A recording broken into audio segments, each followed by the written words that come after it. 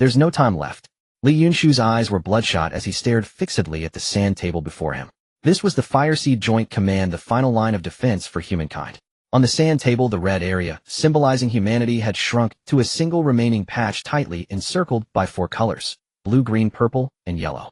The sand table suddenly shook violently as swathes of red light points representing the eastern defensive line went dark. Li Yunshu clenched his fists so hard his knuckles whitened, while shrill alarms echoed through the command hall. The entire 6th Airborne Division has fallen, the communications soldier reported in a mechanically calm voice. They used their helicopter squadrons to generate an electromagnetic fog, buying time for the evacuation corridor. 11 minutes. In the projected footage, hundreds of armed helicopters burned and spiraled down within a raging purple energy storm. The pilot of the last aircraft suddenly pulled the nose around. The tattered August 1st military emblem on the wing scraped across the eyeball of a colossal centipede-like creature, then erupted into scarlet starbursts amid the billowing purple mist. The 7th Armored Division requests access to the comm network. The communications soldier suddenly stood up as a one-armed tank commander with a face smeared in blood appeared on the holoscreen. On the western edge of the sand table, red arrows representing the armored units were being swallowed by a surging blue tide. Oldly remember the red sumping exercise that year. The commander bared his teeth in a bloody grin as the shriek of twisting metal rose behind him. This time we're a lot meaner than the blue force. The screen was instantly flooded with red light. On the sand table, a new 17-minute countdown appeared along the western defensive line. 179 remaining main battle tanks charged forward in unison, sealing the Seoul breach. They ignited all their remaining fuel, forming a burning wall of steel. Li Yunshu suddenly pressed a hand to his earpiece as violent shockwaves rumbled from the southern sector of the sand table. 12 battered, barely seaworthy Blade C-class destroyers were charging toward the black tide, surging across the ocean's surface. The captain's weak yet fervent roar thundered through the command center. How much more time do you need? 23 minutes. The communications soldier had barely finished when the arrow representing the fleet suddenly accelerated. More than a dozen red streaks lanced into the black tide. The captain's voice grew eerily calm. Tell the children, our seas are blue. An unprecedented explosion roared across the speakers, and a blood-red 13-minute timer lit up along the southern edge of the sand table. The old general suddenly removed his general stars and slapped them onto the console. We must sever the passage at all costs. He turned and walked out, the last 17 staff officers following with easy smiles. Soon a clarion charge sounded from the northern sector of the sand table, and the countdown increased by another 11 minutes. Chief Commander, the communications soldier suddenly screamed. Small clusters of enemy skirmishers appeared from all 4 directions on the sand table, rushing inward. The countdown, which had just turned green, began to plummet. Li Yunshu glared with bloodshot eyes, palms braced against the edge of the sand table, and gave his order in a voice rasped completely dry. Open full-spectrum broadcast. As he pressed the master control switch, he happened to see, on the monitors, the last convoy of transport trucks passing through the fissure. Countless children's drawings fluttered out of the vehicles, scrawled with phrases like, "Dad, Mom, I'll wait for you to come home. Stay strong. And we're not afraid." This is the command center for the Fireseed of human civilization. Li Yunshu's voice carried through electromagnetic waves to every corner of the base. All remaining survivors who have not yet evacuated, take heed. This is not a retreat order. This is not a retreat order. There are 50 minutes left before the fissure closes. Those things have already seeped through. We cannot allow them to charge into the fissure and follow our children into our homeland. Not a single one of them.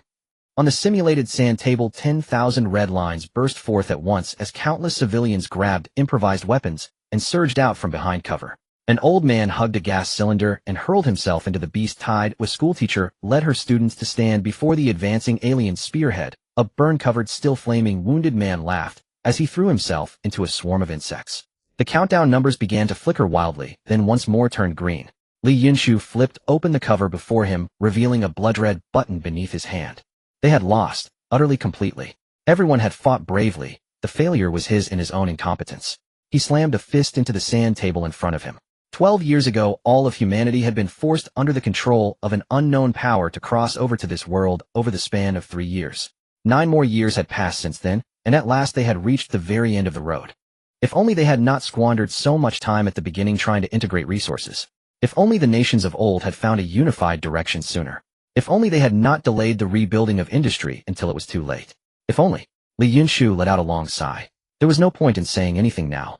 At least they had sent the children back. For humanity, there was still a sliver of hope. Outside, the last transport truck vanished into the fissure while the howls and explosions around them grew ever closer. Li Yunshu gave a faint smile, raised his hand in a slow salute toward where his comrades had gone, then brought his fist crashing down on the button before him. The entire command center was reduced to dust beneath a towering mushroom cloud, and the fissure in the plaza vanished along with it. Oldly, wake up already. At a time like this, you're still sleeping. A violent shaking ripped Li Yunshu's long drifting consciousness back to the present. What was going on? Could there really be a world after death? Li Yunshu forced his eyes open, trying to shake his brain, muddied into a paste, back into clarity.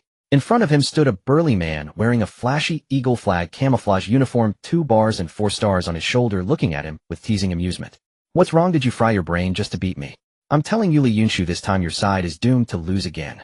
The burly man laughed loudly, thumping Li Yunshu hard on the shoulder. The familiar ache in his shoulder jolted Li Yunshu fully awake, and he sprang to his feet. Old Wang, Yuri's still alive? The burly man's face twisted with indignation. So that's it, Old Li. Can't beat me, so you curse me dead, huh? Just wait, this time I'll make sure you lose even more miserably. Li Yunshu did not answer. Instead, he staggered toward the window. Outside the window, there were no longer those damned 3 suns and purple sky, but the familiar blue heavens and yellow earth. Li Yunshu froze. Old Li, hey, are you okay? Don't scare me. Sensing that something was wrong, Old Wang hurried over to his side. Before he could reach him, Li Yunshu moved again. He grabbed Old Wang, yanked up his sleeve, and stared at his tactical watch. The current time is March 14th, 2XX9, 1537 in the afternoon. Weather clear. Temperature 17. 8 degrees. Breeze level 2. 2XX9, 12 years ago. It was as if all the strength had been drained from Li Yunshu's body. He collapsed to the floor, hugging his head with both hands as his whole body trembled. Now thoroughly alarmed, Old Wang leaned out the window and shouted at the top of his lungs. Orderly! Orderly! Get the medical team here immediately. The commanding officer is in trouble. Red Sumping Exercise Base Medical Center. Li Yunshu lay on the hospital bed like a wooden puppet, motionless, his body wired to an array of monitoring devices, while several military doctors bustled about nearby. His thoughts were in chaos. He simply could not tell whether he had truly returned to the past, or merely dreamed an excruciatingly long and vivid dream. Outside the room, Old Wang stared anxiously at Li Yunshu through the glass. Regret gnawed at him. Perhaps he had gone too far in the last round of the exercise and pushed Li Yunshu to this state. But that made no sense. Did he not know what kind of man Old Li was? A soldier who never yielded. Could he really be broken this easily? As he puzzled over it, movement stirred within the ward. Old Wang, I know you're out there. Come in for a moment, I have something to ask you. Old Wang stepped into the room and signaled subtly to the military doctors. They quickly backed away a few steps and switched on an additional monitoring device. Then he strode to Li Yunshu's bedside. Before he could speak, Li Yunshu said, Old Wang, in the next exercise, haven't you already planned to use a tactical nuclear strike to wipe out my 2nd regiment, while simultaneously suppressing my main forces' communications across all channels? And you'll position your main forces at those locations, XXX and XXX, waiting for the nuclear blast 30 minutes into the exercise to sever my command. Once my main force loses control, you'll close the encirclement and swallow them whole. Old Wang's eyes bulged. How do you know that? Only did you sneak a look at my exercise plan? With that confirmation, Li Yunshu let out a long breath. When he raised his head again, all confusion had vanished from his features, leaving only steely determination in his eyes. Old Wang, help me contact logistics. I need the most comprehensive physical and psychological evaluation they can provide. If the evaluation shows nothing wrong, I will request an audience with the general staff. There is something of utmost importance that I must report. Li Yunshu, male, 36 years old, senior colonel, born into a military family, his grandfather a veteran of the war, his parents sacrificing in a peacekeeping mission. He is the Red Army Commander-in-Chief for this Hongyangping exercise, and this is his 2nd time participating in the exercise. In a huge meeting room, all of Li Yunshu's data was projected onto the main screen. A group of officers, each wearing at least 3-bar epaulets, stared intently.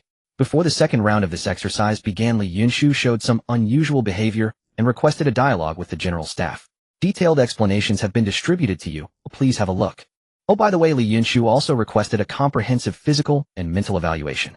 The results showed everything normal, but there was one astonishing conclusion. His psychological age assessment was over 60. The audience below immediately began discussing among themselves. 60 years old. Even for a soldier, isn't that psychological maturity a bit too extreme? Could it be due to excessive pressure? Even though the Hongyangping exercise is stressful, it can't be that bad. Besides, I've met Li Yunshu, he has backbone. There's no way he'd have problems because of exercise pressure. Are we sure there's no problem with his mental state? What about his physical condition? Quiet. The host waved his hand. I've called everyone here to conduct a more detailed evaluation. Shortly we will have a video interview with Li Yunshu, and you will evaluate from different perspectives. The host paused. He's a rare, promising talent. Let's see if we can still salvage him. Now quickly familiarize yourselves with the materials. The interview begins in half an hour. The entire conference room fell into complete silence with only the sounds of clicking mice and flipping pages.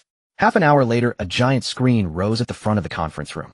Everyone faced the screen holding pens and paper ready to record. Soon the screen lit up, and Yunshu appeared in the center dressed neatly in his military uniform, sitting upright in a chair. All right, Comrade Yunshu, you may speak now. I am Liu Hai, Deputy Minister of the General Staff's Military Affairs Department, and I am in charge of this interview with you. They will record and analyze everything in this interview. Please think carefully before you answer. On the screen, Yunshu nodded, then looked straight at the camera. Liu Hai had a feeling, although Yunshu seemed to be looking at him, his eyes did not hold him. Instead, they were fixated on something far away. I had a dream, Yunshu slowly began. It was an incredibly long and sorrowful dream, so much so that I cannot tell dream from reality.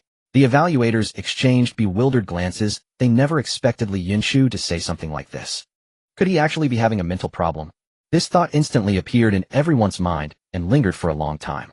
Liu Hai frowned. He also hadn't expected that Yunshu requested to speak with the general staff, claiming he had extremely important information to report, only for it to be a dream. He stood up ready to interrupt Yunshu's narration, but then heard Yunshu's voice suddenly rise. I have been telling myself that it was a dream, not real. But everything I've learned later tells me I was wrong. It was not a dream. I know no one will believe me, not even I dare to believe it myself, but I cannot take that gamble. If it is a dream, then at worst I will be deemed insane. But if it is not a dream, it concerns the life and death of hundreds of millions of Dongwa people. I truly dare not gamble. That's why I requested this interview.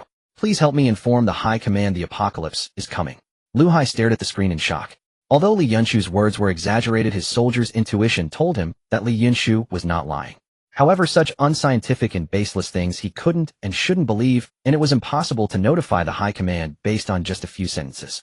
He could only dispatch an investigation team for further examination to see what the problem really was.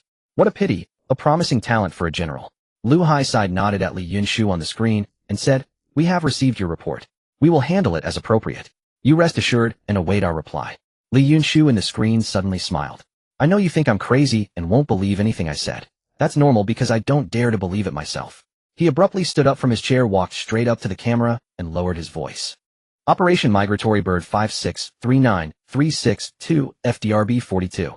Operation Jingwei 5247494437 SDG 1. Please help me verify these two things so I can know whether it is a dream or not. Oh, and in 6 hours an earthquake of magnitude 5.0 will occur at the west coast of Neon around 8 p.m. tonight, with a focal depth of 10 kilometers. After that, due to poor disaster relief, a collision between a passenger plane and a rescue military aircraft will happen around 1 a.m. Alright, I've said all I have to say. Yunshu silently sat back down in his chair. The first two items were top secret plans of Dongwa that Yunshu wouldn't have learned until later. There was no way he could know them at this time. The latter earthquake in Neon was the only recent event he clearly remembered and could quickly verify. Liu Hai looked at the extremely serious Yunshu on the screen, his mouth trembling slightly, but he said nothing. Instead, he waved his hand to signal the end of the interview. When the screen went dark, Liu Hai let out a deep sigh and looked around at the already stunned staff officers. The records of this meeting shall be sealed for now. Do not discuss it privately outside. Send someone to investigate the situation, especially whether Yunshu has come into contact with anything unusual recently. Also thoroughly review his recent activities, diet, and daily life for any abnormalities. In addition, notify the General Hospital to arrange an expert consultation. As for the rest, wait for the investigation results before reporting together. Yes, sir. When the meeting room was empty, Liu Hai looked at the interview records in front of him and couldn't help sighing again. Of course, he could not directly contact the High Command. He could only archive all the interview materials and hand them over to relevant investigation departments for handling. Not to mention the earthquake news, the two mysterious codes he had never heard of. They all looked like the products of a madman's wild imagination. Such a rare talent, how did he suddenly become like this? That night, because sealing the records took a considerable amount of time, Liu Hai was busy until 8:30 p.m. before he had time to eat dinner. He hadn't taken more than a couple of bites when his phone on the table suddenly vibrated. Liu Hai held chopsticks in one hand and picked up the phone with the other. As soon as he opened the screen, his eyes widened instantly. Emergency notice at 2033, the Seismological Bureau detected a 5.0 magnitude earthquake off the west coast of Neon, focal depth 10 kilometers. All units should be aware of possible tsunamis. Did Neon really have an earthquake? Even the time was exactly the same. Liu Hai was stunned, not even noticing the chopsticks slipping from his hand. In the military affairs office, it was already 1:30 in the morning, yet Liu Hai felt not the slightest trace of drowsiness. His eyes were bloodshot as he flipped through the meeting records again and again. The entire office was thick with smoke, and the ashtray before him was overflowing with cigarette butts. Li Yunshu's words from the meeting echoed incessantly in Lu Hai's mind. The apocalypse is coming. It concerns the life and death of hundreds of millions of Eastern Kingdom citizens. Lu Hai stared at the red telephone before him, reaching out for it time and again, only to withdraw his hand each time. Although Li Yunshu had predicted the earthquake correctly, it was difficult to say whether it was merely a coincidence. As a materialistic warrior, he found it truly impossible to believe. What should he do? Just as Lu Hai was entangled in immense indecision, his phone rang once more. This time a call. Lu Hai picked up the phone. The caller ID showed it was a staff officer from his department, who he recalled had also participated in that meeting. Calling at this hour, could it be? The call connected and an anxious voice immediately came through. Boss, I knew you wouldn't be asleep either. Quick, go check the Japan News Network channel 3CH. Lu Hai was baffled, but he opened the corresponding webpage anyway, and then he froze once more. Breaking, a self-defense force military aircraft collided with a civilian airliner at the airport. The specific cause of the accident and the death toll are still under investigation. Another hit. Lu Hai felt every hair on his back stand on end. Ignoring his subordinate's excited voice still coming through the phone, he gritted his teeth and grabbed the red telephone. Please connect me to the Chief of General Staff. The operator paused, clearly not expecting Lu Hai to call the chief at this hour, but immediately sprang into action. Soon the call connected. After about a minute, a slightly weary, elderly voice sounded. Calling on the internal line at this late hour. Tell me what's happened. Chief of Staff, it's like this today. We received a meeting request from the Red Force commander of the Hongyangping exercise, so we held a meeting. The Red Force commander for this Hongyangping exercise. That must be young Li Yunshu, right? That kid's not bad. What did the Blue Force go too far, and he came to complain to you? The old man began with a chuckle, but his tone immediately shifted. No, you wouldn't call me at this hour over something like that. What's the real issue? Lu Hai took a deep breath. Li Yunshu said he had important matters to report to higher authorities.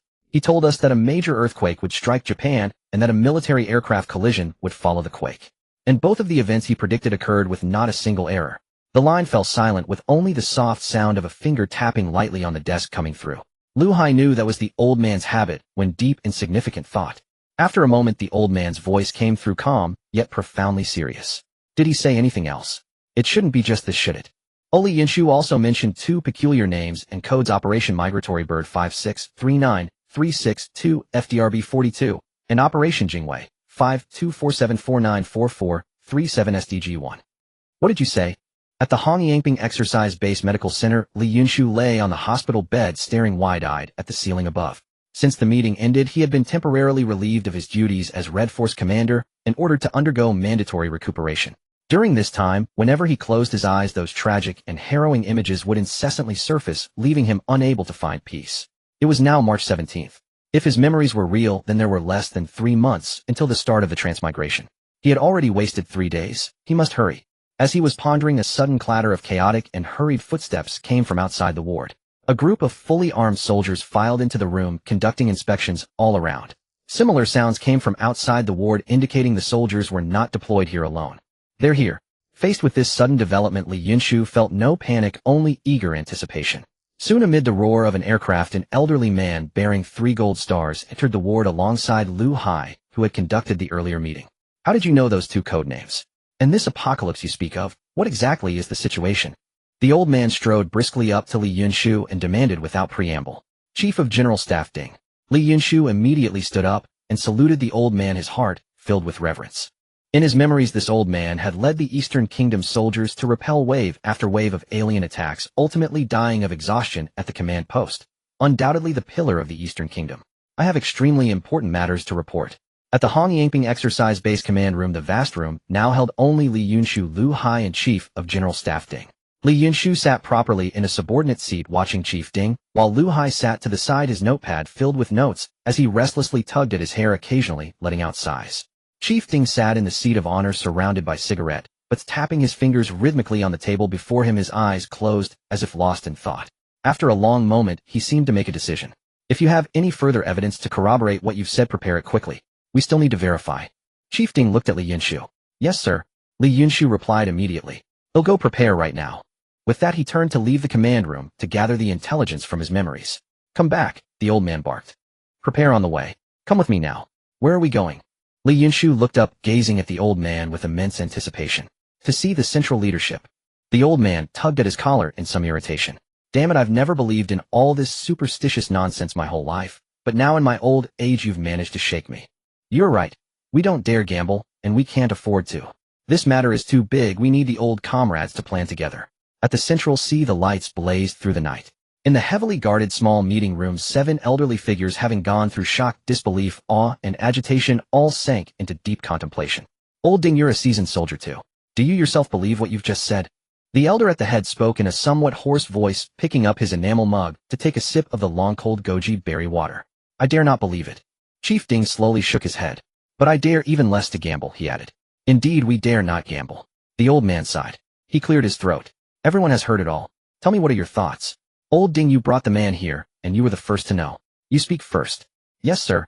Chief Ding stood up, his military decisiveness on full display. Personally, I lean toward believing Li Yunshu's account. Why? On the way here I spoke with him.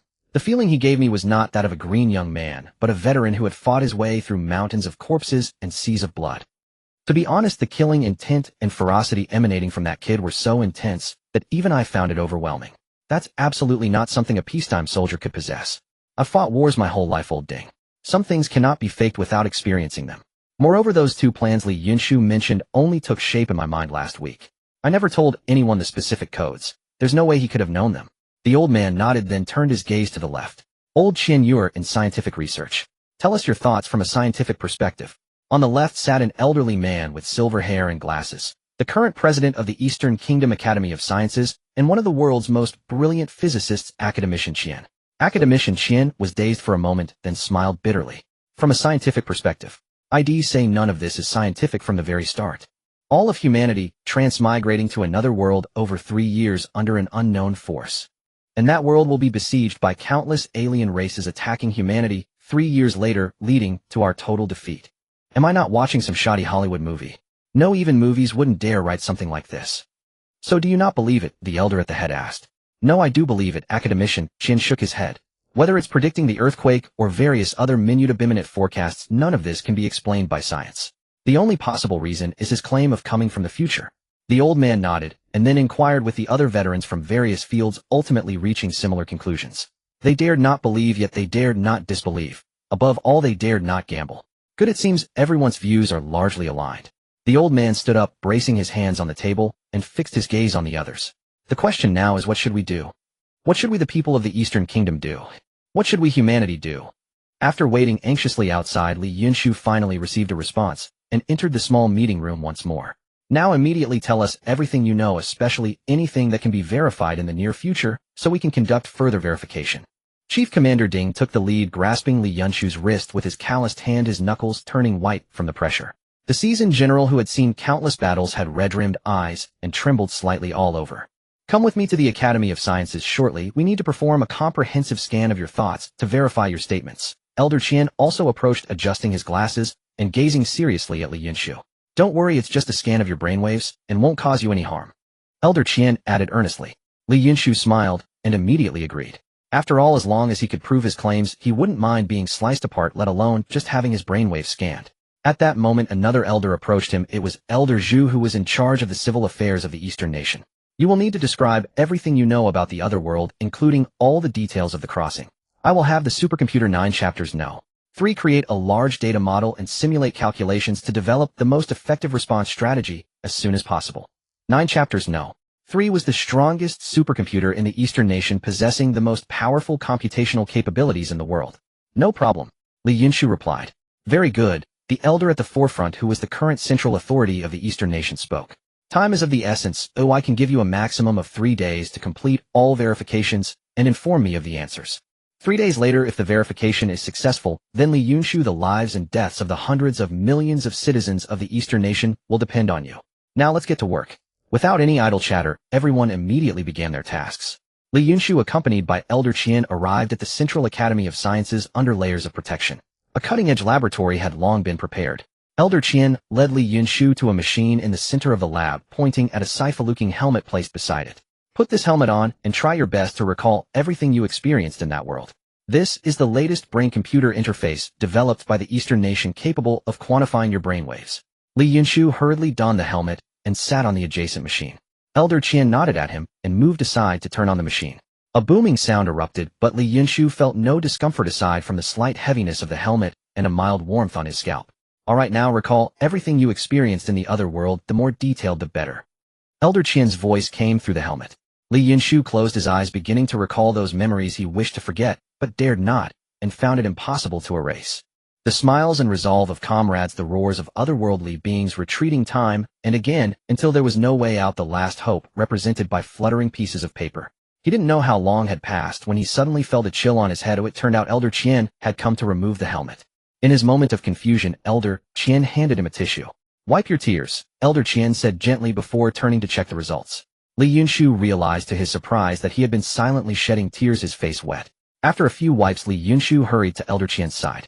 Elder Qian was intently studying a report in front of him, and the more he read, the deeper his frown became.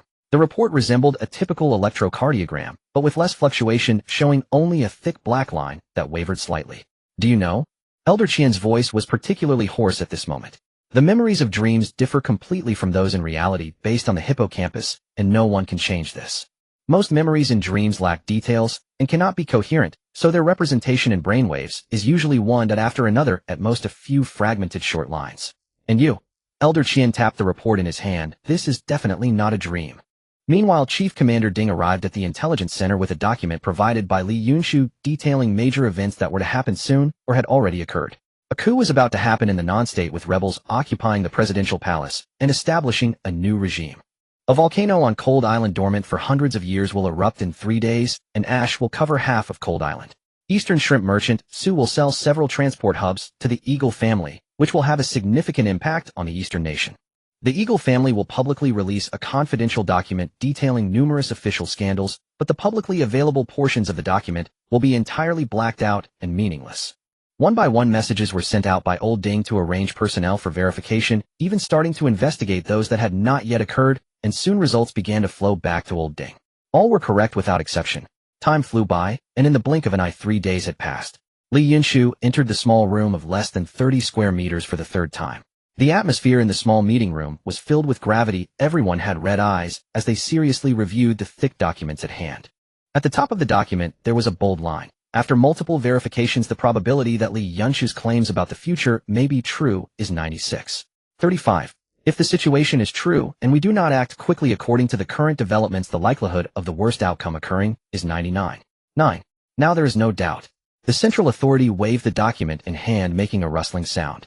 "I propose we immediately establish a special response command for the Eastern nation, with myself as the commander-in-chief, and all of you as members of the command group, with Li Yunshu serving as deputy commander and special advisor. Does anyone have any objections?" None. Everyone nodded solemnly. "Very well, I will sign Order No. 1 immediately. From today, the Eastern nation enters a level 1 combat readiness state. Central authority, is this too hasty? I'm afraid there will be problems among the populace if it is too sudden." Elder Zhu hesitated slightly. "Trust our people, they will be fine." The central authority spoke with great certainty. "Comrades, we don't have much time left. There are only 82 days until the crossing begins. We cannot be the sinners of the Eastern nation. The safety of millions of Eastern citizens rests on this decision." Soon, on every phone, internet, television, and large screen in squares across the Eastern nation, an astonishing message appeared that shocked the entire nation. The entire Eastern nation announces, starting from Huajing, time 123321, to enter a level 1 combat readiness state. The nation was in shock. At 1:05 a.m. Eagle time in the White Pentagonal House, President Jonathan had just entered the deepest slumber of the day when he was jolted awake by a frantic alarm. Secret Service agents hadn't even had time to knock. Jonathan flung back the velvet silk duvet, clutching his nearly leaping heart drenched in cold sweat. "Mr. President, an emergency. The Secretary of Defense is waiting for you in room 3, the Chief of Staff said, his face pale as he burst into the bedroom. The usually meticulous man wore a crumpled suit, but had no time to care. The encrypted phone on the nightstand vibrated incessantly, and the warning light flashed an irritating red. Jonathan took a deep breath and struggled to get out of bed. Damn it, what happened? Did those guys get surrounded by the oil sheiks again and call for help? Or did another plane go down? Or did that country on the other side of the globe come up with something new? What flew up this time? Last time it was a ginkgo leaf, now is it a chopstick? Jonathan grumbled as he dressed. I told you not to disturb my sleep unless it's something extremely important. He sat on the bed staring coldly at his chief of staff. Spit it out. What's going on? The chief of staff, Terrence, visibly swallowed and answered in a trembling voice. That country, the country across the ocean, has declared a national level 1 combat readiness status. What did you say? President Jonathan leaped out of bed. Room 3 was already in chaos. Countless screens flickered, phones rang endlessly. The Secretary of Defense and senior military officials scurried around the room like headless flies. Jonathan hurried to the center. What the hell is going on? I hope this isn't an early April Fool's joke. Secretary of Defense Hansen strode over and handed him a stack of documents. The Eastern Nation released a nationwide Level 1 combat readiness announcement on all media and communication channels at Hanjing time 123331, and it's been scrolling ever since. We've confirmed it. This is not a drill nor a joke. They are serious. Hansen pressed a switch and a screen appeared before them showing the director of the War Situation Bureau Mac. Mac looked frantic, tearing at his collar and shouting at his subordinates. He seemed to notice Hansen's call and turned to the screen. Chief, things are very bad. He pulled a projection closer. The ocean satellite cloud map was covered in dense red triangular markers, each blinking point representing an Eastern naval vessel that had just broken radio silence. All 3 Eastern fleets have broken radio silence and are converging on their maritime borders. He pointed at the projection, his Adam's apple bobbing with a swallow. What's happening? Are those Easterners preparing for an unprecedented naval battle with someone? Jonathan murmured. No, it's worse. Chairman of the Joint Chiefs of Staff Carter squeezed in. 20 minutes ago, our keyhole satellites detected massive water injection in Eastern land-based missile silos. The electronic sand table behind him suddenly flared with blinding red light. 27 Air Force bases along the eastern-southeastern coast simultaneously switched to combat status. Are the Easterners insane? What are they trying to do? Jonathan blurted out. We don't know. Hansen shook his head. So far, the Eastern government has given no other explanation besides declaring combat readiness. However, they did call for an emergency meeting at the UN scheduled for this afternoon. Carter, take your team to the UN headquarters immediately for the afternoon session. We must find out what the Easterners want. Hansen, order all 3 branches of the military to enter Level 1 combat readiness. We must be prepared. Mr. President, this will have significant repercussions. The Blue Party will surely use it to attack you. Hansen said, spreading his hands. It doesn't matter. Let them attack. This is necessary. Jonathan waved his hand and slowly sat down on a nearby chair. Damn it, I hope those Easterners are truly insane. Otherwise we're in for big trouble. He slumped in the chair, muttering to himself. At the same time on Eagle Island, a typical island variety show was in full swing. Ladies and gentlemen, welcome to Eagle Island Perspectives. The host waved a glow stick dramatically. Today we are honored to have Professor Hashimoto and Professor Nagata to discuss the much concerned developments across the strait. Professor Hashimoto, we all know that the Eastern nation's military has grown significantly in recent years. What are your thoughts? The host asked in a pompous tone, pointing the microphone. My thoughts? Professor Hashimoto made a disdainful face. It's all a pile of scrap metal. Their real estate has crashed, foreign capital is fleeing. Forget about eating tea leaf eggs, they probably can't even afford rice now. They churn out junk to keep up appearances. Wasn't it discovered long ago that their aircraft carrier deck cracked and a submarine sank in the Yuanjiang port? Professor Hashimoto adjusted his gold-rimmed glasses, his slicked-back hair glistening under the spotlight. Those broken ships of theirs. Our missiles can hit their kitchen from 30 kilometers away. The audience erupted in thunderous laughter. Ha ha ha ha, the audience and host burst into wild laughter. Let me tell you, Hashimoto, the other guest, Professor Nagata began. While it's true the Eastern nation is not to be feared, it's unrealistic to think one missile can sink their carrier. It would take at least 3. As he was speaking eloquently, Professor Nagata's phone buzzed. Odds from my assistant. Probably some good news. Let me take a look. Professor Nagata waved his hand and picked up his phone. He suddenly stared at the screen, his pupils constricting, his face turning as pale as paper. His fingers trembled as if shocked. My dog is about to give birth. I need to go back immediately. This scholar, who claimed to be a master of strategic deception, proceeded to power walk out in public, even leaving his crocodile skin briefcase, supposedly worth a fortune, on the seat. What's wrong with Nagata? What's so urgent? Professor Hashimoto grumbled, annoyed that his co-host had suddenly fled. He still had many great theories to expound upon, and losing his partner would diminish the effect. Dog giving birth. I recall his dog is male. Could it be his wife had a late life surprise? Professor Hashimoto snickered lewdly. Just then his own phone rang. He casually picked it up and looked at the screen then. Everyone, I am sorry. My dog is about to give birth too. He'll be right back.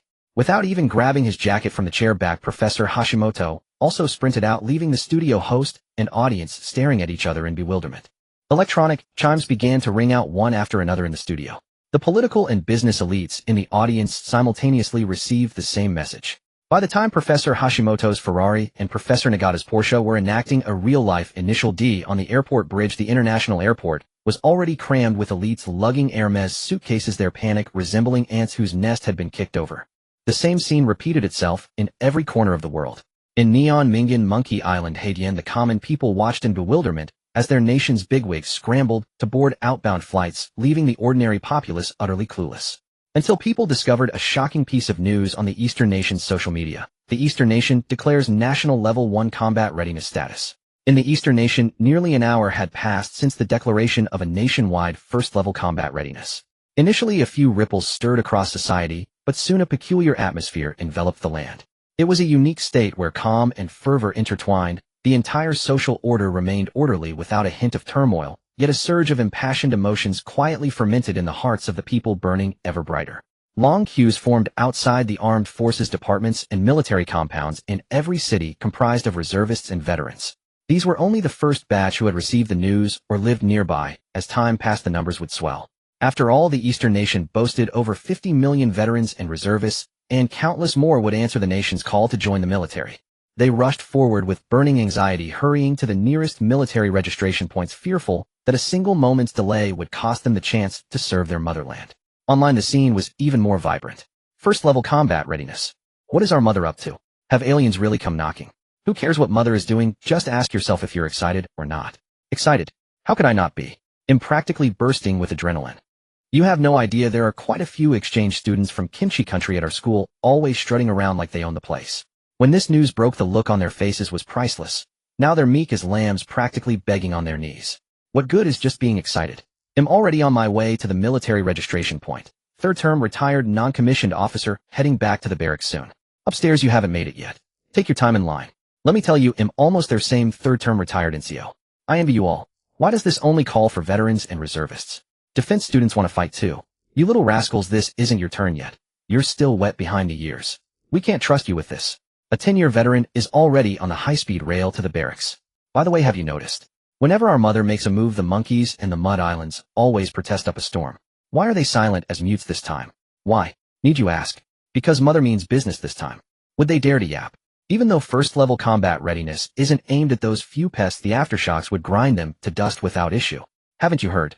Those countries don't even dare to inform their people about mother's big move, but they themselves are fleeing fast enough. Just check their international flights. ITLL blow your mind. Holy crap, every flight that can go abroad is fully booked, business class included. And the ticket prices, are they serious? Over 10 times the usual. Haha, the citizens of Ing Island are in an uproar, saying that from the Prime Minister to all the ministers, everyone's gone missing. The Prime Minister's post is just an empty shell now. Someone even posted a photo of the deserted Ing Island Prime Minister's residence, though how they got it remained a mystery. That picture was like a stone thrown into a calm lake, stirring up 1,000 ripples. Soon more people shared their findings, and all sorts of stunning photos surfaced, making the online world even more lively. Everything happening online was sorted, categorized, and compiled for the command center. Everything is normal so far. Public sentiment and order are far better than anticipated. The central leadership was right. Old Ju looked at the situation analysis before him and couldn't help but nod. How could there be any problems? Chief of Staff Ding grinned. When have we, the people of the Eastern nation, ever faltered on matters of principle? Old Ju didn't argue. He knew all too well the sincerity and sense of duty of the Eastern people, but as the highest official in civil affairs, he had to consider the worst-case scenario first. Public sentiment is stable, order is completely under control. All grassroots staff have canceled their leave and are stationed in their respective jurisdictions, closely monitoring every development. According to the model predictions from Zhejiang 3, there won't be major fluctuations within at least 72 hours. Old Ding, don't just focus on my side. How are things on your end? Old Ju turned to Chief of Staff Ding beside him. My side? Have I ever let you down? Do you have any misconceptions about our soldiers? The entire military is now at first-level combat readiness. Reservists and veterans from all regions are accelerating their return to the barracks. At this rate, within 3 days at most, we'll have over 50 million troops. Then after 3 days, we can proceed to the next phase. Old Ju sighed. The next phase is the critical one. Indeed. Chief of Staff Ding also sighed. What we have now is still within the contingency plans. The next phase will be the true test. Old Ju, do you think we can hold on? Can we maintain order and sustain a normal production and living environment? Once that so-called transmigration begins, the impact and trial on the human psyche will be terrifying. Old Ju's expression turned grave. Yes, according to Yunshu, when the time for transmigration arrives, there will be no warning. Humanity will be randomly transported in batches over 3 years. No one knows when their turn will come. Every day 1 in 1,000 of the global population will transmigrate, and the next could be you. Moreover, during transmigration, you can bring one item with you as long as you are the only one who has touched it. Under such circumstances, maintaining social stability would be extremely difficult. People's fears and instincts would be amplified to the extreme. According to Yunshu, last time within just a week the entire globe descended into endless chaos.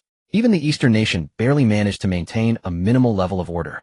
I don't know. Based on what I've learned in psychology and sociology in this life, I'd say it's impossible. No nation or collective could maintain order under those conditions. Riots and looting would be almost inevitable. But Old Zhu shifted his tone, just as the central leadership said, I choose to believe in our people. Besides, this time he is here. Being able to prepare in advance will surely bring a different outcome. As he spoke, Old Zhu looked toward the other side of the command center, where Yunshu was buried in his work, writing furiously, racing against time to record everything he knew. From time to time, a special agent would approach him, carefully place his writings into a secure box, and rush it out with utmost speed. At this moment, Yunshu was filled with regret, experiencing for the first time a deep hatred for his own lack of intellect. In the last 3 years of his time in the other world, that hellish experience had drained him of all his energy, and now many critical matters had become vague in his memory. He gritted his teeth, squeezing every brain cell to its limit, fully aware that recalling even one more detail could potentially save countless lives and enhance the odds for the Eastern nation. Before him lay a mountain of draft papers densely packed with information about the other world, alongside all the details he had desperately managed to remember about his journey through time. Shally, it's almost time. Chief of Staff Ding approached, gently, his voice soft with concern, as he lightly patted Yunshu's shoulder. Yunshu took a deep breath, slowly nodded, and efficiently gathered the draft papers in front of him, holding them tightly to his chest. He then exhaled heavily, steadied his mind, and strode out of the command center. In the National Assembly Hall, the crowd was buzzing with excitement. From all over the Eastern nation, top scholars from the Academy of Sciences, Social Sciences, and Agricultural Sciences, along with high-ranking military officers, had gathered here. Old Qian, what major event has occurred? Elder Du from the Aerospace Center asked anxiously, hurrying to Elder Qian's side, his brow furrowed in worry and confusion. First, we receive an urgent notice to convene, and then the state issues a Level 1 combat readiness alert. Yes, it's so sudden and without warning.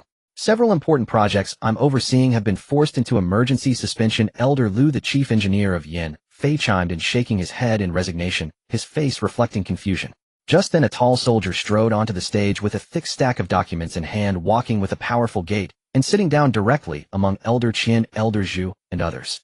It was unclear if it was an illusion, but people could even sense a fierce battle intent emanating from him, seeing the blood-soaked battlefield in their minds. The sharp, killing aura seemed to lower the temperature of the entire venue. In an instant, the entire assembly hall fell silent, all eyes locked onto the soldier, as if a needle could be heard dropping. Everyone held their breath, waiting for the major announcement about to be made. This soldier was Yunshu. He wasted no time skipping introductions and formalities, decisively opening the central projection screen.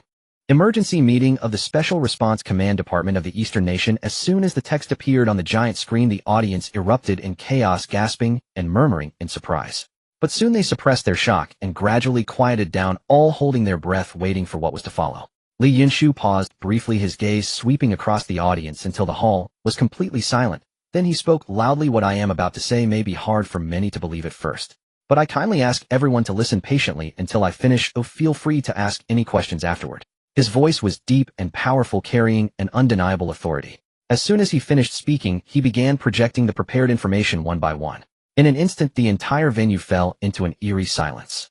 Expressions on the faces of the audience varied. Some were puzzled, frowning tightly. Others showed disdain, the corners of their mouths slightly lifting, while still others were flushed with excitement, their hands clenching involuntarily. Yet throughout it all, no one interrupted. Finally, when Yunshu finished projecting and explaining the last piece of information, the audience erupted completely. Almost everyone eagerly raised their hands, their faces filled with urgency, with too many questions begging for answers. Universal time travel. Surviving in the other world. A commander who traveled back from a post-apocalyptic future. This sounds like a fairy tale. Is this really no joke? Elder Zhu stood up, clapping his hands vigorously, his voice hoarse, yet powerful, trying to restore order to the chaotic scene. I assure you all, this is all true and definitely no joke. Yes. Elder Qian also stood, leaning slightly over the table, his expression serious. I can guarantee that we have repeatedly verified this matter through various channels. With these two highly respected and influential elders from the Eastern nation vouching for the truth, the crowd no longer doubted the authenticity of the matter, but with it came even deeper questions. When exactly will this time travel commence? An academic stood up, concern etched on his face. There are 81 days, 9 hours, and 37 minutes until the first batch of time travel begins. That is at midnight on June 15th, 2XX9. Yunshu replied immediately. Why is this time travel phenomenon happening? The same academic inquired, his brow slightly furrowed, full of confusion. Unclear. We suspect there is interference from a higher civilization, but currently there is no conclusive evidence to confirm it. Yunshu shook his head helplessly. Can the time travel be halted? Or can it be controlled? Others eagerly pressed for answers. No, at least up to now there is no way to do so. Yunshu replied heavily, giving a disappointing answer. Why did we lose? A general stood up, his voice loud and crisp, carrying the distinct decisiveness of a soldier. Because last time we were completely unprepared. Yunshu's voice was filled with regret. Last time the time travel arrived suddenly and without warning. Initially no one believed it. By the time everyone confirmed it was real, most countries' social orders had already collapsed. 3 years of time travel during the early stages in the other world, we could not gather at all. Why? The general pressed further. Because the time travel was completely random, both the order and locations were unpredictable. In the beginning in the other world we had no means of contact, so we couldn't gather any strength. The first-year travelers had a mortality rate exceeding 80%, and only in the second year did we barely manage to establish a foothold in the other world and create some small gathering points. It was not until the third year that we re-established a nation in the other world and began to restore technology and production. However, once that 3-year period was over, 4 different forces suddenly emerged in the other world, all of them launching attacks against humanity. All of humanity fought desperately, yet by the 12th year the last line of defense was breached, leading to humanity's eventual extinction. As Yunshu reached this point, his voice trembled slightly, filled with pain and unwillingness. You are all elites, the backbone of various fields. The purpose of this emergency meeting today is to pool our wisdom and make thorough preparations while we still have time. Yunshu's gaze was steadfast as he scanned the room, speaking loudly this time. We absolutely cannot. Today all of you present are trustworthy comrades and members of the Special Response Command Department. You will be divided into 5 parts according to your respective fields: military, environment, production, life, and logistics. And based on the existing information, you will do your utmost to prepare for the impending time travel. Please create the most perfect contingency plan for our eastern nation and the hundreds of millions of people within. 5 hours had passed since Dongwa issued its first-level combat readiness alert.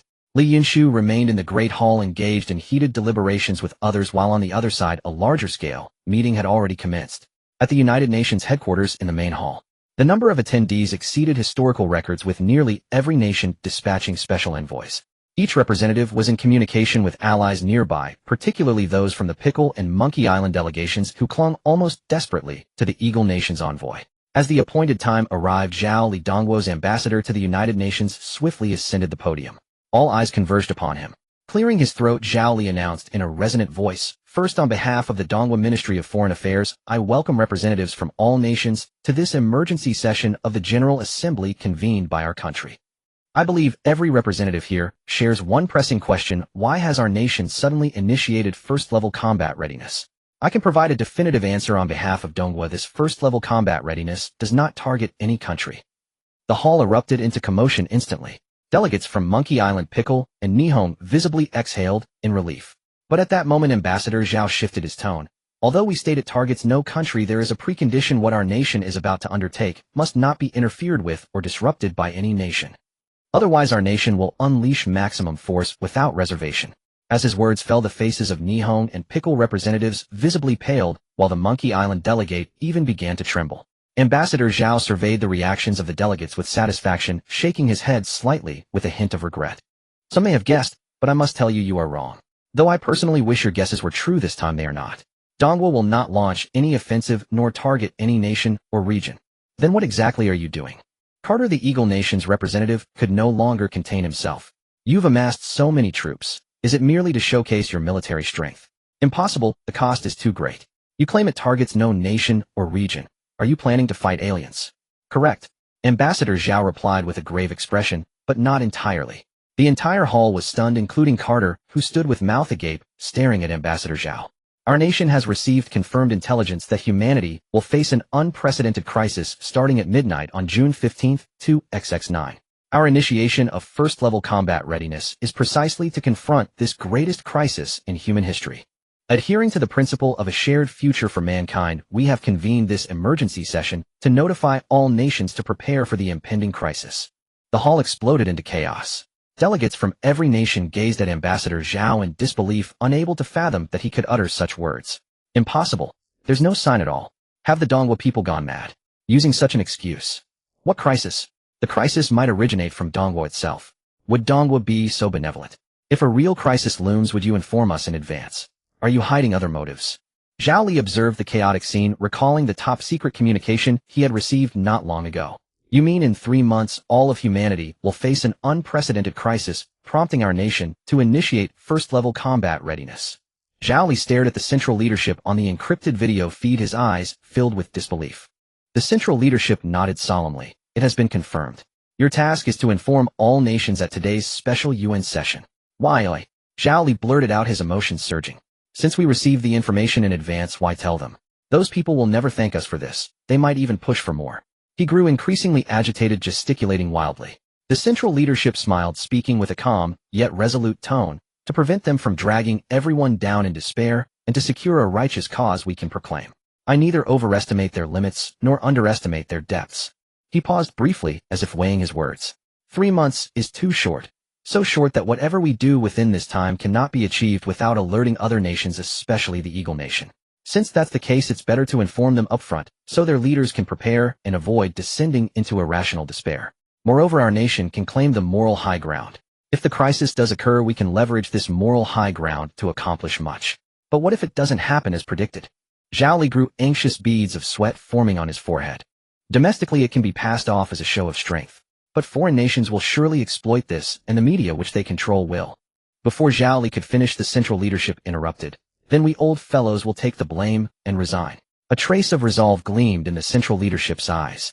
Even if we are forever branded on the pillar of shame compared to the potential apocalypse and the lives of hundreds of millions of Dongwu citizens, this cost is too light. Silence. Zhao Li snapped back from his reverie. He pounded the table, his voice echoing through the hall, gradually calming the chaos. Our notification has been delivered. Next, a closed-door meeting of the 5 permanent members will commence. Please inform your heads of state, who our central leadership will engage in direct remote talks with you. Is the apocalypse coming? Is this an inevitable fate or a fantasy of the Eastern nation? A whimsical notion from the Eastern elite, a lack of humanity, or a distortion of morality? The most absurd news of the year: the end of the world is upon us. Eastern nation, the modern Maya. Following the conclusion of the Global Alliance Summit, major media outlets worldwide were filled with ridicule and sarcasm directed at the Eastern nation, especially after it declared a state of maximum readiness without targeting any specific country or region. The Eastern nation instantly became the biggest laughingstock on the internet and the most notorious joke of the year.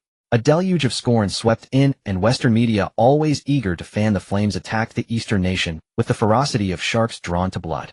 In their narratives, the Eastern nation's solemnly proclaimed doomsday warning was reduced to a ludicrous farce. The Eastern nation says the world is ending. Should we pack our bags for Noah's Ark tomorrow? A seasoned commentator from a renowned Eagle Nation media outlet, a faint smirk of contempt on his lips, spoke eloquently before the camera during prime time. His exaggerated tone was as if he were recounting a preposterous tale spun by a kindergartner. Who do they think they are? The mouthpiece of God. In my view, this is nothing but a cheap ploy by the Eastern nation to gain relevance on the international stage. His voice, transmitted through the airwaves, echoed through every street, provoking peals of laughter from countless viewers. The media of Kimchi country was not to be outdone. A widely circulated newspaper ran an article on its front page with the headline, "The Eastern Nation's Doomsday Farce, Should We Laugh or Cry?" The article spared no effort in mockery. This time the Eastern nation has truly astounded the world. It's a shame their imagination isn't channeled into writing science fiction, claiming the end of the world. Could it be they've watched too many Hollywood disaster movies and now fancy themselves part of the plot? Our great Han nation is not like certain countries wallowing in such impractical fantasies. We focus on development and improving our citizens' quality of life.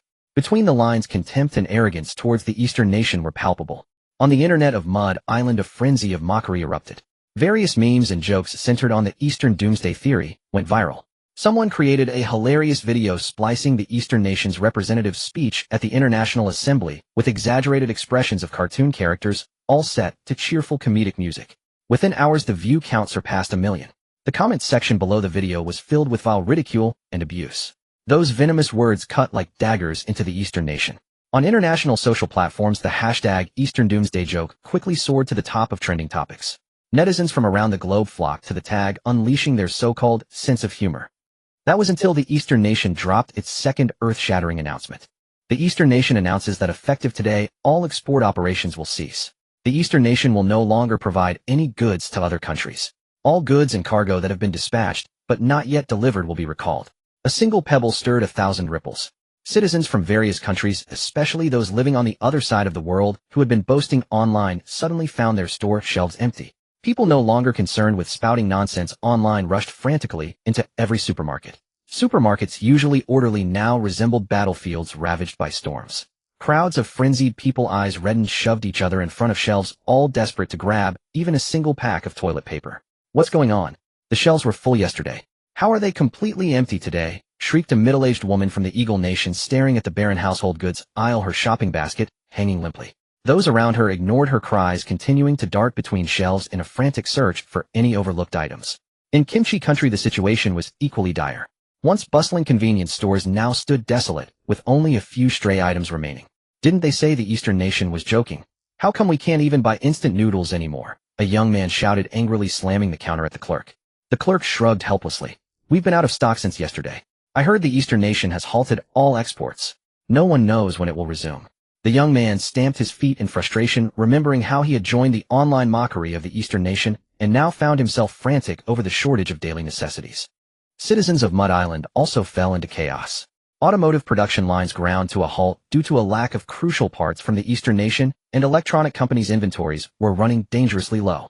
Those netizens who had once reveled in creating mocking memes about the Eastern Nation now abandoned their online revelry, flooding social platforms with complaints about the inconveniences in their lives. Without parts from the Eastern Nation, we can't produce our electronics at all. What are we going to do? Lamented an electronics company owner online.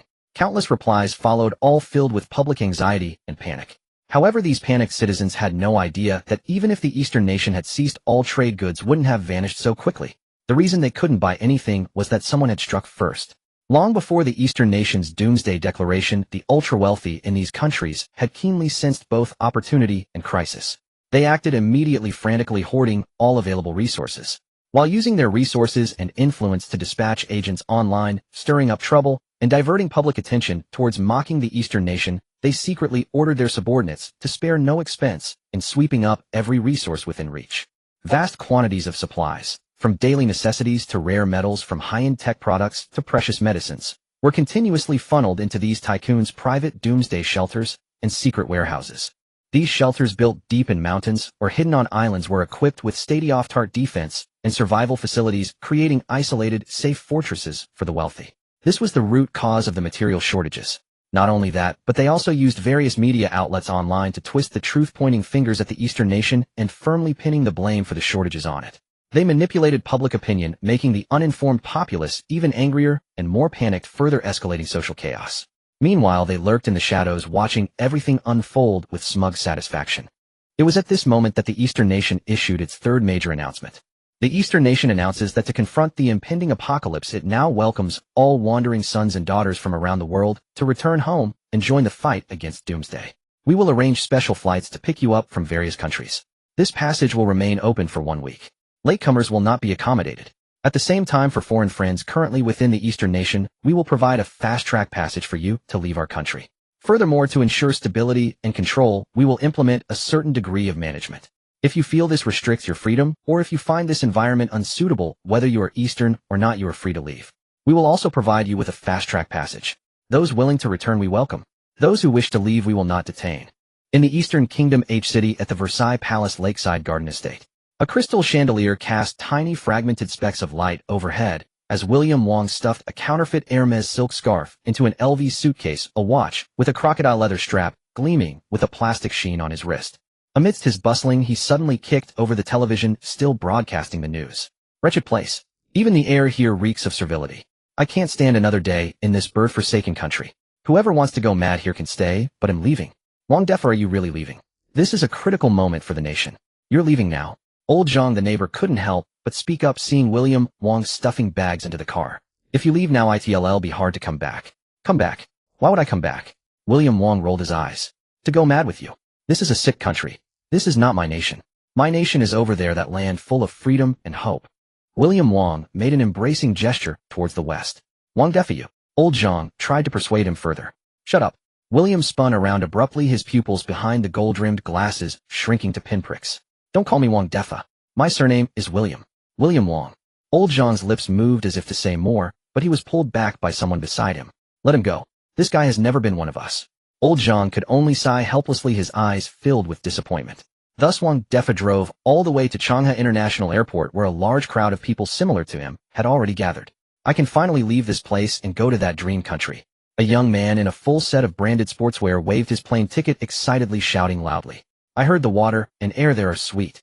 A woman with big wavy curls chimed in with a shrill voice, her face full of longing. My family already bought a big house in Eagle Country. Let the fools stay in this damn place. I'm going to enjoy life. A middle-aged man with a beer belly declared smugly, laughing boastfully. The reason I haven't made it big yet is all because of this rigid country. Once I get there within 3 years, it'll definitely be on top. A young man in a peaked cap boasted confidently. Clearly everyone here was much like Wang Defa, all favoring bananas. By one side of the airport, Special Police Officer Zhang Ming, in his black uniform, stood next to the boarding gate.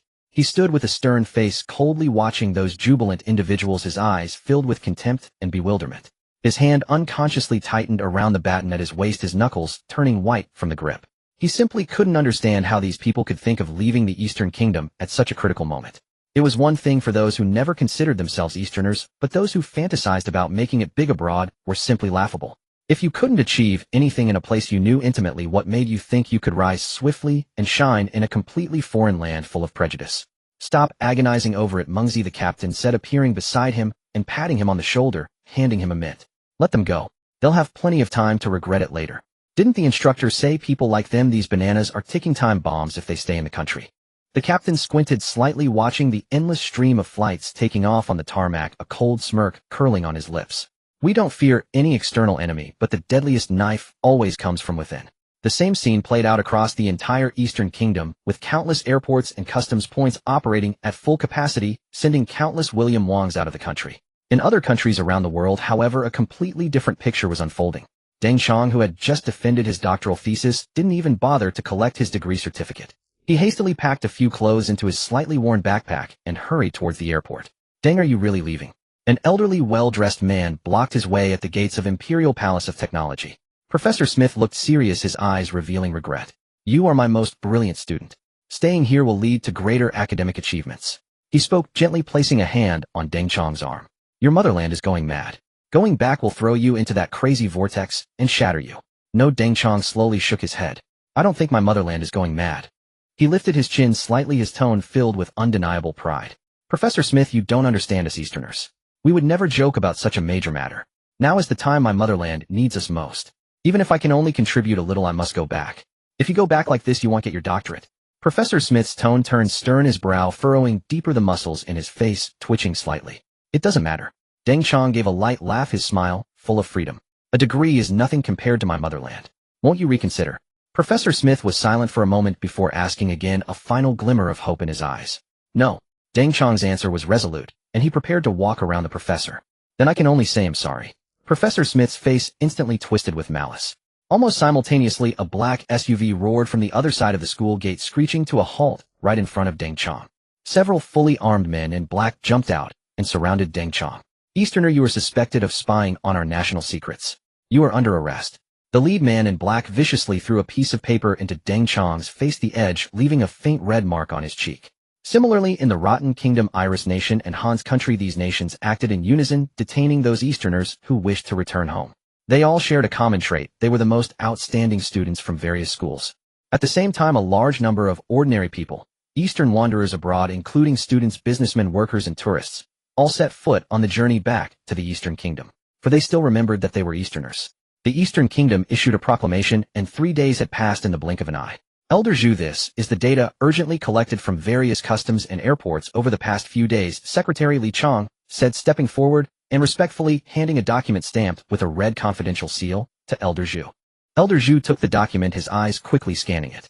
4 million people left the country, with nearly 2 million being Easterners. He shook his head, slightly frowning with a hint of confusion. That's far less than I estimated. Are illegal immigrants and pure tourists all included? Li Chong quickly nodded. All foreigners in the country are accounted for. However, there are a significant number of undocumented residents with no identity records. We are working against the clock to investigate further. Elder Zhu paced back and forth in the command center, hands behind his back. After a moment of deep thought, he said solemnly, speed up the investigation. It must be completed within 2 days. If you can't find them, restrict access to specific areas. We must find them even if we have to dig 3 feet into the ground.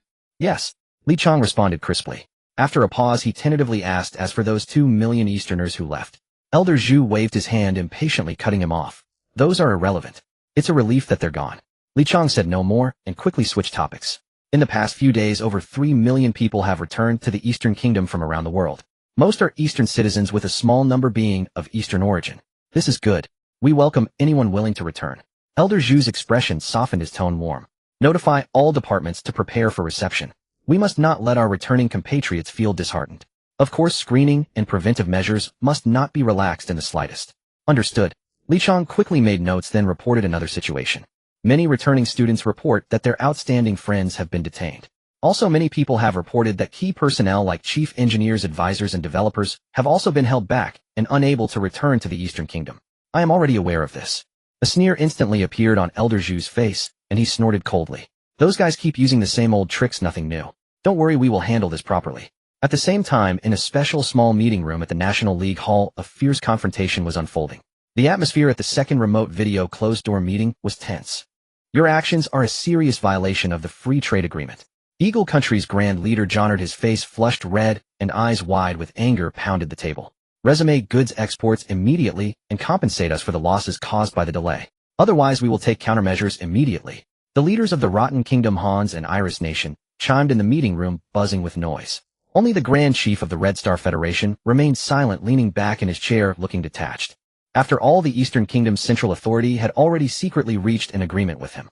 The Eastern Kingdom would not only continue exporting goods to the Red Star Federation, but would also bypass Eagle Dollar settlements, directly using resources exported by the Red Star Federation in exchange for industrial goods, and at very favorable prices. Free trade. The Eastern Kingdom's Central Authority gave a contemptuous smile, his tone full of sarcasm. Isn't it ironic to hear those words from the Grand Leader's mouth? Everyone knows who disregards free trade the most. Let's end this boring farce as soon as possible. If you're happy to continue the performance, go ahead. I don't mind being a spectator. Jonard and the others fell silent immediately, their gazes fixed on the Eastern Kingdom's Central Authority, full of inquiry. How much do you really know about that crisis? From your actions, you certainly know more than you've revealed. Jonard said, his expression serious, his voice low. Our side is still verifying. As for your side, have your verification results come out.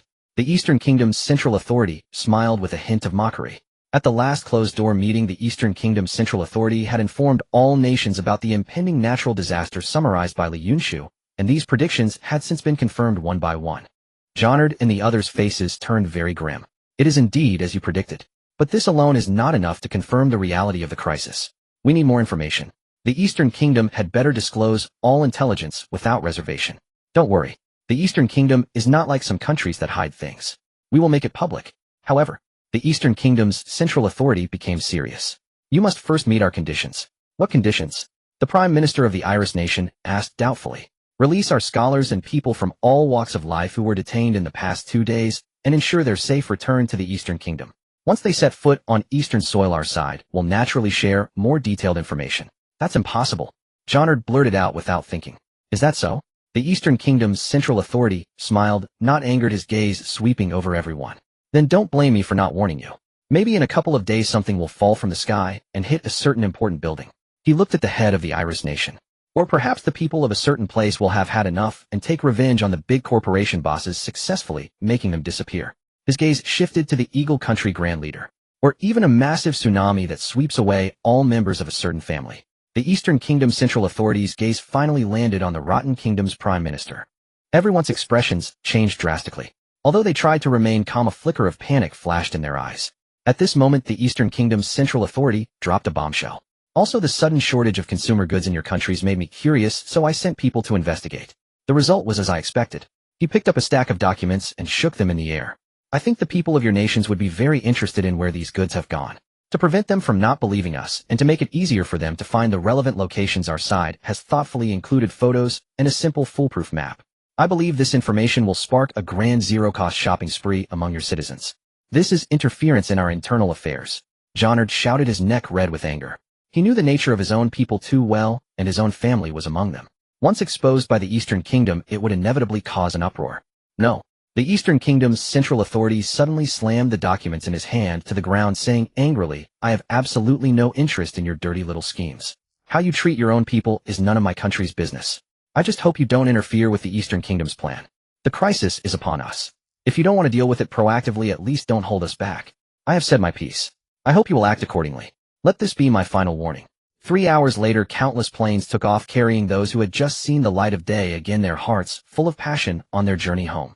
At 8:01 a.m. on March 25th, with only 82 days, 15 hours, and 59 minutes left until the final day of crossing, Li Yunshu laboriously lifted his head from a pile of documents in the Special Situation Response Command, rubbing his sore and tired eyes. The command hall was no longer the empty space he remembered. In the center of the hall, a massive virtual sand table emitted a soft blue glow. This sand table was a replica of the otherworldly terrain recreated from Li Yunshu's memory, with major landmarks and important nodes all marked like a three-dimensional map of another world. As the final commander among the transmigrators, the battles, retreats, and defenses in that other world had carved indelible marks deep into Li Yunshu's soul, making this sand table incredibly detailed. The Eastern Kingdom's top geological experts were further refining the sand table, using geographical knowledge to infer and supplement its details, marking the best gathering points and critical terrain, and then optimizing it further through supercomputers. Around the command room were displays of materials on 4 alien races recreated from Li Yunshu's memories. Although he later commanded from the rear, he had also personally gone to the front lines, many times engaging in close combat with the aliens, ensuring the accuracy of these materials. Military advisors and armament experts were arguing around the materials, their task being to design more effective tactics and weapons based on the characteristics and weaknesses of the 4 alien races, and they had made some progress. Experts from the Academy of Agricultural Sciences were racing against time to optimize the seed bank. Li Yunshu remembered that some crops unique to Earth could also be planted there. They were screening other potentially useful crops based on their growth characteristics. Experts from the Academy of Social Sciences had already been dispatched across the country. Once personnel were in place and base construction was complete, a nationwide special training program would be launched to improve the survival chances of ordinary people immediately after crossing over. One of the most pressing issues, communication, had also seen progress. Based on the communication frequencies Li Yunshu provided that could be used in the otherworld, experts designed a walkie-talkie capable of receiving signals within a 10-kilometer radius, allowing the transmigrated populace to contact each other immediately. They had also built a signal booster device to be mounted on a drone. As long as one drone was deployed as a signal relay station, the communication range of the walkie-talkies could be extended up to 30 kilometers. According to these communication experts, it wasn't that longer communication distances were impossible, but rather that doing so would drain the walkie-talkie batteries too quickly, and since recharging wasn't always possible in the other world, they had chosen an optimal balance between distance and endurance. Everything was progressing smoothly, yet one most severe problem remained unsolved: the order of the crossings. Every day at midnight, 1/1095th of the total human population would cross over, continuing for 3 years until everyone had crossed. The entire process was completely random. No one knew who would be next or when their turn would come. This was the most vexing issue for the central hub, Li Yunshu, Old Zhu, and all the researchers at the Academy of Social Sciences. Dean Wan of the Academy had even stated directly in front of the central hub and Li Yunshu that as long as this problem remained unsolved, maintaining good order would be impossible and panic would inevitably ensue. This was also the primary reason why the truth of the crisis had yet to be disclosed to all citizens of Donghua. Advisor Li, do you have any more information or conditions? Dean Wan, who had been building a social model in the next room, hurried over to Li Yunshu, startling him from his thoughts. We've built a new social model and ran simulations using the 9-chapter system. The outlook is grim. Dean Wan's face was etched with severity. If we can't determine the order of the crossings, no matter how much we strengthen control and stabilize public sentiment, everything will ultimately collapse between the 2nd year's end and the 3rd year. The entire social order will descend into chaos. In the worst case, we might not even survive the 1st year. Advisor Li, you've experienced this. Is there truly not even a single sign before the crossing? Dean Wan looked at Li Yunshu with hopeful eyes. If we could know even just 1 hour in advance, we could improve social stability by at least 5%. Dean Wan. Li Yunshu looked at the elderly man before him, his throat suddenly tightening. The old man's gray disheveled hair stood on end, his deeply sunken eye sockets surrounded by dark circles, a testament to how long he had gone without proper rest. 2 morbid, feverish red patches bloomed on his cheekbones, marks of capillaries bursting from intracranial pressure. His eyes were bright and piercing, with flames seemingly burning within his pupils like a dying candle wick suddenly brightening, emitting a final burst of light. Li Yunshu gazed at Dean Wan, his throat feeling as if something was lodged there, unable to utter a single sound. He knew full well how much effort this elder had devoted to confronting the crisis, yet he could offer no useful information, only casting an apologetic glance. Dean Wan, once the crossing begins, there truly is no pattern or sign. Back then, while we could still maintain order, we conducted extensive research and analysis, but age, occupation, gender, physical condition, even location, none of it showed any correlation. However what? Dean Wan raised his head, sharply staring at Li Yunshu. We discovered something related to the crossing in the other world. Li Yunshu slowly walked to the sand table, pointing to the area marked in red as the primary target. This is humanity's last stronghold. There we found a relic of an ancient civilization. Inside the relic was a machine capable of generating wormholes that connected to Earth. Recalling the past, a flicker of pain passed through Li Yunshu's eyes. At the time, we were severely lacking in scientific personnel. The technology of that machine far surpassed us, and we never fully analyzed it. It took us 2 years just to get the machine running, creating a wormhole that lasted 60 minutes.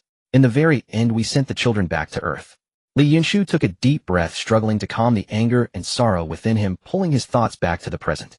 The researchers said that machine could gather and control a special particle, which was the key to the crossing. What particle, eh? Dean Wan's voice was filled with urgency. I'm not a researcher, so I'm not sure. The scientists named it the God particle. Li Yunshu sighed helplessly. I asked Old Qian, but we have no research on this particle here, not even anything similar. We certainly can't master it in the time we have left, so it's not much help. Dean Wan looked somewhat dejected, his upright back seeming to slump a little. But he quickly rallied and pressed on. Do you remember who the first batch of crossers were? The earlier the better, and as many as possible. That way we can make other preparations. Li Yunshu was stunned. The first batch of crossers. Before his rebirth, the early days of the crossing were chaotic, making statistics nearly impossible. By the time he himself crossed, it was already the end of the second year. However, a blurry figure suddenly emerged in Li Yunshu's mind. 13. The first batch of crossers. Report. 2nd Lieutenant Li Chong, Special Reconnaissance Company, 4th Regiment, 51st Division, Tiananmen Theater, reporting for duty. A thunderous voice rang out across the empty drill ground. A nimble soldier stepped forward with powerful strides, his upright posture and sharp military salute displaying a soldier's competence and neatness. Excellent. Fallen immediately. Wang Hu, commander of the Hongyang Pinglan Army, known among the troops, as Old Wang, said little. He raised his hand, decisively pointing to the orderly formation on the drill ground not far away. Yes, sir. 2nd Lieutenant Li Chong saluted Wang Hu and trotted over to join the formation. By then the formation was already filled with soldiers. Some still had the greenness of new recruits on their faces, while others had temples touched by the frost of years. A flicker of doubt crossed Li Chong's mind.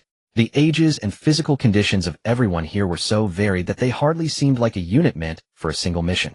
He recalled how not long ago his political instructor had found him and told him about a special assignment requiring him to report immediately to Hanjing.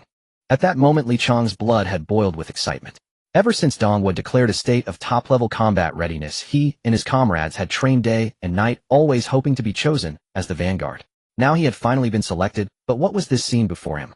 On the other side of the drill ground, Wang Hu and Li Yunshu walked side by side, chatting. Old Li, the last one, named Li Chong from the military, has just arrived. Now all 1,462 Li Chongs from the entire armed forces are here.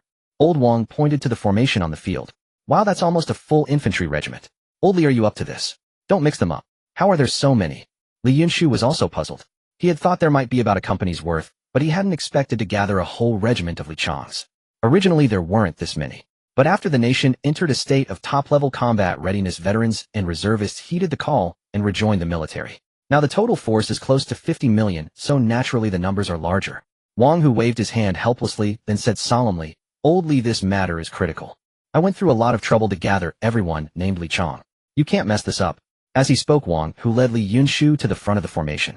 Attention! At ease! Wang Hu commanded. Take your bearings from me. Eyes front. Instantly, all the soldiers moved in perfect unison, their eyes burning with focus as they stared straight ahead. Li Yunshu began to pace slowly along the formation. He scrutinized each soldier's face carefully, trying to find the figure deeply buried in his memory among those similar visages. He was doing this to find a soldier named Li Chong, the only first-batch crosser he could remember. Because of the gravity of the matter, Li Yunshu dared not rely solely on photographs for identification. Instead, he had all Li Chongs in the military summoned here. After all, there is a significant difference between seeing someone in person and in a photo. Li Yunshu carefully examined each face. Suddenly, a familiar visage appeared before his eyes. Although there were some differences from his memory, the ear was not missing, there were no scars on the face, the weariness was less pronounced, and there was more youthfulness and vigor. Li Yunshu knew that this Li Chong was the one he was looking for. One of the few from the first batch of crossers to survive until the very end. Not only that, he had led other crossers to establish the first temporary camp and later guided them on a long journey to Dongwu's main base in the other world. From then on, Li Chong had fought on the front lines against the alien races, earning great military merit until the moment of his sacrifice. Li Yunshu's fingers trembled slightly as he stopped before the young soldier. Sunlight streamed in from the side, casting fine shadows across that angular face. The height of the brow, the curve of the jaw, even the almost imperceptible old scar on the bridge of the nose, all perfectly matched the contours in his memory. Seeing this, Wang Hu quickly approached, his eyes full of inquiry, as if waiting for Li Yunshu's confirmation. Li Yunshu nodded slightly, giving Wang Hu an affirmative answer. Wang Hu's tense expression instantly relaxed, and he wiped the fine beads of sweat from his forehead. Damn, we finally found him. Afterward, Li Yunshu took Li Chang to a private office in the command center. The room was dimly lit, the atmosphere heavy. Li Yunshu revealed the full story of the crossing crisis to Li Chang without reservation. Li Chang listened, stunned, his expression shifting from confusion and shock to resolve. Commander, since this is a matter of national and global destiny, I will give it my all. But what can I do? You can do a great deal. Before Li Yunshu could speak, Dean Wan, who had rushed over, interrupted. Are you sure it's him? Dean Wan pointed at Li Chang and said to Li Yunshu. Li Yunshu nodded. Is he reliable? Dean Wan asked again. Absolutely, without a doubt. Li Yunshu replied decisively. This was a hero who had fought for the people of Donghua until his very last moment. That's good, that's very good. Dean Wan showed a rare smile. Young man, come with me. First we'll go to Old Qian at the Academy of Sciences for a full scan. Then there's a very important mission for you. He grabbed Li Chang and headed for the door. I refuse to believe that there isn't even a single sign to be found. And you come along too. Dean Wan pointed at Li Yunshu, who was standing nearby. Me? Li Yunshu was taken aback. Come and get a full scan too. ITLL serve as a reference for comparison, and it counts as a comprehensive checkup for you. Old Fong from Command Logistics has complained to me several times about how long it's been since you had a good rest. Take this opportunity to get some proper care. Dean Wan, is this necessary? Li Yunshu tried to decline. I'm really fine. And when it comes to care, Dean Wan, you need it more than I do. Nonsense. Dean Wan's temper flared. Do you realize that your life is no longer just your own? Donghua has countless people who can replace me, but can they replace you? If you were suddenly gone, how much more would Donghua have to pay? Come with me right now. Old Qian is all set up over there. Maybe giving you a little stimulation will help you remember more things. Without further ado, Dean Wan forcefully dragged Li Yunshu and Li Chang over to Dean Qian's location. 14. Data scanning. The hall of the Academy of Sciences was filled with a tense yet excited atmosphere. Compared to Li Yunshu's last visit, it was completely transformed. The once empty lab was now crowded with instruments emitting all kinds of strange lights, and holographic projections wove into complex network structures in the air. Researchers hurried about, some rapidly inputting commands on control panels, others gathered in heated discussions. No one even noticed Dean Wan leading a group in. Follow me, Dean Wan said in a low voice, guiding them through the busy crowd. At the deepest part of the lab, 12 silver-white medical pods were arranged in a neat row, glowing with a faint blue light. Old Qian was bent over one of them, adjusting the parameters. His gray hair was strikingly conspicuous under the pod's glow. You're here. Old Qian suddenly looked up, seeing Li Yunshu and the others. He strode over to Li Chang in 3 quick steps, grabbed his arm with a calloused hand, and asked Li Yunshu, is this the comrade? Quick, lie down inside. Li Chang was a bit bewildered by the sudden enthusiasm, but his soldier's instinct to obey orders made him comply immediately. As the pod's lid slowly closed, Li Yunshu noticed that Old Qian's fingers seemed to tremble slightly. Only after Old Qian had finished calibrating all the instruments beside the pod did he have time to greet Li Yunshu and Dean Wan. This is a monitor designed based on what you told us last time. It can analyze various energy fields within the human body, from brainwave intensity to bioelectric field levels. Basically everything currently known to mankind. Old Qian patted an empty instrument nearby. I also designed a program to test the intensity of the Higgs boson field based on my hypotheses. I hope it will come in handy. Higgs boson. What's that? Li Yunshu heard a special term and asked curiously. That's the God particle you mentioned. Based on human understanding and conjecture, the Higgs boson is the most likely candidate to achieve the crossing effect. Unfortunately, our research on this particle is basically a blank slate. We can't even confirm whether it exists. This instrument was also designed based on speculation. I don't know if it will work. Old Qian sighed. All right, enough of that. You young man and Old Wan. Each of you find a medical pod and lie down. He can go in, but this old bones of mine doesn't need to write. Dean Wan said with a sheepish smile, pointing at Li Yunshu. Why not? Old Qian's eyes widened. The more reference subjects, the better. He pointed at the other pods. Those are all for coefficient comparison. How else can we verify the data? Besides, Old One, your blood pressure is nearly as high as a rocket thruster. It's a good chance to get checked out. Otherwise, you might just go into permanent sleep one day. Without further argument, he stuffed Dean Wan into a medical pod and shot Li Yunshu a meaningful glance. No more talk, getting quickly. Don't worry, it won't take much of your time. With that, Old Qian shoved Dean Wan toward a medical pod without waiting for a reply, while gesturing for Li Yunshu to hurry up. Li Yunshu gave a wry smile and had no choice but to find an empty pod and lie down. As soon as he lay down, the pod's lid closed over him. Then, accompanied by a gentle melody and a very pleasant fragrance, Yunshu drifted off into a deep sleep. When he regained consciousness, he had no idea how many hours had passed. After a few beeps, the medical pod slowly opened its lid. Yunshu scrambled up feeling incredibly refreshed all over, especially his head. His mental state was so good it surprised even himself. Awake! Old Qian's voice came from nearby. Yunshu turned toward the sound and saw Old Qian busy beside an instrument. The spots where Li Chong and Dean Wan had been lying before him were now occupied by others, clearly indicating they had already left. Old Qian, how long was I asleep?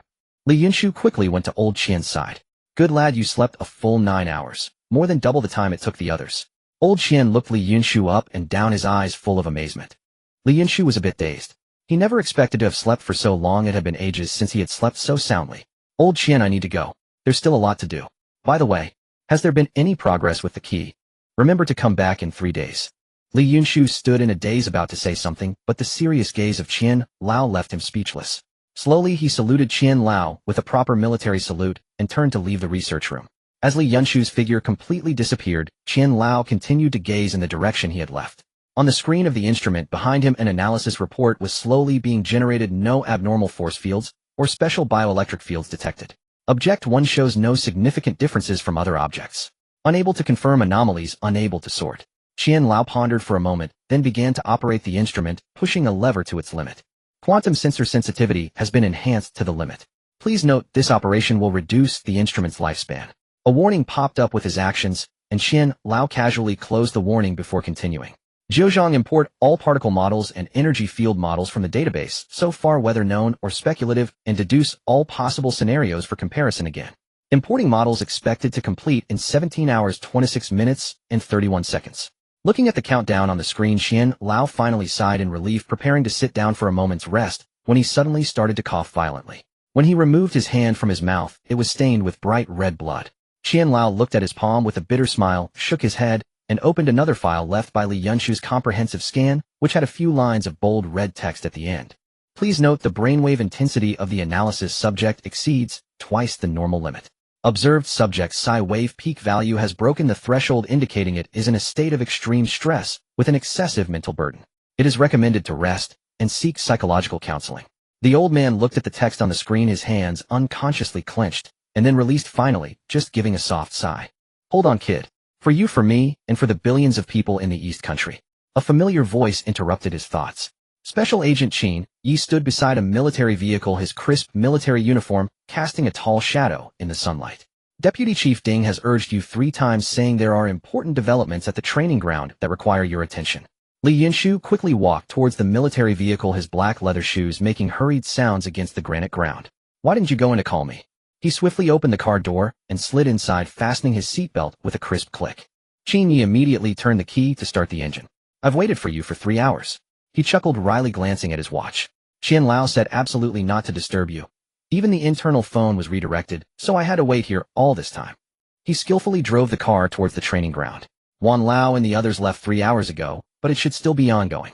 Sure enough, when Yunshu arrived at the training ground, Minister Xie Tao from the logistics department was energetically directing a group of people. Commander Li, you're just in time. Come here and give us your opinions. As soon as Minister Xie spotted Yunshu, he waved and pulled him to the center of the training ground. Li Chong was fully armed, carrying a backpack almost as tall as himself, and a massive container was parked nearby. This is designed based on your summarized experience of crossing over, Minister Xie explained, patting the backpack on Li Chong's back. The backpack is ergonomically designed and can withstand a maximum weight of 200 kilograms with the help of exoskeleton power. As he spoke, he gently lifted Li Chong's outer clothing, revealing a simple exoskeleton device firmly fixed around his waist and thighs.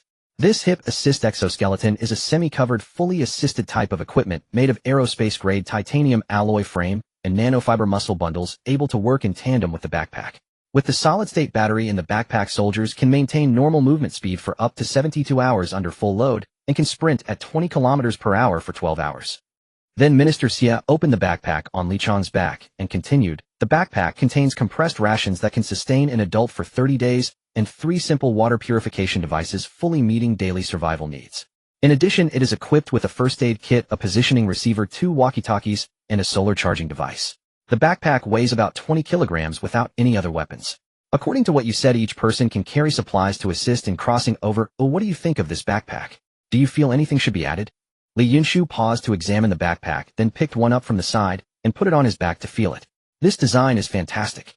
The weight of 20 kilograms almost doesn't affect movement at all. With the exoskeleton, it can still be maneuvered with ease, even if it were heavier.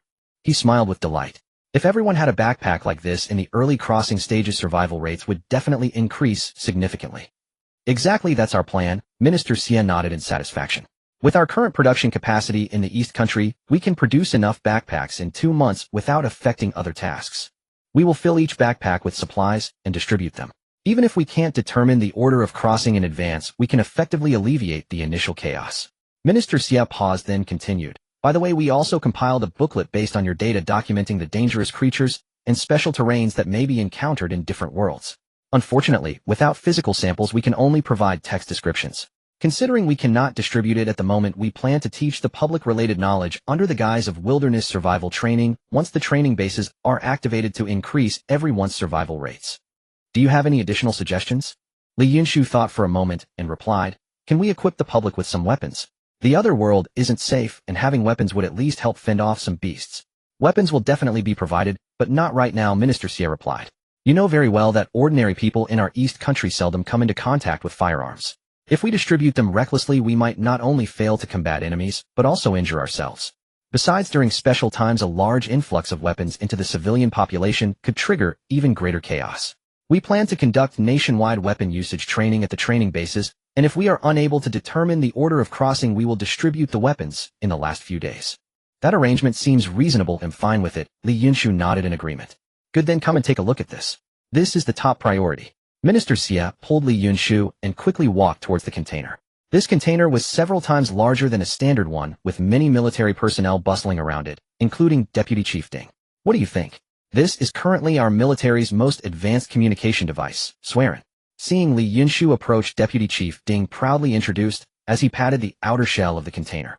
With the roar of hydraulic devices, the massive container slowly opened, revealing a dense array of precise and complex electronic equipment inside. This is the Swearin Communication Command Center, capable of constructing a communication command network with a radius of 200 kilometers. Deputy Chief Ding pointed to the container. Its lining uses special composite armor, which can withstand a certain degree of attack, while the outer layer is equipped with solar charging panels with over 40% conversion efficiency, which is what we use on our space stations. The entire container meets the single independent item standard and is just waiting for your decision as a crossing expert. We plan to send over 1,000 Swearin devices to the other world with reliable personnel and establish a complete communication command network. This is Swearin 1, the first device, and it is crucial. Swearin 1 will be carried by Lieutenant Li Chong. After crossing to the other world, he will need to deploy the device at the first opportunity. At that time, it will become our first communication node in the other world and the core of the first gathering place. Then Deputy Chief Ding led Li Yunshu into the container's interior to continue his introduction. In addition to the communication and command modules, there are also 2 systems equipped here, which are a reconnaissance balloon and a high-speed drone. Swearin will release a large number of reconnaissance balloons upon deployment, detecting and monitoring the surrounding area, while providing real-time data feedback to create topographic maps with a maximum detection radius of 500 kilometers. Theoretically, as long as 2,000 Swearin are distributed across the other world, a complete map of the other world can be created. To ensure safety, we are preparing to bring more than double the quantity. The high-speed drones can quickly reach emergency locations based on the positioning devices and walkie-talkies carried by each individual, conducting reconnaissance and then issuing rescue command instructions through Swearin. Li Yunshu listened intently, recalling the chaotic scenes of the last crossing. If only these devices had been available, then the situation would have been vastly different. Can the production of this equipment keep up? After all, it's not as easy to manufacture as the backpacks. He gently stroked the components of Swearin while asking with concern. Deputy Chief Ding chuckled heartily. You don't have any misunderstandings about our global industrial powerhouse, do you? The technologies used here are all mature, and various production lines are already ready. While the cost of solid-state batteries is high, we can't afford to worry about that right now. We expect to complete the production of 1,000 Swearin devices within 30 days. Besides Swearin 1, we will select the most reliable elites from various military districts, allowing them to quickly familiarize themselves with Swearin operations and then station them beside each Swearin in teams of 10. Once the crossing begins, soldiers in a crossing state will be able to immediately access and carry Swearin to the other world. By the way, you mentioned before that there would be about 30 seconds of preparation time before crossing, right? That's right. Li Yunshu confirmed with a nod. That feeling is quite strange. Once you sense it, you know you are about to cross over, and then you will cross within 30 seconds. At 8:08 p.m. Hanjing time on March 27th, it was 7:08 a.m. in the Eagle family. Supreme Leader Xiao made down a cup of strong coffee in one go. The once rich Colombian coffee now tasted as bitter as bile, burning all the way down his throat to his stomach. Since the Eastern superpower on the other side of the blue star sounded the first-level wartime alert, he had not enjoyed a single complete night's sleep for 5 days. As the bitter taste gradually faded from his mouth, the caffeine jolted his sleep-deprived brain awake. Xiao Nade pressed the summon button in front of him. In less than 3 minutes, his chief aide Matt appeared with a working group, looking very grim. Your Excellency, the situation is worse than we anticipated. Our stock market has just undergone its 20th circuit breaker this week, forcing us to use physical means to prevent further market deterioration. People everywhere are rioting because they can't buy enough food and daily necessities. At least 5637 supermarkets and large shopping malls nationwide have been looted, and most stores have already closed. The banks are also in trouble, with runs occurring everywhere. At least 15 banks have sent us distress signals. The biggest problem is that the public is in a panic. They all believe we are going to war with the East country, and many grassroots cults are taking the opportunity to spread doomsday rumors, profiting from the panic. Some people have even started hoarding gas masks and coffins. Xiao Nade's temples throbbed angrily as he walked to the window. Through the floor-to-ceiling glass, he could see protesters gathered outside the White House fence, their banners fluttering in the morning breeze. We want bread, no war. Why is there still a shortage of goods? Did the East not supply the goods as agreed? They only send over the previously signed portion, but are unwilling to sign any new contracts. If they want to continue supplying goods, the East country has provided a list requiring us to trade goods for goods, as per the details on the list, refusing any currency purchases except for East country currency. Then just give them East country currency. The Supreme Leader was somewhat displeased. But we don't have any East country currency reserves. Matt spread his hands. We've never considered holding East country currency, so we simply can't produce it. There are some East country currencies available on the international black market, but firstly, the price is expensive. It has already surpassed a 10-to-1 exchange ratio with our Eagle dollar. Secondly, the quantity is too small to have any significant effect. East country currency can exchange for 10-to-1 with our Eagle dollar. Am I hearing wrong, or did you say it backwards? Xiao Nade's eyes widened. Your Excellency, I did not misstate, and you certainly did not hear wrongly. The current black market exchange rate for East country currency to Eagle dollar has indeed exceeded 10-to-1, yet there is still a shortage of supply. After the East country declared that a crisis was approaching, East country currency is the only currency that they can partially accept for transactions.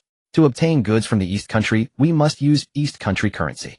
Those damned East country people are taking advantage of the chaos. Xiao Nade was suddenly furious. I seriously suspect that this crisis is just a scheme by the East country aimed at plundering the world. Xiao Nade paced angrily around the Oval Office like a furious bull. After a while, he sighed helplessly. The prophecies provided by the East country had all been validated so far. If this truly is a scheme, then he could only choose between the two truths: that the East country could manipulate natural disasters, or that God had descended upon the East country. Forget it. We will settle accounts with those damned East country people later. For now, let's put the received goods into the market to stabilize society, Xiao Nade ordered. But those delivered goods have been divided up before even leaving customs and cannot enter the market at all. Matt hesitated to meet Xiao Nade's eyes, his throat swallowing hard. The latest batch of goods received at customs hasn't even been unloaded from the ship before being seized by various agencies. His gaze drifted outside the window where several military trucks were parked, according to the National Security Emergency Act. Damn it. Xiao Nade yanked off his deep red tie, the expensive silk fabric crumpling in his fingers, leaving him speechless for a moment as he struggled to regain his breath. What about our own goods? Isn't this a good opportunity to reclaim the market just because they are a bit expensive? Xiao Nade suddenly looked at Matt. With all due respect, Your Excellency. Matt's face was filled with bitterness. We currently cannot produce enough goods. We lack skilled workers, and even have insufficient production lines ready for immediate use. We need time. Damn it. Xiao Nade's anger reached its peak. Just because that country stopped trading, we are affected to such a degree. He looked at Matt, seeking an answer. Exhausted, he slumped into the chair, remaining silent for a long time. Eventually, he stood up again, a chilling expression on his face. Initiate the harvester plan. Johnard suddenly spoke, his voice as cold as the frozen earth of the Rocky Mountains. Matt's expression changed dramatically. This was a special contingency plan devised during a critical period, allowing the mobilization of stationed troops to directly seize resources from allies. Your Excellency, this could provoke our ally system. Let them hate the Easterners. Johnard ripped the curtains open, sunlight pouring in like molten gold, yet failing to illuminate the darkness in his eyes. Tell the media that all supply shortages are due to the Easterners violating trade agreements. emphasized their military exercises in the South China Sea, spreading news that the goods have all been snatched by the Easterners. His fingers scratched sharply against the glass. Hatred can also be a powerful tool as long as it is directed toward the desired goal. Of course, none of this will come through our official channels. After all, there are plenty of media and journalists in this world willing to champion the truth. Isn't it? 17. I'm sorry, but you're not our concern. William Wong shrank in the corner of the apartment, like a frightened hamster fiddling with the last few crumbs of his biscuit. Outside, the sounds of sirens and explosions intertwined like a tightly woven net of death. 5 days ago, when he first set foot on this land, he had been intoxicated by the so-called air of freedom, here marveling at the sweet air and drinking water. But now he felt like a mouse lost in a maze surrounded by dead ends. Only 3 pieces left. He murmured to himself, his fingertips trembling as he broke a half biscuit, placing it in his mouth and allowing his saliva to slowly soften its hard texture. Hunger clawed at his stomach like an invisible talon. Having lived in luxury and never knowing the taste of hunger, he never imagined he would fall to such depths in this self-proclaimed beacon of the world. Suddenly his phone screen lit up with another emergency alert. All residents, please stay indoors. Riots are still ongoing. Supply deliveries will be delayed. Damn deliveries. William Wong, infuriated, slammed his phone onto the sofa. The government-promised deliveries had vanished for 3 days, and the supermarket shelves were utterly bare. In the past, he would have exploded the government complaint hotline, and even exposed it online, ensuring that the responsible officials would pay the price. But now he didn't dare to let out a single breath, fearing that any slight movement would bring disaster. William Wong tiptoed to the window, gently lifting a corner of the blinds. Across the street, a convenience store was being ransacked. Several masked figures wielded sticks, smashing glass, and frantically seizing the few remaining goods. Instinctively, he touched his face. His distinctly Asian features now seemed like a dangerous mark. People like him had become the targets, feeling the sharp gaze of hostility wherever they went. It's all those madmen's fault. He gritted his teeth, directing his anger toward his homeland across the ocean. In his twisted perception, if that country would just lower its head and accept the leadership of the civilized world, he would not have fallen into this predicament. William Wong walked to the bathroom, staring at himself in the mirror. Black hair slightly upturned, eyes a typical Asian face. In the past, this was the bloodline curse he wished to escape. Now it had become a sign of danger. Knock, knock, knock. The sudden sound of knocking made William shiver. He held his breath, tiptoeing to the door and peering through the peephole. 2 burly white policemen stood outside. William Wong gasped, covering his mouth with his hand, terrified that even the slightest sound would attract the attention of the 2 officers. The 2 policemen seemed unaware of William's presence inside. After roughly pounding on the door a few times, they turned and left, cursing. Shortly after, similar knocking echoed from the neighboring room. William remembered the woman next door had come here from the Eastern country with him, and it was said that she was a somewhat renowned writer, having penned numerous critiques of the Eastern government. With a creak, the door seemed to open. The hollow partitions of this shabby apartment provided no sound insulation, allowing him to hear the conversation next door clearly. Officer, may I ask what the issue is? It was the voice of the female writer. We received a report that someone saw you illegally cultivating marijuana inside. We need to come in and search. That's impossible. Someone must be framing me, though I've never touched that stuff. The female writer's voice escalated. Whether it's a frame-up will be clear after we check. Now I solemnly tell you, step aside. You have no search warrant. You don't have the right to enter my home.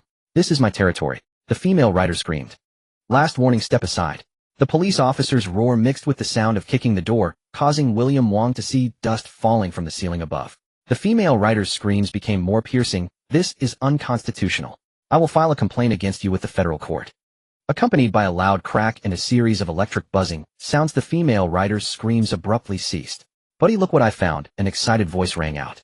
This yellow-skinned monkey is indeed cultivating marijuana illegally. Now we have irrefutable evidence. Marijuana. Impossible. William Wong felt puzzled. Though he wasn't very familiar with the woman next door, he didn't recall her ever touching that stuff. Suddenly he remembered. The woman next door had grown a lot of tomatoes and green onions in her home. Could it be those? Just then shouts came again from across the hall. Buddy, come check this out. FK, this guy has hoarded so much stuff at home. Damn it, it's definitely those yellow-skinned monkeys who took everything. The posts on Facebook aren't lying. Buddy, what are we waiting for? These are all stolen goods. We need to confiscate them immediately. You can't take my things. You have no right to do that. The woman seemed to awaken. Ma'am, we are formally accusing you of illegal marijuana cultivation. These illegal gains are confiscated by us. Take any grievances to the police station. The earlier officer shouted fiercely. Return my things. A cacophony of screams and tugging sounds erupted. Ma'am, I warn you, don't. Oh, that damn guy actually dared to scratch my face, my eyes. Bang, bang, bang. The continuous gunfire rang out, then fell completely silent. William Wong crouched behind the door, his hands tightly covering his mouth, trembling uncontrollably and daring not to make a sound. That evening a news report appeared on his phone. Illegal immigrants were found privately cultivating marijuana in their rental apartments and violently resisting law enforcement, leading to their fatal shooting after police warnings failed. The newspaper included several photos, one showing the woman who had been shot multiple times, another of a white police officer with a blurred face, but faint red scars visible, labeled as injuries from the assault by the criminal. The last image was of several potted plants claimed to be confiscated marijuana. Although thick mosaics covered them, William Wong recognized them at a glance. They were tomatoes and green onions. Unable to suppress his fear and despair, he stumbled to the garbage can and frantically searched. In the end, he found a crumpled flyer, carefully unfolded it, and dialed the number listed. "Hello, this is the Eastern Country Embassy in Eagle City. How may we assist you?" Hello, I am Wayno Wong Defa. I am trapped in Eagle City, it's not safe here, and I want to go home. Can you help me? On the other end there was silence, and Wong Defa held his breath, staring at the phone as if clinging to a lifeline. After what felt like an eternity, a voice finally came from the other side. "We are sorry, Mr. William Wong. After verification, you voluntarily renounced your identity as an Eastern citizen and joined Eagle City. Please seek assistance from the relevant departments in Eagle City. Goodbye." With that, the call was disconnected. William Wong, undeterred, dialed again, only to hear a busy signal. He had been blocked. 18 rumors abound. Wong Defa sat down heavily on the ground, his phone slipping from his hand. At this moment, his hatred for a homeland he never cared about reached new heights. Madman, damn madman. A garbage country that will collapse sooner or later. I am waiting to see the day you completely perish. More importantly, in his agitated state, he didn't realize that his shouting was too loud. The thin, hollow partitions could not contain his outburst, and his voice carried straight out of. More importantly, in his agitated state, he didn't realize that his shouting was too loud. The thin, hollow partitions could not contain his outburst, and his voice carried straight out of the apartment. Downstairs, a group of masked thugs searching for prey suddenly halted their movements. The lead white man gestured for silence, then cupped his hands to his ears. "That's the voice of an Easterner. He's right upstairs." He revealed a cruel smile in the direction of the voice. "Brothers, let's go. It's time to make those damn guys spit out what they've taken from us." Coincidentally, with the increasing media coverage about the Eastern country, those like Wong Defa, who had taken this opportunity to leave the Eastern country, and those who had been hiding abroad ignoring calls from their homeland, became targets. They faced repeated robberies, many were brutally beaten, and those who dared to resist even risked their lives. Local law enforcement not only failed to hear the cries for help from these individuals, but also treated them as targets. In an instant, diplomatic institutions representing the Eastern country worldwide had to close their doors, tightly focusing all efforts on maintaining security, thankful that some nations provided cover, ensuring at least a basic level of safety. However, the Eastern country was already depicted online as a madman attempting to threaten the world with a fabricated reason. Moreover, Easterners were hoarding supplies, trying to monopolize all resources for profit. Meanwhile, within the Eastern country, the online atmosphere was also turbulent. A bizarre human crisis, the sudden national level alert. Is it real, or just a Mayan prophecy? Talk is cheap, but we need freedom. The public also has the right to be informed. We don't want to be kept in the dark. Prices are about to soar. Countries are jointly blocking supplies. All daily necessities can only last for 3 more days. We will run out of food. Eagle City and Hansen have united with several countries to collectively halt all food exports. The Red Star Federation is dissatisfied with the Eastern country's export policies and has stopped all resource shipments to the Eastern country. Your natural gas can only last for 2 more days. Rumors spread like wildfire across social media, especially from hostile forces, continuously playing synthesized videos of Easterners rioting, with hosts screaming into microphones resembling fleas on a hot pan. Although most Eastern citizens were not affected, a small portion believed the rumors. Under the influence of these rumors, suffocating scenes appeared in major supermarkets. Before dawn, long lines formed at supermarket doors filled with anxious whispers. As soon as the doors opened, the crowd surged in like a swarm, fearing they would miss out on supplies. An elderly lady frantically piled instant noodles into her cart, as if preparing to eat them for a year. A young couple pushed a cart overflowing with drinking water, sweat pouring from their foreheads. Some even clutched large bags of salt reminiscent of the frenzied salt panic from the past. There were indeed people debunking the rumors online, but as the saying goes, it takes one mouth to spread a rumor and 1,000 legs to debunk it.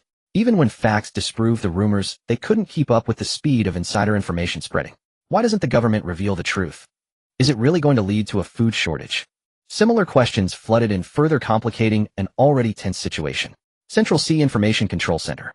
The head of the center, Dong Janning, stood with arms crossed, watching the large screen in front of him, where countless red dots were flashing across the map of the Eastern country. These red dots were interconnected. Occasionally, a red line would appear from a larger red, sparking countless new small red dots spreading like a virus across the entire land of the eastern country. Director Dong, according to our tracking and monitoring, we have confirmed over 200 core nodes and more than 3,000 secondary nodes. As for the terminal nodes, their numbers have exceeded 20,000. The core nodes inside the eastern country are mainly in Modukan Province, Chi Province, and Si Province, and we have already marked them to specific individuals. The overseas core nodes are mainly distributed in Ing Island and Ni Hong, with the largest core nodes located in Eagle City. We are in control of these routes and can launch a counterattack at any time to silence them. Young Major Lin Hao presented a tablet displaying real-time coordinates of each node. The key figures within the country are the deep-sea fish who leaked epidemic prevention data 3 years ago, currently hiding in a villa area of Si Province. Dong Janning's thumb rubbed against the anti-slip texture of the control panel's edge, a cold smile appearing at the corner of his mouth. The rumors from 3 years ago, last year's economic war, and now the global public opinion war, these hidden hands behind the network had finally revealed their claws after the alert was initiated. He looked at the highlighted red dots on the west coast of Eagle City, recalling the public intellectuals who acted on behalf of Ing Yuan, a chilling smirk forming on his lips. Very well, it was worth our while to leave the loophole for them to exploit. After so many years, it's time to gather in the net. These tumors are nothing but trouble. This time we must eradicate them all. To be honest, many of these nodes have long been monitored and documented by us. However, we've just been waiting. After all, you can never catch them all, and instead of apprehending one batch and then having another batch hidden away, it's better to keep these controllable individuals around. However, the time has come to dig out the roots. Director, how far do we go this time? The young soldier asked excitedly, unable to contain his curiosity. Are we just capturing the core nodes, or will we also apprehend the secondary nodes? Dong Janning suddenly turned around, his gaze sharp as a knife, and firmly stated, all of them, including the terminal nodes, not a single one will be spared. Understood. Also initiate the swear-in protocol, burn the servers in Ing Island and Ni Hong to ashes, and notify our infiltrators to spread the word. Let these guys know that when it comes to playing with fire and fanning the flames, we Easterners are the true ancestors. Beauty blogger Xiaoli was skillfully tapping on her keyboard, her long manicured nails not hindering her movements. Family who understands. My uncle at the Grain Management Center secretly told me that our grain storage ran out 3 days ago. As she typed the last exclamation point, she deliberately enlarged the font, making those 3 exclamation points like 3 boulders thrown into a lake destined to stir up colossal waves. The numbers of views and replies on the screen leaped wildly. She burst into an exaggerated laugh, the sound of her nails scraping against the chair arm piercing the air. Just 2 more viral hits, and the Hermes Birkin will be waving at me. Leaning back in her chair, Xiaoli blew a kiss to her nail art, the diamonds on the surface refracting greedy specks of light under the lamp. Livestream seller Lu Jiai was busy photoshopping images. He had doctored pictures of street damage from the last typhoon to look like a war zone, adding text that read, shock. Material shortages in H City trigger looting spree, streets ransacked. Self-proclaimed media mogul Sun Shu was also editing photos. The reflection of a tower crane on the river was transformed into the silhouette of a submarine. He scrutinized the screen, tilting his head, then decided it wasn't explosive enough. He added a few streaks of rust to the image's edge. A shoddy project needs the smell of decay. For the caption, he deliberately used vague insinuations, Eastern nations' military equipment hit by major scandal. A certain military-industrial site exposed. Every word was a hook waiting to snag netizens' curiosity. As a seasoned insider, he was a master of navigating between truth and falsehood, making lies seem more real than reality. Financial gurus, veteran journalists, conscience-driven insiders. All manner of self-styled personas were burning the midnight oil, the money within reach blinding them to everything else. Suddenly outside their rented rooms, apartments, and offices, urgent knocking erupted in unison. Open up, water meter check. In Si Province, Royal 1 Villa District. This was one of the most luxurious villa areas in Si Province and indeed in all of Eastern Nation. Those who lived here were wealthy and powerful, and not just ordinarily so. The cheapest properties here cost 6 figures per square meter. Dong Jingkai, president of the Eastern Goose Chamber of Commerce, lounged on a deck chair by the pool. The smoke from his cigar formed lazy spirals in the sunlight. The fingertips of a bikini-clad beauty danced gently on his back. Bubbles from the iced champagne softly burst in the glass, and the fountain in the distance shimmered with a spectrum of colors. As a successful businessman, he naturally possessed everything. But no one knew he was actually the biggest mole the Eagle Nation had planted in Eastern Nation. To complete their assignments these past 2 days, Dong Jingkai had expended considerable brainpower. Now, with good results and praise from the other side, he could finally rest. The current wave of rumors engulfing all of Eastern Nation was largely his orchestration. With this achievement plus his years of service, Dong Jingkai had obtained the coveted Emperor Gold Card and was just waiting to go to Eagle Nation to enjoy his retirement. Perhaps due to the recent overwork, a wave of drowsiness washed over Dong Jinkai. He gestured to one of the women, put on his eye mask, and closed his eyes to rest under her care. After an unknown period, the anticipated further pleasure didn't come. The hands on his body ceased all movement. How are you working? If you can't get lost, don't you know how to use some strength? He cursed without even opening his eyes. How about this pressure? A strange man's voice whispered in his ear. Then a pair of large hands pressed onto his shoulders with a force that felt like it would crush his shoulder blades. Up! Dong Jinkai let out a piercing scream. He struggled to sit up, tearing off his eye mask, only to find not the beautiful women, but a group of men in uniforms that often appeared in his nightmares. Dong Jinkai, or should I call you deep-sea fish? The leader's voice was like a sharp scalpel slicing through his carefully woven disguise. Dong Jinkai felt as if all his strength had been drained, collapsing onto the deck chair like a lump of mud. Damn it, all my contacts are gone. In an unremarkable building on Ing Island, a middle-aged man slammed his fist onto the keyboard in fury. The entire keyboard shattered into several pieces, keys scattering all over the floor. His name was Yamamoto Kenta, the overall commander of this group. The entire room fell silent. Even the constant clatter of keyboards stopped. The room held 2 rows of 20 computers in total, and about a dozen members had all stopped working, staring at the enraged Yamamoto Kenta. Boss, all my contacts are gone too, a young man with a face full of acne said, raising his hand. Same here. Me too, all of them are gone. One by one the other members echoed in agreement. Damn, what happened to those good for nothings? Did they all get taken down in one fell swoop? Yamamoto Kenta was fuming. Their incitement campaign had been unexpectedly successful. Just as Eastern Nation was about to descend into chaos, all their contacts vanished at this critical juncture. Forget it, we'll do it ourselves. Those useless people can't be relied on. Boss, I can't take it anymore. The slightly plump female team member's voice was choked with tears, her fingers trembling on the keyboard, as if each keystroke drained all her strength. I've been posting nonstop for almost 2 days without sleep. I really can't go on. Yeah, boss, let us rest. It's too hard without our contacts. Other members chimed in. Yamamoto Kenta was furious. Don't you know Eastern Nation is about to collapse completely? We just need to add fuel to the fire. What's a little tiredness now? When we bring them down, you and I will be the greatest heroes. Don't you want to go to Eagle Nation, to Hans, live in a big house, eat roast chicken, and drink red wine? If you do, then hold on a little longer. The good life is almost here. Spurred on by Yamamoto Kenta's pep talk, the team members had to muster their spirits once more and return to their posts. All my computers disconnected from the network, a male team member suddenly shouted. Mine too, the screen's black, another member screamed. My computer's out of control, it's flashing nonstop. Gradually, all team members found their computers malfunctioning, including Yamamoto Kenta's. How is this possible? Yamamoto Kenta was stunned. These are Eagle Nation's latest single workstation computers. How could they all fail? Puzzled, he reached out and patted the mainframe, which responded with a loud hum. Then, amidst a crackling shower of sparks, all the computers spewed black smoke and transformed into red fireballs. In neighboring Neon, with a roar and screams, a large computer used as a server along with the entire server room exploded skyward. Smoke and debris shot into the air, tolling the death knell for this clandestine conspiracy. In Eagle Nation, due to their superior performance and preemptive measures, the supercomputers used as nodes didn't explode. They were merely disconnected, leaving dark screens and dumbfounded operators staring at each other. Meanwhile, in the streets and alleys of Eagle Nation, countless simple maps were being widely circulated. The maps only marked certain locations with symbols for supplies drawn beside them without any other writing. But every gang leader who got a map instinctively believed these were the secret supply depots of Eastern Nation. With deliberate instigation, mobs formed in droves carrying banners that read, "Drive the Eastern Vampires Out."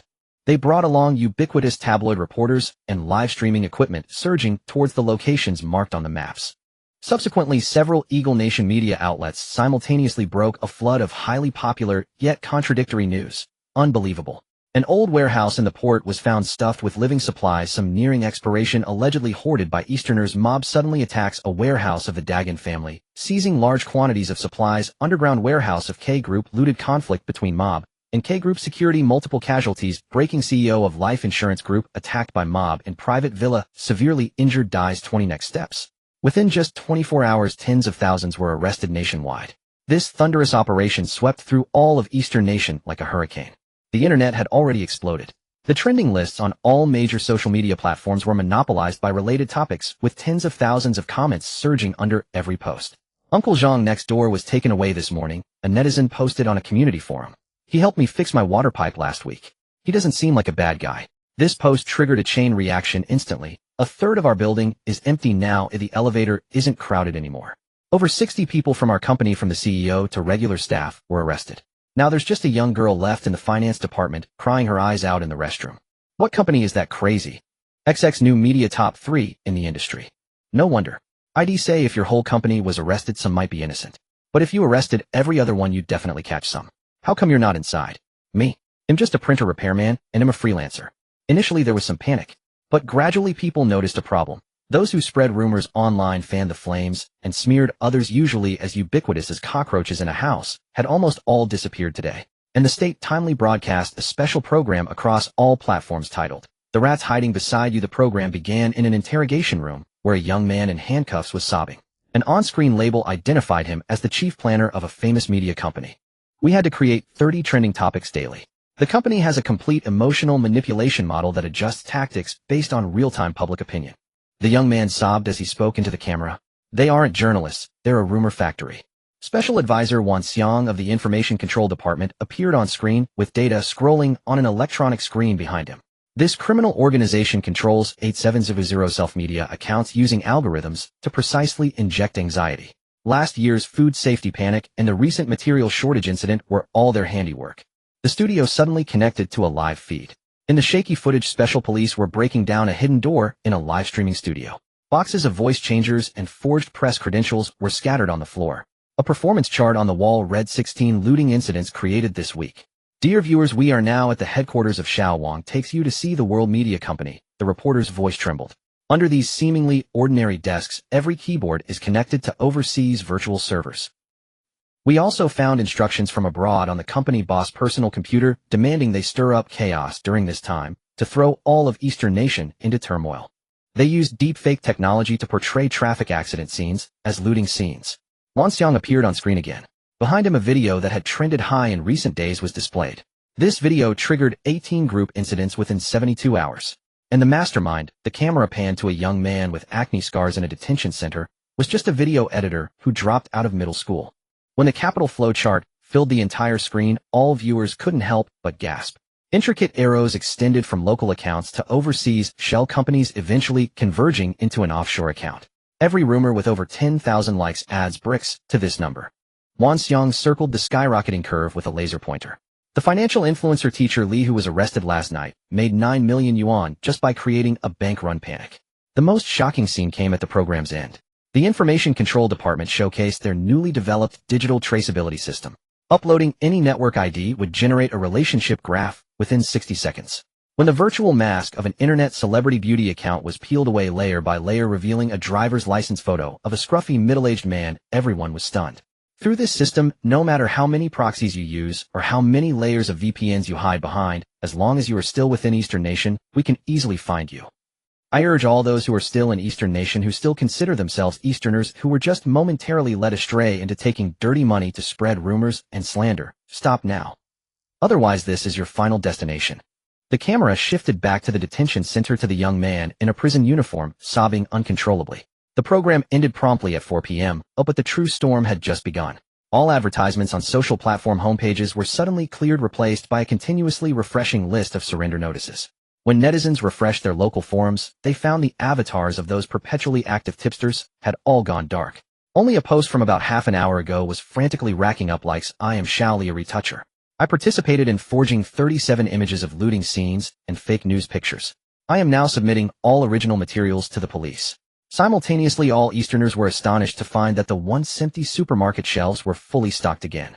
The supermarket's big screens were also scrolling a notice nonstop. All goods in this supermarket are fully supplied. Please purchase orderly as needed. Do not rush to avoid danger.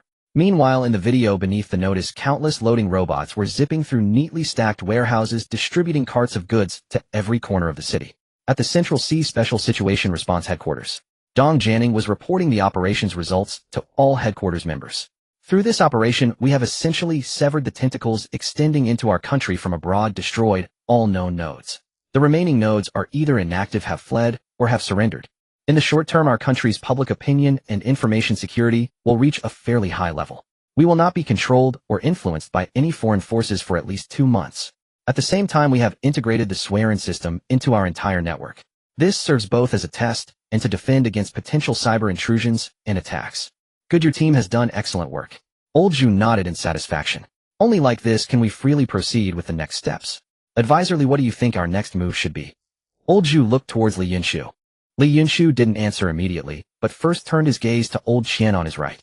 Old Qian, any progress on the early determination of the traversal order? Rest assured I have a lead. Old Qian, though looking exhausted, had irrepressible joy in his eyes. The secret to the traversal order is hidden in the vibrational field of the Higgs boson. I have found evidence that may indicate the traversal order. Give me at most another half-month, and I will surely be able to confirm it. Excellent. As soon as Old Qian finished speaking, everyone present was overjoyed. If this problem could be solved, all other difficulties would be nothing.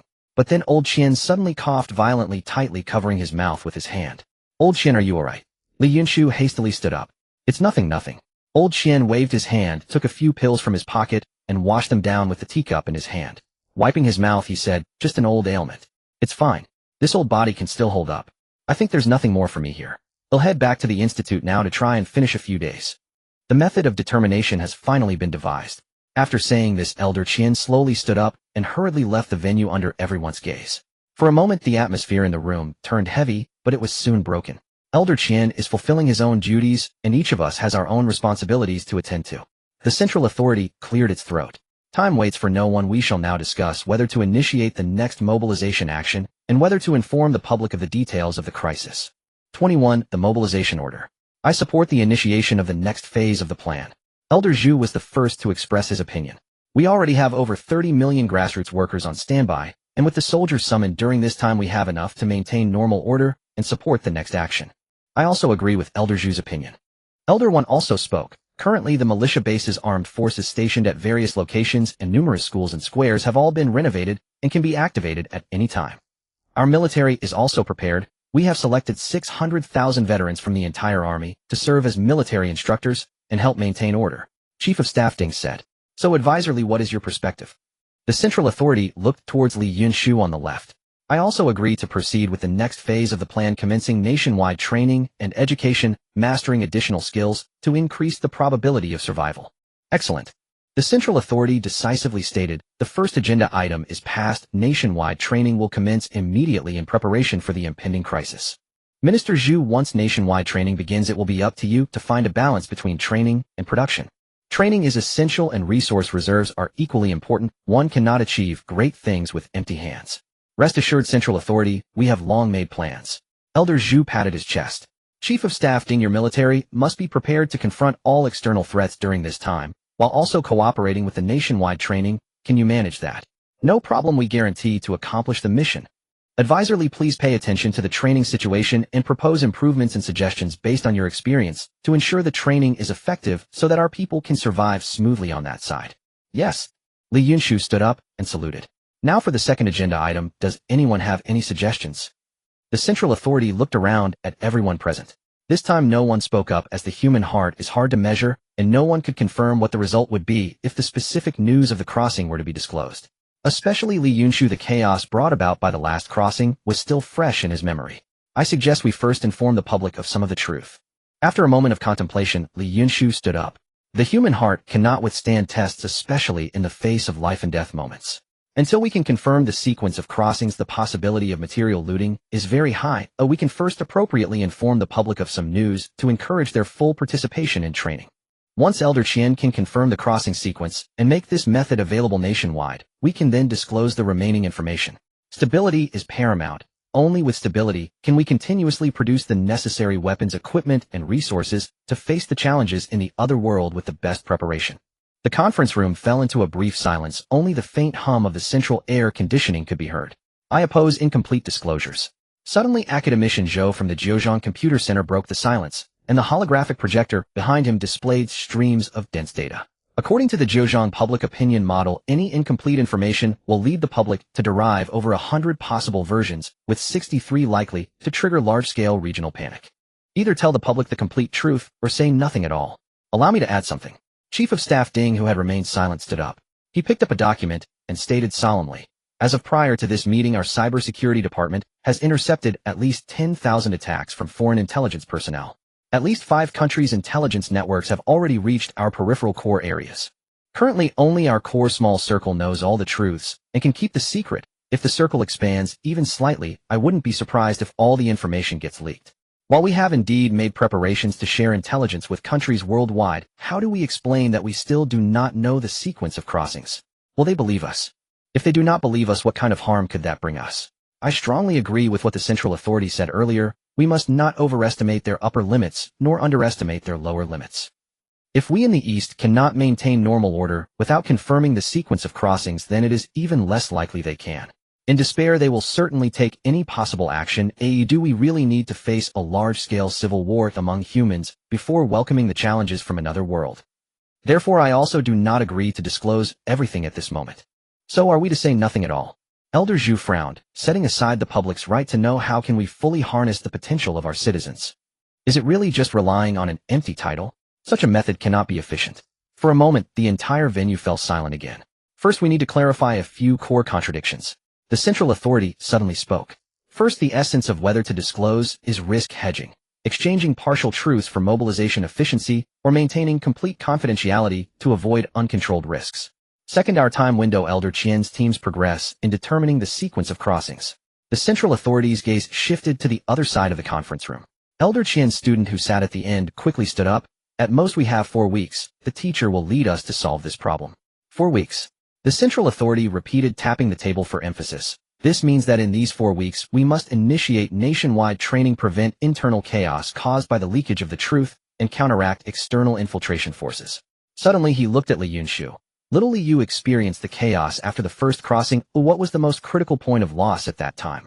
Yunshu could not help but recall the situation back then when the grain depot in City A was looted. He had personally taken down 3 civilians wielding kitchen knives, and the smell of blood mixed with flour in his protective suit was unforgettable. It was the unknown. He gazed directly at the Central Authority. When the public sees their neighbors disappearing one after another, their mobile signals cut off, traffic controlled, and soldiers enforcing martial law without receiving any explanation, rumors spread faster than viruses. The core of panic is not the truth itself, but the fear of the unknown. The holographic projection in front of academician Zhou suddenly switched to a 3-dimensional model with red and blue data streams swirling in the center of the conference room. This is the core parameter of the public opinion model. When the transparency of information is below 40, the panic index increases exponentially, but when it exceeds 60, combined with effective control measures, mobilization efficiency can increase by 37. Thus the key lies in how to say it rather than how much to say. Elder One suddenly interjected. This elder, who had led 3 national emergency drills, opened a leather notebook. During the past flood relief efforts, we unified our communication with the extreme weather emergency plan, which avoided causing panic while mobilizing grassroots efforts. This model can be referenced now. He pulled out a form labeled Emergency Response Level 3 Plan. Phase 1: from now until the crossing sequence is confirmed, will publicly announce a global ecological crisis alert and explain the training as a national disaster prevention skills enhancement program emphasizing self-rescue in extreme environments. Phase 2: once Elder Qian successfully predicts the crossing sequence, we will gradually release scientific explanations for anomalies in spatial dimensions, countering fears of the unknown with technical details. Phase 3: once all information is disclosed, we will unite everyone with a sense of crisis, racing against time to prepare for the impending challenges. Chief of Staff Ding's finger traced the confidentiality level label on the document. However, such rhetoric requires absolute coordination among the military research institutions and media systems. Particularly, the media must cut off the channels of information infiltration from foreign forces. They have already begun testing the dissemination of rumors about East Country secretly developing time-space weapons last week. This won't be a problem. Dong Janning from the Information Control Center stood up and replied. After the previous actions, we can guarantee at least 2 months of absolute information security. The atmosphere in the conference room finally relaxed, and the model parameters from academician Zhou turned green on the screen. The Central Authority directly made a decision. The following resolutions are made. First, from now on, initiate the National Disaster Prevention Skills Enhancement Program, focusing external publicity on survival training in extreme environments without mentioning the truth of the crossings. Second, simultaneously conduct monitoring of public opinion and emergency drill rehearsals, and we may appropriately spread other narratives online to confuse foreign spies. Third, Elder Qian's team must complete the determination method for the crossing sequence within 4 weeks to provide technical support for subsequent information disclosure. Fourth, the military will fully upgrade border and cybersecurity, launching indiscriminate strikes against any attempts to steal core intelligence. He stood up and swept his gaze over every tired yet determined face. We are not choosing whether to disclose, we are racing against time. The urgent task is to unite 1,400 million people into one force. Regardless of whether the crossing occurs in 3 months or where we are headed, the people of the East must embrace all challenges with an organized stance. After the meeting, initiate the National Mobilization Order of the East immediately. Remember, stability is not achieved by blocking information, but by making the people believe we have the ability to protect them.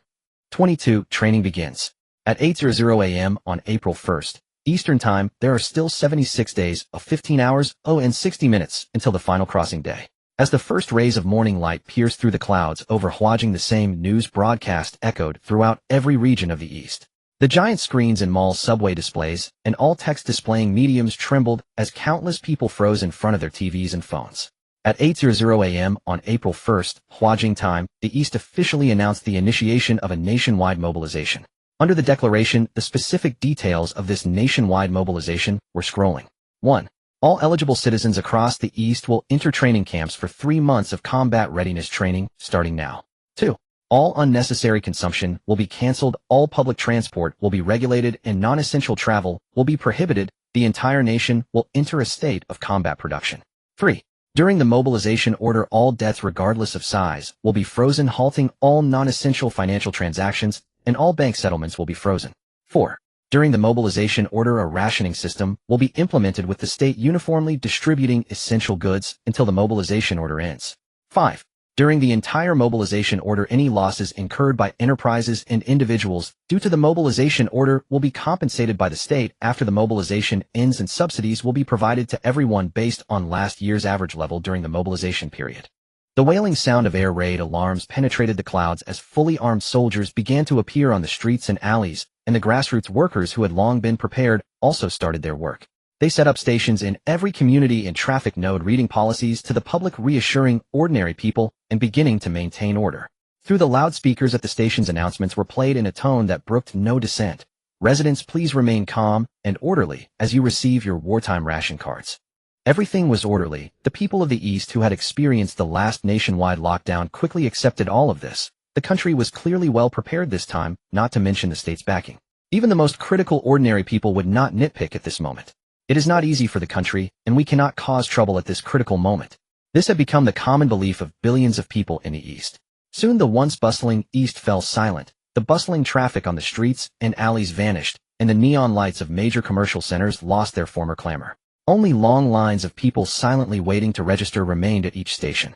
At 9:00 a.m. Eastern Time, at a military training ground in Hanjing. The training ground had already gathered 6,000 elite soldiers, all selected from the best of the best. Among them were reconnaissance soldiers with frostbitten cheeks from border outposts, veteran squad leaders who returned with shrapnel, and engineers who had lost permanent hearing in one ear during flood relief efforts. They might not be the best fighters in their respective units, and some may not even be part of frontline units anymore. However, each of them was the most reliable, having gone through various trials, rich in experience, and willing to shed blood for the people in this country. Today they would undergo 3 days of special training here before heading to various parts of the nation to become instructors. As the time approached, a stern-faced officer in a general's uniform stood on the podium, remaining silent, while quietly observing the soldiers below. Although there were some doubts in the hearts of the soldiers, military discipline and training ensured that they did not show any signs, maintaining a straight military posture, like long guns piercing the sky, exuding an awe-inspiring presence. Suddenly a strong and fierce aura surged forward, instantly enveloping the entire training ground. The soldiers sensed danger, their muscles tensed in an instant, every fiber filled with strength, ready to spring into action. Their pupils constricted sharply, their gazes intense, as they scanned for the source of this fierce aura. This fierce aura was not unfamiliar to them. Only those who had truly fought for their lives on the battlefield, emerging from mountains of corpses and seas of blood, would possess it. There were such individuals in their units as well. However, this aura was overwhelmingly intense, as if the blood and brutality of countless battlefields had converged, something only the veteran generals who had fought for East Country might possess. The general on stage did not seem very old, or had he trained to emanate such a fierce aura. However, gradually many veterans began to sense other flavors from the fierce aura. This is the aura of despair. The oldest veterans in the ranks widened their eyes suddenly. Mixed within that fierce aura were despair, regret, and unwillingness, a deep-seated sorrow. As the sense of desolation and unwillingness grew stronger, all the soldiers' eyes turned red. The ranks began to tremble slightly. These iron-willed men seemed to see illusions, burning national flags falling into the mud piles of children's corpses, countless buildings turning to ashes and flames. It was unclear who bit their lip first, and the scent of blood began to spread within the ranks. They did not know who the man on stage was, or what he had experienced. They only knew that he bore the same military spirit burning within him as they did their comrades were filled with regret and unwillingness. He, his legion, had failed to protect what he was meant to safeguard. The soldiers instinctively clenched their fists, their teeth grinding. It was at this moment that Yunshu finally spoke from the podium. Comrades, do you feel it? I lost, we all lost. In the battle that is about to happen. We lost everything we wanted to protect. You may be wondering what battle it is. I want to say it doesn't matter. The only important thing is we still want to lose. No. The crowd below erupted in a thunderous roar. Then let us prepare with all our might. Yunshu clenched his fists and swung them heavily. Down. With his movement, dozens of military heavy trucks drove onto the training ground from outside. Countless documents and equipment were unloaded from the trucks, piling up around the soldiers. These are the intelligence on our upcoming enemies, along with the combat methods and weapons we've developed against them. You have 3 days to familiarize yourselves with all of this, then propose improvements based on your own experiences. Finally, master everything summarized. Go to training grounds everywhere and teach what you've mastered to more comrades and more civilians. This time we will absolutely not lose. 23. What do the Dongwa people actually want? F. Awakened from sleep once again, Grand Leader Jonad's fury knew no bounds. What the hell is going on? Which family's private treasury has been looted again? Or which unlucky CEO has died at the hands of the mob? Jonad roared. How many times have I said it? Don't disturb my sleep. He stared fiercely at Chief of Staff Trace, standing by the bed, the fury in his eyes, as if it would devour the other man. Those fools. I warned them long ago that the Dongwa people had discovered their little schemes and secretly spread the word. If they can't clean up their own mess, they deserve to die. Apologies, sir, it's not what you think. Something truly major has happened. Chief of Staff Trace, though his expression was somewhat grim, insisted on handing a tablet to Jonad. Jonad took the tablet suspiciously and casually glanced at it. In an instant his expression froze. On the tablet a message was marked in blood-red large characters. The Dongwa people announce a national general mobilization. National general mobilization? Could they really be going to fight aliens? Jonad couldn't help blurting out. 10 minutes later in room 3. The atmosphere in the room was suffocatingly tense, the pale light spilling onto everyone's faces, reflecting their anxiety and unease. How could this happen? The intelligence network we spent years building, did it accomplish nothing? A man in a crisp suit abruptly stood up, slamming his hands heavily on the conference table, his face a mix of disbelief and fury. Last time it could be considered a surprise, but this time such huge news as the Dongwa entering general mobilization, we only learned of it through their television broadcast. We planted so many jackals, spending tens of billions of eagle yuan annually, and this is what we get. Calm down, this is not the time for anger. The speaker was a white-haired yet sharp-eyed elder, the senior intelligence advisor Black. Things have come to this, losing your temper is pointless. We must now figure out the true purpose of that nation. Given that nation scale, once it begins general mobilization, how immense a power it can unleash, you all know that, don't you? Jonad frowned, pacing back and forth in the room, still tightly clutching the tablet, as if by doing so he could uncover more secrets from those blood-red words. National general mobilization. A human crisis. What exactly is this human crisis? That made them not only activate a level 1 combat readiness, but now even launch a nationwide mobilization. Damn Dongwa people, they must be hiding something. Chief Advisor Matt interrupted his thoughts. Grand Leader, let's not worry about whether a human crisis is imminent. Our crisis is already here. The Dongwa people's actions have already posed a massive threat to our global strategy. Our commercial interests, infiltration plans, and newly built industries and companies there are all at a standstill. Especially our stocks. Since the Dongwa halted trade, they've experienced circuit breakers for the 40th consecutive time. If this continues, all our stocks will become worthless paper. Enough, we'll discuss those matters later. We have more important things to accomplish now. Jonad interrupted his chief advisor. Normally he greatly liked this man who brought him and his family countless benefits, but focusing only on those things now was far too narrow-minded. If the crisis couldn't be smoothly overcome, what use was so much money? We must find a way to re-establish intelligence channels and figure out the true situation and purpose of the Dongwa. Jonad stopped, a ruthless glint in his eyes. What about the moles we secretly cultivated? Have they all lost contact too? Yes, sir, the intelligence chief replied helplessly. After entering a state of general mobilization, they strengthened internal scrutiny. Our planted agents have likely been discovered and dealt with. The last messages they sent were all sheer fantasies, like all of humanity about to transmigrate. The Trisolarans are coming, the moon is alive and contains a doomsday weapon. All kinds of nonsense, like Hollywood scripts from recent years. Hearing this, Defense Secretary Hans couldn't help but glare at him, knowing that Hollywood was a key industry his family was involved in, with many scripts provided by his family. I suspect these things were deliberately released by the Dongwa people to prevent us from learning their true intentions. The intelligence chief continued, ignoring Han's gaze. Order our allies to immediately join us in exerting maximum pressure on the Dongwa. They must be forced to reveal everything they know. Jonad looked at the intelligence chief. But after the last harvest plan, our allies are very dissatisfied with us, and the protests in their countries are also very strong. Trace said somewhat helplessly. What does that have to do with us? If they want to protest in their countries, let them. As if we in Eagle Country haven't faced enough protests. Jonad rolled his eyes. Tell them to do as I say, or I won't mind making them change their prime minister. Besides, this isn't just about our country. His gaze swept over everyone in the room. Don't you and your families want to know the truth of this so-called crisis? Don't you want to prepare in advance?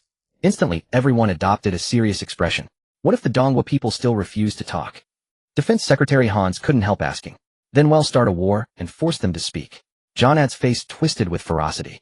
As his words fell, the meeting room fell into a silence so deep you could hear a pin drop. Defense Secretary Hans Adams' apple bobbed, and fine beads of sweat appeared on his forehead. Sir, are you saying a full-scale war? Hans' voice trembled slightly. But more than half of our aircraft carrier fleet is still under repair. The production line for this generation of fighter jets was recently canceled, and the next generation fighters are just a picture on paper. Shut up.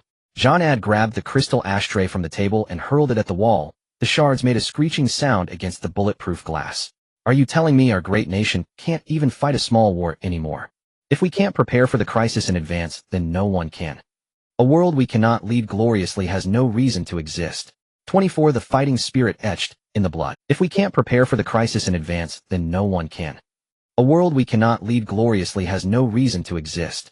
24. The fighting spirit etched in the blood. Hunjing training base. I think this thing needs armor-piercing rounds. 5.8 millimeters probably won't penetrate its shell easily. A soldier with a scar below his right eye pointed at the holographic projection before him. Our standard weapons, whether QBZ or QBU, lack sufficient lethality against this thing, let alone QCW. It probably can't even break the defense. To take this thing down, we need QJY, with special ammunition, preferably explosive rounds. Carrying all QJY isn't realistic, it's too heavy, and resupply is troublesome. Didn't the staff's suggestion mention considering periods with no resupply? Another soldier joined the discussion. Then we can only rely on concentrated fire or launchers. But look here.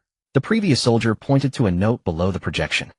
Bladeclaw bug, the most common low-level insectoid force, often moves in swarms, ignores general steep terrain, and can reach speeds of about 40 kilometers per hour. This thing moves in groups. We can't count on numerical superiority, and we might even be at a disadvantage. Then it's really tough. I'm confident I can take down one of these with a rifle, but if two are together, I'd have to run. With three or more, even escaping would be a problem, let alone the new recruits and civilians. The veteran's face was grave. Our casualty ratio will be terrible. I don't think you need to worry that much. A veteran with only one arm, but 4 stripes on his shoulder, walked over.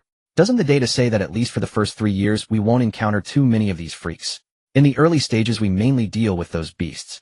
Besides, don't we have exoskeletons and unmanned support systems now? Why worry about running out of bullets? You have time for empty discussions here. You'd be better off practicing more. On the real battlefield, it's not about solving problems with smooth talk.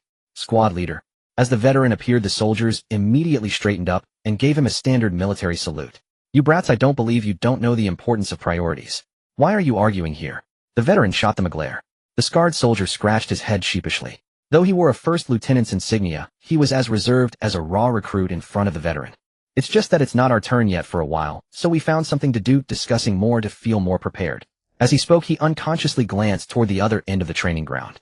At the end of his line of sight, thousands of silver-white pods were neatly arranged, gleaming with a cold metallic sheen under the bright lights. Most of the soldiers undergoing training were orderly queuing there, with many already lying inside the pods, quietly awaiting the imminent special training. The central black master control pod was particularly conspicuous, with dozens of fiber optic cables extending like blood vessels connecting to other secondary pods. Yunshu lay inside the master control pod, the brain-computer interface sensors attached to his temples rising and falling slightly with his breaths. This was the Academy of Science's new generation virtual reality simulation pod, using the latest brain-computer interface to directly extract information from his memories, then collaboratively constructing a virtual world with over 80 realism with other simulation pods. Unfortunately, this technology was still in the experimental stage, requiring immense electrical power and computational capacity to support it. For now, it could only activate these 1,000 simulation pods simultaneously. This most important training would unfold in this meticulously constructed virtual world. In the virtual world, 3 suns hung in the dark purple sky, dyeing the entire wasteland red. A gale swept gravel across the ground, producing a faint sobbing sound. Yunshu stood on this land, both familiar and somewhat strange. The air carried a rancid stench from the depths of memory, mixed with a faint scent of blood and fire, making him clench his fists and a complex emotion flash in his eyes. Before him stood 1,000 fully armed soldiers wearing the latest combat suits, holding various weapons with individual portable thermobaric bombs and handheld anti-aircraft missiles on their backs. Many soldiers also had various battlefield unmanned personal support devices beside them. This was also their first encounter with this labenly virtual reality technology. The strange world before them made them both excited and nervous. Attention everyone. Fallen. At Yunshu's command, all the soldiers swiftly formed a neat formation. This is a virtual world constructed from my memory data, designed to let you adapt to the future battlefield environment you might face. The soldiers held their breath, their eyes fixed on Yunshu. Yunshu looked around. I know you have many questions, but time is tight. We must enter combat training as soon as possible. In this virtual world, you will encounter simulated attacks from the insectoids. Their behavior patterns and combat methods are based on real data from my memories. He raised his hand and waved. The ground of the wasteland suddenly trembled. On the distant horizon, a pitch-black tide of insectoids surged like a flood. The soldiers' breathing instantly became rapid. Some subconsciously stepped back half a step, but quickly steadied themselves. Remember, fear is normal, but don't let it control you, Yunshu said sternly. Now training begins. With his words, the soldiers immediately formed their respective combat teams, while the insectoid swarm began an unending assault. The heavy firepower group set up huge AY machine guns at the front, snipers sought high ground, and the assault teams dispersed on both flanks, forming a crossfire network. The insectoid swarm was extremely fast, closing to within 100 meters in an instant. Those creatures, called blade claw bugs, had shells with a black luster, their 6 sharp limbs carving deep grooves into the ground, their crimson compound eyes flashing with bloodlust. Open fire. At the command, a dense roar of gunfire erupted. 5.8mm bullets rained down like a storm, but as previously discussed, standard rounds had limited effect on the blade claw bug shells. Only the QJY machine gun's armor-piercing rounds could tear a gap in the swarm, but it was quickly filled by the surging bugs behind. Concentrate fire. Aim for the joints and compound eyes. The squad leader directed calmly. The soldiers adjusted their firing strategies, targeting the bugs' weak points. Many blade claw bugs fell under the precise fire, but more had already charged to the front lines. Grenades. The assault team soldiers quickly threw explosives. The violent shockwaves temporarily halted the swarm's charge, but the insectoids were far too numerous and soon pressed forward again. Just then, dozens of drones screamed overhead, dropping incendiary bombs. Blazing flames erupted among the swarm, temporarily curbing their assault. Prepare portable thermobaric bombs. Blow them to hell. Seizing this gap, the soldiers grabbed the thick tubes from their backs. Countless chubby black projectiles, trailing white smoke, landed among the swarm. With a white mist enveloping the entire swarm, a crackling sound followed as a massive fireball engulfed them all. Nearly half the swarm vanished, but the remaining bugs charged forward with even greater frenzy. Yunshu stood midair, watching the battle below. The soldiers' performance filled him with pride. Though it was their first encounter with such enemies, they lived up to their title as the strongest army on Blue Star. With ample firepower, they could hold their own against insectoids dozens of times their number. However, just as the soldiers thought the situation was easing, the ground violently trembled, splitting open with several huge fissures. Watch your feet, someone shouted. The next second, burrowing bugs resembling millipedes, magnified 1,000 times, burst from the earth. Their shells were thicker than the blade claw bugs, and their numerous limbs were like blades. One of the burrowing bugs charged into a firing position, tearing several soldiers to pieces in an instant. Fall back. Create distance. The soldiers quickly adjusted their formation, but the burrowing bugs were swift, shredding 2 more soldiers in moments. Snipers. Hit its eyes. The sniper high above held his breath, pulled the trigger. The 12.7mm armor-piercing round struck the burrowing bug's compound eye with precision, spraying green bodily fluids. The burrowing bug let out a piercing. It screeched and writhed frantically, but soon another sniper fired a second shot, ending its life completely. Yet more burrowing worms were approaching, and the distant swarm was regrouping, a dark, oppressive mass that seemed endless. Yunshu frowned deeply. He knew that on the real battlefield the insectoid swarm would be far more numerous, their tactics far more cunning. He had to acclimate his soldiers to the worst possible conditions. So he raised his hand and waved, and the sky suddenly darkened. What is that? Someone exclaimed. High above, dozens of flying beetles with wingspans exceeding 5 meters swooped down. Their carapaces shimmered with a ghostly blue luster, and their sharp mandibles glinted coldly in the sunlight. Air defense team. Now. The soldiers quickly shouldered their man-portable air defense missiles, but the flying insects were incredibly fast. By the time the missiles locked on, they were already diving upon them. No time. Scatter. The soldiers scattered to evade, but some were still overturned by the creature's claws. One flying insect grabbed a soldier, hurled him high into the air, and then slammed him viciously into the ground. Damn it! A veteran soldier roared, raising a rocket launcher and aiming manually. With a thunderous boom, he blasted the flying insect into fragments. But more of them had already breached the line, beginning to wreak havoc on the support units behind the formation.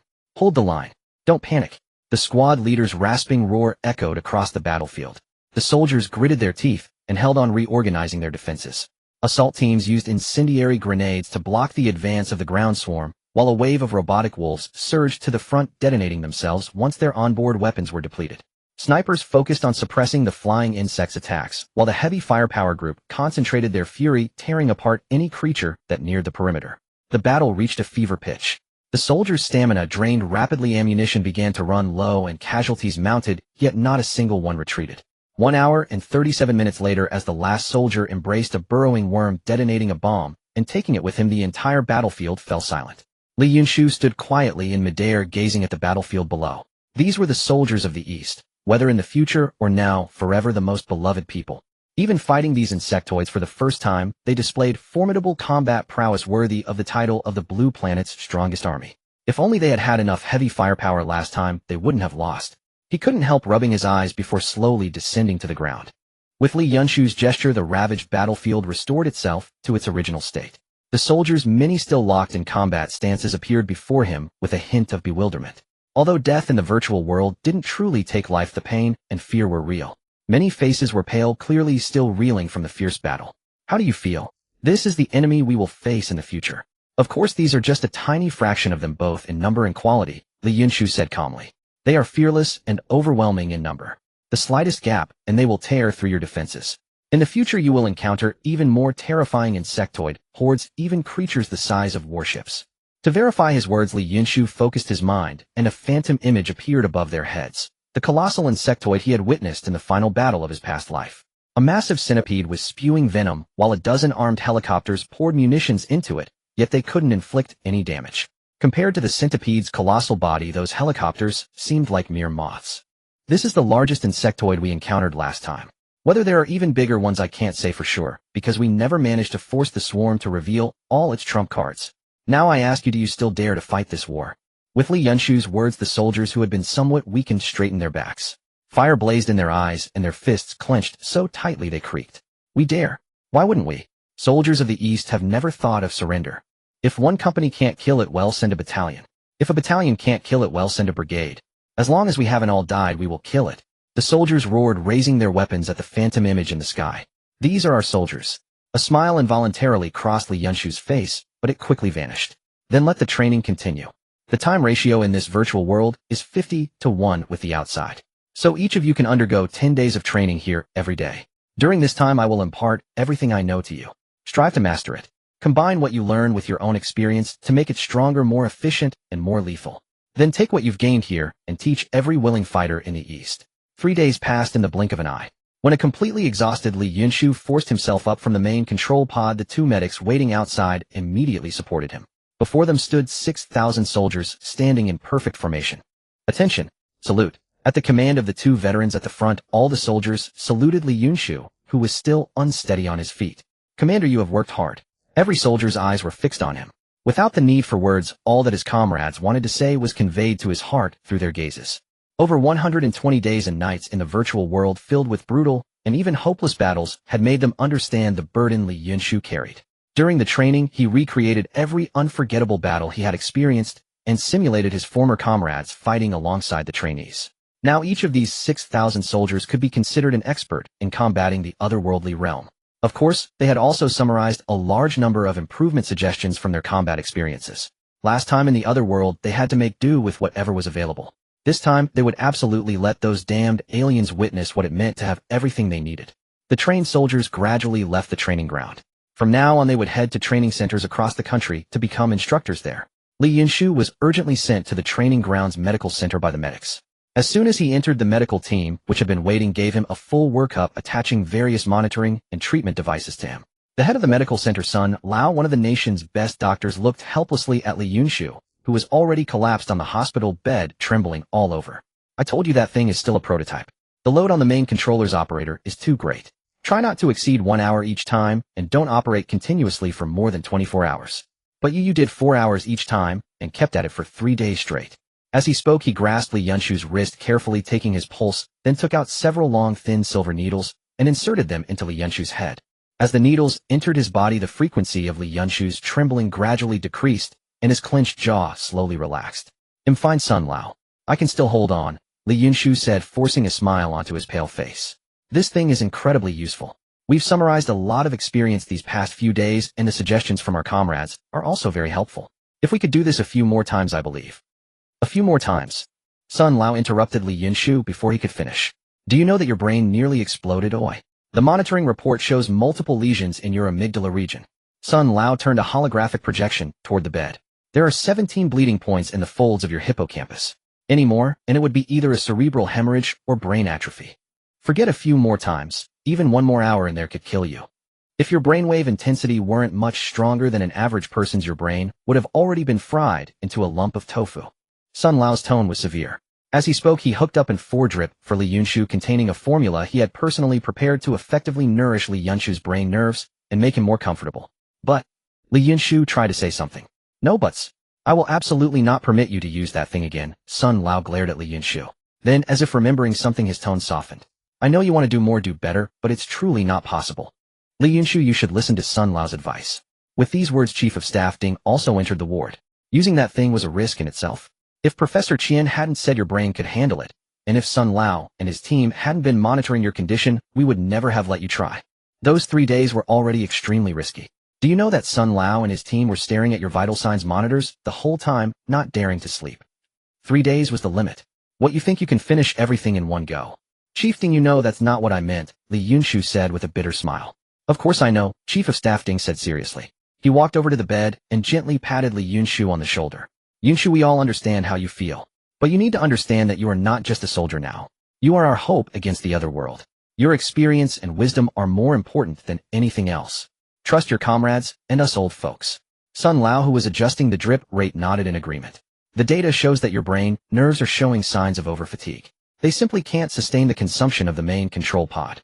Li Yunshu closed his eyes, feeling the cooling sensation from the silver needles. He knew both seniors were right, but the faces of his comrades who had fallen in the other world kept flashing through his mind. "I understand," he said, slowly opening his eyes. "But I have one request." Chief of Staff Ding and Sun Lao exchanged a glance. "Go ahead. Can you improve the simulation system?" Li Yunshu's voice was weak, but his eyes were resolute. "You could reduce the simulation realism rate, even make the scenes minimal, slow down the time flow.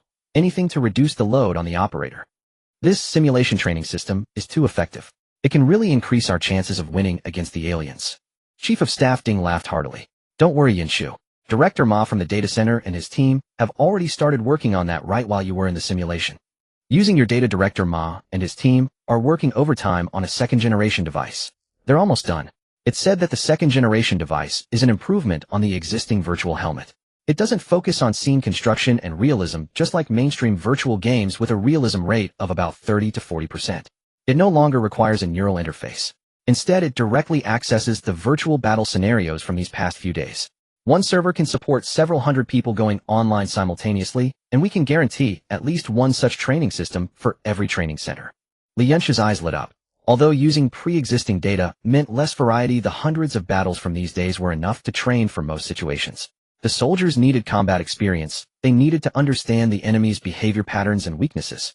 Whether it was perfectly realistic or not didn't matter. "That's great," Li Yunshu blurted out, looking excitedly at Chief of Staff Ding. "See, doesn't the pressure feel a bit lighter now?" Chief of Staff Ding said earnestly. "Our country is so large with so many people. A surprise attack might be troublesome, but with preparation, now the power we can unleash is astonishing. By the way, I raised something for you.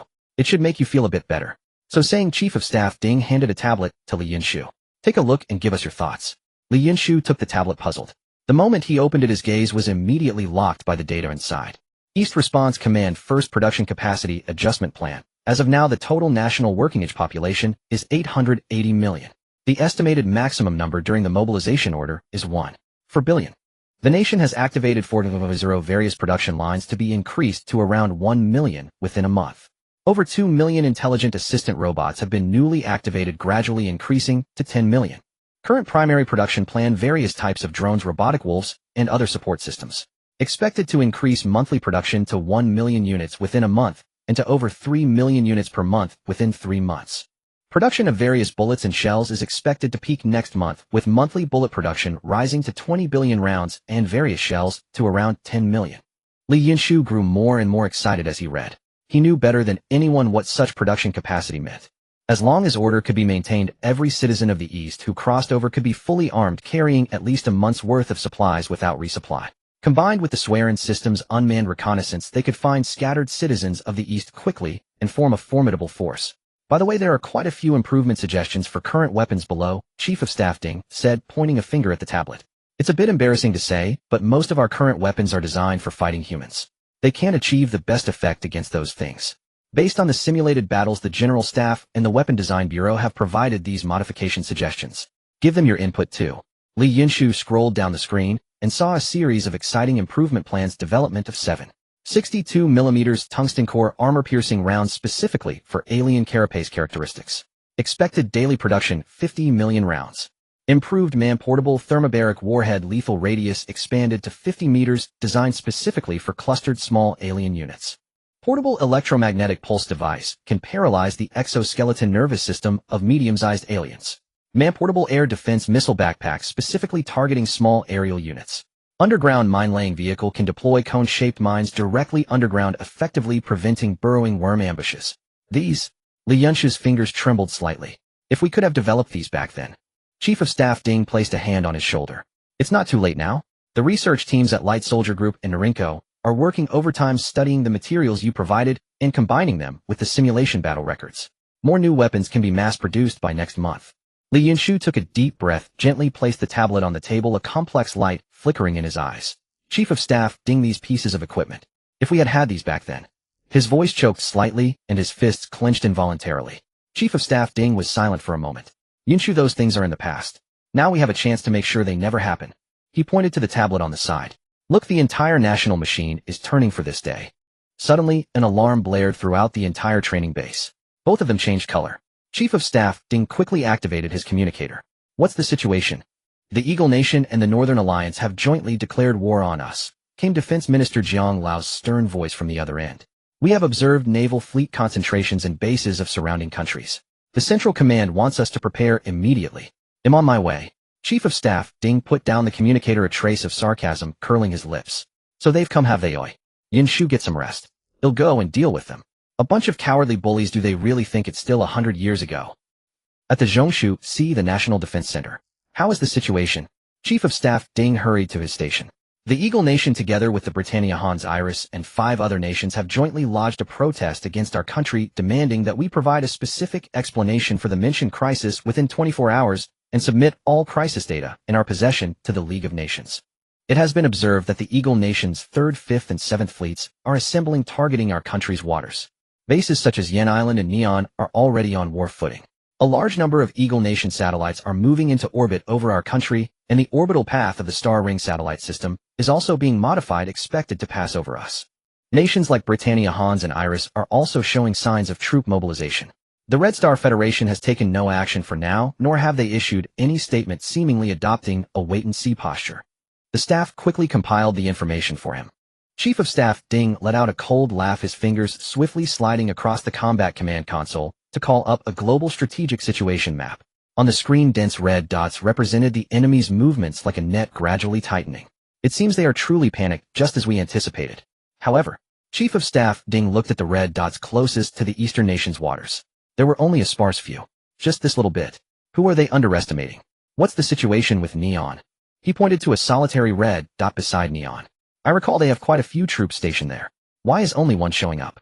Staff Officer Lee, suppressing a laugh, transmitted a document to Chief of Staff Ding. What? The Neon Prime Minister suddenly suffered a massive hemorrhage and has been rushed to the hospital for emergency treatment.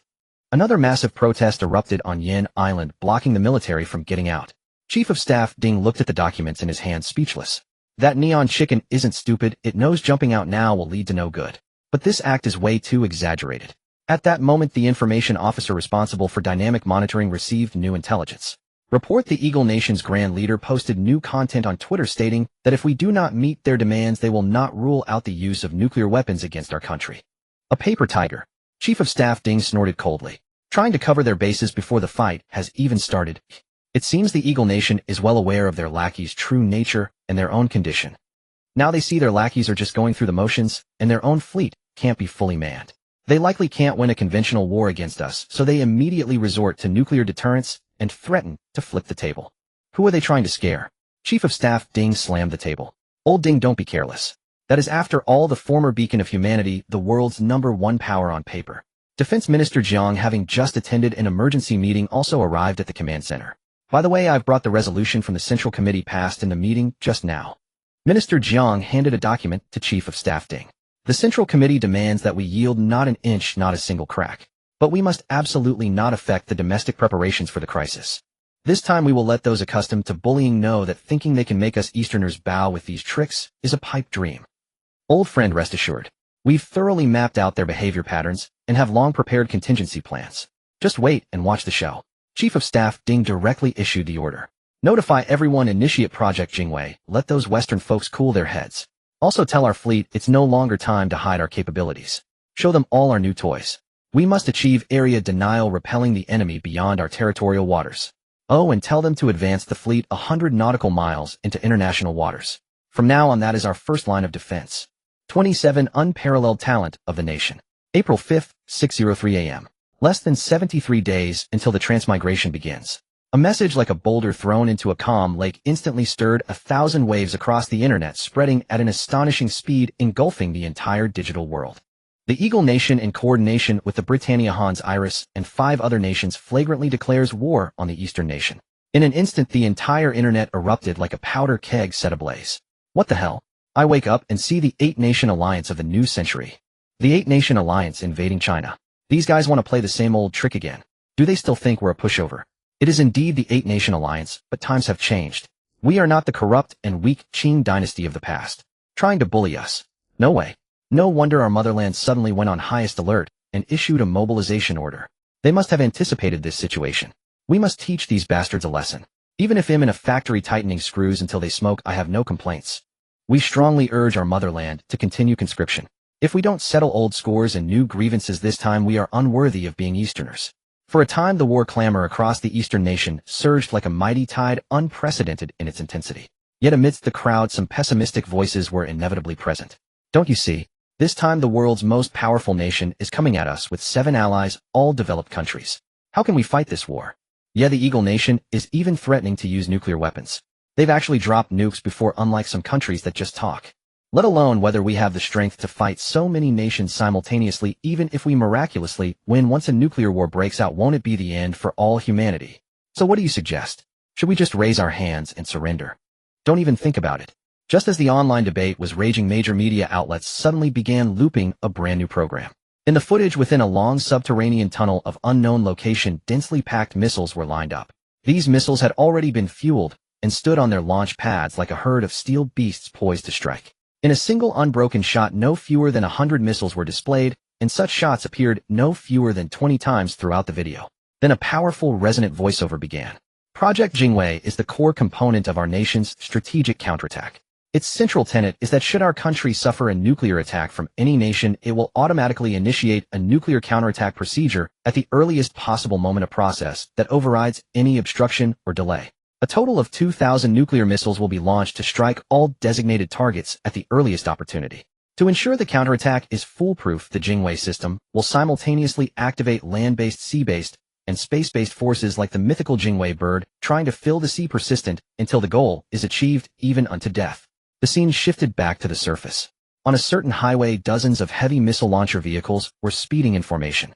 Then they dispersed, quickly fanning out onto various roads, vanishing into the vast landscape. The camera panned over a cockpit.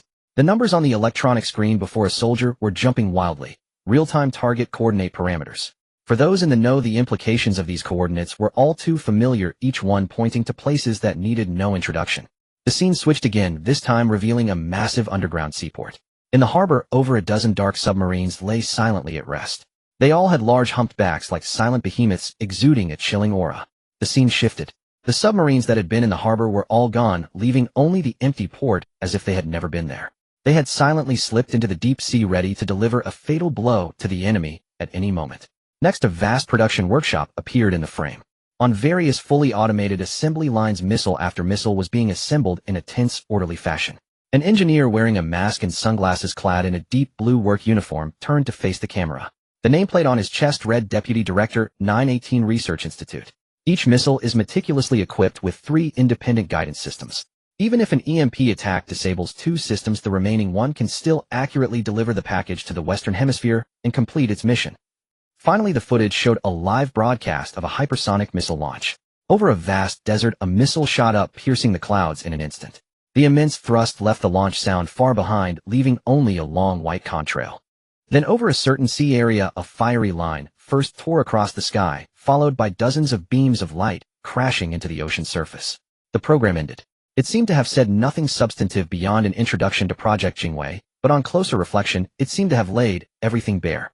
Every image, every line of narration proclaimed to the world the Eastern nation fears no threat.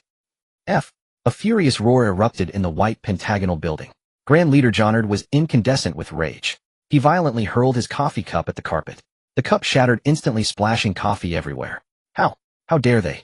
Jonard's face was crimson, his eyes seeming to spit fire. We merely threatened them a little, and they dared to go this far. Aren't they afraid of triggering the apocalypse? This is sheer madness. Chief of Staff Trace, standing to one side, had an awkward, placating smile plastered on his face, but dared not utter a word, silently enduring Jonard's wrath. Before them lay a thick stack of documents, a detailed analysis of the Eastern nation's Project Jingwei, which now weighed on them like a crushing mountain. Seeming to have vented enough, Jonard slumped heavily back into his chair, running his hands wildly through his hair, messing up the beautiful blonde locks he once took such pride in. Over 2,000 nuclear warheads, damn it. Didn't they say they only had 250 warheads? Where the hell did these extra thousands come from? Jonard suddenly grabbed Trace by the collar. They were lying to us, weren't they? Trace's face was full of bitterness, but he dared not struggle free. He stammered, Grand Leader, we dare not gamble on it. Even if they only have 250 warheads plus that missile they revealed at the end. Trace pointed a trembling finger at the picture of the missile launch in the documents, his voice filled with fear and helplessness. Nearly 10,000 kilometers distance, reaching the target in just 20 minutes, capable of multiple complex maneuvers mid-flight, with a water-skipping trajectory, and over 30 independently targetable re-entry vehicles. This one weapon alone could be the death of us. And those nuclear submarines, none of our monitoring methods have detected their whereabouts. They could be hiding right under our noses right now, ready to strike a fatal blow at any moment. Saying this, Trace couldn't help but shudder, as if he could already see the incoming missiles and feel the breath of death. Jonard released his grip on Trace's collar, and like a defeated rooster, he dejectedly sank back into his chair. Damn, Mike. It's all his fault for letting that guy go, giving the Easterners such terrifying weapons. Jonard's face suddenly twisted into a vicious snarl, as if possessed by a demon. Isn't it just mutual assured destruction? Bring it on. Who's afraid of who? Tell Hansen to order the Navy to continue full-speed advance. Notify our allies it's time for them to show their courage and strength for their so-called free world. Tell them to stop being cowards. Put all our nukes on launch-ready status. Then prepare to test-fire our latest hypersonic missile, broadcast it globally too. I want them to know we're not to be trifled with either. I'm sorry, sir, we can't do that. Trace's face grew even more ashen. Can't do it. Why? Jonard shot up like a madman, grabbing Trace by the collar again, veins bulging on his neck. You'd better have a damn good explanation, or else. The domestic opposition is very strong right now. After seeing the Eastern nation's doomsday plan, many senators got scared and backed out, including some of your former staunchest supporters. Trace swallowed hard and said cautiously, your order would be seen as further inflaming the tense situation, highly likely to trigger a full-scale nuclear war. They will never approve it. Furthermore, the plan for a live broadcast of the hypersonic missile test is also very difficult to achieve. Our current hypersonic missile success rate is only 1 in 3. If the test fails, we will become a global laughingstock, and our international standing will plummet. Damn it. Jonard slumped weakly in his chair. Meanwhile, off the coast of the Ming Nation, as the first fleet to respond to the Grand Leader's order and the closest to the Eastern Nation, the Eagle Nation's 7th Fleet had already assembled and was advancing at full speed towards Eastern Nation waters. Fleet Commander Taylor, a cigar dangling from his mouth, sat grandly in the command seat, his face wearing an air of arrogance and disdain. Report, Commander, we are 300 nautical miles from the Eastern Nation's territorial waters. All ships are asking whether to continue the advance. The adjutant hurried over to Taylor. Continue the advance. Stop only when we are 50 nautical miles from their territorial waters, then quickly deploy into attack formation. Taylor issued the order without looking up, his tone dripping with overbearing arrogance. The adjutant hesitated, then asked cautiously, "Wouldn't that be too close? What if the Easterners attack we? What's there to fear?" Taylor stood up abruptly, waving his hand as if to grasp the whole world. "We have no rivals at sea. As long as we don't enter their territorial waters, what can they do to us?" As he spoke, Taylor stomped his foot emphatically. "Beneath our feet is the flagship of the Eagle Nation's 7th Fleet, a vessel that has roamed the vast oceans for over 20 years. But the moment Taylor's words faded, a piercing alarm suddenly blared. "Report, we are being locked onto by fire control radar." The urgent voice of CIC Director Howard came through the communicator. "Emergency evasive action." The cigar slipped from Taylor's mouth. Ignoring his thigh burned and blistering from the fallen cigar, he hurriedly issued orders. "Jamming systems to full power. Hard to port, emergency evade. Begin countermeasures immediately after lock is broken." But no matter how frantically they deployed countermeasures, the ominous wail, signifying the fire control radar lock, persisted unabated. Half an hour earlier, the Eastern Nation Fleet Station, 200 nautical miles out, had already detected the 7th Fleet via an airborne Tsang-1 reconnaissance drone. A vast network of sensors embedded in these waters was activated, working in concert with the drone and satellites to firmly lock onto every vessel of the 7th Fleet. This was precisely the maritime defense and strike system concept proposed by academician Xian years ago. Now, through the tireless efforts of countless researchers, this grand vision was beginning to unleash its unimaginably immense power. 28 Confrontation and Suppression. At a location 100 nautical miles from the Eastern Nation's territorial waters.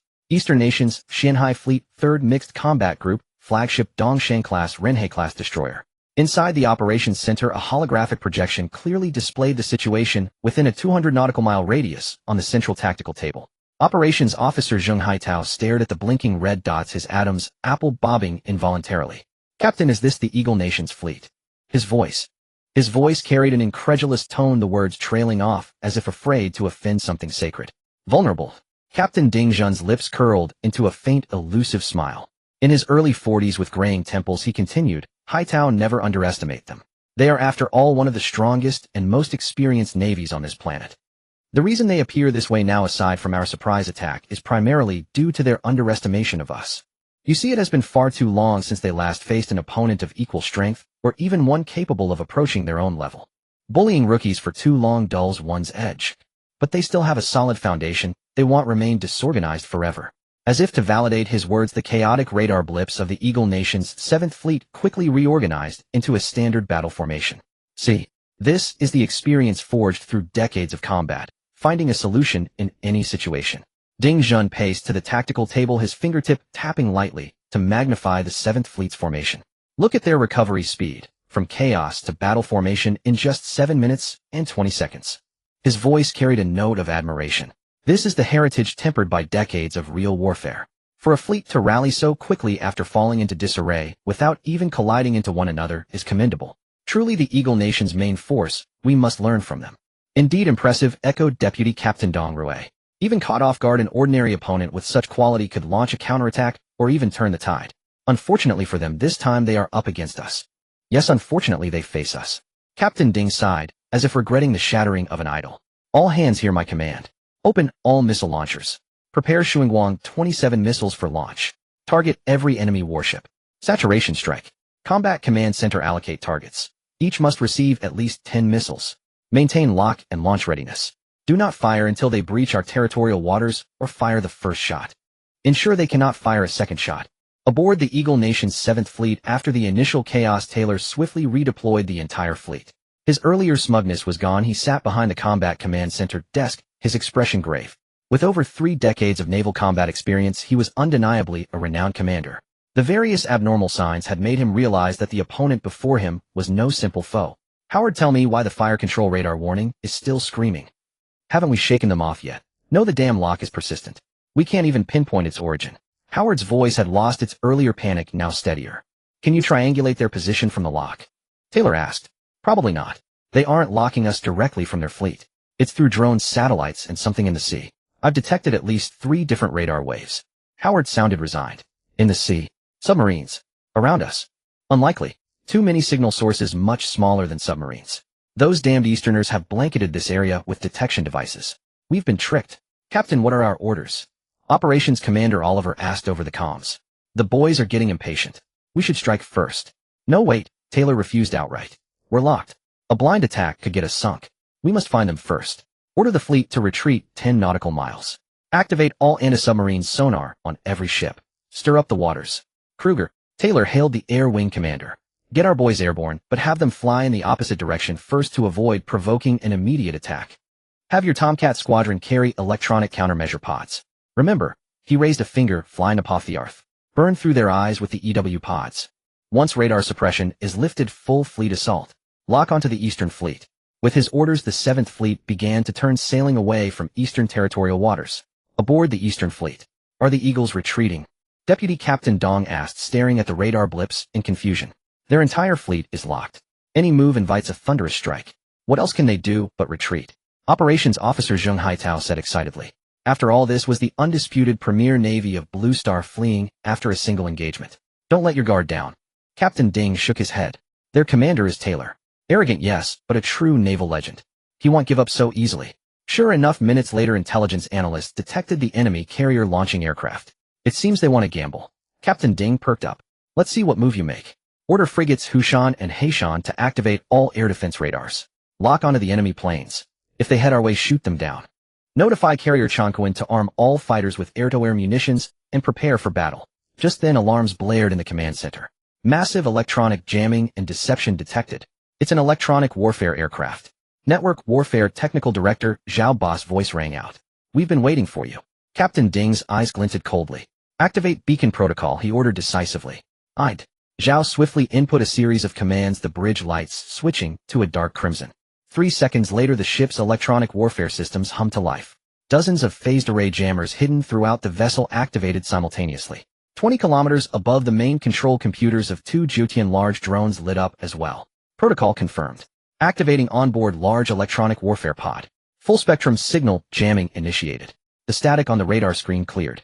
Zheng Haitao suddenly shouted, enemy aircraft detected. Range 120 nautical miles, altitude 820 meters, speed Mach 1. 2 approaching. Here they come. Ding Zhen's lips curled slightly.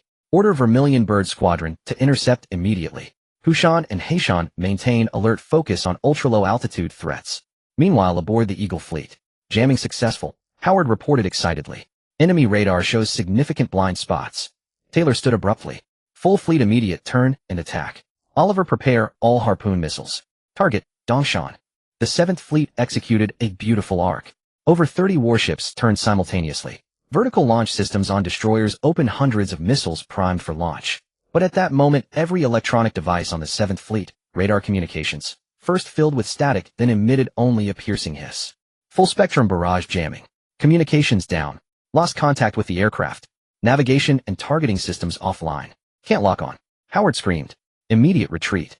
Taylor shot to his feet, all confidence gone, his face a mask of shock. Order the fleet to withdraw immediately. Recall the aircraft, he bellowed. Our comms are jammed. Can't reach them. Howard's voice cracked with panic. Use signal flags.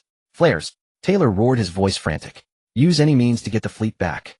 Hurry. Report the Eagle Nation's 7th Fleet has confirmed withdrawal. Current distance over 300 nautical miles. Communications Officer Lei Lijun's voice brimmed with pride. Order all ships to stand down from first-level alert to second-level readiness. Captain Ding let out a long sigh, as if a great weight had been lifted. He stood stretching his stiff joints, which cracked softly. Report Vermilion Bird Squadron has returned. They caught 2 big fish. Aviation Chief Yuan Feng's voice came over the comms. Oh, what's the story? Captain Ding's interest piqued, his eyes gleaming with curiosity as he leaned forward. They captured 2 growlers. During the electronic suppression, those 2 planes lost navigation and wandered into our zone, right into the Vermilion Bird Squadron's path. On the deck of the carrier Chonquin, the 2 Eagle electronic warfare aircraft, escorted by the Vermilion Bird Squadron, reluctantly flew towards the landing area like tamed beasts. Credit to the Eagle's top pilots. Even facing the unfamiliar deck of the Chonquin, they executed a near-perfect landing with superb skill. Fully armed rapid response teams quickly surrounded the 2 planes. Moments later, 4 dejected Eagle soldiers emerged from the aircraft, raising their hands high in surrender to the rapid response team. At the Central Sea, the results of this naval probe arrived quickly. I never imagined we would so soon have the Eagle Fleet on the back foot, Chief of Staff Ding mused, looking at the battle report. All those years of preparation and the use of so many trump cards were worth it. Though this was only a probe without live fire, any discerning eye could see that if the Eastern Fleet had wished, the Eagle's 7th Fleet would have been reduced to scrap on the ocean floor. After such a humiliating loss, and with their latest electronic warfare aircraft in our hands, the Eagles won't let this slide. Zhu Lao said, his face a mix of pride and worry. What's there to fear? Well, deal with whatever comes. Chief of Staff Ding slammed the table assertively. I'm not afraid. Zhu Lao rolled his eyes. I'm just worried that a full-scale war will severely disrupt our preparations. Don't worry. Chief of Staff Ding patted Zhu Lao's shoulder. If we hadn't won so decisively, your fears might have come true. But now, the ones who should be afraid are not us. Just watch. Those guys are paper tigers. If you stand firm, they'll fold. As Chief of Staff Ding predicted, further war did not break out. The Eagle's 7th Fleet retreated directly to Yong Island Base. Commander Taylor was summoned by Grand Leader Johnard for a debriefing. The moment he docked, looking utterly humiliated. Their allies were even more ridiculous. The joint fleet could not assemble, and the Rot Kingdom sighting ship repairs sent only a single wooden sailing ship, becoming a global laughingstock. When this news reached home, combined with the earlier probe results, national morale soared to unprecedented heights. People spontaneously formed long lines at training grounds and factories, boosting training efficiency and production by at least 30%. Thus, 10 more days passed amid international bickering. As the Eastern nation completed its first phase of universal training and prepared for the second rotation, a bombshell hit the Special Situation Response Command. What? Old Qian has fallen ill. Critical. Li Yunshu was in the middle of a heated discussion on wartime preparations. Hearing the news, he froze, his voice trembling. Abandoning everything, he rushed to the medical center. When he reached the ward, he could hardly believe the figure lying in bed was old Qian. His eyes were shut, his face ashen and bloodless, his body withered, as if drained of all vitality, his former vigor gone. What? What happened? Li Yunshu shouted at the attending physician. But the doctor only shook his head silently, a look of helpless regret on his face. Teacher. He was too impatient. Then a choked voice came from the other side of the bed. It was old Qian's student Wang Lisan, his eyes red as he looked at Li Yunshu. To unlock the secret of the crossing, teacher worked tirelessly, desperate to advance the timeline. Yesterday he told us excitedly that he had finally found the key. He just needed one more experiment to unlock everything. We prepared the equipment as he instructed to generate a special energy field. He said it could detect the presence of Higgs bosons. Before the experiment, he kicked all of us out of the lab, telling us to operate the equipment from outside. He said too many people would cause interference and skew the results. Wang Lisan broke down, sobbing uncontrollably. We didn't know that energy field was lethal to humans. It wasn't about interfering with the experiment. A teacher was afraid of hurting us, so when we powered up the equipment and the lab's radiation alarms went off, we realized the problem. We tried to shut it down, but teacher had pre-programmed the system to override our commands. We could only watch helplessly as he worked alone in the lab, smiling, bathed in lethal radiation. He told us not to cry, saying someone had to be inside the energy field to record data. The Higgs boson reaction was too faint. Any interference would destroy the clues. By the time the experiment was complete, he had collapsed unconscious on the floor. Li Yunshu stood stunned, unable to speak. He could only stare at old Qian in the bed and the weeping Wang Lisan. All right. Wang Lisan wiped his tears and carefully pulled out 2 items from his pocket, a notebook and a wristband. These were the things teacher was holding in the end. He left a note saying they were for you. Li Yunshu took them, his hands trembling as he opened the notebook. Kidley'll call you that for now. By the time you read this, it'll probably be gone. But it's fine. I found the key. Don't mourn for me. I was already terminally ill with little time left. To finish a task that might save hundreds of millions of Easterners at the very end, my life was worth it. That wristband is the key. I found the Higgs bosons accumulating in everyone's bodies. They are the cause of the crossing. In my final experiment, I recorded the energy field changes of the Higgs bosons and had Zhuzhong build a model. It's all stored in the wristband. By comparing the energy fields recorded in the wristband, we can determine the exact sequence of crossings. The wristband is not difficult to manufacture. Accelerate production and it can be supplied nationwide soon. It's up to you. Finally, Kidley, I want to say thank you for your hard work. Carrying the burden alone must be exhausting, isn't it? Reading the notebook, Li Yunshu wept uncontrollably. April 16th, 9:01 a.m. Less than 62 days until the crossing begins. Central Sea Special Situation Response Headquarters. The command center held its 3rd special meeting. The air in the room seemed to solidify, every breath distinctly audible. Everyone remained silent, their gazes unanimously fixed on the silver-gray wristband at the center of the conference table. This was the wristband that old Qian's student had handed over to Li Yunshu yesterday. At first glance it resembled an oversized fitness tracker, but its display section was notably thicker, evidently housing more internal components. The wristband's surface gleamed with a cold metallic luster, casting a faint blue halo under the ceiling lights. Old Qian departed this morning, Old Sun's hoarse voice shattered the silence, his wrinkled fingers gently stroking the rim of his teacup. He left with a smile. These words struck like a stone plunging into a tranquil lake, stirring ripples of emotion. Actually, Old Sun took a deep breath, his voice trembling slightly. As early as last week, Old Qian was diagnosed with terminal pancreatic cancer. He specifically asked me not to tell you all. The atmosphere in the room grew even heavier. Why such long faces? Li Yunshu suddenly forced a smile, his voice rising an octave higher than usual. Didn't Old Qian say it himself? His life was worth it. Being able to complete such vital work at the very end is far better than lying on a sickbed counting down the days to death, isn't it? As he spoke, his voice grew choked, and a tear slipped uncontrollably from his reddened eyes. Li Yunshu abruptly tilted his head back, his shoulders trembling as he tried to suppress the surging grief. Yunshu is right. The central authority, who had been silent until now, suddenly spoke, gently stroking a document on the table. I have read the report in detail. This experiment could theoretically be completed using specialized equipment or remotely, but calibrating the equipment would take at least 2 weeks, and remote operations are susceptible to energy field interference, compromising precision. The central authority slowly rose to his feet. Old Qian used his own life to secure a precious 2 weeks for our billion-strong Eastern nation. His voice suddenly intensified. He died a worthy death. Now his voice grew low and powerful. I declare a 3-minute silence to bid farewell to our old comrade, our old friend. A unified rustle of standing figures filled the room. Everyone bowed their heads towards the direction of the martyrs' cemetery. The wall clock emitted a dull ticking sound, the second hand moving steadily, as if paying its own respects to the great scientist. After 3 minutes, the central authority gently wiped the corners of his slightly reddened eyes and took a deep breath. All right, let us now commence the special session of the Emergency Situation Command. Perk up, everyone. The time Old Qian bought with his life must not be wasted, not even a single second. His gaze turned to the wristband on the table. Li Yunshu, first tell us about this wristband. Li Yunshu quickly stood up and picked up the wristband. He adeptly fastened it onto his left wrist and tapped the screen to wake the system. This is the time-crossing verification tool developed by Old Qian. It can precisely calculate the remaining time before the wearer crosses over. With his operation, the screen lit up with a deep blue glow, and a set of numbers began to tick: 573 days, 16 hours, 42 minutes, 16 seconds. Old Qian was a true genius, Li Yunshu said, his voice filled with admiration. Since human technology cannot yet directly manipulate the Higgs boson, he took a different path, achieving this breakthrough by monitoring changes in the Higgs field intensity within the human body. He projected a set of data charts onto the wall. After long-term monitoring of myself, Li Chang, and other test subjects, Old Qian not only confirmed the existence of the Higgs field, but also established a complete mathematical model to predict the crossing time. The wristbands can also form a network, constantly correcting predictions through real-time data comparison, achieving an accuracy of 99.9. If we distribute these wristbands to all citizens, the probability of the chaos we most fear erupting can be reduced to a minimum. When the unknown becomes known and we can prepare in advance, everything uncontrollable becomes manageable. Saying this, Li Yunshu removed the wristband and handed it to the central authority. The central authority took it curiously and fastened it onto his own wrist.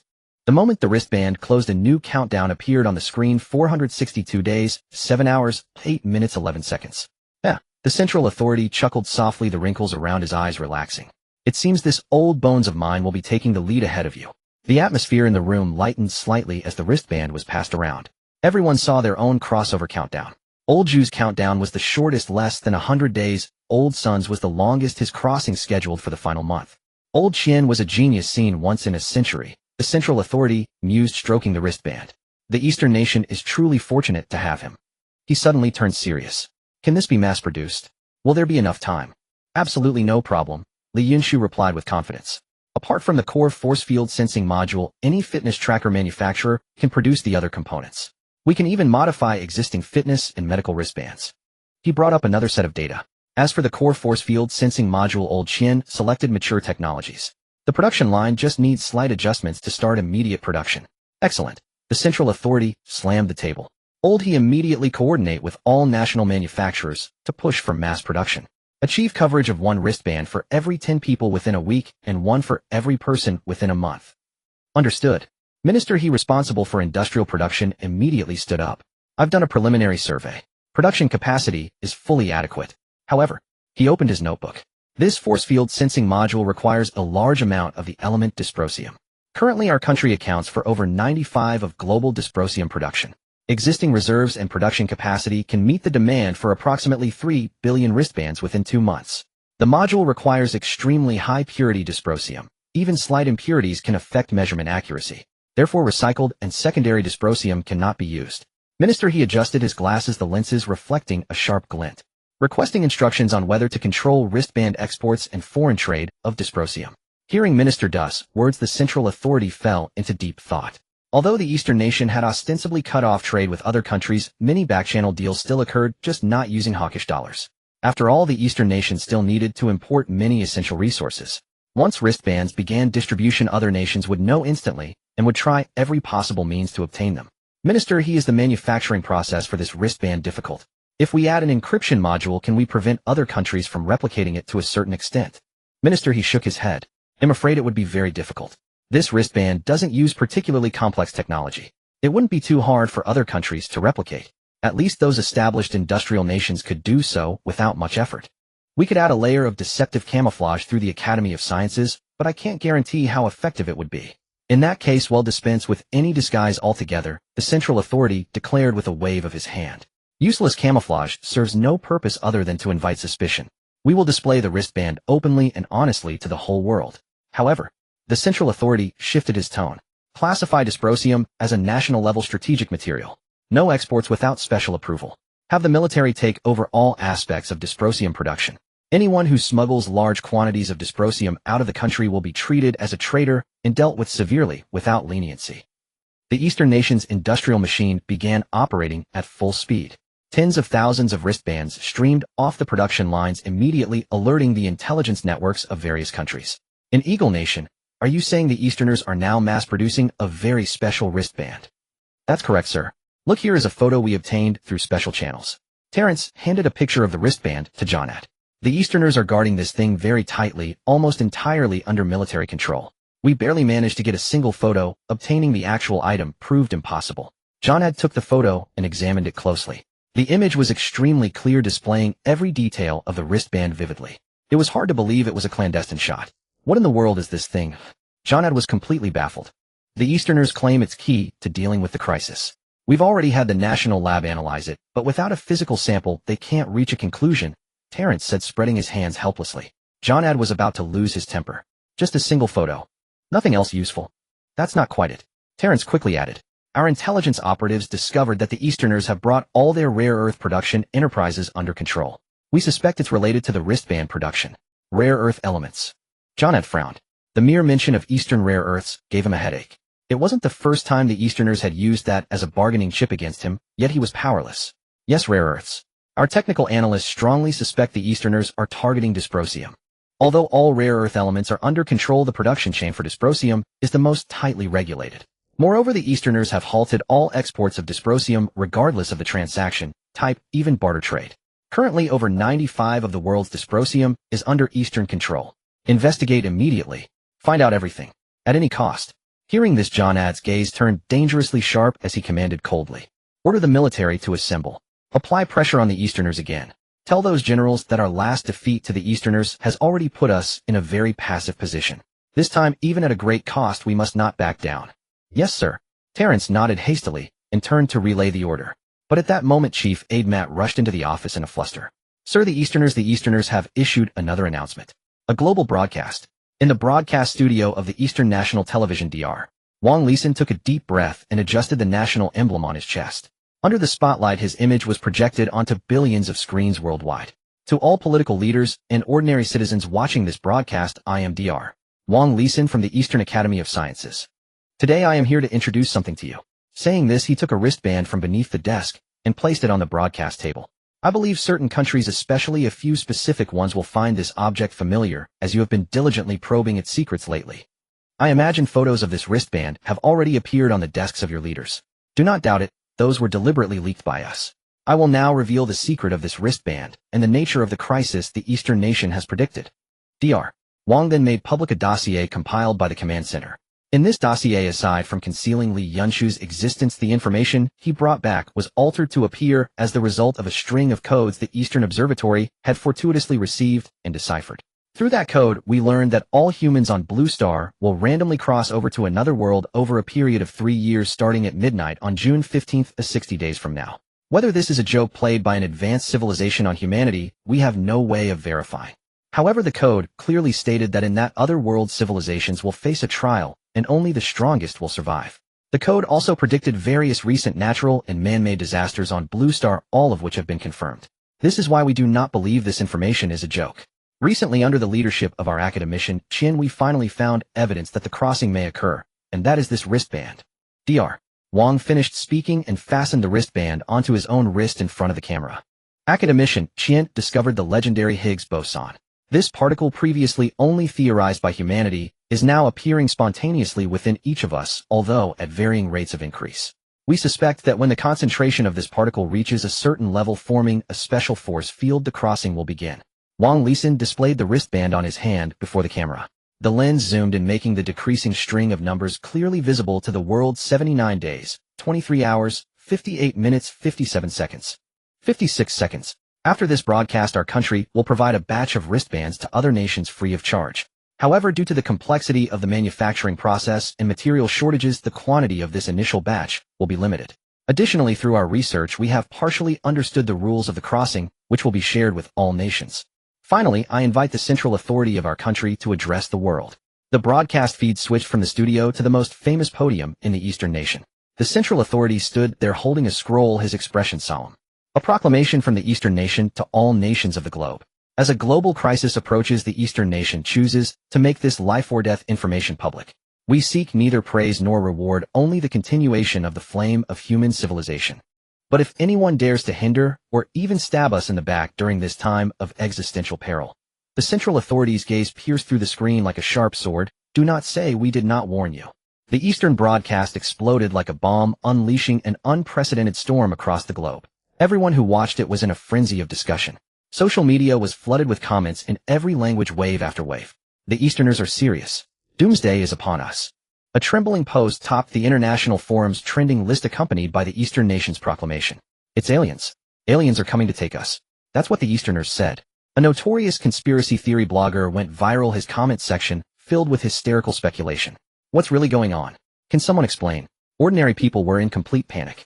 They scoured for any information they could find, only to discover that besides the brief official announcement from the Eastern authorities, other governments were either silent or incoherently denying it. Meanwhile, on the international black market, a frantic trade was underway on the dark web. A wristband. I need a wristband. Who can provide me with an Eastern wristband? I'll pay 10 million hawkish dollars. An anonymous billionaire offered a huge reward just to obtain one of the silver wristbands distributed by the East. However, apart from the batch given to other countries, not a single wristband leaked out of the East. Those few were held tightly by the leaders of their respective nations and never reached the open market. For a time, countries already in chaos became even more turbulent, descending into utter disarray. Yet while global panic reigned, the situation within the Eastern nation was starkly different. Thanks to the tireless efforts of countless grassroots workers, people went about their work and training methodically, as if the storm outside had nothing to do with them. Beneath this calm lay the precision operation of a finely tuned national machine running at full speed.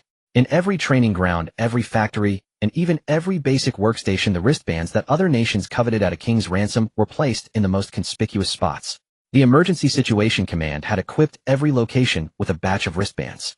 Any interested citizen of the Eastern nation could freely access them, testing the potential time of traversal. Next to the wristband, there was an announcement stating that these wristbands were merely prototypes. While they could initially determine the order of traversal, their accuracy was not guaranteed. Within a month, a second batch of more precise wristbands would be distributed to everyone, allowing real-time monitoring and data comparison via the network to ensure that the determined traversal times would be flawless. It is precisely because of this that the current order within the Eastern Kingdom can be maintained. Report: the first batch of a total of 5 million wristbands has been distributed to major military districts, and comparisons are being conducted across the military to confirm the traversal times. Once the traversal times are fully confirmed, we will immediately initiate the selection of personnel for the Door God project. Wang, who strode into the Special Operations Command Center, reporting his work to the command staff. The large screen in the command center displayed real-time data from various military districts, with new wristband measurement information being uploaded every second. Technical personnel closely monitored the screen, ensuring there were no errors, and logged the confirmed times into the database. The entire military will confirm the order today, after which we can proceed to the next phase of selection, expected to be completed within a month. Wang Hu's voice trembled slightly, clearly revealing that his inner state was not as calm as he appeared. As the head of the Door God project, he understood better than anyone the weight of this task. This was not an ordinary military operation, but an expedition concerning the survival of an entire nation. The so-called Door God Project involved selecting the most elite warriors from the entire military to form two special units, the Shinto Squad and the Yulei Squad. These names were derived from the Door Gods in ancient Eastern Kingdom legends embodying the idea of guardianship. The Shinto Squad consisted of the best chosen from the earliest time-traveling warriors in the military. They would be responsible for clearing obstacles, gathering the populace, and mapping the terrain.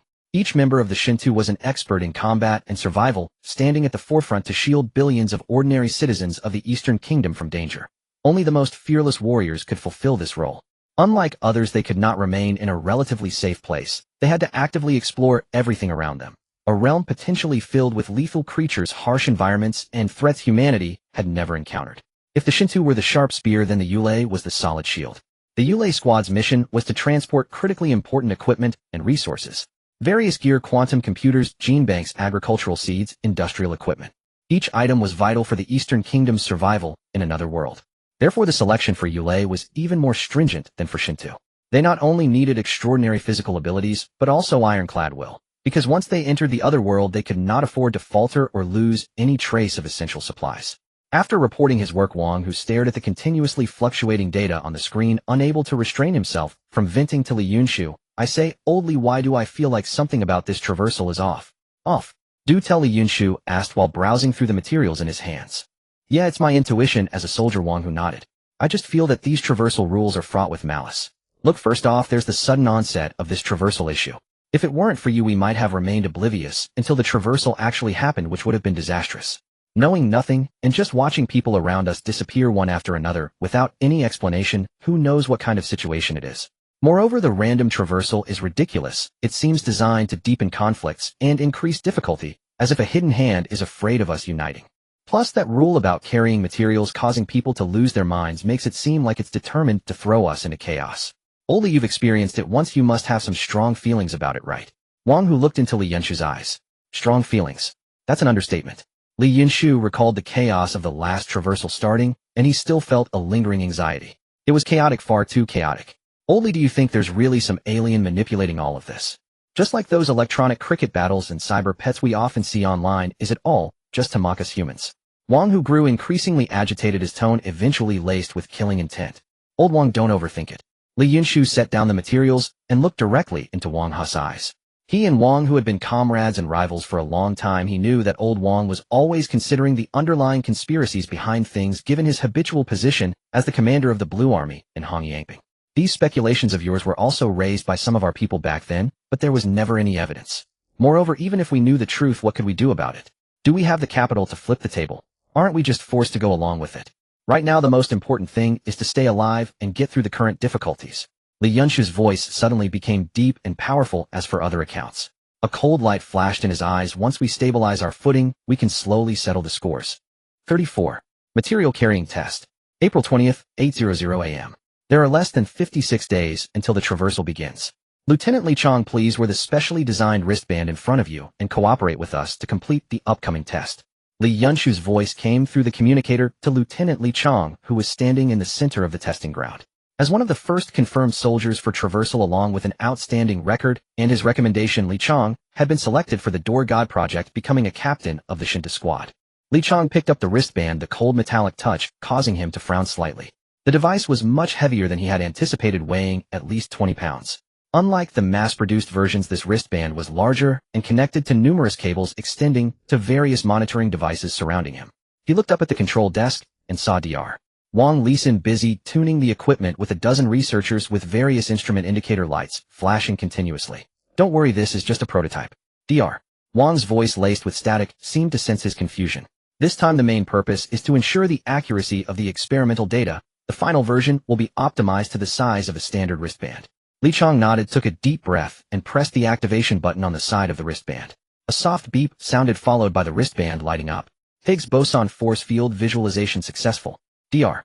Wang's voice suddenly rose, and the control room erupted in cheers. Li Yunshu turned to the large screen, which displayed a three-dimensional holographic projection of Li Chang enveloped in a flowing red energy field resembling a layer of flames. Commencing the second phase of testing. Li Yunshu turned his attention back to Li Chang, pleased on the standard tactical backpack next to you.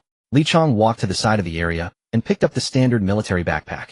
As soon as he put it on, the red energy field on the screen extended to envelop the backpack, perfectly integrating them into one. Now please sit down. Following the command, Li Chang slowly sat down. The moment his buttocks made contact with the ground, the red energy field on the backpack suddenly vanished, leaving only the energy barrier around his body, while the backpack was excluded from the force field.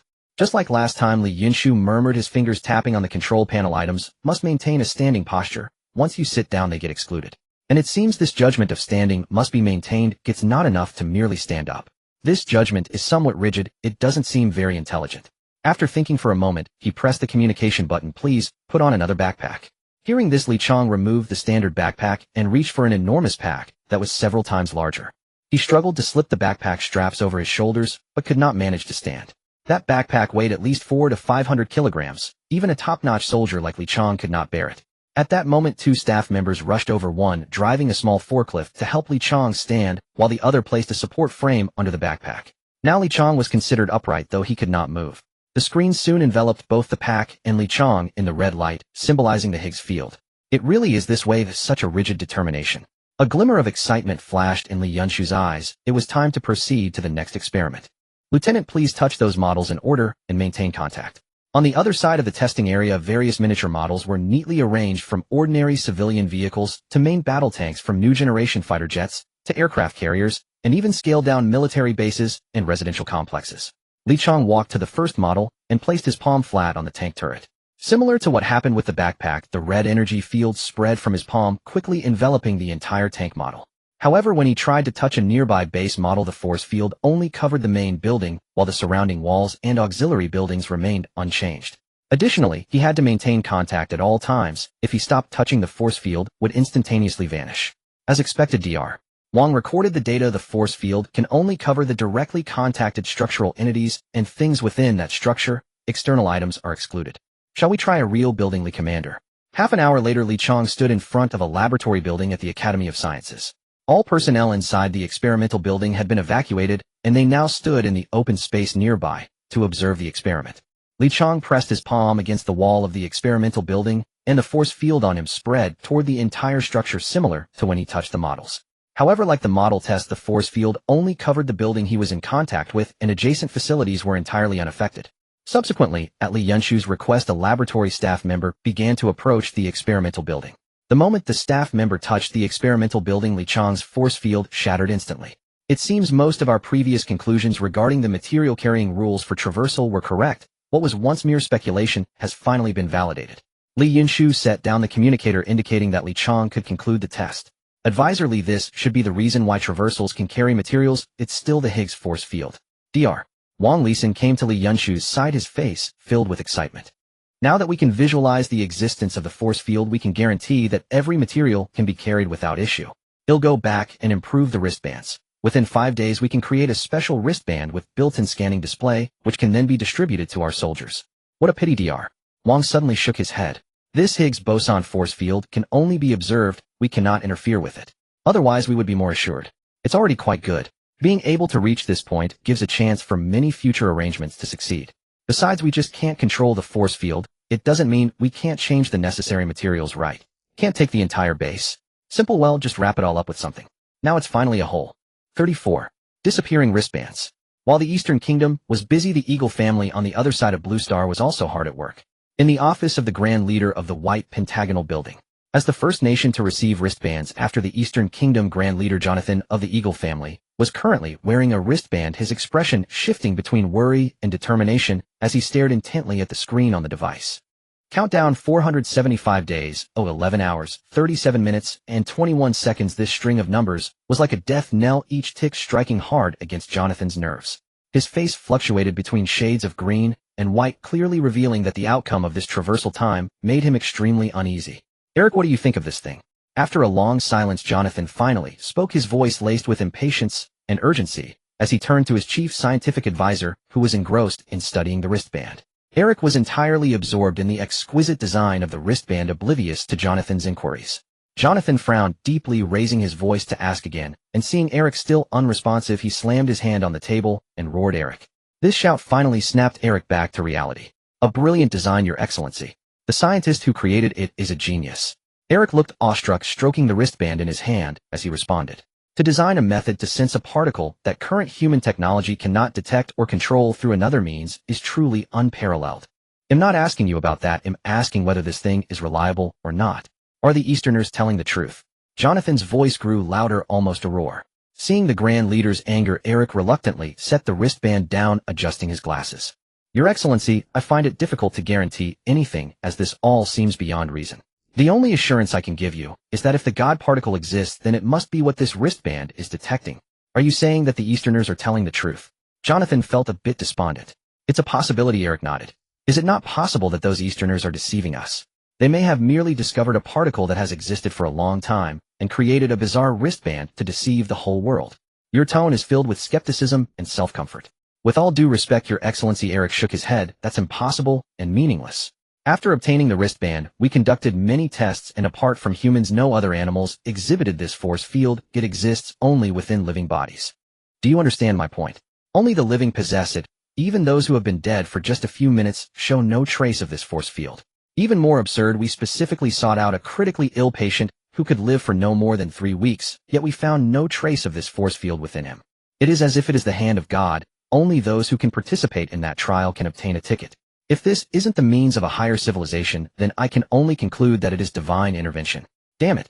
Jonathan was utterly despondent. He glanced helplessly at the countdown on the wristband and slumped in the luxurious Grand Leader's seat. Only over 400 days left. Jonathan mumbled for the first time. As the most powerful human on Blue Star, he felt so powerless about his future. What level of research have you conducted on that traversal? Is there any way to prevent it? He looked at Eric again, his eyes filled with a glimmer of last hope. I'm sorry, Your Excellency. Eric spread his hands, his face full of helplessness. They are utterly clueless. And judging by this God particle that has appeared out of thin air, there's no way we can stop it. It far surpasses our technological level. Sir, instead of dwelling on this, it would be wiser to follow the example of the Eastern Kingdom and start preparing. At least that way there might be some hope, wouldn't you agree? Eric offered the suggestion to Jonard. Then let's take action. Jonard took a deep breath as if steeling himself with great resolve, and finally mustered some spirit. How many wristbands did the Eastern Kingdom give us? 8,000. How long will it take us to complete the nationwide calculations? I'm not sure. At our current pace, at least half a year, Eric replied helplessly. Why so long? The Eastern Kingdom completed their preliminary calculations within a week. Jonard immediately grew agitated, abruptly standing up, bracing his hands on the table, leaning forward, and fixing his gaze on Eric. Sir, we simply don't have enough wristbands, and moreover what? We can't place the wristbands in crowded areas for automatic calculations like the Eastern Kingdom did. We have to rely on military escorts, which severely hampers efficiency. Furthermore, many citizens outright refuse to undergo the wristband calculations. They even seize every opportunity to destroy the wristbands. According to them, this is a trial from God, and interfering with it will lead them to hell. These damn fools. Jonard slumped back into his chair in defeat, burying his face in his hands, fingers clutching his hair in sheer frustration. Start cracking and replicating the wristbands immediately. I want to see 100,000 of our own wristbands within a week. Jonard snarled. Sir, I'm afraid that's still not possible. Why? Don't tell me you can't crack the encryption of the Eastern Kingdom. You are the finest scientific community on Blue Star with the best equipment. That's not what I meant, sir. The Eastern Kingdom didn't even encrypt these wristbands, and the craftsmanship isn't complicated. We could start producing them domestically right now. The problem is we lack sufficient materials. Manufacturing these wristbands requires high-purity dysprosium, which we don't have domestically. We've always imported dysprosium from the Eastern Kingdom, and now they've banned exports.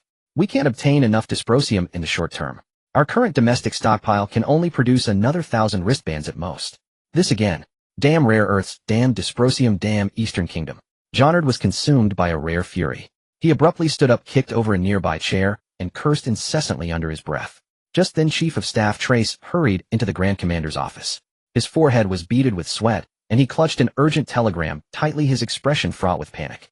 Sir, I apologize for the interruption. The Stowe's family, Kennedy family, Booth family, Klingon family, and your own family have jointly sent a message demanding that we provide them with at least 10,000 wristbands as soon as possible. Jonard slammed the document onto the table, the mahogany desk, letting out a deafening thud. 10,000. Do they think these are Christmas candies? He gritted his teeth and tore off his tie. Tell them we can't even scrape together 1,000 nationwide. Trace wiped the cold sweat from his brow. But these families say that if their demands are not met, they will jointly impeach you from your position as Grand Commander. They even said that if you don't meet their demands within 3 days, they will. Well, what? Jonard was on the verge of a breakdown. They will make public your medical records and on-site footage from your treatment on St. George Island. Trace stammered. The air in the room instantly froze. Eric discreetly retreated to a corner pretending to study the data on the wristband. To hell with impeachment.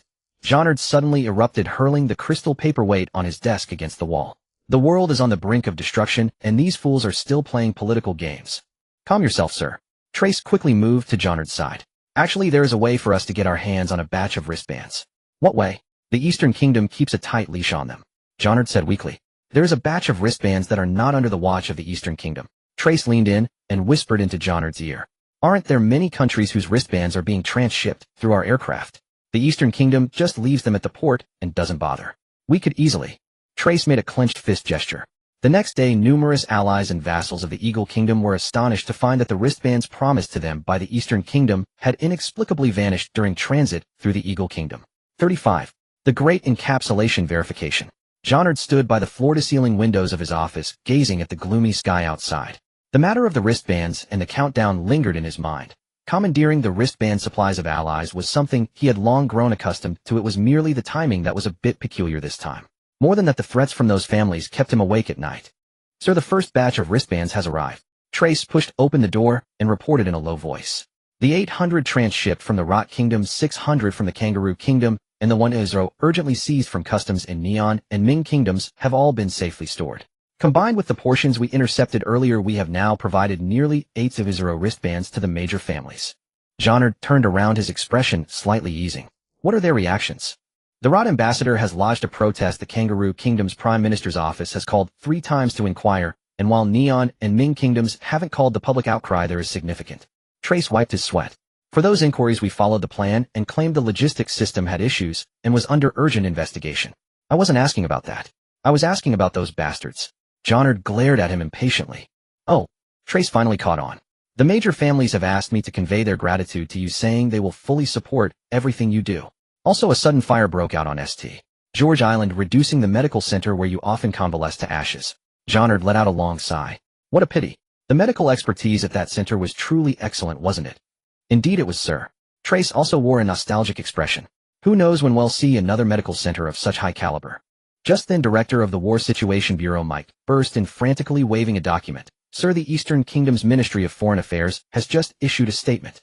They announced that due to unforeseeable logistical issues, they will suspend transshipment of wristbands through our country and will instead airlift them directly to their destinations.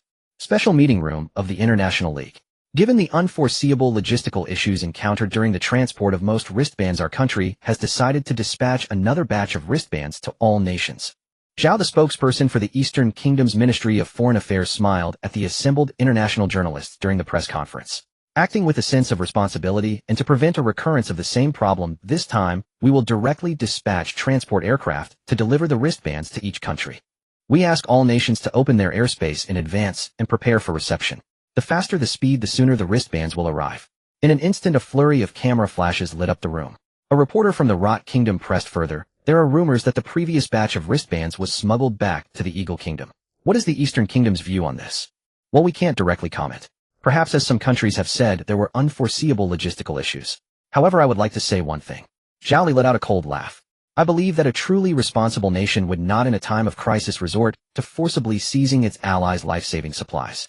Don't you agree? Meanwhile, inside the Eagle Kingdom's command center, Defense Secretary Hansen stared at the dense cluster of red dots on the satellite map. Those were the protest demonstrations against the Eagle Kingdom's hijacking of the wristbands taking place in various countries, from the Victory Gate of the Rot Kingdom to the Great Light Gate of the Ming Kingdom, and even the Prime Minister's residence in the Kangaroo Kingdom was packed with angry crowds. Damn it, that fool Jeannard. Austin slammed his fist onto the console. Doesn't he realize our greatest advantage is our alliance system? Chairman of the Joint Chiefs of Staff Carter said with a grim face. Worse still, the Eastern Kingdom has just announced the launch of a global mutual aid plan promising to directly airlift wristbands to all developing nations.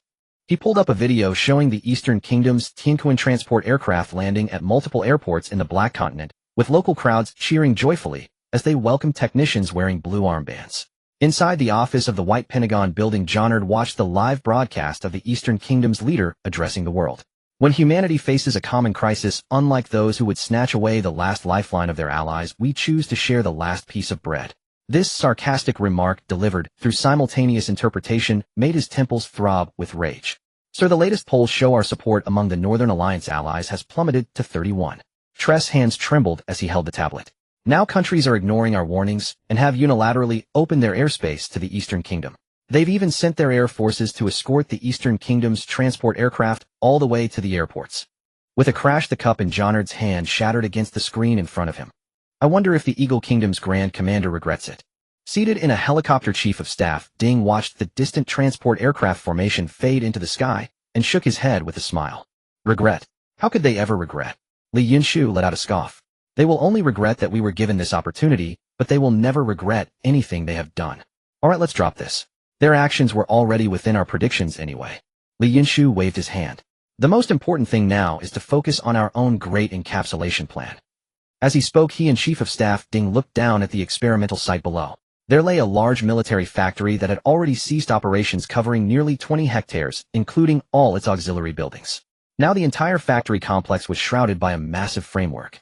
Countless workers were installing vast arrays of solar panels and metal sheets onto the framework, forming an airtight shell. Not only that, but the ground of the factory area was also covered with metal sheets, seamlessly connecting with the surrounding framework. I wonder if this plan will work. Li Yunshu felt a pang of anxiety as he looked at the nearly completed encapsulation. The encapsulation plan was his proposal, and it had consumed enormous amounts of manpower and resources. If it failed, he would be utterly ashamed. It should be fine. Didn't we run simulations through the 9 chapters? The success rate was over 97%. Besides, even if it doesn't succeed, what's the worst that could happen? Compared to the last time in your memory, we've already achieved so much more this time.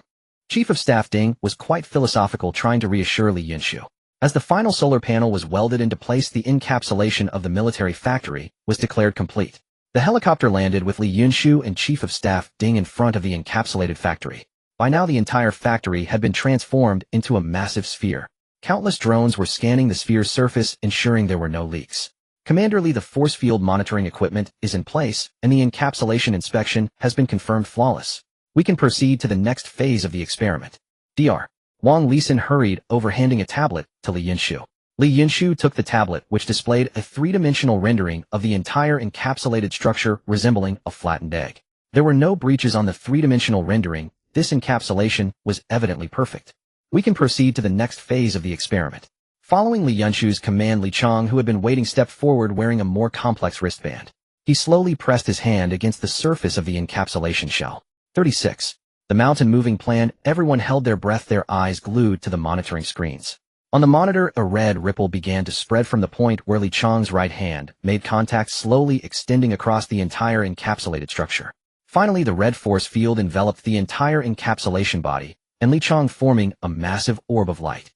Experiment successful. The encapsulation plan is effective. A huge cheer erupted from the observation area, and Li Yunshu finally let out the breath he had been holding, exhaling deeply. Excellent, Yunshu. Chief of Staff Ding rushed forward in 2 or 3 strides, clapping Li Yunshu vigorously on the shoulder, his eyes gleaming with ecstatic joy. This means our options have multiplied exponentially. As long as we can transport the equipment over, rebuilding the production line over there won't be a problem. Li Yunshu's lips curved slightly upwards, but he maintained his composure. Chief of Staff Ding, don't celebrate too soon. Transportation is just the first step of a long march. Subsequent installation and debugging, personnel training, raw material supply. Every link is a challenge. He looked towards the distant encapsulation structure. Furthermore, we cannot yet determine the location of our transit over there. It's not impossible that we might end up in a desolate or extremely dangerous place. You kid. Chief of Staff Ding looked at Li Yunshu helplessly. You think too much. He suddenly threw an arm around Li Yunshu's neck. When it's time to celebrate, you celebrate to your heart's content. What remote area? He pointed emphatically at the encapsulation structure before them. This thing is the core. Wherever it appears, that shall be the core stronghold of our Eastern Kingdom. In that other world, that shall be our domain. Now go and send the announcement. Tell the Elder that the encapsulation plan experiment has been a resounding success. Special Situation Response Command, report. An urgent message from Advisor Li Yunshu. The encapsulation plan verification has been a complete success. The liaison officer practically ran into the room, his voice trembling slightly with excitement. The Elder, who had been working, abruptly lifted his head from the documents, a sharp light bursting from his eyes. Quickly, let me see it. He snatched the telegram, his fingertips trembling slightly. Excellent, truly excellent. He read Li Yunshu's detailed report, while unable to resist slapping his own thigh. Quickly notify the others. We'll convene a special meeting in 10 minutes. 5 minutes later, the meeting room was full. Apart from Li Yunshu and Chief of Staff Ding, who had not yet returned, Elder Zhu, Elder One, Elder Sun, and others had all arrived. They were taking turns reviewing the verification report of the encapsulation plan sent by Li Yunshu. This news had clearly excited them, as well, their faces glowing with enthusiasm. Since everyone is here, let's start the meeting. Yunshu and Chief of Staff Ding won't be back until this evening, so we won't wait for them. Let's begin with a preliminary discussion. What are your thoughts on this encapsulation plan? The elders exchanged glances, and Elder Zhu spoke first. It's a very good plan. It can greatly enhance our strength and survivability in that other world. However, we need to carefully plan the order and quantity of encapsulation to avoid impacting production and daily life back here. After all, although there are less than 50 days until the transit begins, most of our compatriots will still have to live here for nearly 3 years. My opinion is similar to his. Elder One also stood up. Our Academy of Social Sciences will immediately build a large model, using the 9 chapters, to find a method that balances both. However, once we start the great encapsulation plan, will there be any repercussions from the Eagle Kingdom? The scale of this plan is too large to conceal. You can rest assured on that account. Minister of Defense Elder Jiang replied with a smile. Through this wristband incident, the Eagle Kingdom has become notorious. Although they never care about such things, at least in the short term, they won't have the energy to interfere with us. They'll lay it out for you all here. Under the directive of the command center, we have secretly exported over 200,000 wristbands to the Eagle Nation and other countries through various channels. Most of these wristbands have flowed to the political elites and wealthy individuals of various nations, those who truly hold sway over their country's policies. The wristbands serve as a lifeline for them. If they feel secure, they may not resort to a fight to the death with us. Of course, we will continue to secretly provide them with more wristbands and appropriate information to ensure they don't become desperate. This not only keeps them appeased, but also allows us to exchange for things that are no longer obtainable through open trade. Did you know? Not long ago, we traded 5,000 wristbands with the Great Wheat Nation for a complete set of the latest lithography systems, which are now being secretly transported back to our country. Many items they were unwilling to export to us have been offered in exchange for wristbands now that their own lives are threatened. The nations are no longer united with the Eagle Nation, and with the deterrence of the Jingwei plan, the large-scale human civil war we feared should not occur. In fact, you could say those folks are busy stockpiling supplies and building doomsday bunkers. They don't have time to mess with us. After all, in their eyes, our encapsulation plan looks just like their doomsday bunker projects on the surface, doesn't it? The meeting concluded swiftly. By the time Li Yunshu and Chief of Staff Ding returned, a thoroughly verified plan had been placed in his hands. Preliminary plan for the Great Encapsulation Project. 1. Effective, immediately initiate the Great Encapsulation Project, codenamed Mountain Moving. 2. Li Yunshu is concurrently appointed as the project's overall commander, reporting directly to the Emergency Command Center.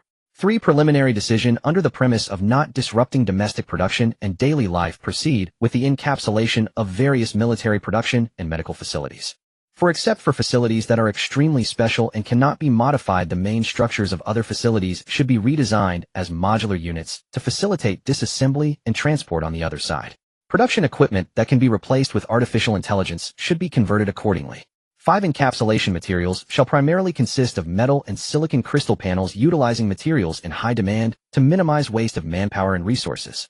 6. During the implementation of the encapsulation plan, strict control over public opinion must be maintained to prevent civilian panic. 7. It is recommended that the first batch of encapsulated items prioritize equipment, medical supplies, and daily necessities, ensuring sufficient strength to establish a foothold on the other side before considering other items. 8. Specific improvements and adjustments during implementation shall be decided by the project's overall director, with timely reporting to the Emergency Command Center for discussion as needed. A brief announcement quickly spread through every street and alley of the Eastern Nation. The Mountain Moving Project is officially established. We are now recruiting nationwide for construction workers with high-altitude experience, tower crane operators, skilled welders, steel fixers, and architectural planning designers. In an ordinary training base in Lianghu Province, Meng Jianxi rubbed his sleepy eyes.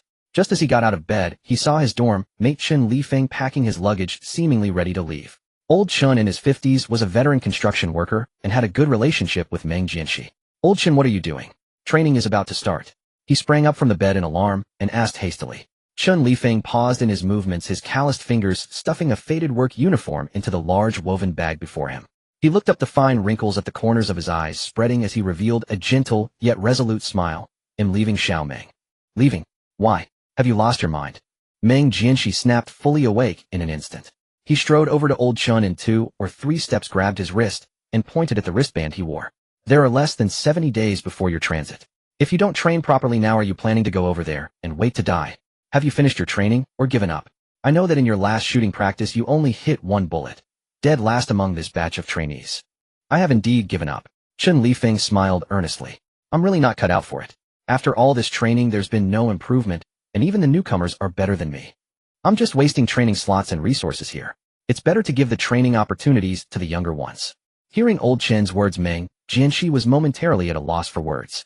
The training base did allow free entry and exit based on personal choice, but weren't most people reluctant to leave? With the transit imminent, wouldn't more training and learning increase one's chances of survival?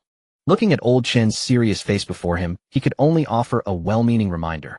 You need to think this through. The training camp and factory rotate every 10 days. If you leave now, without reason you'll have to wait at least a month before you can return to training. By then you might have forgotten everything you've learned. Besides, old Chen, didn't you mention in casual chats that you've had a dream since childhood, to become a hero by wielding a gun and killing enemies? Have you forgotten all that? Unexpectedly, old Chen shook his head. Of course I haven't forgotten, and I won't be returning to the training ground either. Why? Don't give up on yourself, old Chen. Where will you go if not the training ground? Will you just screw bolts in a factory until your transit? At first I thought about that, but now I have a better option. As he spoke, old Chen glanced out the window. There a large screen was playing the recruitment announcement for the mountain moving project on a loop. Heroes don't always have to hold a gun. At a certain military training base, Lin Yifei shoved open the lid of the simulation pod, stumbled out, and collapsed beside it, vomiting violently. The sour stomach acid mixed with his breakfast spewed forth. In the simulation, just moments ago, he and 16 comrades had all been torn to shreds by a sudden swarm of insects. To test them, the instructor repeatedly played back the footage of their dismemberment, before their eyes finally breaking Lin Yifei's psychological defenses. What's wrong? Can't take it. Instructor Tang Shan's mocking voice rang out. With skills like this you want to become a Shinta team member. I suggest you give up. Even if you go, you'll only end up as food for the bugs, and you'll get your teammates and the civilians waiting for help killed too. Hearing Instructor Tang's words, Lin Yifei struggled to his feet, wiped the filth from his mouth with one hand, and pushed open the simulation pod's lid to lie back inside. Once again and again, countless times. When Lin Yifei finally climbed out of the pile of corpses without a change in expression, his gaze had become unyieldingly resolute. Without even aiming, relying solely on muscle memory, he fired 2 shots to shatter the nerve ganglion of a blade claw insect. Then he skillfully assembled a makeshift explosive from the damaged weapons around him, blowing a burrowing worm to pieces. The lid of the simulation pod was lifted once more. Congratulations, brother. You are now a qualified Shinta team member. Instructor Tang Shan smiled and extended his hand to Lin Yifei. In a run-off-the-mill maternal and child hospital in Lin City, within an equally ordinary ward, a man with an exceptionally sharp demeanor was carefully holding a newborn baby. He seemed utterly at a loss on how to hold it, his flustered manner, as if the infant in his arms was not a child, but a bomb ready to explode at the slightest touch. With a chuckle, the mother lying on the hospital bed couldn't help but laugh. What kind of pose is that? Hurry up and bring a bao over to me. She shot the man a glare. When the man clumsily handed the baby to her, she expertly took the child, changed its diaper in a few quick moves, and cradled it to nurse. Only then did he let out a sigh of relief. Honestly, I was more nervous handling unexploded bombs in the military than this, the man said with a smile, reaching out a finger to gently tease the baby's soft cheek. Go away. If you make a bao cry, I'll never forgive you. The mother pushed his hand aside in mock annoyance. The man just stood there grinning foolishly at the mother and child, his face brimming with happiness. After some time, the baby, full and content, fell into a deep sleep, occasionally flashing a sweet smile, as if lost in a beautiful dream. The mother gazed down at the tiny life in her arms, her eyelashes casting fine shadows on her face. After a long silence, she suddenly looked up. Do you really have to go? A bao isn't even a month old yet. The man sighed. He removed a wristband from his own hand and gently pressed it against the baby's tiny wrist.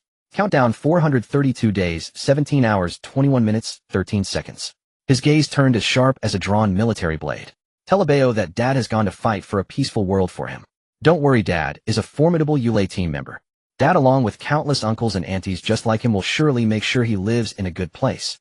Peaceful, stable, and happy. With these words, the man bent down and gently kissed the foreheads of both mother and child. Then, ignoring the mother's heartbroken expression as she tried to hold him back, he resolutely left the ward. Commander Lee, this is the feedback report from the start of the mountain moving project up to 2 days ago. Qin Yi handed a stack of documents to Li Yunshu. Honestly, I'm truly moved. This is our Eastern nation for you. Reliable in times like these, he remarked with emotion, his usually stern face beaming with pride. In less than 2 days, over 2 million people signed up to participate in the mountain moving project. If we hadn't notified people at the registration points that we had enough, this number might have been even more staggering. Most of them are construction workers with over a decade of experience along with skilled tower crane operators, steel fixers, and even a few top-tier welders hailed as national craftsmen featured in state interviews. Now all 1,200 first-phase targets of the mountain moving project have been fully assigned and encapsulation is expected to be completed within a month. Li Yunshu's eyes glided rapidly over the terminal where numbers and charts transformed into a grand vista in his mind, becoming giant pillars supporting the sky. Then he shifted his gaze from the terminal to the window. In the distance, the construction site blazed with lights. The silhouettes of tower cranes stood like steel giants in the twilight, and the faint roar of machinery drifted in. The first batch of engineering equipment for the mountain moving project had already begun operation. Qinyi, do you know why our ancestors were able to build the Great Wall? Li Yunshu suddenly asked. Qinyi was taken aback then smiled. Because of unity. No, Li Yunshu shook his head. It's because they believed they were doing something that would change the future. They believed they were building a great wall to keep danger out so their descendants could live in peace. He stood up, walked to the window, and continued with his back to Qinyi. Now we are doing the same thing. The mountain moving project, and everything we are doing now is to erect a wall in that other world as well so our descendants can survive and live happily. So they willingly do this. Li Yunshu patted the documents before him. Our Eastern nation has never lacked such people, those who shoulder all responsibilities themselves. Mountain moving project, construction site No. 1012. Chun Lifeng laboriously secured his safety harness, then slowly slid down along the auxiliary railing from the top of the framework. This was a decommissioned nuclear power plant. Due to its vast area and unconventional shape, its multi-layered shell for safety made it extremely tall. Combined with its remote location, the encapsulation of this building was exceedingly difficult. Old Chen carefully laid the silicon crystal panels onto the framework, encasing the nuclear power plant, sweat dripping from the edge of his hard hat. He squinted through his goggles at the distance. The lingering rays of the setting sun bathed the massive concrete structure, dyeing the silent steel beast a dark crimson. Old Chun, reinforce the left side one more layer. A fellow worker's shout came from below. Chun Lifeng nodded, adjusted the tool belt at his waist, and moved slowly along the steel frame. His movements were steady, though nearly 50 years of high-altitude work experience made him as sure-footed on this structure as on level ground. Encapsulating a nuclear power plant was no simple task. They had to ensure the encapsulation had no leaks and that it wouldn't collapse and damage the plant's main structure during transit between two worlds. Especially the first point, the nuclear power plant had to remain a complete whole. Every auxiliary building had a crucial function. If even one was lost during transit, it would either completely paralyze the plant or turn the entire facility into an unstable dirty bomb. Therefore, the encapsulation materials chosen were extremely thin silicon crystal panels, lightweight and tough, with few drawbacks except for their difficult manufacturing process. But the construction difficulty. The site was too remote, lacking enough tower cranes, forcing workers to rely on safety ropes to climb the outer frame themselves for welding. After several hair-raising welding sessions, Old Chin suddenly recalled a job he had done long ago, also high-altitude welding. With a shortage of equipment, progress was slow. Who had come up with a solution back then to meet the deadline? Old Chun racked his brains. You're saying a construction worker provided a new construction method that after 9 chapters of simulation verification could improve efficiency by over 10% and significantly enhance safety. Li Yunshu looked in astonishment at Dean Wan, who had rushed over to find him. That's right. Take a look at this. Dean Wan directly opened a holographic projection, displaying an exploded view of a high-altitude work tool. Such a simple structure, yet it can have such a big impact. Old Wan couldn't help but marvel. So you came to me to promote this tool quickly across all mountain-moving construction sites nationwide? Li Yunshu asked, somewhat puzzled. No, I wouldn't come specifically to you for something so trivial. In fact, after the tool's effectiveness was verified, it has already been promoted. Old Wan quickly shook his head. I came to you about something else. After receiving this tool, I specifically had a video chat with its provider. He said his name is Chun Lifeng, a construction worker in his 50s. To contribute his strength to the Eastern nation, he joined the mountain moving project. He specifically mentioned that he was useless in the training base. The training was too hard for him, and that he was very glad to have the mountain moving project as a way to shine. Hearing this, Li Yunshu gradually understood. He looked at Dean Wan. You mean we? Seeing that Li Yunshu seemed to have caught on, Dean Wan finally stated his true intention. Have we been a bit too autocratic in pushing universal training? You know, there are bound to be many people like Chun Lifeng across the Eastern nation, people who are truly unsuited for combat. Shouldn't we also prepare other paths for them so they can leverage their strengths? Dean Wan's words jolted Li Yunshu awake. Yes, not everyone is suited to be a soldier. There are. Few could achieve more in other fields. Li Yunshu pondered for a moment. Old One, I understand your point. However, basic training must still be conducted for at least one cycle. It is the minimum guarantee for surviving at least a month. Furthermore, we will immediately launch a comprehensive nationwide screening to let everyone showcase their strongest skills. Li Yunshu's gaze grew resolute as he realized what he had overlooked while fixated on the battlefield. He swiftly entered commands on his terminal. Cheney, notify all departments immediately to initiate the 100 trades plan. We must open a second front beyond basic training for those unfit for combat, but possessing specialized skills. Construction workers, mechanics, welders, farmers. Even chefs, teachers, and doctors. Anyone with a skill can find their place in the other world. The mountain moving plan is just the beginning. What we aim to build is a complete civilization. I'm incredibly skilled at drone operation. I can quickly master virtually any drone on the market. I'm proficient with vehicles. Any car I can operate skillfully within half an hour and perform stunts within an hour. I'm not good at much else, but decades of mineral prospecting have given me an almost instinctive sense for veins, especially coal and iron. One glance at a mountain, and I can tell what's inside. Li Yunshu stood before the massive screen in the command center. On the national map, countless lights flickered, each representing a certified special talent. I was too narrow-minded, he murmured. I only thought about bringing equipment and energy, but I nearly forgot the most precious resource. Old Ju stood beside him. It's not too late to adjust. The 100 trades plan has already screened 87 major professional categories, covering over 30 million skilled personnel. We've established a database, and these individuals will be specially flagged to empower them in their areas of expertise. Currently, all training bases and production units are conducting specialty registrations. Any expertise that passes verification will be added to the database immediately. This is my fault. Li Yunshu reproached himself. I was too hasty, only focusing on boosting armaments and combat strength, forgetting what truly underpins everything. Fortunately, Chun Lifang's words woke me up.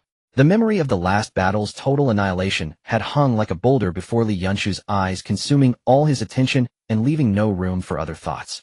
Here, let me share some good news to lift your spirits. Old Ju deliberately raised his voice, trying to dispel the tension in the command room. What good news? Li Yunshu forced a faint smile. Remember the drone swarm tactic you discussed with Old Ding and Academician Du? Li Yunshu nodded. He was all too familiar with this plan, rehearsing it in his mind almost every night. The insectoids' greatest trait was their overwhelming numbers and fearlessness, while our soldiers were irreplaceable losses. If we could compensate for numerical inferiority with extensive unmanned equipment, fighting the bugs would be far easier. However, after discussing this conclusion, several problems had emerged, leading to its temporary shelving. First was drone production capacity. Combating the insectoids required an enormous quantity, and establishing sufficient production lines in the other world was exceedingly difficult. Second was the shortage of skilled drone operators. It was impossible to develop combat-ready drone AI in time, so operators were necessary. In the short term, Li Yunshu couldn't find enough proficient operators. Even including all military personnel, they could barely muster less than 2 million. Wasn't the conclusion back then that the most effective way to counter the insectoids was to use unmanned equipment against their numerical advantage? Old Ju called up a set of data as he spoke. Now both bottlenecks of this plan have been resolved. Both resolved. So quickly. Li Yunshu straightened up abruptly, his eyes wide. Thanks to the total national mobilization. Old Ju smiled, swiping the screen to display production data cascading like a waterfall. Through industrial restructuring, our drone production capacity has skyrocketed. Leading companies like Wanyu have transferred all core technologies to the state for free. Now 10000 military-grade drones roll off the line daily. Not toys, but true weapons capable of engaging the enemy. Next month, daily output is expected to double. Then it won't just be one per person. Everyone could command a small drone formation. Li Yunshu gasped. He finally felt the weight of humanity's greatest industrial behemoth in history. In his past life, he had struggled in the other world, unable to build even a decent production line. But now, imagining the sky-darkening drone swarms engulfing the insect tide, his blood boiled. Yet he quickly forced himself to calm down. What about operators? Even with countless drones, without enough operators, it's useless. Our AI can't achieve true independent combat in the short term. It can at most provide auxiliary support. Well, Old Ju smiled mysteriously, tracing an exaggerated arc on the screen with his finger. Thanks to the national training and the 100 trades plan, we've found quite a few civilian experts. Guess how many skilled drone operators we have nationwide now? 5 million. Li Yunshu ventured boldly. If that were the case, tactical options would be far richer. Wrong guess, keep going. Old Ju wagged his finger. It seemed he was being too optimistic. Li Yunshu shook his head self-deprecatingly. Then 3 million. He estimated a lower number. Who told you to guess downward? Go higher. Old Ju looked displeased. Guess bigger. Higher. He had underestimated. Li Yunshu froze. Could it be 10 million? His voice trembled as he hesitantly held up one finger. Close, but at a zero. Old Ju clenched his fist and placed it beside Li Yunshu's finger. A full 100 million, and that's just a preliminary count. 100 million. Li Yunshu nearly jumped out of his chair, dropping his tablet with a clatter. He bent to pick it up, his fingers trembling uncontrollably. 100 million operators. How is that possible? If there were truly 100 million, why had it been so difficult to find a few skilled drone operators last time? They often had to send soldiers into certain death to scout enemy positions. Old Zhu then played a video in a training base. Thousands of casually dressed young people wore VR goggles, their hands deftly manipulating virtual interfaces. Among them were students, delivery drivers, programmers, and even gray-haired elders. The gaming industry deserves enormous credit, Old Zhu explained. Hardcore players of simulation games like War Thunder and Call of Duty can reach military standards after 2 weeks of special training, not to mention the countless model aircraft enthusiasts and professional pilots. The image switched to a bespectacled slender boy whose screen displayed real-time feeds from 8 drones simultaneously. This kid is Lin Yuchen, the drone racing king, on a streaming platform. He can now simultaneously control 12 drones in formation combat. Li Yunshu suddenly recalled a news story from long ago, a college student using a game controller to simultaneously pilot 5 drones in a complex choreography. At the time, he found it amusing. Now he realized it was clearly untapped wartime potential. And he roughly understood why they had failed to find enough operators last time. These were ordinary people, even somewhat reclusive ones.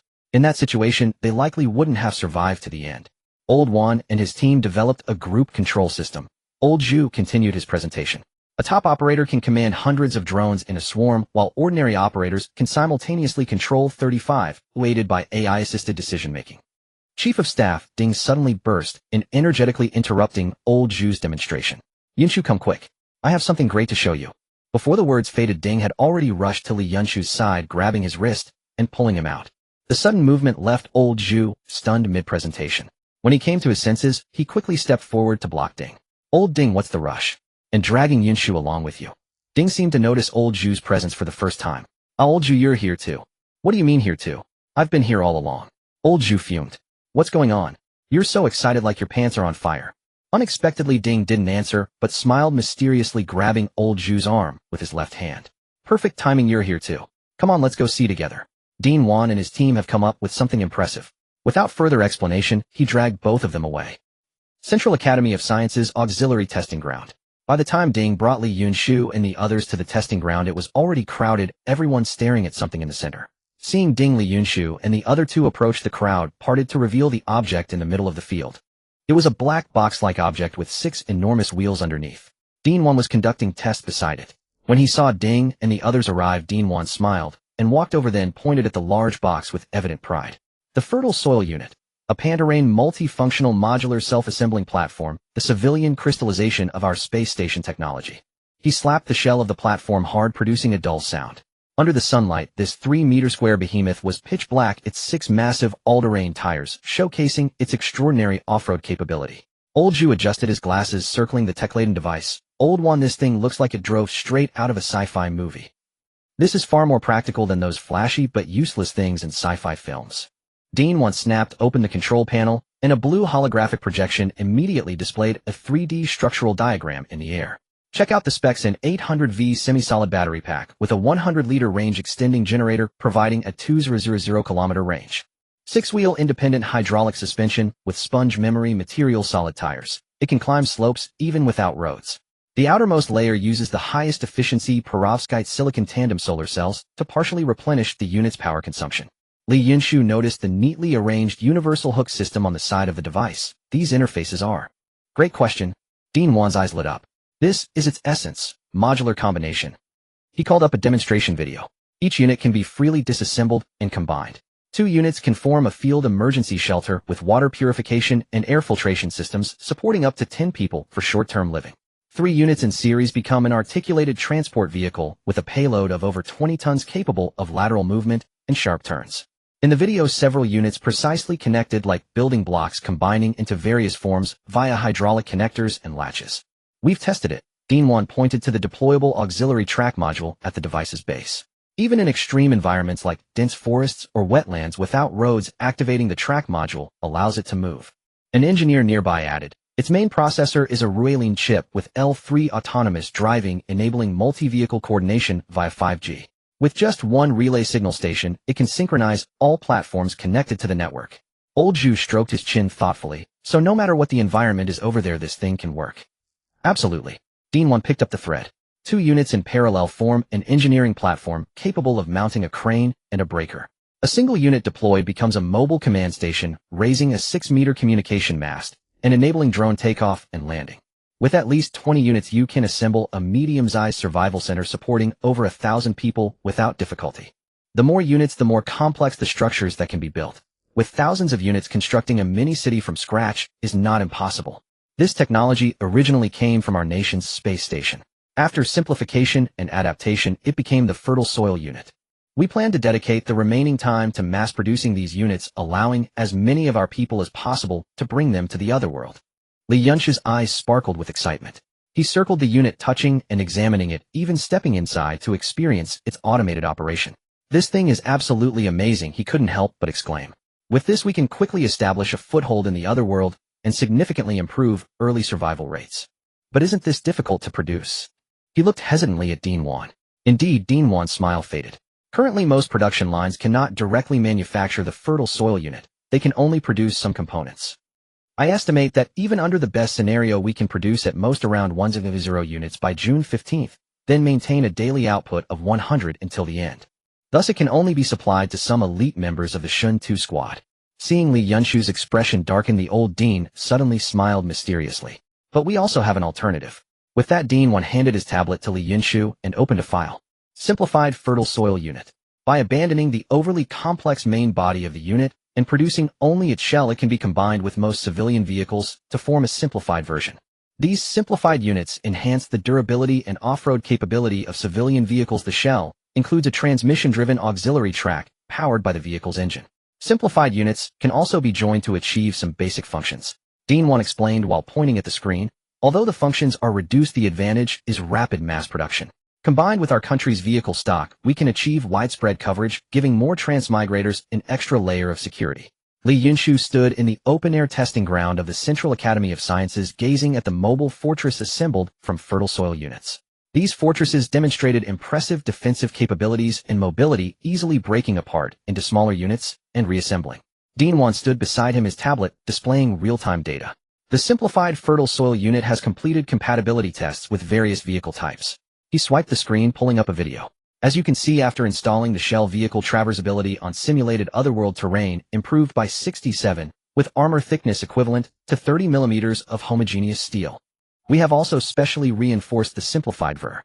The sealing property of the Shirong unit allowed it to evade 90% of attack intentions from ordinary beasts, provided it did not encounter enemies with high intelligence. Combined with the life support module and supplies installed in the Shirong unit, the pilot could hide and wait for rescue without any issue, lasting at least several days. Yunshu nodded, his gaze drifting to the distant testing ground. Their 20 civilian vehicles of various models were undergoing assembly tests with the Shirong units. Before assembly, the simplified Shirong unit resembled an unfolded box. When a car drove onto it, the track conveyor mechanism automatically locked onto the vehicle's tires, then propelled the tracks into motion using the tires. Subsequently, the partitions around the simplified Shirong unit would automatically rise, enveloping the entire vehicle. The partitions would fill the gaps between the car and themselves with high-density self-filling material, integrating the vehicle and the unit into a single entity. According to Dean 1's explanation, standard Shirong units could accommodate everything from large SUVs down to small mini-cars, covering the vast majority of civilian vehicles in the Eastern Kingdom. There were reportedly specialized simplified Shirong units for use with buses and long-distance coaches. What is the daily production capacity of the simplified Shirong units? Yunshu asked. It has reached 5,000 sets per day, Dean 1 replied. But the key issue lies in the battery supply. The semi-solid battery production line is still being debugged, so currently, it can only prioritize military versions. Civilian simplified versions will have to use traditional lithium batteries, reducing the range to 200 kilometers. Yunshu frowned. We must find a way to increase production capacity. Ordinary people may face prolonged periods without resupply after the transit, and insufficient range could be fatal. We are optimizing the process, Dean 1 said. Additionally, the 100 Crafts project has uncovered many battery engineers, which can help boost semi-solid battery output to some extent. Yunshu was about to say more when the emergency communicator suddenly rang. It was a call from Qinye. Commander Li, the Eagle Nation's 3rd, 7th, and 9th fleets are once again approaching the Eastern Kingdom's waters together. Qinye's voice carried anger. Chief of Staff Ding requests your immediate presence at the Emergency Command Center. At the Emergency Command Center, the movements of the Eagle Nation's fleet were marked in real time on the large screen. Chief of Staff Ding stood before the tactical sand table, tapping his fingers on the surface. When he saw Li Yunshu arrive, he directly transmitted the data to him. This is their final probe, Chief of Staff Ding said.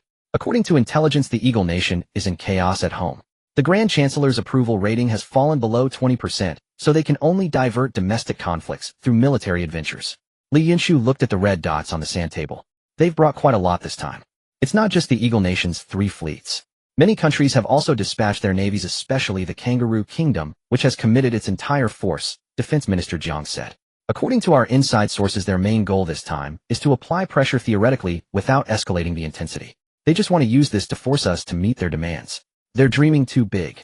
Chief of Staff Ding sneered. They have no idea what kind of power we can unleash when the entire Eastern Kingdom enters a state of general mobilization with all of us united as one. Perfect timing. Let's use them as a test run, a large-scale prelude before the transit. Minister Jiang nodded and turned to the communications officer. Order the Xianhai fleet to advance into international waters, deploy the drone swarm, and thoroughly evaluate our training results. Activate the Swearin system and establish a closed-loop Kozensing network protocol for the drone swarm to prevent interference. Tell the 9 heavens waiting in the sky to get to work. This time suppress them completely from start to finish. Additionally, warn the Eagle Nation commander, Minister Jiang said, enunciating each word. Crossing the 100 nautical mile red line means war. This time we will show no restraint. Soon aboard the flagship of the Eagle Nation's 7th Fleet, Admiral Taylor stared at the dense swarm of Eastern Kingdom drones on the radar screen, cold sweat beading on his palms. Sir, the Eastern Kingdom's drone swarm is approaching, the radar officer's voice trembled. Estimated count exceeds 100,000 units, all equipped with heavy firepower modules. We attempted to jam them, but it had no effect.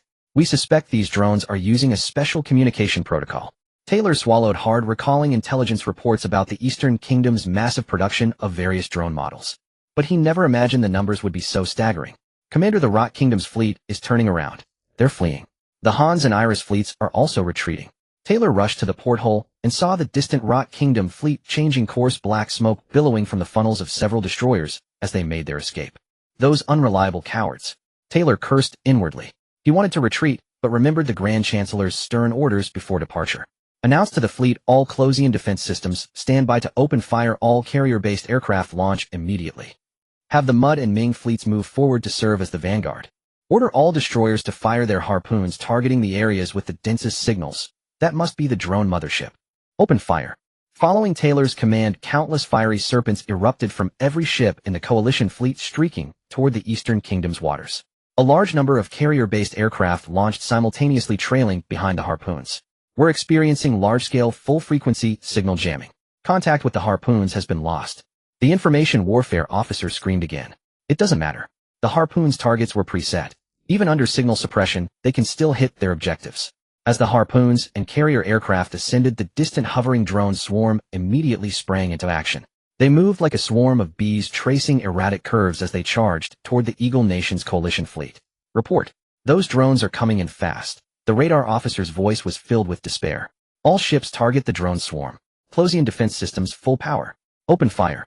Launch all missiles equipped with anti-radiation and graphene warheads. Detonate them in close proximity immediately.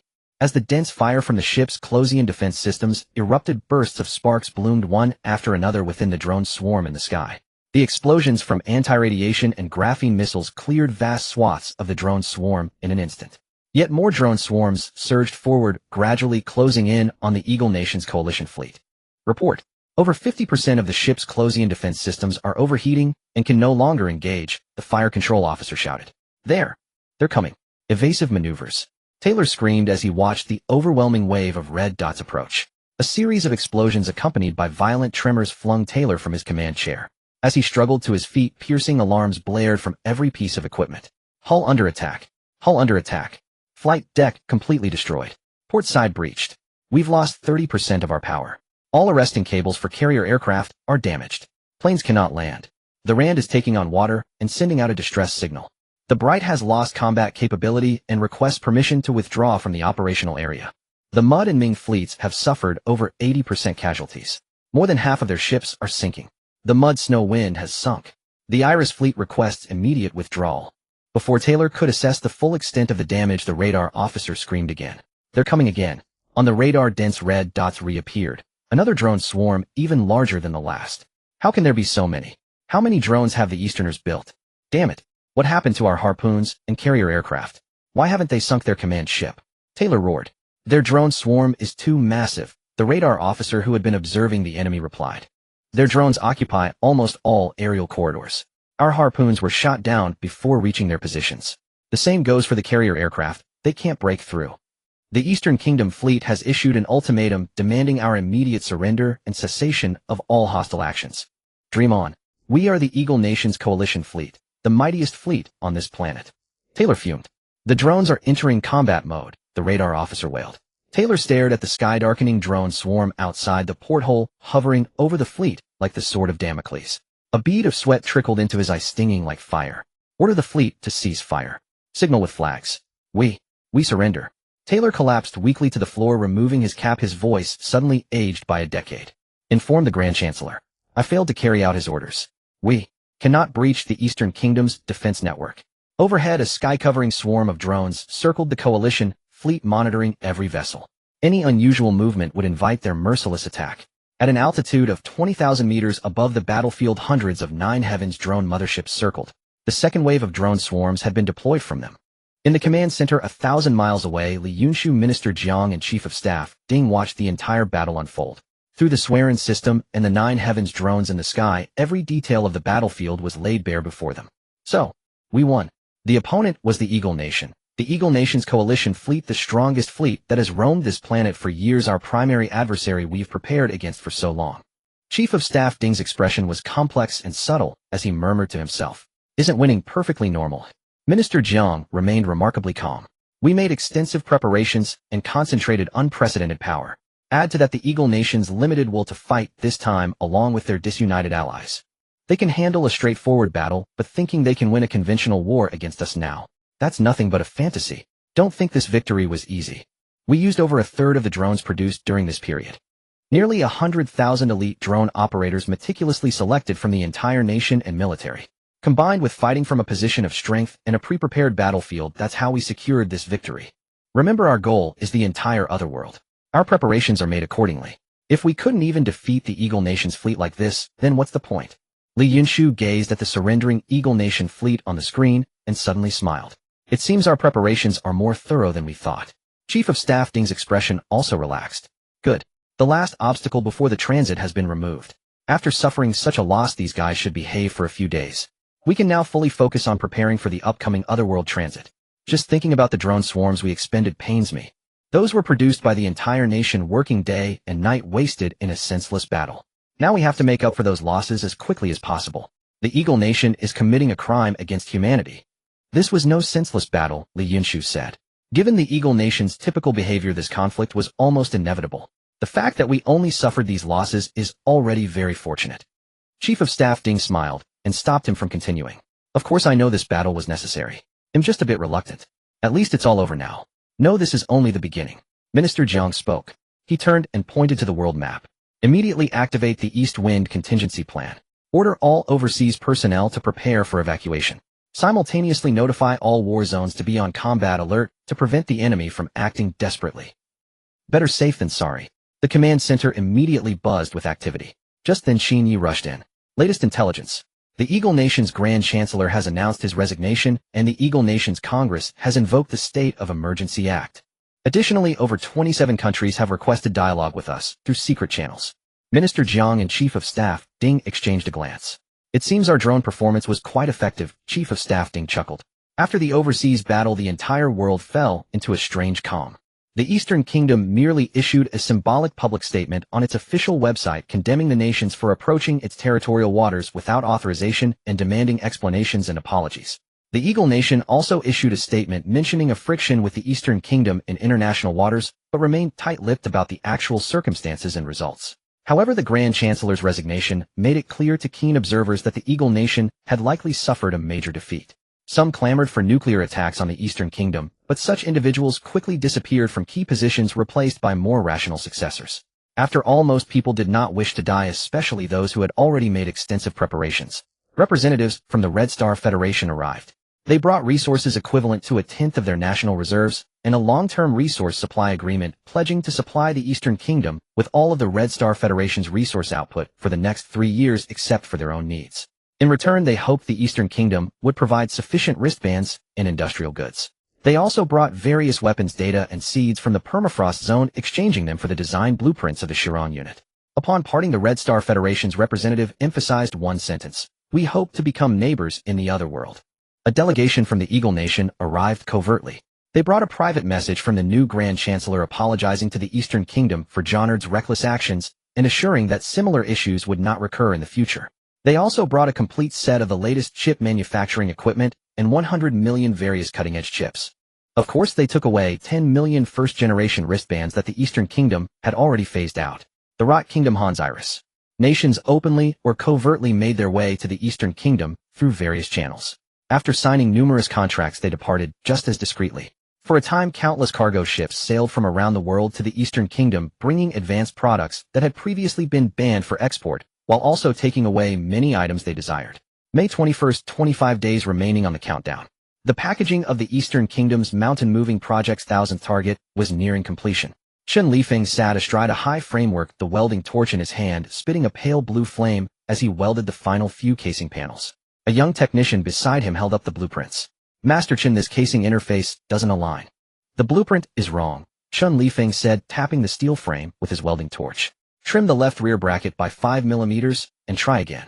When the silicon crystal panel clicked into place with precision, the technician's eyes lit up. "How did you know?" 30 years as a welder.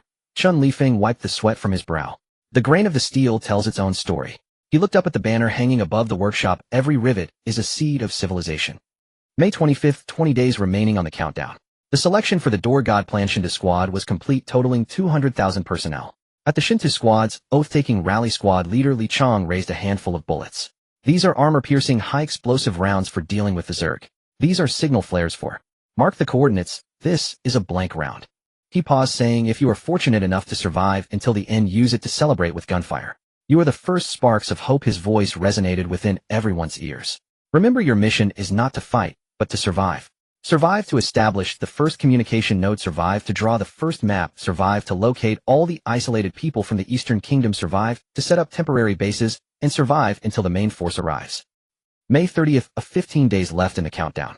Nationwide training bases are conducting the final round of training before the crossing begins. At a base in the southwest, an elderly teacher with a hearing aid is teaching a group of young people to identify edible plants. At a heavy industry base in the northeast, a group of engineers is engraving machine tool blueprints onto metal sheets, preparing to take them to another world. At a production factory in the central region, workers are ramping up production. After today, this factory will be sealed, becoming a cornerstone for the Eastern Kingdom's footsteps into another world. In every training base and every production factory, countless metal walls stand tall in the most conspicuous places. That is the Wall of Honor, inscribed with the names of every person from the Eastern Kingdom who has put in effort. June 10th, the countdown is down to the last 5 days. The selection for the Yulei squad has concluded. Today is the time for the first batch of Yulei squad members to head to their respective supply locations. Attention everyone, Commander Wang, who looked at each of the Yulei team members who were about to board the plane to various supply depots. Every grain of rice and every drop of oil you carry is a spark of human civilization.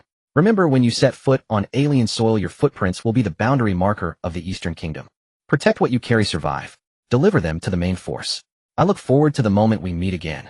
Now board the plane, depart. June 13th, only 3 days left before the crossing begins. On this day, the Eastern Kingdom did not conduct any training or production, but instead announced a nationwide day off, a stark contrast to normalcy. The citizens of the Eastern Kingdom, who had been working intensively for nearly 3 months, returned to their homes to spend what could be the last rare day of reunion with their families. All transportation, entertainment facilities, and public places opened their doors on this day, welcoming anyone who wished to use them. However, nearly all citizens of the Eastern Kingdom chose to stay home, accompanying their loved ones. People unanimously began to make dumplings, and everywhere was adorned with window decorations and blessings, peonies, koi fish, and most commonly, the words peace. June 14th, clear skies, gentle breeze, temperatures between 21-35 degrees. In the month of Renwu, on the day of Jiayin, it's a day for travel and expansion. The entire blue star is engulfed in unprecedented tranquility. Every individual in every country is anxiously watching their wristbands, if they have them, looking at the 24-hour rolling special programs, gazing at the distant Eastern Kingdom. Everyone is waiting for that moment to arrive, waiting for an unprecedented crisis in human destiny to unfold, or perhaps the birth of the most ridiculous joke in human history. Eastern Kingdom Special Situation Response Command, 8 a.m. sharp. The command center is filled with people and the large screens around are monitoring the status of major points nationwide in real time. Li Yunshu sits at his position, his hands instinctively balled into fists supporting his chin.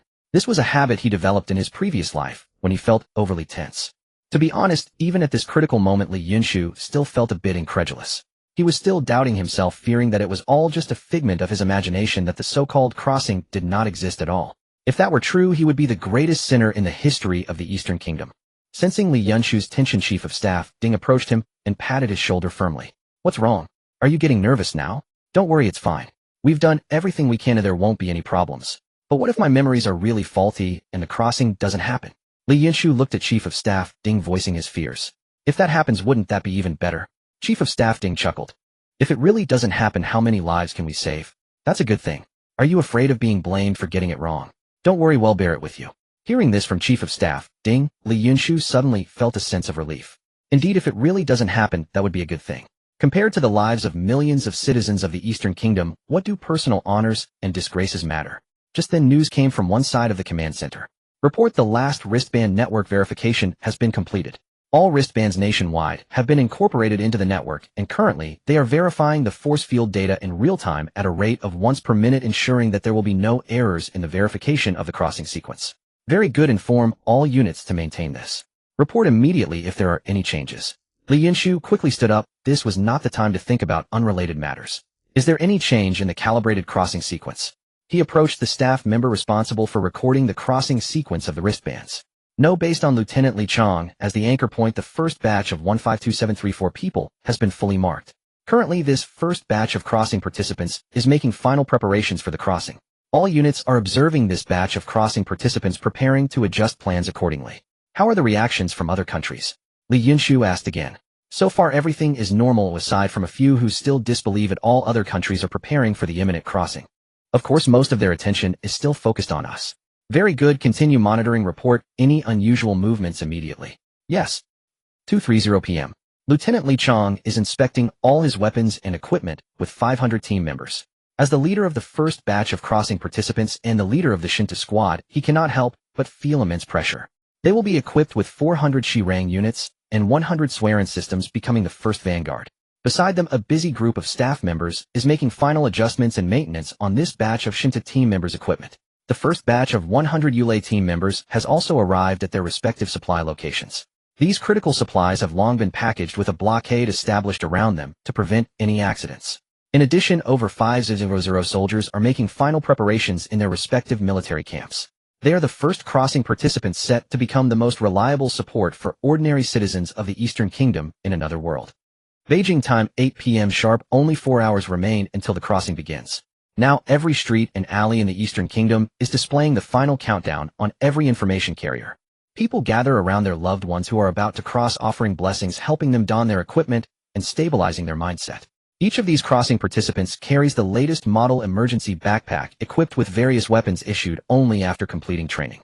In their final moments, they recite the survival manual for another world, which they had memorized during training. Those who can drive are tuning their vehicles. Those vehicles are already outfitted with simple Shirang units resembling bulky boxes. Beijing time, 11 p.m. sharp. In previous years, by this time, most of the Eastern Kingdom would have already fallen into a sleeping state. But now not a single citizen of the Eastern Kingdom is asleep. People anxiously surround the first batch of crossing participants whose wristbands have turned red, watching the countdown, ticking down second by second. At the Special Situation Response Command, Li Yunshu downed his 5th cup of strong tea for the day. What's the situation? His eyes were slightly red as he hoarsely asked. Everything is normal for now. Order remains stable across the board, but aside from special departments, everyone else is waiting around the first batch of crossing participants for the countdown to end. No problem. Li Yunshu waved his hand. How are the dynamics in other countries?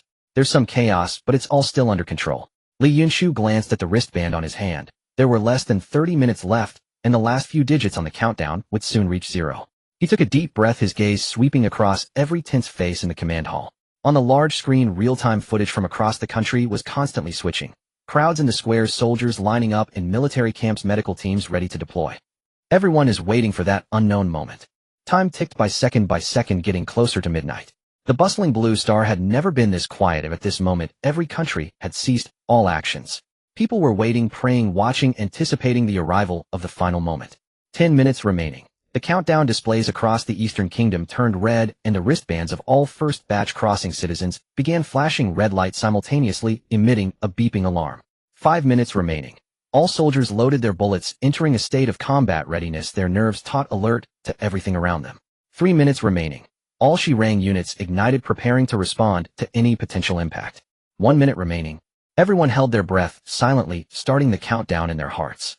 10, 9, 8, 7, 6, 5, 4, 3, 2, 1, 0. At the moment the countdown reached 0, all those marked as the first batch of crossing participants vanished silently from the sight of those around them. Thus, nearly 8 million humans from Blue Star embarked on the journey of crossing into another world. Chapter 44, The First Battle of the Eastern Kingdom in Another World. Li Chong felt as if he had been thrown into a washing machine, one that was also leaking air. 1 second ago he was on high alert with his teammates for everything that could happen. 1 second later, he found himself unable to see anything, only feeling the intense impact and extreme dizziness. He didn't know how long had passed, but suddenly Li Chong's vision cleared and bright light shone directly on his face. He couldn't care less about the overwhelming dizziness and quickly reached out to feel beside him, sighing in relief. Once he confirmed the familiar touch, Swearin One was still there. He shook his head vigorously to clear his mind. Damn, the simulation training didn't mention the sunlight would be this harsh. Li Chong squinted, quickly unloading his backpack. Before him lay not the familiar base, but a completely strange world. In the sky, 3 dim suns were arranged in a triangular formation surrounded by an endless expanse of grassland. The sky carried a slight purple hue, and even the grass on the ground was of a type he had never seen before. Looking at the scenery that he had seen only a portion of during the simulation training, Li Chong confirmed with certainty that this was indeed another world. All around were lowlying grass patches with only a few small nameless animals in the distance, cautiously observing the suddenly appearing Li Chong and his accompanying Swearin One. Judging that there was no immediate danger, Li Chong quickly turned off the exoskeleton power supply at his waist, putting it into sleep mode, and then looked at his wristband. June 15th, 000321. The wristband displayed that only 3 minutes had passed since the crossing, and taking into account the time he spent observing his surroundings, it became apparent that while it felt like a long time, the actual crossing was instantaneous. The communication module displayed unable to connect to service, and the weather module was blank. Only the function searching for other wristbands was continuously running, but currently there were no findings. Increasing the search power to maximum, Li Chong approached Swearin, placing his right palm on a sensor on the side of the container. With a sound of metal grinding, the entire container swiftly unfolded, causing the surrounding curious small animals to scatter in all directions. Once the Swearin system was fully deployed, Li Chong immediately activated the preset program, and dozens of metallic balloons shot out from above Swearin, beginning to spread out into the surrounding area. At this moment, Li Chong was pleasantly surprised to find that the communication module of the Swearin system displayed that there were 3 other wristbands online nearby. Wristband ID M1021007634126 126 kilometers to the northeast. Wristband ID M07827533732 121 kilometers to the west. Wristband ID M00004638847 63 kilometers to the southwest. Looking at the IDs, the owners of these 3 wristbands were ordinary people, not Li Chong's comrades. Just as he was about to connect those wristbands to the communication system, the closest wristband's indicators suddenly began to flash violently. Li Chong immediately called out to that wristband through Swearin, but no matter how he called, he couldn't get through. The flashing frequency of that wristband was increasing rapidly, indicating that its owner was in an extremely dangerous situation. Without thinking too much, Li Chong slammed down on the activation button beside him, and a high-speed drone was instantly ejected, speeding southwestward. Su Qianxiao was desperately fleeing, her lungs burning with pain, her ears filled with the thunderous sound of her own heartbeat. The stench from behind grew closer as the 2 armored monsters caused the ground to tremble with each step they took. Her right arm was already numb with a massive wound on her upper arm, warm blood dripping from her fingertips onto the alien grass. Why is it me? This thought screamed in Su Qianxia's mind. 10 minutes ago she was standing on a familiar street receiving blessings from her loved ones before parting, and now she was being chased by 2 monsters resembling a cross between a crocodile and a hippopotamus. As one of the first batch of crossing participants, she had made sufficient preparations. Before crossing, she held the issued rifle, wore the latest emergency backpack, and was dressed in the simplified exoskeleton provided by the state for ordinary people. However, upon arriving in another world, she had not yet recovered from the shock of crossing when she was ambushed by 2 monsters. One creature resembling a hybrid of a crocodile and a hippopotamus lunged at her side, taking advantage of her moment of distraction to pounce. If Su Qianxia hadn't instinctively raised her rifle in defense, she would have been torn to shreds by now. However, Su Qianxia's predicament was not much better. The rifle had slipped from her hands during the first attack and her backpack was lost somewhere in the mud. The only silver lining was that 2 months of arduous training had left her muscle memory able to keep her moving.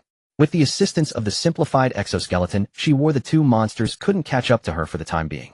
But aside from fleeing, she could not focus on anything else, not even the blinking communication symbol on her wristband. At this moment, Su Qianxia deeply regretted her laziness during training. If she had learned more and practiced more in the virtual system, she wouldn't be so helpless now. Suddenly, one of the monsters spat out a piece of bone armor towards her. The sharp bone armor grazed her calf, tearing a hole in her training suit. Although the exoskeleton immediately helped stabilize her posture to prevent her from falling, her speed inevitably slowed down. The 2 monsters, however, were relentless in their pursuit. Seizing the opportunity, it lunged forward with its jaws wide open. As the 2 monsters leaped simultaneously, time seemed to freeze. Su Qianxiao saw the jagged hook-like teeth in their gaping maws still clinging to fragments of some animal's flesh. Instinctively, she raised her bloodied right arm and let out a despairing scream. Boom! A deafening explosion tore through the air. The first 20mm shell blasted the leading monster's head into a mist of blood, while the second precisely pierced the spine of the other.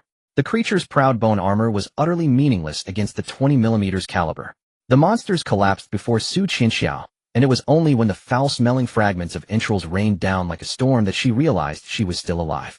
The hum of rotor blades came from above, and a drone seemingly shimmering with light slowly hovered overhead. When she saw the familiar emblem on the drone's belly, she collapsed to the ground, her trembling lips finally managing to squeeze out a sound. Dongwu soldiers. This is the Shinto squad of the Dongwu army. A calm male voice came through the speaker, the static noise unable to mask its reassuring strength. Hang in there, comrade. Reinforcements are on the way. At 0035 on June 15th, Blue Star. Dongwu Special Incident Response Command. 35 minutes had passed since the first wave of transference phenomena occurred. Yunshu rubbed his throbbing temples and downed another cup of strong tea. In the command hall, dozens of monitoring screens flickered with streams of data, casting his profile in shifting light and shadow. Commander Lee, the data from the first domestic wave of transferees has been compiled. Qin Ye's voice came accompanied by hurried footsteps.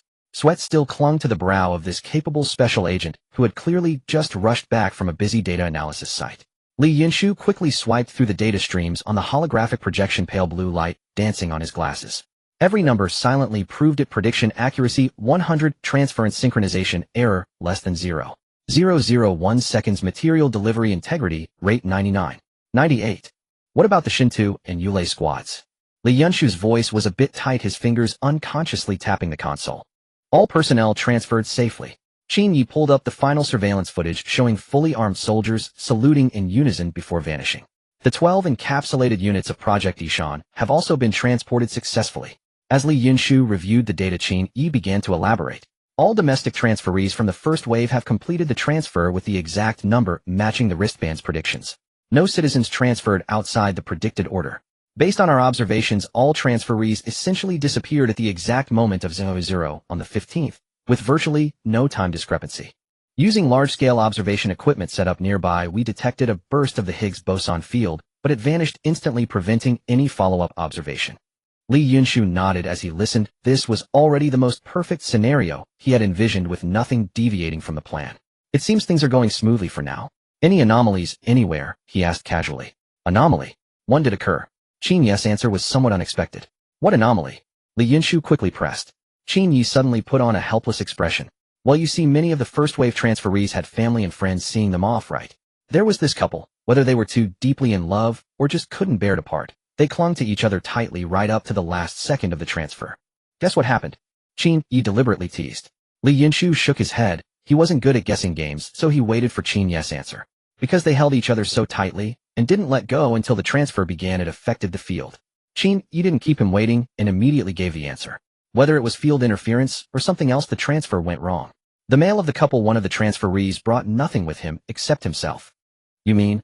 Yunshu didn't catch on at first, but quickly understood Qin Yi's implication. Yes, just as you think.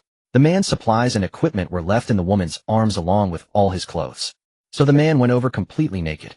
Hearing this, Yunshu finally realized Qin Yi was joking with him. Someone like old Qin would never make light of an ordinary Dongwu citizen's safety. If such a person existed, his situation would be extremely perilous. You rascal, old Qin, joking at a time like this. Yunshu chuckled and scolded. Qin Yi laughed too. I just thought the atmosphere here was too heavy, I wanted to lighten it up a bit. But he quickly turned serious. Actually, it's not entirely a joke. Such a couple does exist, but they're not from Donghua, they're from the Rotten Kingdom. The man did indeed cross over naked, leaving his clothes behind, while the woman was left holding his clothes, utterly bewildered. Our technical department speculates that at the moment of transfer, the two entangled Higgs fields produced a fluctuation similar to quantum entanglement, stripping the male transferee of all non-living attachments. It seems the interference between boson fields is even more severe than we anticipated. Yunshu fell into thought. Notify the technical department immediately. All subsequent transferees must maintain a safe distance of over 3 meters. The Yulei squad's equipment needs field stabilizers installed. Yes, sir. Qin Yi replied swiftly. By the way, Commander Li, just as he was about to leave with Li Yunshu's orders, Qin Yi remembered something. 10 minutes after the transfer occurred, our domestic diplomatic phones were flooded. Countries around the world are eager to sign a mutual assistance agreement with us. They say they hope to receive enough wristbands and other supplies and are willing to meet all of Dongguo's trade conditions as much as possible. Meanwhile, in another world, Li Chang was operating a transport drone to move the rescued Su Qianxia to his location. He couldn't stray too far from Swearin 1, and Su Qianxia clearly couldn't hold on any longer, so he had to bring her over. Fortunately, though injured, Su Qianxia could still move. Using the exoskeleton's interface, she hooked herself beneath the drone. The other 2 wristband owners had also been contacted. Fortunately, they hadn't encountered any dangerous beasts and were currently safe. Moreover, one of the wristband owners, Wang Lei, had brought a pickup truck equipped with a simple Chiron unit. He was currently heading to the location of another wristband owner, as per Li Chang's instructions. Li Chang looked at the screen before him. As the sounding balloons expanded, a map of the surrounding area was being constructed. On the screen before him, a holographic map was gradually improving with the scanning of the sounding balloons. Pale blue contour lines flowed over the terrain's surface, presenting a complete topographical view of the surrounding 200 kilometers. He noticed a flashing green dot 67 kilometers to the northwest. That was Wang Lei's pickup, emitting the identification signal of the vehicle-mounted Chiron unit.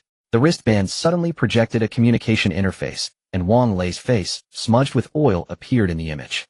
Brother Li Chang, I've picked him up, he exclaimed excitedly. In the background, another wristband holder could be seen slumped in the back seat, clutching his emergency backpack tightly. This kid got lucky. He fell into a bush and only got a few scrapes. We're heading over to meet you now. Wait first. Li Chang stopped Wang Lei, who was about to set off. Stay put for now. I'm recalculating a new route for you. Li Chang looked at the screen. With the data gathered by the sounding balloon, Swearin 1 had established a detailed 3-dimensional map. On the map, less than 10 kilometers ahead of Wang Lei, there was a large group of creatures similar to the ones Su Qianxia had encountered earlier. If Wang Lei continued on his original route, he would run straight into them. The ammunition he had brought wasn't very abundant, so every bit saved counted. Soon Li Chang sent a newly planned route to Wang Lei's wristband. Follow this route. Be careful on the way. Don't worry, Brother Li Chang. My driving skills are top-notch, especially with this gear the country provided. The communicator even transmitted the thumping sound of someone patting the Chiron shell. Then the green dot representing Wang Lei on the holographic map began moving along the new route. Li Chang smiled and turned his attention back to the Swearin system. By now, the search range of the first batch of sounding balloons had expanded beyond 200 kilometers, nearly reaching half of Swearin 1's control limit. Li Chang set a batch of balloons to continue exploring outward and had the rest return along their original path to further scan the specific conditions within the 200-kilometer radius. Unfortunately, an area with a radius of 200 kilometers was still too small. Coupled with the incomplete reference map provided by Commander Li, Swearin 1 couldn't yet determine its exact location. As he pondered, the sound of rotor blades came from outside. The drone sent to retrieve Su Qianxia had returned. Li Chang quickly stepped out of the Swearin 1 control room. The emergency transport drone had landed with Su Qianxia. Fortunately, there were no large aerial predators in this area, so the trip was uneventful. Su Qianxia's complexion was extremely pale, but she was still conscious. Li Chang swiftly took out emergency medical supplies, bandaged her wounds, and then handed her a bottle of military electrolyte drink. Su Qianxia took the drink, her trembling fingers barely able to hold the bottle. Seeing this, Li Chang helped her unscrew the cap. She nodded gratefully, took a few sips, the cool liquid soothing her throat and bringing a hint of clarity. Thank you, she said weakly, her voice so hoarse it was barely audible. No need to thank me. It's my duty. Li Chang waved his hand casually. Just then, Swearin 1's alarm suddenly blared, its sharp sound cutting through the silence. Li Chang sprang to his feet and rushed back to the control room. On the screen, a massive red was moving rapidly, only 5 kilometers from Wang Lei's route. Damn it! Li Chang cursed and immediately opened a channel. Wang Lei, turn now. A large creature is approaching from your 3 o'clock direction. Wang Lei's surprised voice came through the communicator. Huh? Brother Li Chang, what's going on? What large creature? Never mind that, change course immediately. Li Chang shouted. The green dot on the map quickly changed direction, but the red dot was faster and the distance between them was still shrinking. Li Chang rapidly operated the console, deploying nearby sounding balloons for a more detailed scan. The screen displayed the creature's specific form. A massive reptile over 10 meters in length with thick limbs and a back covered in hard scales approaching Wang Lei's direction at an alarming speed. Wang Lei stopped the car immediately and activated sealed mode. It's too fast, you can't outrun it. There's no time. Li Chang's voice was hoarse with urgency. Hurry. A sharp intake of breath came from the communicator, followed by Wang Lei's stammering voice. Brother Li Chang, this. Don't hesitate. There's no time. Seeing the red dot getting closer, Li Chang grabbed the communicator and yelled. The green dot representing Wang Lei on the screen finally stopped. Then after a series of hydraulic clicks, the communicator went completely silent. The simple Chiron unit closed all gaps, completely encasing the entire pickup truck in a sealed state. The tracks underneath also retracted fully, making the truck look like a giant boulder. Wang Lei and the other person in the car didn't dare to breathe, helplessly staring at the only source of light, the wristband, waiting for their fate. Fortunately, the sealed state was effective. The giant beast visibly slowed its advance, sniffing in confusion and stretching its neck to look around. But it couldn't find any trace of the prey it had locked onto earlier. After a while, the giant beast seemed to grow annoyed. It raised its neck and roared, declaring to everything around that this was its territory, then headed off in another direction. Only after the giant beast had moved far away did Li Chang breathe a sigh of relief. He picked up the communicator to contact Wang Lei. The beast has left. Come over quickly following the new route I sent you. Remember, don't make any loud noises on the way. I'm afraid there might be more of those things. As a precaution, he also dispatched a drone to follow behind the pickup, keeping watch for any giant beasts that might appear. This world was far more dangerous than he had anticipated. No wonder Commander Li Yunshu had said that most of the previous transferees had died within the first year. Given those beasts he just saw, Li Chang didn't think unarmed ordinary people could survive their pursuit. Even with all the preparations this time, without Swearin and himself, the others probably wouldn't have made it. Over an hour later, as Wang Lei's pickup slowly pulled up next to Swearin 1, Li Chang woke Su Qianxia, who had fallen asleep at some point, and they both walked over to the pickup. The door opened, and a somewhat burly middle-aged man and a pale young man stepped out together. Brother Li Chang, we really owe you this time. The middle-aged man's face lit up when he saw Li Chang in his military uniform. Wang Lei, kind of an outdoor adventure blogger. This young man is Sun Qiming, a college student. Li Chang attached to the Dongguo army.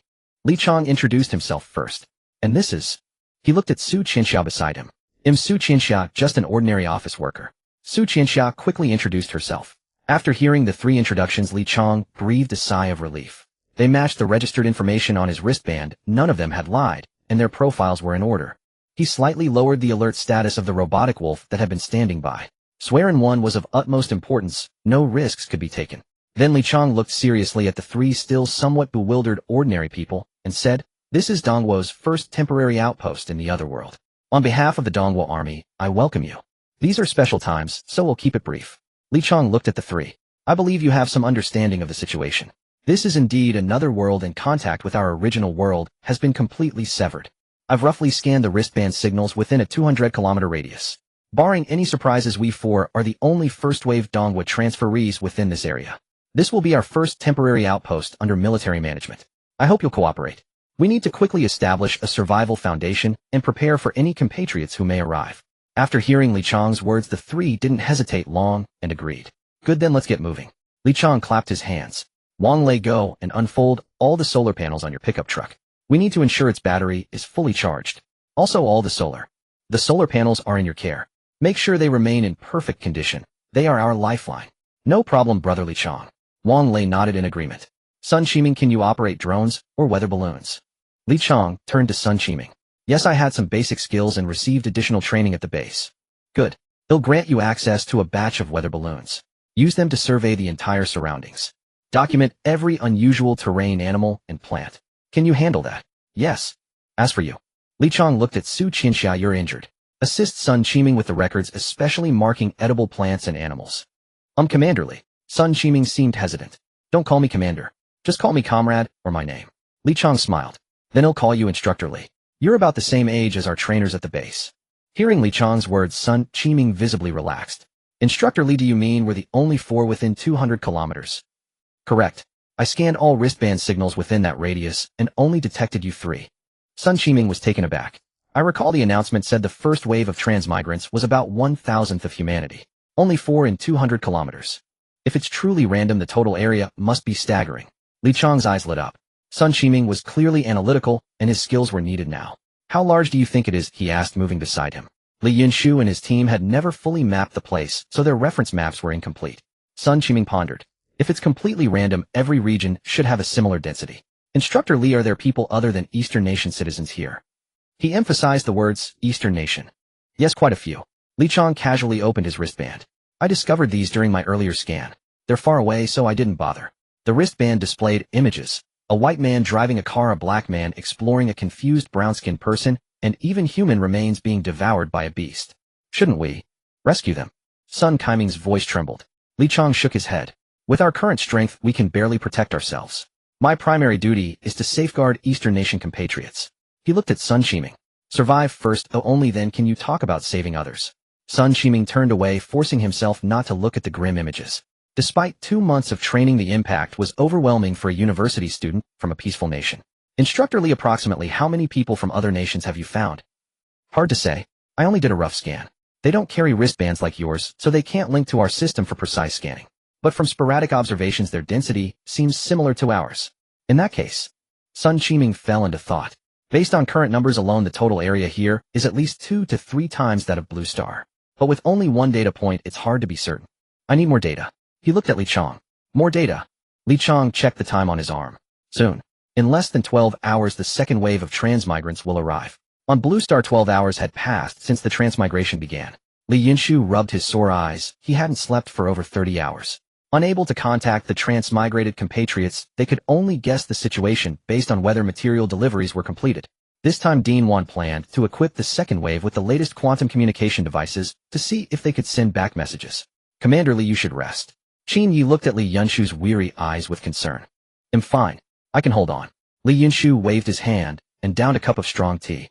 Is the preparation for the second wave complete? He asked, setting down the cup. All personnel have been screened and are ready in their respective regions. The latest experimental communicators have been distributed to some soldiers. By the way, Dean Wan told me that all attempts to block the first transmigration failed. Neutralizing the Higgs boson's effect is beyond our current technology. They tested Faraday cages, high-energy electromagnetic fields, multi-layer shielding rooms, high-power jammers, and even folk superstitions. None worked. He said no breakthroughs are likely in the short term. Li Yunshu waved dismissively. Though he hadn't held much hope, the results still stung. Taking a deep breath, he suppressed his anxiety. He walked to the holographic projection and pulled up the national real-time data map. Countless red dots marked the second wave of transmigrants, similar in number to the first. Qin Yi, notify all regional commanders for a final equipment checklist. Li Yunshu's voice was hoarse. Especially the special equipment.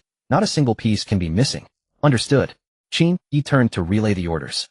Just then the communicator rang urgently. It was Chief of Staff Ding.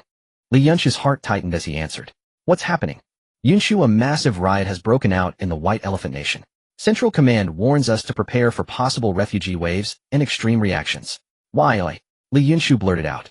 Though he had little respect for that bizarre nation, he hadn't expected riots so soon. Even last time they had held out for a month. What else could it be? Chief of Staff Ding's voice carried a bitter sigh. I'm utterly baffled by their thinking. It's too complicated to explain over the phone.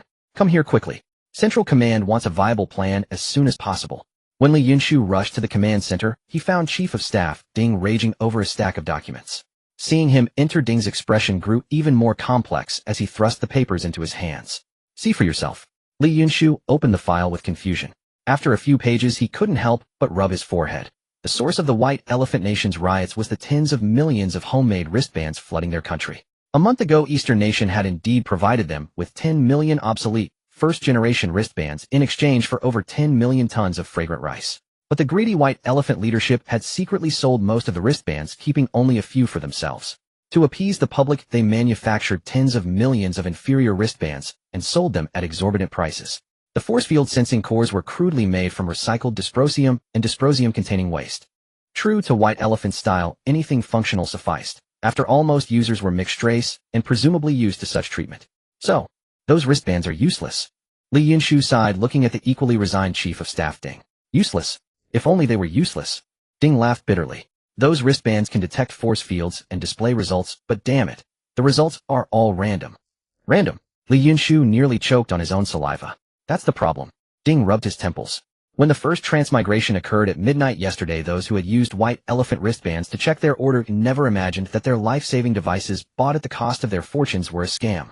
Those marked about to transmigrate stayed put while many marked safe were teleported without warning. As soon as the first wave ended, the entire White Elephant Nation exploded. Panicked crowds began looting everything in sight. Yunshu, now I truly understand what you meant by a hell on earth. Chief of Staff Ding pulled up more data, satellite images of the White Elephant Nation's current state from East. Yunshu stared at the satellite images, his fingers clenching involuntarily. The familiar scenes stirred distant memories. Once prosperous cities lay in ruined streets, choked with smoke, and rioters rampaged like mad beasts. More chilling were the massive stampedes in many places as people attacked each other for any supplies in sight. And it gets worse. Ding pulled up another set of data. Intelligence indicates mutiny signs in the White Elephant military. Some units are seizing legitimate wristbands, and there have even been incidents of soldiers killing officers. Yunshu noticed a photo. Wait, zoom in here. He pointed at a group burning wristbands at the edge of the frame. What are they doing? That's the most ironic part. Ding smiled bitterly. An anti-wristband movement has emerged among the White Elephant populace. They believe the devices are demonic creations, and some extremists are attacking those wearing wristbands. Yunshu stared at the rioters burning wristbands, a chilling absurdity washing over him. He thought of the unprepared White Elephant citizens randomly teleported to another world, wandering bewildered in strange wildernesses, never knowing why they ended up in this plight. Chief of Staff, Yunshu's voice trembled. We must immediately. Before he could finish, the war room door burst open. A communications officer stumbled in. Report. The White Elephant Northern Military Region has just launched 3 tactical missiles toward our border. The air in the room froze instantly. Chief of Staff Ding shot to his feet. Interception status. The missiles didn't enter our airspace. They exploded about 100 kilometers from the border, but... The officer swallowed hard. This might just be the beginning. Ding's terminal suddenly vibrated violently. He glanced at the latest intelligence, his pupils contracting. The White Elephant Presidential Palace has just issued a statement claiming our nation's inferior wristbands were premeditated murder. They demand we hand over all technical data and pay compensation, or the next wave of attacks won't stop midway. Ridiculous. Chief of Staff Ding slammed his fist on the table. It's clearly their own fault. Yunshu was speechless. He knew this neighbor's modus operandi all too well. When internal conflicts become unsolvable, the best way to divert attention is to create external friction. This time, they had chosen to target Eastern Nation, which held absolute military superiority. And this bizarre nation acted purely on impulse, always believing themselves to be heaven's chosen, capable of anything no matter how low. To be honest, if any nation on Blue Star would dare use nuclear weapons against Eastern Nation, the White Elephant Nation was definitely on the list. Prepare for a counterstrike. We must disable all of White Elephant's long-range capabilities in one go. Chief of Staff Ding stood up coldly. He knew that given White Elephant's nature, their threats were real. Even if they intercepted every missile, the sheer filthiness of the act was unbearable. Old Ding, don't be so hot-tempered. Minister Jiang smiled as he walked in from the door. Our strategic reserves are limited, wasting them on fools would be a pity. Old Jiang, you can still laugh. Chief of Staff Ding glared at him. Do you know the White Elephant has fired missiles at us? Even the Hawk Nation wouldn't dare do that. What makes the White Elephant think they can? Don't worry, Old Ding. I know all about it. That's why I'm here. Minister Jiang stopped Old Ding from continuing and switched the command center's main screen to a specific channel. Calm down. Come watch a good show with me. When some reckless lunatic tries to drag everyone down, someone will naturally step up to stop him. Just watch. At the White Elephant Presidential Palace, President Navage was in a rage. Why did you make our missiles self-destruct? My order was to hit Eastern Nation territory, even if it's just 1 kilometer inside. Navage screamed at his commander-in-chief. Now you've made the missiles self-destruct far from Eastern Nation, turning my deterrent into a joke. Before him, Commander-in-Chief Gupta kept his head low, not daring to argue. When Navage's anger subsided, Gupta stammered. Mr. President, I didn't alter any of your orders. The missiles, they malfunctioned on their own. Navage froze, then erupted. Those are our latest missiles. Before he could finish, Foreign Minister Anand rushed and panicked. Bad news, Mr. President. The Red Star Federation's leader has just announced that due to our nation's reckless missile use threatening Blue Star's safety, the Red Star Federation is terminating all technical cooperation agreements with us. They've also locked all jointly developed missile and fighter jet codes. Damn it. Gupta jumped up. That's it. That's why the missiles self-destructed. Those 4 missiles were all co-developed with the Red Star Federation. Shut up. Navage cut him off harshly. He looked at this commander who had no other merit than loyalty with disgust. Is this the time to think about that? Send the harshest warning to the Red Star Federation immediately. Tell them this is a grave betrayal of an ally. Navage shouted at the foreign minister. Also announce to all citizens that Eastern Nation and the Red Star Federation have jointly attacked us. If Eastern Nation can't be the first target to divert attention, the Red Star Federation will do. Turn the rioters' anger toward Eastern Nation and the Red Star Federation. We'll deal with the rest later. As he spoke, the lights in the presidential palace began flickering, and all phones, computers, and TVs turned on automatically. Before they could understand what was happening, the Defense and Information Security Minister ran over drenched in sweat. Mr. President, all our networks and satellites are under attack. Both military and civilian networks have been hijacked. Phones are down. I had to come in person. At that moment, all the glowing screens displayed images, recordings of White Elephant officials secretly selling large quantities of Eastern Nation wristbands to other nations, and the entire process of transporting the massive resources acquired in exchange to their own homes. Not only that, but the full production process of the inferior wristbands was also shown, including the scenes and locations were unmistakably familiar to the inhabitants of White Elephant. They were clearly the factories owned by the wealthiest magnate. Navaji stared in astonishment at the footage playing on repeat, utterly oblivious to the clamor emanating from outside the presidential palace. Everything that had transpired in White Elephant over the past half hour was broadcast through specific channels to every qualified nation. All right, the show's over. What are your thoughts? Minister Jiang asked, switching off the main screen and casting a knowing smile at Chief of Staff Ding and Li Yunshu. Within 10 minutes of White Elephant launching the missiles, they were brought under control and then self-destructed. Then within 3 hours, all related missiles within White Elephant's territory were locked down and rendered unable to launch. Not only that, but every networked smart device within White Elephant was hijacked and controlled through various means, all accomplished within 2 hours. Finally, they exposed everything White Elephant thought was secret, preventing them from even stopping the broadcast. This is the grand spectacle they wanted us to see. A momentary silence fell over the command center. Damn it. Chief of Staff Ding suddenly cursed a vulgarity he hadn't uttered in years. This show is truly spectacular. They've both done us a favor and sent us a warning at the same time. The missiles were undoubtedly the work of the Red Star Federation, while the network control and information leaks were certainly Eagle Country's doing. Minister Jiang nodded. Correct. Let's set aside the Red Star Federation's control over White Elephant's supposedly jointly made missiles. That's only natural. Eagle Country is showcasing their technological prowess here. They can paralyze a nation's military and civilian systems in no time. Such capability. He paused, scanning the room. It means they can launch similar cyber attacks against any country at any moment. We've long considered this issue, Chief of Staff Ding interjected. All core military system codes are independently developed. No backdoors exist. But what about the civilian sector? Minister Jiang countered. Chief of Staff Ding fell silent. Minister Jiang sighed. This is exactly what worries me. At least 30% of the nation's smart devices still rely on Eagle Country's technology. Though we've been trying to address this, for now it's too late. Eagle Country is telling us that even without war, they can disrupt our plans. Even at a time like this, why can't those people change their nature? Chief of Staff Ding slammed his fist on the table before him. That's only natural. After all, they're Eagle Country, aren't they? After suffering such a major loss last time, it would be strange if they didn't try to save face somewhere. Minister Jiang remarked with a hint of emotion. Forget it, well, deal with them as they come. Chief of Staff Ding snorted coldly. If brute force fails, they try soft tactics. No way. Just then, Minister Jiang's phone received a message. He reopened the main screen in the command room. On the screen, an Eagle Country representative was delivering a special address at the United Nations. In response to this crisis affecting all of humanity, we invite Eastern Nation, the Red Star Federation, and other countries to jointly discuss the formation of a new united government. Whether here or there, I believe that through our collaboration, humanity can overcome this ordeal and forge peace. The second wave arrives. Blue Star, time June 15th, 2000. Otherworld. Despite having toiled for 8 hours straight, Li Chang dared not slacken. He looked up at the unfamiliar sky. The time flow here was similar to Blue Star's, but day and night were completely reversed. By his reckoning, Blue Star had already fallen into night, while the otherworld sun was just rising. Sun Qiming, Su Qianxiao, report your findings. Li Chang rubbed his tired eyes and turned to the two who were organizing data. Sun Qiming had done well with the weather balloon, and with Su Qianxia's records they'd created a marked map. Sun Qiming immediately stood up, pointing at the virtual map. We found a river 15 kilometers northeast with crystal clear water. The balloon observed multiple animals drinking at the bank. The water should be potable. However, he paused, pointing to several red marks. Large animal tracks were found along the bank, some as big as a wash basin. Their danger level is unknown. Water is crucial. Our food is ample, but drinking water is scarce.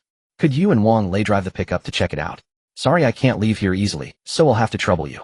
Li Chang's face was full of apology. No problem at all, we'll leave now. Sun Qiming agreed without hesitation, and Wang Lei, who was maintaining the pickup, waved to confirm. Soon Wang Lei climbed into the pickup and started the engine. Be careful, it'll cover you with a drone, Li Chang instructed. Also, don't drink the water directly. We have purification equipment. Then Su Qianxia opened the annotated map and continued reporting to Li Chang. We've cataloged plants and animals within a 30-kilometer radius. By scanning and comparing with the database, we found several edible plants and fungi, but they need further confirmation. I've also marked these plants and fungi on the map. We can record the food sources and start collecting when we have more hands. Li Chang nodded. The animal population here is staggering. Within the vicinity, there are no fewer than 10 packs of the beasts that attacked me. I've recorded them too. Su Qianxia continued. And there's a giant creature over 10 meters long whose lair seems to be about 70 kilometers northwest. Based on my observations, it's highly territorial, but with a limited range. As long as we stay 10 kilometers away, it won't attack. Hearing this, Li Chang pondered briefly. Don't provoke them for now. We're short on manpower and weapons. Well, just observe for now. By the way, this is your backpack. He handed an emergency pack to Su Qianxia. He had retrieved it earlier with a drone. The pack was well sealed, though covered in mud it wasn't damaged, and the supplies inside were intact. These supplies are vital, especially the medicine and ammunition. They won't be replenished anytime soon, so we need to salvage what we can. Also, I found your rifle, but it's completely destroyed. I can only salvage parts. Su Qianxia took the backpack with surprise. She hadn't expected it to be recovered. Thank you, she said softly. It's my duty. Li Chang waved dismissively, then turned to Sun Qiming and Wang Lei. They were making final preparations before departure. A large collapsible water tank had been set up in the pickup's bed. How's the battery? Li Chang asked Wang Lei, who was securing the tank. No problem, still at 80, charge enough to get us to the river and back. Wang Lei patted his trusty pickup. Li Chang nodded. Remember, getting water is secondary, safety first. If you notice anything unusual, retreat immediately. Understood. Sun Qiming and Wang Lei replied in unison. After checking their gear, they drove the pickup slowly out of the camp, heading northeast toward the river. Li Chang quickly returned to the control room of Swearin 1 and directed a drone to hover above the two. Thanks to prior observation and planning, the journey went smoothly, and Wang Lei drove the pickup safely to the marked riverbank. As the pickup came to a halt less than 20 meters from the riverbank, Sun Qiming jumped out impatiently. Seeing the clear water, he grew excited and moved toward it, but Wang Lei immediately pulled him back. Are you trying to get yourself killed? You dare approach unfamiliar waters like that? Wang Lei said, exasperated. What did they teach you at the training base? Forgot about that creepy thing we almost ran into earlier. Sun Qiming suddenly recalled the terrifying creature they'd encountered, breaking out in a cold sweat. He scratched his head awkwardly. Sorry, I got too excited seeing the water. Just then, as if startled by their commotion, ripples spread across the water's surface nearby. Before they could react, a massive water beast burst from the water and charged toward the pickup. Bang! Li Chang, who had been monitoring, acted immediately. The drone's 20mm cannon blew the beast's head to pieces. The two came to their senses, trembling as they stared at the headless beast twitching in front of the pickup. Thanks, Sun Qiming stammered into the communicator. No problem. Be careful. This place is more dangerous than expected. Li Chang's voice came through the communicator. Fortunately, the beast seemed solitary and no second one appeared. The two filled the tank using long tubes and quickly left the riverbank. By the time they returned to the temporary outpost, nearly 3 hours had passed. Tests showed that the water only needed simple purification to be drinkable. This confirmation lifted everyone's spirits. With sufficient drinking water and nearby plants and animals as food, this place could truly serve as a permanent base. After a brief rest, Li Chang re-entered the Swearin 1 control room to prepare. There wasn't much time left before midnight on June 16th, and soon the second wave of travelers would arrive.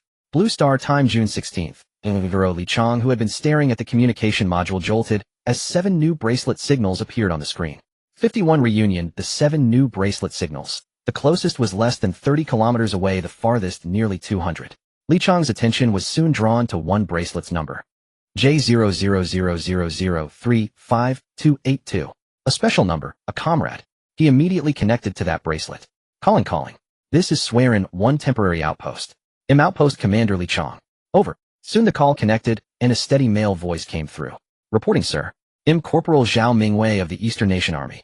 Please state your orders, sir. Report your current status and equipment configuration. Reporting status, normal, weapon functional. I also have a cat car and am ready for action. Good. I'm sending you 2 coordinates now. The civilians who traveled with you. Go rendezvous with them immediately. They'll send a drone for support. Stay safe and maintain contact. Over. Without delay, the 2 coordinates were sent to Zhao Mingwei's bracelet along with a rough 3D map marking routes and dangerous areas to avoid. Received. Beginning mission immediately. The distinctive startup sound of the cat car echoed, and the dot representing Zhao Mingwei began moving toward the nearest bracelet coordinate. Li Chang dispatched a prepared drone toward Zhao Mingwei and then connected to the other 6 bracelets.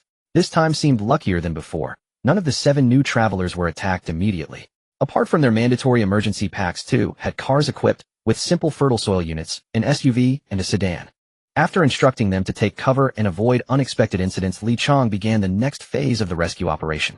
Wang Lei had already driven the pickup to the nearest coordinate, while Sun Qiming operated the weather balloon to monitor each bracelet's surroundings for danger. Su Qianxiao was tasked with maintaining real-time communication, with each bracelet calming them and reporting their status. Half an hour later, Wang Lei reached the nearest bracelet's location. 45 minutes in, Zhao Mingwei rendezvoused with one traveler and began moving toward the second coordinate. An hour later, two travelers with the fertile soil unit cars met up with another. At 1 hour and 7 minutes, Li Chang hovered a transport drone in front of the farthest traveler. 3 hours later, as Zhao Mingwei's cat car brought two travelers into the outpost, all 7 Eastern Nation travelers from this wave were reunited. Before them stood Swearin 1A, and an Eastern Nation flag fluttered atop its antenna. That vibrant red in this unfamiliar world was the warmest harbor. The newcomers quickly calmed down and began introducing themselves. To Li Chang's delight, this wave included an elderly geography professor and a doctor. Professor Han, please assist Sun Qiming and Su Qianxiao with the topographical map. We need to understand the area better. Analyzing the distribution of plants, animals, and potential minerals would be ideal. Li Chang addressed the white-haired elder. The old man looked tired, clearly worn out by the travel and the ordeal. Still, he immediately agreed to Li Chang's request. Li Chang then approached a woman, Dr. Zhou, a pediatrician with less than 5 years of experience. Dr. Zhou, medical care at the outpost will be in your hands for now. Dr. Zhou seemed flustered, but I'm just a pediatrician. It's fine. You're a professional. That's better than a layman like me. Li Chang pointed to Su Qiangxia's poorly bandaged wound. I only know battlefield first aid for simple injuries. With so many people here, if someone falls ill or gets hurt, we'll need your expertise. Fine, then I'll do my best. Dr. Zhou nodded hesitantly. After assigning the 2 professionals, Li Chang turned to the remaining 4 travelers. They were ordinary citizens, 2 of them, Zhang Hai and Chen Ziyuan, owned the cars with the simple fertile soil units. Zhang Hai, Chen Ziyuan, your cars are crucial mobile assets for our outpost. We need to ensure they run smoothly, Li Chang said. Are you familiar with vehicle maintenance? Zhang Hai scratched his head. I know basic stuff, but nothing too complex. Chen Ziyuan seemed more confident. I worked at an auto repair shop for a few years. I'm familiar with mechanics. I can give it a try. Good, Li Chang nodded. You 2 will handle daily inspections and maintenance for all outpost vehicles to keep them ready. Understood, they replied in unison. The remaining 2 travelers, Lin Xiaoyu and Wu Hao, still looked tense. Lin Xiaoyu was a young kindergarten teacher, while Wu Hao was a fitness coach. You'll help build the outpost with the others. Li Chang patted their shoulders. Lin Xiaoyu can assist Dr. Zhou with everyone's mental state. Being a teacher, you know how to soothe emotions. Wu Hao, your physical strength can help with moving supplies and reinforcing defenses. Both nodded. Lin Xiaoyu said softly, I'll do my best. Wu Hao clenching his fist, he flashed a confident smile. No problem, leave the heavy lifting to me. After assigning everyone their tasks, Li Chang approached Zhao Mingwei, who had been vigilantly monitoring the real-time feedback from the outpost, alert to any sign of trouble. Welcome, comrade. Li Chang extended his fist, bumping it against Zhao Mingwei's. I'm transferring control of these 2 mechanical wolves to you. From now on, the safety of this temporary outpost is in your hands. I'll complete the mission even at the cost of my life. Zhao Mingwei snapped a crisp military salute, then accepted the control permissions for the mechanical wolves via his terminal. By the way, Chief, Zhao Mingwei seemed to have something to say. Just call me Captain, Li Chang interrupted. All right, Captain Li. Zhao Mingwei adjusted his address accordingly. It's like this. On my way here, I spotted a strange structure. Since the mission was urgent, I didn't approach it. I estimate it's located about 100 kilometers northeast of our position.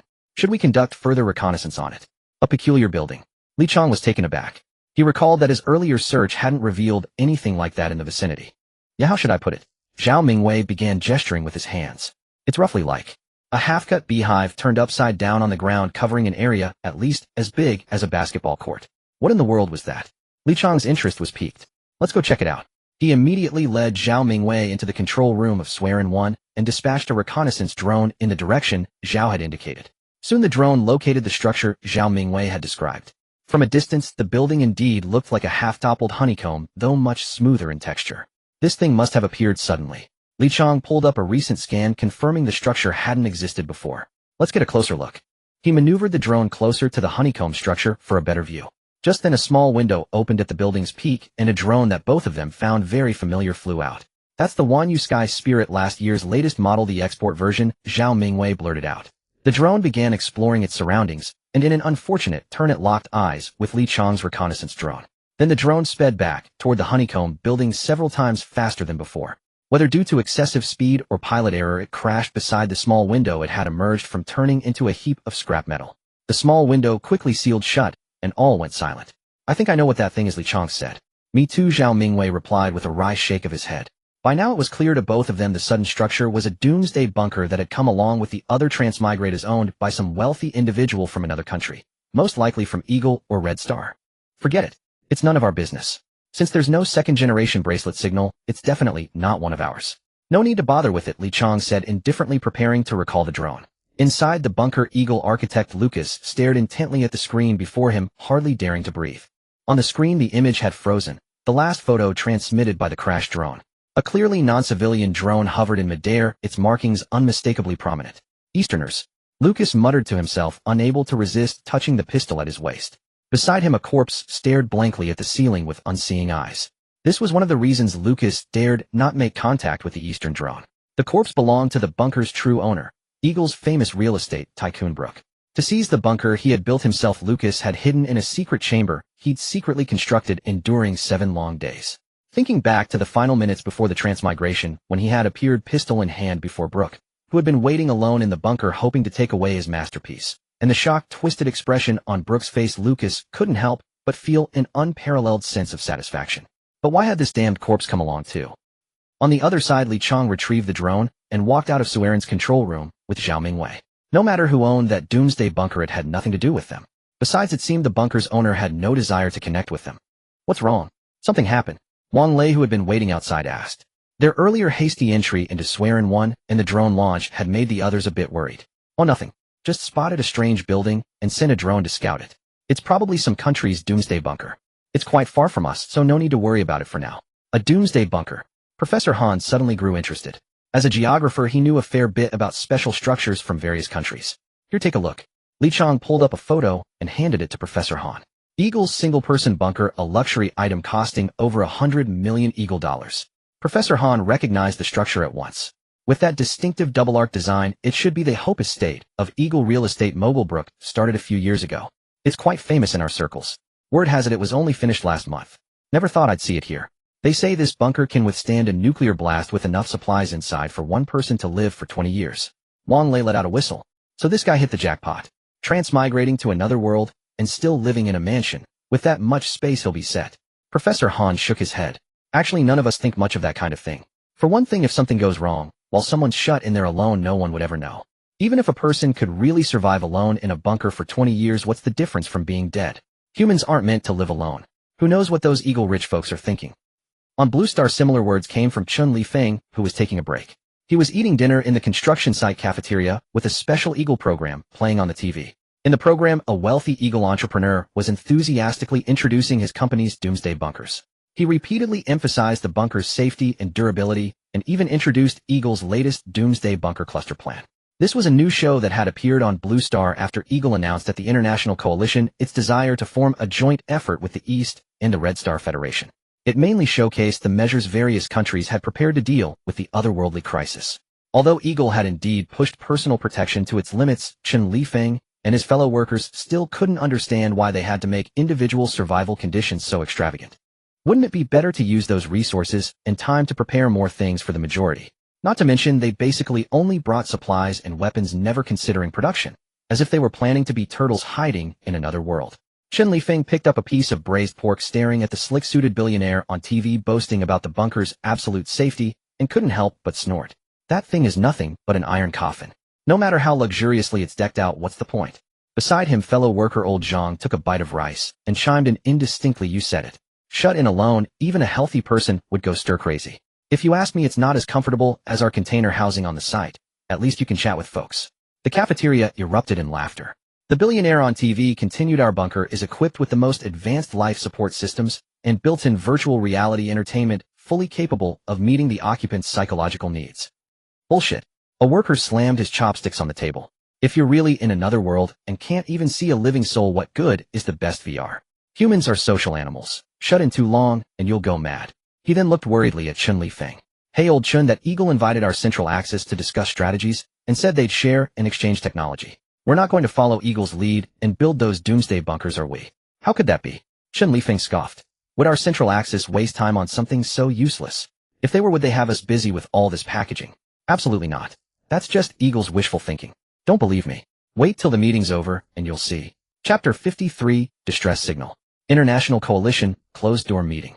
What I mean is our countries could completely establish a new joint government and set up administrative bodies. Both here and in that world. Eagle's new Grand Leader Davis was speaking eloquently. I believe that as long as we work together, nothing is impossible. Even as he said this, Davis's gaze was fixed intently on the representative from the East Central Axis. We can manage everything jointly, can't we? The Prime Ministers of Rod and Iris didn't voice their opinions, silently watching the Eagle Grand Leader. The Red Star Federation's Grand Leader appeared to be resting with his eyes closed, but his peripheral vision was also locked on the East Central Axis. Manage everything jointly. The East Central Axis repeated slowly. That's an interesting proposal. But how do you plan to do it? He looked at the Eagle Grand Leader. A specific plan has been drafted. Davis signaled an assistant to distribute encrypted documents. The gold-embossed cover bore the Eagle title Cross-Dimensional Joint Government Governance Charter. The new government will have a 7-seat decision committee allocated according to comprehensive strength. Of course, considering historical contributions and actual responsibilities. You're not going to say you get 3 seats and leave the remaining 4 to us, are you? The Red Star Federation Grand Leader opened his eyes, smiling insincerely. Of course not. Davis waved his hand. Although I believe our country is fully capable of bearing this responsibility and is qualified to do so. But to show sincerity, I'd like to invite the East. He deliberately stood and made an inviting gesture toward the East Central Axis. To each take 2 seats with my country. The committee will manage all actions directed at the other world, including, but not limited to, the allocation of human and material resources, development and governance of the other world, and technological cooperation between nations.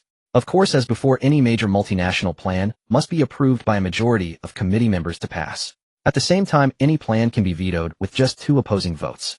The East Central Axis tapped his fingers lightly on the table. He opened the gold-embossed document, his eyes scanning clauses that frequently mentioned committee-led executive bodies and priority rights in strategic resource allocation, then suddenly let out a soft laugh. Mr. Davis, this charter seems to be missing some key content. For instance, how to adjudicate when committee decisions conflict with national sovereignty. The air in the conference room froze instantly. The Rot Prime Minister rubbed his gold-rimmed glasses, the Iris Prime Minister paused in spinning his pen, and the Red Star Federation Grand Leader leaned back in his chair, arms crossed. For the sake of all humanity's survival, I think they wouldn't mind.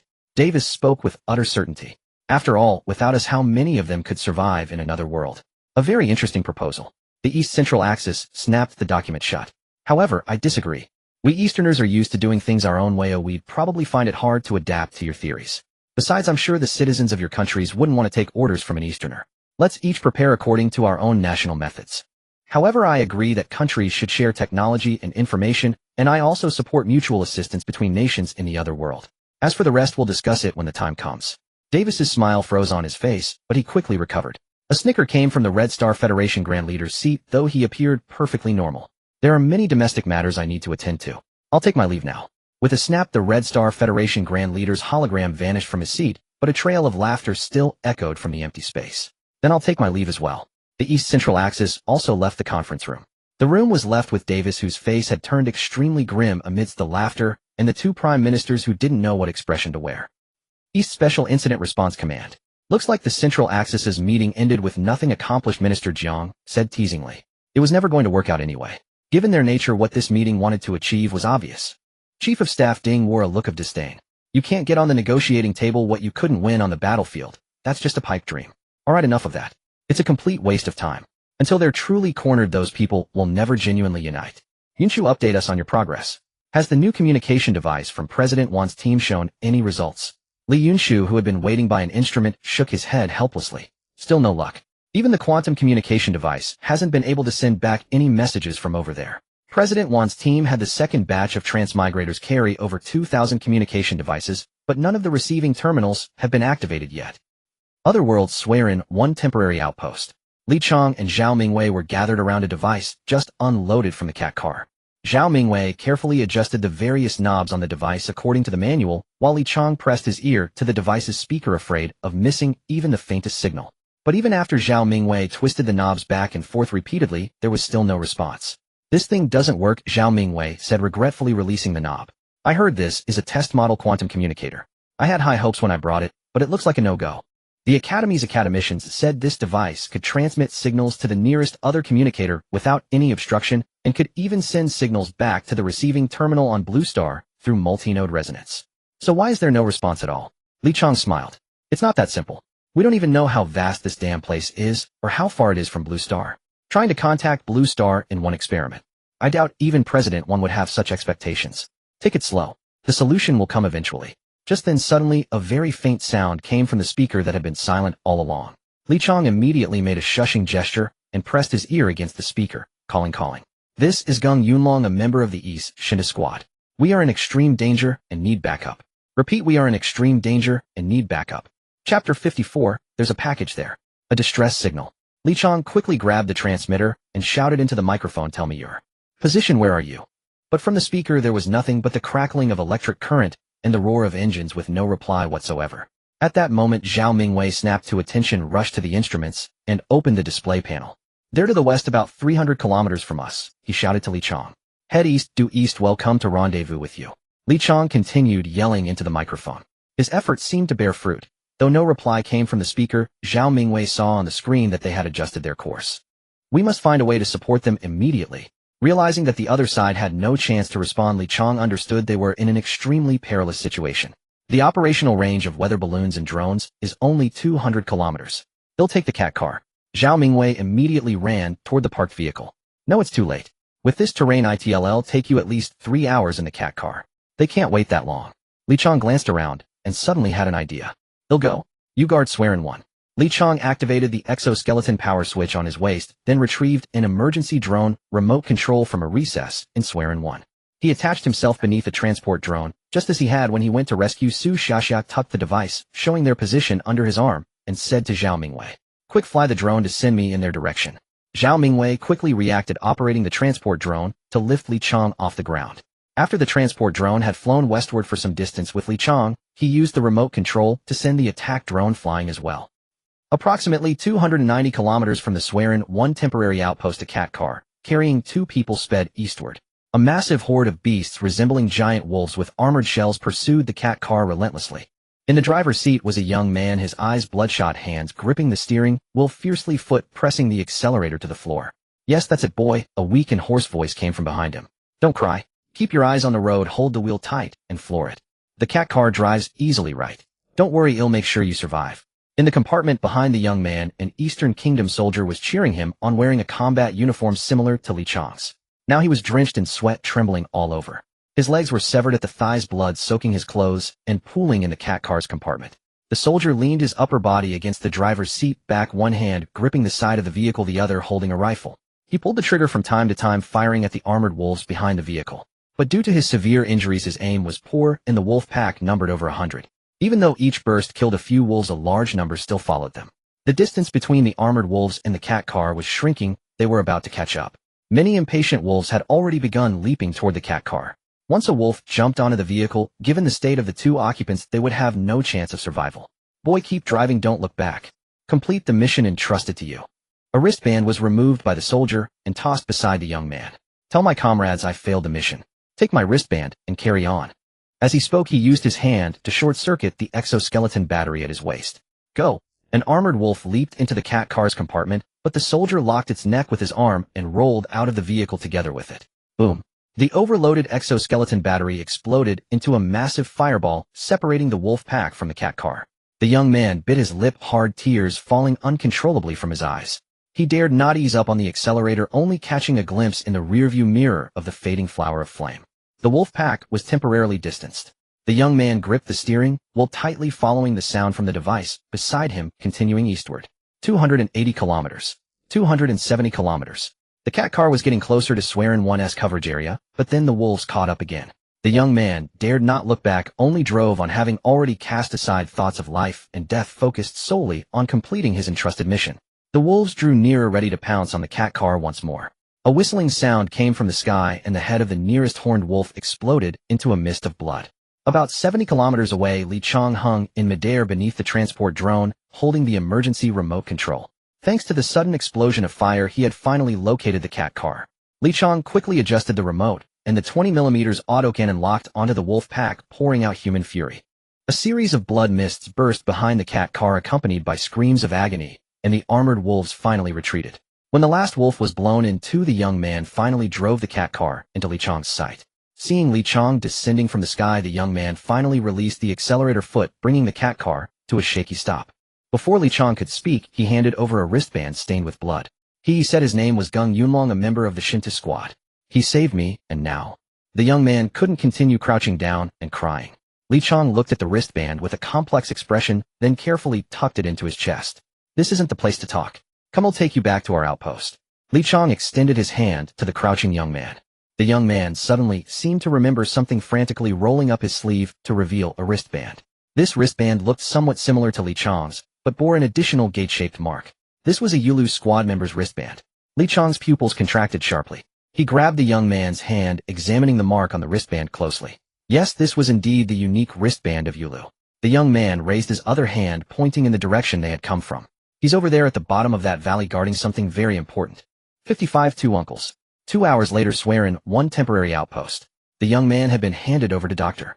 Zhou for wound treatment, while Lin Xiaoyu tried to calm his emotions. In the control room, Zhao Mingwei stared silently at the two wristbands Li Chong had brought back. Captain Li, this comrade was probably a Shinta member like you, wasn't he? Zhao Mingwei gently picked up the bloodstained wristband. He also carried the latest quantum communicator, so he must have crossed over in the second wave like me. It's been less than a day. How could? Even a useless failure like me, who didn't pass the Shinta selection, survived, and he. Zhao Mingwei's Adam's apple bobbed. He swallowed the unfinished words and silently saluted toward the west. Comrade, may you rest in peace. Li Chong said nothing but picked up the other wristband, the one belonging to the Yulu member. Entering the Eastern Kingdom military's unique code, the wristband screen lit up, and a middle-aged man's voice came through. Things are bad. The containment unit, and I seem to have landed in a valley. The density of chaotic beasts here is terrifyingly high. We might have caught their attention. Per regulations, I've locked the containment unit's opening function, recorded the exact location, and sent it out via a small weather balloon. They're approaching the containment unit, preparing to break out. These things are really troublesome, especially their strong aggression. Just evading them has taken me most of the day. Comrades, if I fail to break out the containment unit, is up to you. Someone else is coming. Must be from the second wave of crossers. Lucky so close by. Great, it's an Eastern Kingdom citizen. But he's just a kid. The situation is getting more dangerous. The monsters in this valley have tasted other crossers and have marked us as prey. Getting close to the valley exit. Damn, we're locked in. They're tightening the encirclement. I'm going to break out in another direction to draw their attention and let the kid go first. If you can open this wristband, you must be my comrade. The containment unit is in your hands. The middle-aged man's voice cut off abruptly, and a movement trajectory appeared on the wristband screen. The entire route from the recorded containment unit to this point. To the southwest, about 400 kilometers from here. The containment unit is there. Li Chong stared at the trajectory record on the wristband, his brows furrowed. Captain Li, we need to find a way to help him, right? Zhao Mingwei leaned in. Not to mention the containment unit, he's a Yulu member. Our military senior brother. But Li Chong gritted his teeth and shook his head. No, it's too far. And according to the wristband's message, there's no telling how many beasts are there. We don't have that much firepower or manpower. The containment unit is fine. The first rule of the Yulu squad is only to unlock the containment unit in a safe, controlled environment. He's already locked it. Ordinary beasts won't be interested in a metal shell.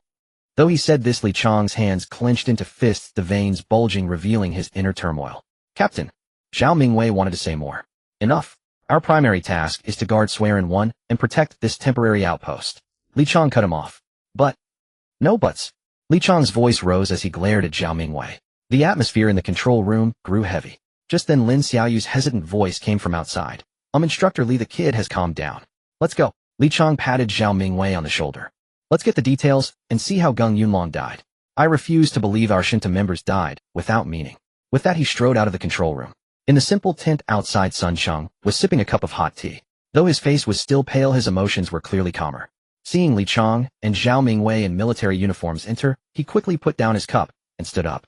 Soldier uncles, are you going to rescue Uncle Wei? His voice was very agitated, and even a hint of color returned to his pale face. Li Chong pressed him back into his chair. Take it easy. Come on, tell us exactly what you went through, so we can prepare. Well, okay then. Sun Cheng, though slightly disappointed, began his story. I crossed over with yesterday's batch. When I opened my eyes, I saw a dim valley and unknown trees. I panicked. Sun Cheng shook his head self-deprecatingly. To be honest, I was really looking forward to this crossing at first. I thought I'd become an invincible superhero. Isn't that how it works in novels and TV shows? And I was the best player in both Crossfire and PUBG. Now I had issued weapons. I really thought it was time for me to shine. But when that unknown beast charged at me, I couldn't even fire my gun. I dropped my gun and backpack and ran, but the thing still caught me and pinned me down. Uncle Wei saved me. He appeared out of nowhere and killed the beast. Then Uncle Wei led me toward the valley exit, saying that once we were out we could find other teams. But at the valley mouth we were surrounded by a pack of beasts. Uncle Wei gave me his wristband, told me to find soldiers like him, then told me to hide in a tree while he lured all the beasts away. I ran out of the valley with all my might, barely making it. Then I picked a random direction and just kept running, wanting to get as far from that valley as possible. At this point fear crept onto Sun Sheng's face. What happened next was clearly etched in his memory. At some point I suddenly fell into a big pit. Something at the bottom was waiting for me to fall in. I screamed for help. Just as I was about to fall in completely, Uncle Gung lunged and grabbed me and threw me up, but he was dragged down into the pit by that monster. Uncle Gung shot the monster dead at the bottom, but his legs were chewed to pieces. 56 waiting. Sun Sheng suddenly burst into loud sobs. When Uncle Gung crawled out with his mangled legs, his first words were asking if I was hurt. Uncle Gung said he was also from the second wave. He barely found me after hearing my cries for help. His off-road vehicle was parked right at the edge of that pit, engine still running. He jumped straight in to save me. To stop the bleeding, Uncle Gung made me help him cut off both his legs with a knife. Sun Sheng held out his trembling hands, as if still remembering the sensation. Everyone around fell silent. Su Xiaxia and Lin Xiaoyu even sobbed while Dr. Zhou and Sun Qiming wiped their eyes. Then Uncle Gung had me move him to the back of his vehicle and taught me how to drive. Sun Sheng paused before continuing. Maybe because of the smell of blood before I could even learn, a bunch of armored wolves charged at us. Uncle Gung told me to drive while he shot at the wolves from the compartment. But more and more wolves came, so he used the machine in the car to call for help, but there was no response. Later, just when I was about to give up, his voice came from that machine. Sun Sheng pointed at Li Chong beside him. Then Uncle Gung also threw me his wristband, hugged a wolf that jumped onto the car and rolled out to explode. Sun Sheng started crying again, saying between sobs. Then the wolves all died suddenly, and he flew down from the sky in front of me. He suddenly shouted with a sob, "Why didn't you come earlier? If you had come earlier, Uncle Gung wouldn't have died." Lin Xiaoyu quickly went to comfort Sun Sheng, even though she was crying herself. Wang Lei and Zhao Mingwei also. Li Chong turned his back, tilting his head to look at the distant sky. "Comrade, may you rest in peace." After a long while, Sun Sheng calmed down again. He looked at Li Chong with hopeful eyes. Uncle, can we go rescue Uncle Wei now?" Zhao Mingwei also turned to look at Li Chong, the urge in his eyes, almost uncontrollable. "No." Li Chong slowly shook his head. "Not now, at least." "Why?" Sun Sheng became agitated, standing up and walking in front of Li Chong. Aren't you comrades? Aren't you comrades?" Sun Sheng's questioning was like a sharp. The sting pierced deep into Li Chong's heart. He clenched his fists so tightly that the veins on the back of his hands bulged. Slowly turning around, his eyes churned with an indescribable pain. "With just a few of us, what can we do? Go to our deaths." Sun Sheng's tears still streamed down, but he bit his lip hard, refusing to sob aloud. He stared at Li Chong, his voice hoarse yet stubborn. "So we just wait here. Wait until Uncle Wei ends up like Uncle Gung." Li Chong's breath caught for a moment. He closed his eyes as if suppressing a surging tide of emotion. Finally, drawing a deep breath, he crouched down to meet Sun Sheng's gaze. "Listen, kid, it's not that I don't want to save him, but rushing to die isn't the same as saving someone, understand? Besides, Old Wei, he's probably already fallen." "No, he hasn't," Sun Sheng roared. Li Chong gripped his shoulders and said word by word, "It's time to grow up, kid. Old Wei has already fallen. When he gave you that bracelet, he was likely prepared to sacrifice himself. That bracelet is the only communication and location device. Without it, there's no way to find anyone in a valley like that. Do you think Old Wei didn't know that? He left you the only chance to survive." Sun Sheng froze, staring blankly at Li Chong, his lips trembling but unable to utter a word. "Captain, you've gone too far. He's only 14, just a child." Zhao Mingwei's words were cut off by Li Chong. "A child? What child? There are no children in this godforsaken place. To survive in these conditions, you can't stay a child forever. Kid, go rest. Starting tomorrow, you'll work with the others." With that, Li Chong strode out of the tent.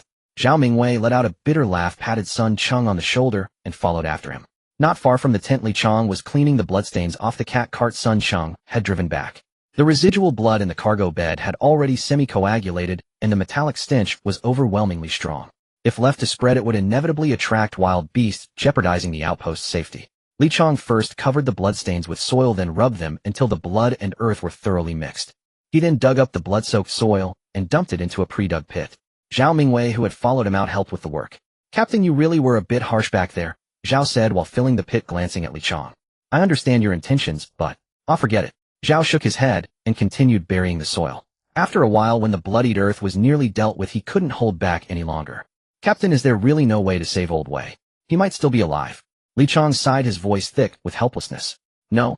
Given our current state, it's impossible." He rubbed his temples, exhausted. Do you think I don't want to save him? But reality is right in front of us.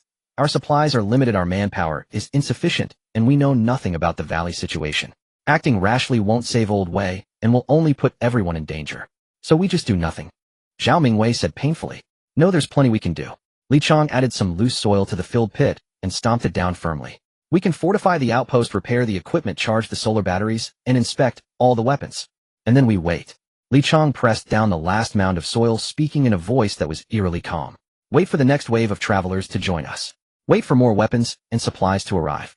Wait for other teams to find us. Wait until we can wipe out every beast in that damned valley and leave no trace of them. Alright, enough talk. Get to work. The next batch of travelers will be here soon. Li Chang patted Zhao Mingwei's shoulder, then jumped onto the cat cart and drove it to the periphery of the outpost. Including this one, the outpost now had 5 vehicles, but only 4 people could drive proficiently. Li Chang decided to keep this one as a spare. At the temporary tent, everyone except Sun Cheng had left to take their positions. Professor Han continued mapping the area with Sun Qiming and Su Xiaxia, while Wang Lei and the others were still hauling water. The outpost now had 5 large collapsible water tanks, enough to sustain even more people for at least a week. Wu Hao was laboriously moving the collected materials to reinforce the outpost. 3 cars equipped with simple Chiron units were parked in 3 directions around the Swearin 1, forming the outpost's first line of defense. Instructor Lin Xiaoyu hurried over. At some point, everyone in this group, except Zhao Mingwei, had started calling Li Chang instructor. That kid has gone to rest. From the looks of it, he's barely slept since learning he'd be among the early waves of travelers. Actually, that kid has been through a lot. Dr. Zhou checked him. His whole body is covered in bruises and scrapes, and he even has a few minor fractures. But he never showed it. Li Chang waved his hand, cutting off Lin Xiaoyu. Don't worry, I know. Didn't he complete the task entrusted to him? Li Chang gazed at the bustling crowd in the distance, his eyes calm and profound. That kid has endured more than most already. He said softly. When he wakes up, tell him what I said. Yes, Instructor Li. Lin Xiaoyu gave him an informal salute and trotted off to help Wu Hao organize the camp. Li Chang smiled and began his own work. Blue Star Time, June 17, 2350, Swearin 1, temporary outpost. Captain, I'm ready. Zhao Mingwei's voice came through the communicator. He was fully armed, sitting in the driver's seat of the cat cart, ready to depart at any moment. In the other 3 directions, Wang Lei and Wu Hao were also prepared, each in their own vehicles. Maintain communication and keep an eye on the target's position. Li Chang stared intently at the screen before him. He had already deployed weather balloons at various nodes and prepared the emergency drone for launch. The third wave of travelers was about to arrive. As time ticked by, 2 red dots suddenly appeared on the screen. M00438212235 and T001423547. Li Chang's eyes widened as he saw the 2 IDs. A designation. Located 91 kilometers southwest of Swearin. He immediately grabbed the communicator. Zhao Mingwei, head to the coordinates I'm sending you immediately. Bring Dr. Zhou. Stay safe and move fast. Zhao Mingwei was momentarily stunned by the order, but quickly snapped to action, pulling the confused Dr. Zhou along as they sped toward the target. Li Chang tried calling another bracelet's communication. It connected after just 1 ring, and a slightly flustered male voice came through. Hello. Stay calm. This is Swearin 1 Outpost, Eastern Kingdom Army. Commander Li Chang. Is there any danger around you? No. Do you have a vehicle or any other tools? No. The voice gradually steadied as if Li Chang's tone gave him courage. Then stay where you are as long as it's safe. Don't move. We'll come to get you immediately. Stay alert, as per your training. Okay, please hurry. After finishing that call, Li Chang immediately contacted Wang Lei. Wang Lei, there's another 108 kilometers southwest. He has no vehicle. You and Sun Qiming go pick him up. The drone will provide full cover. Leave it to us, brotherly. With Wang Lei's boisterous voice, the dots representing him and Sun Qiming began moving toward the target. Meanwhile, Zhao Mingwei was driving the cat cart at breakneck speed with Dr. Zhou in the back, gritting his teeth and holding on despite not knowing why he was brought along. Soon the target appeared before them. It was a gray object over a meter tall, shaped like a giant box. The box had no seams, and its contents were invisible. Zhao Mingwei parked the cat cart beside the box, surveyed the area cautiously to ensure it was safe, and then approached with Dr. Zhou. Before the doctor could ask anything, Zhao opened several special clasps around the box and lifted the lid. The sound of crying immediately emerged. Recognizing the familiar noise, Dr. Zhou quickly peered inside. There in the box was a modified NICU incubator, and inside it a baby no more than a few months old was wailing loudly. At the Central Hub Special Emergency Response Command, Li Yunshu stared grimly at the report in his hands. The third batch of travelers had just departed, but unlike before, this batch included 5 infants under a year old. Though he had mentally prepared himself, looking at the photos of these 5 little ones still weighed heavily on him. These infants had no survival skills whatsoever. If not rescued immediately by others, they wouldn't stand a chance. Yunshu, don't worry, Chief of Staff Ding said, patting his shoulder. You've done your best. We've made all the preparations we can. These little ones will be fine. The sealed shell won't attract any beasts, and the life support system can sustain them for 3 days. Trust our soldiers. Li Yunshu took a deep breath and gently set the report on the table. Chief Ding, you're right. This is much better than it was back in our day. Meanwhile, at the Swearin one temporary outpost, Zhao Mingwei had already brought the baby and the box back to the outpost. Dr. Zhou carefully lifted the infant from the incubator, gently soothing him. The baby's cries gradually softened into sniffles, and his big dark eyes curiously scanned the unfamiliar faces around him. What a tough little one, Lin Xiaoyu said, her eyes reddening as she looked at the baby's face. So young, and already. Li Chong stood nearby, a rare tenderness softening his stern features. This kid's lucky. His landing spot wasn't far from us. Though everyone knew the baby would only bring trouble to the outpost, not a single person showed any impatience. Li Chong stepped past the group to the box, and following the procedures from his training, quickly dismantled the entire shell. Though he knew about these containers from training, he hadn't expected to encounter one so soon. Inside the box, besides the now empty NICU incubator, were a life support system and a bundle. The life support system contained pre-mixed breast milk connected via a silicone tube to a nipple inside the incubator placed right next to the baby's head. He only needed to turn slightly to feed. The incubator was surrounded by padding bags filled with vacuum-sealed powdered milk enough to last the little one 6 to 8 months. Li Chong picked up the bundle and opened it. Inside were tiny baby clothes, a bracelet engraved with the name Chen Shun wrapped among them, and a photograph. The photo showed a young couple holding their baby, smiling joyfully at the camera. On the back of the photo was a letter. His name is Chen Shin, just 2 months and 7 days old. Kind stranger, whoever you are, please, I beg you, save him. If you can save him, I'll be your servant for life, I beg you. The handwriting was blurred as if soaked by some liquid. Li Chong's fingers unconsciously tightened around the photo, the paper crinkling slightly. He stared at the smiling faces of the young couple, his throat tightening. Captain, this is... Zhao Mingwei leaned in, his eyes falling on the photo in Li Chong's hand. Meanwhile, the baby in Dr. Zhou's arms had already fallen asleep, his little face rosy, breathing evenly, oblivious to the world around him. Li Chong took a deep breath and solemnly tucked the photo into the pocket close to his chest. When he turned to face the others, his voice turned icy. Does anyone have any objections to this baby? He can't contribute to this outpost, and will only hold us back. Li Chong's words froze the air around them. Everyone stared at him in shock. Dr. Zhou even took a few steps back, clutching the baby tighter. Lin Xiaoyu spread her arms like a protective hen, shielding Dr. Zhou and the baby from Li Chong's gaze. I, Instructor Li, will take care of him. He won't cause any trouble. Please don't send him away. Yeah, Brother Li, he's just a baby. No need for that. Wang Lei chimed in, and the newcomer he had just brought back, though still confused, instinctively stood with him. Except for Zhao Mingwei, almost everyone in the outpost looked at Li Chong, with pleading eyes, causing the corner of his mouth to twitch upward slightly. This is what it means to be from the Eastern Kingdom. Li Chong stepped back 2 paces, revealing the contents of the box. Then I'll leave him in your care. These are his food and clothes. Oh, and his name is Chen Shun. Remember to call him that. He then stepped forward to Dr. Zhou, reaching out to gently touch the baby's cheek with the back of his finger. Don't worry, little one. You'll see your parents again. You have to hang in there. Whether the baby understood Li Chong's words or was having a sweet dream, he smiled beautifully while nestled in Dr. Zhou's arms. That smile was like a beam of sunlight, warming everyone's hearts and bringing a glimmer of hope. Time flew by, and 7 days passed in the blink of an eye. The Swearin one temporary outpost had been completely transformed, now truly resembling a proper camp. 15 vehicles with simple Chiron units were neatly parked around the perimeter, along with 2 standard Chiron units and 4 cat carts, 2 of which were equipped with weapon modules. The outpost was no longer the same. Radiating outward from the Swearin one core, several wooden cabins had been built. Over the past week, the Swearin one outpost had received 37 people from the Eastern Kingdom, including 4 military personnel, 2 of whom were members of the Shin 2 unit. To the left of the outpost, several vegetable plots had been planted with seeds brought by an agricultural expert who had arrived a few days earlier, seeds that had been researched and might be adaptable to the otherworldly environment. To the right stood a large rack piled high with game and plants gathered over the past few days. A large reservoir had been excavated at the center, dug out by the Shin 2 team members who arrived on the 5th day, using their carried Chiron units now filled to the brim with clear water.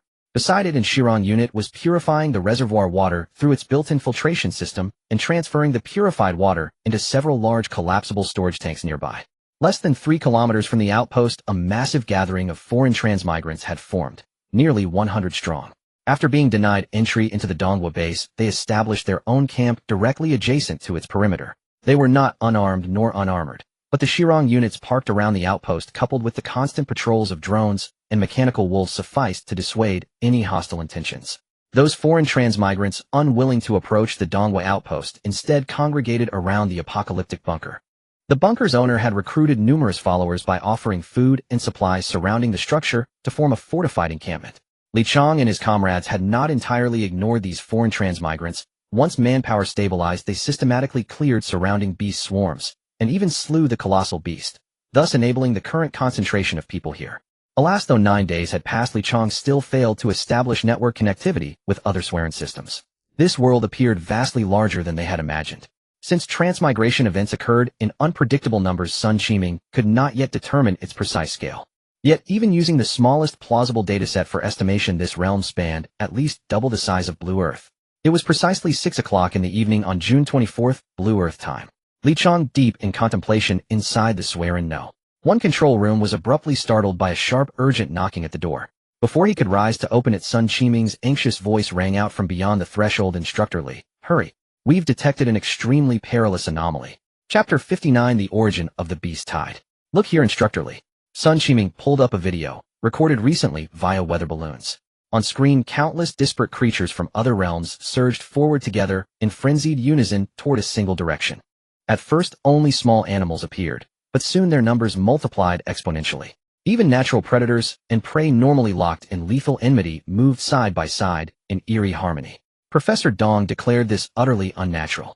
Professor Dong, an expert in alien zoological ecology, had arrived at the outpost 5 days prior. His judgments were never made lightly. Li Chang swiftly scrolled through all the video clips Sun Qiming had recorded over the past 2 days. Indeed, the earliest footage showed only a few scattered small animals, no anomalies. Yet as time progressed, the convergence intensified, culminating now in this chaotic amalgamation. "What's the location? How far?" "Southwest, approximately 200 kilometers, Sun Qiming quickly summoned the map. Li Chang stared intently at the marked coordinates, his brow furrowed in grim concentration.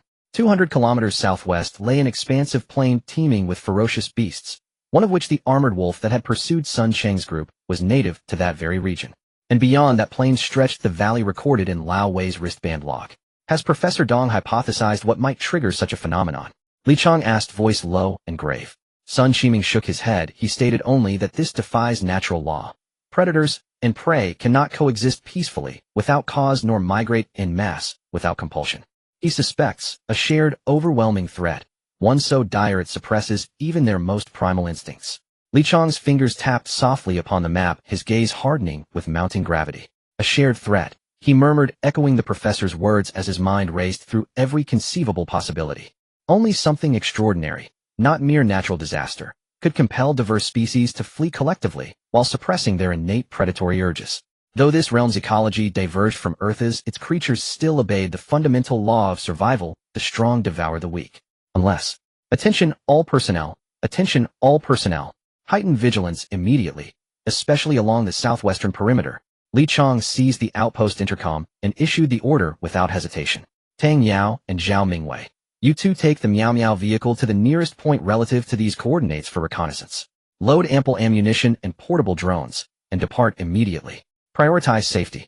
Within moments, Tang Yao and Zhao Mingwei sped off in the armed Miao Miao vehicle toward the target zone, while another Shin-Tu member accompanied by 2 comrades fortified the southwestern flank of the camp. They deployed 2 Shirong units as anchor nodes, linked them with 10 rudimentary units, and erected 3 layers of electrified barbed wire across the center. Li Chang piloted attack drones overhead, monitoring every contour of the terrain. All local fauna near the outpost had already been cleared, allowing for remarkably swift progress. Within roughly an hour, they neared the designated coordinates.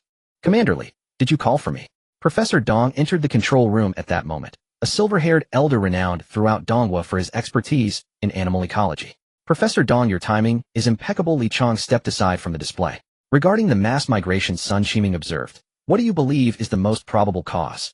Professor Dong narrowed his eyes at the screen. Tang Yao's team was now nearing the target location. Adjusting his spectacles, he scrutinized the footage closely. On screen, vast legions of alien creatures advanced with uncanny discipline, predator and prey alike moving shoulder to shoulder. This reminds me of Earth's great biological migrations. Professor Dong pointed to a corner of the screen, but the crucial distinction lies in purpose. Terrestrial migrations are seasonal, whereas these beings are fleeing for their lives. He pulled up another infrared feed, observed their thermal signatures. Their body temperatures are abnormally elevated, far exceeding baseline physiological norms. This indicates extreme adrenal surges, levels so severe they risk irreversible physiological damage. Such intensity proves the threat must be profoundly terrifying, driving these creatures to flee despite self-destruction. On the opposite side of the screen, near the advancing beast tide, what in the world is happening? Zhao Mingwei gaped from the Miao Miao vehicle as a thunderous tide of beasts roared past. Countless alien species surged forward at staggering speed, including natural enemies, many already foaming at the mouth yet refusing to halt. Li Chang and Professor Dong watched the drone's real-time transmission in tense silence. As the drone penetrated deeper, the scale of the tide became staggering. Tens of thousands of alien creatures driven, like cattle, by some invisible scourge galloping madly forward. Tang Yao immediately mounted the vehicle-mounted machine gun, as Zhao Mingwei activated the drone, sending it soaring toward the direction from which the beast fled.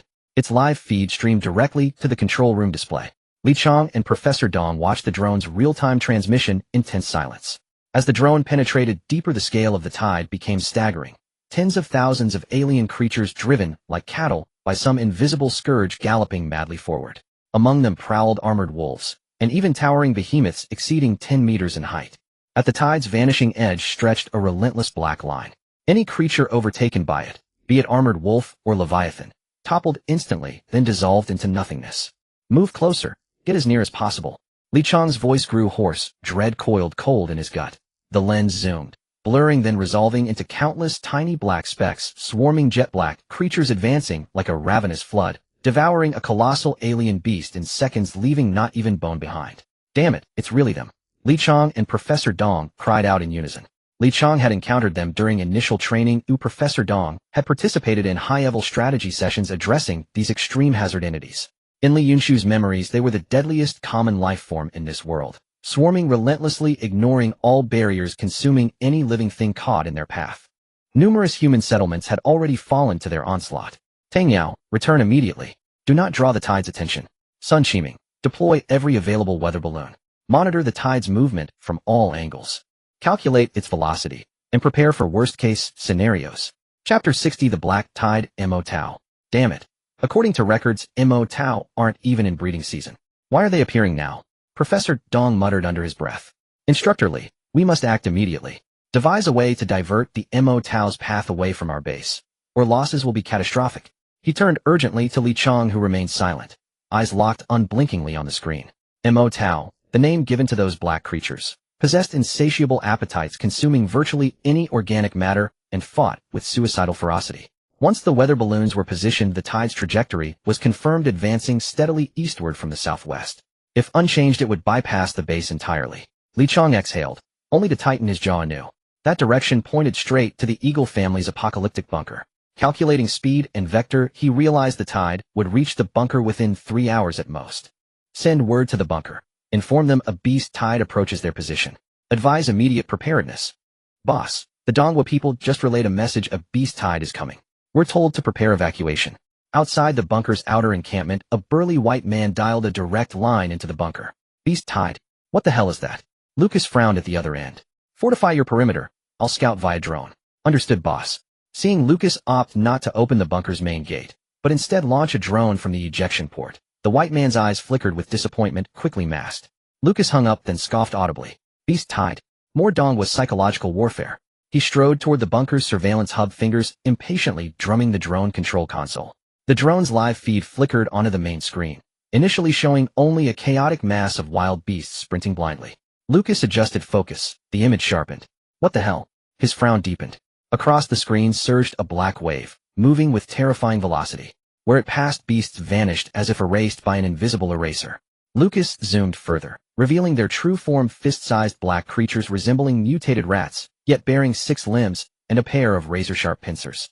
Their advance was horrifying. Frontline individuals consumed organic matter voraciously, while rear ranks surged forward seamlessly, like an unstoppable, all-consuming flood. Shit.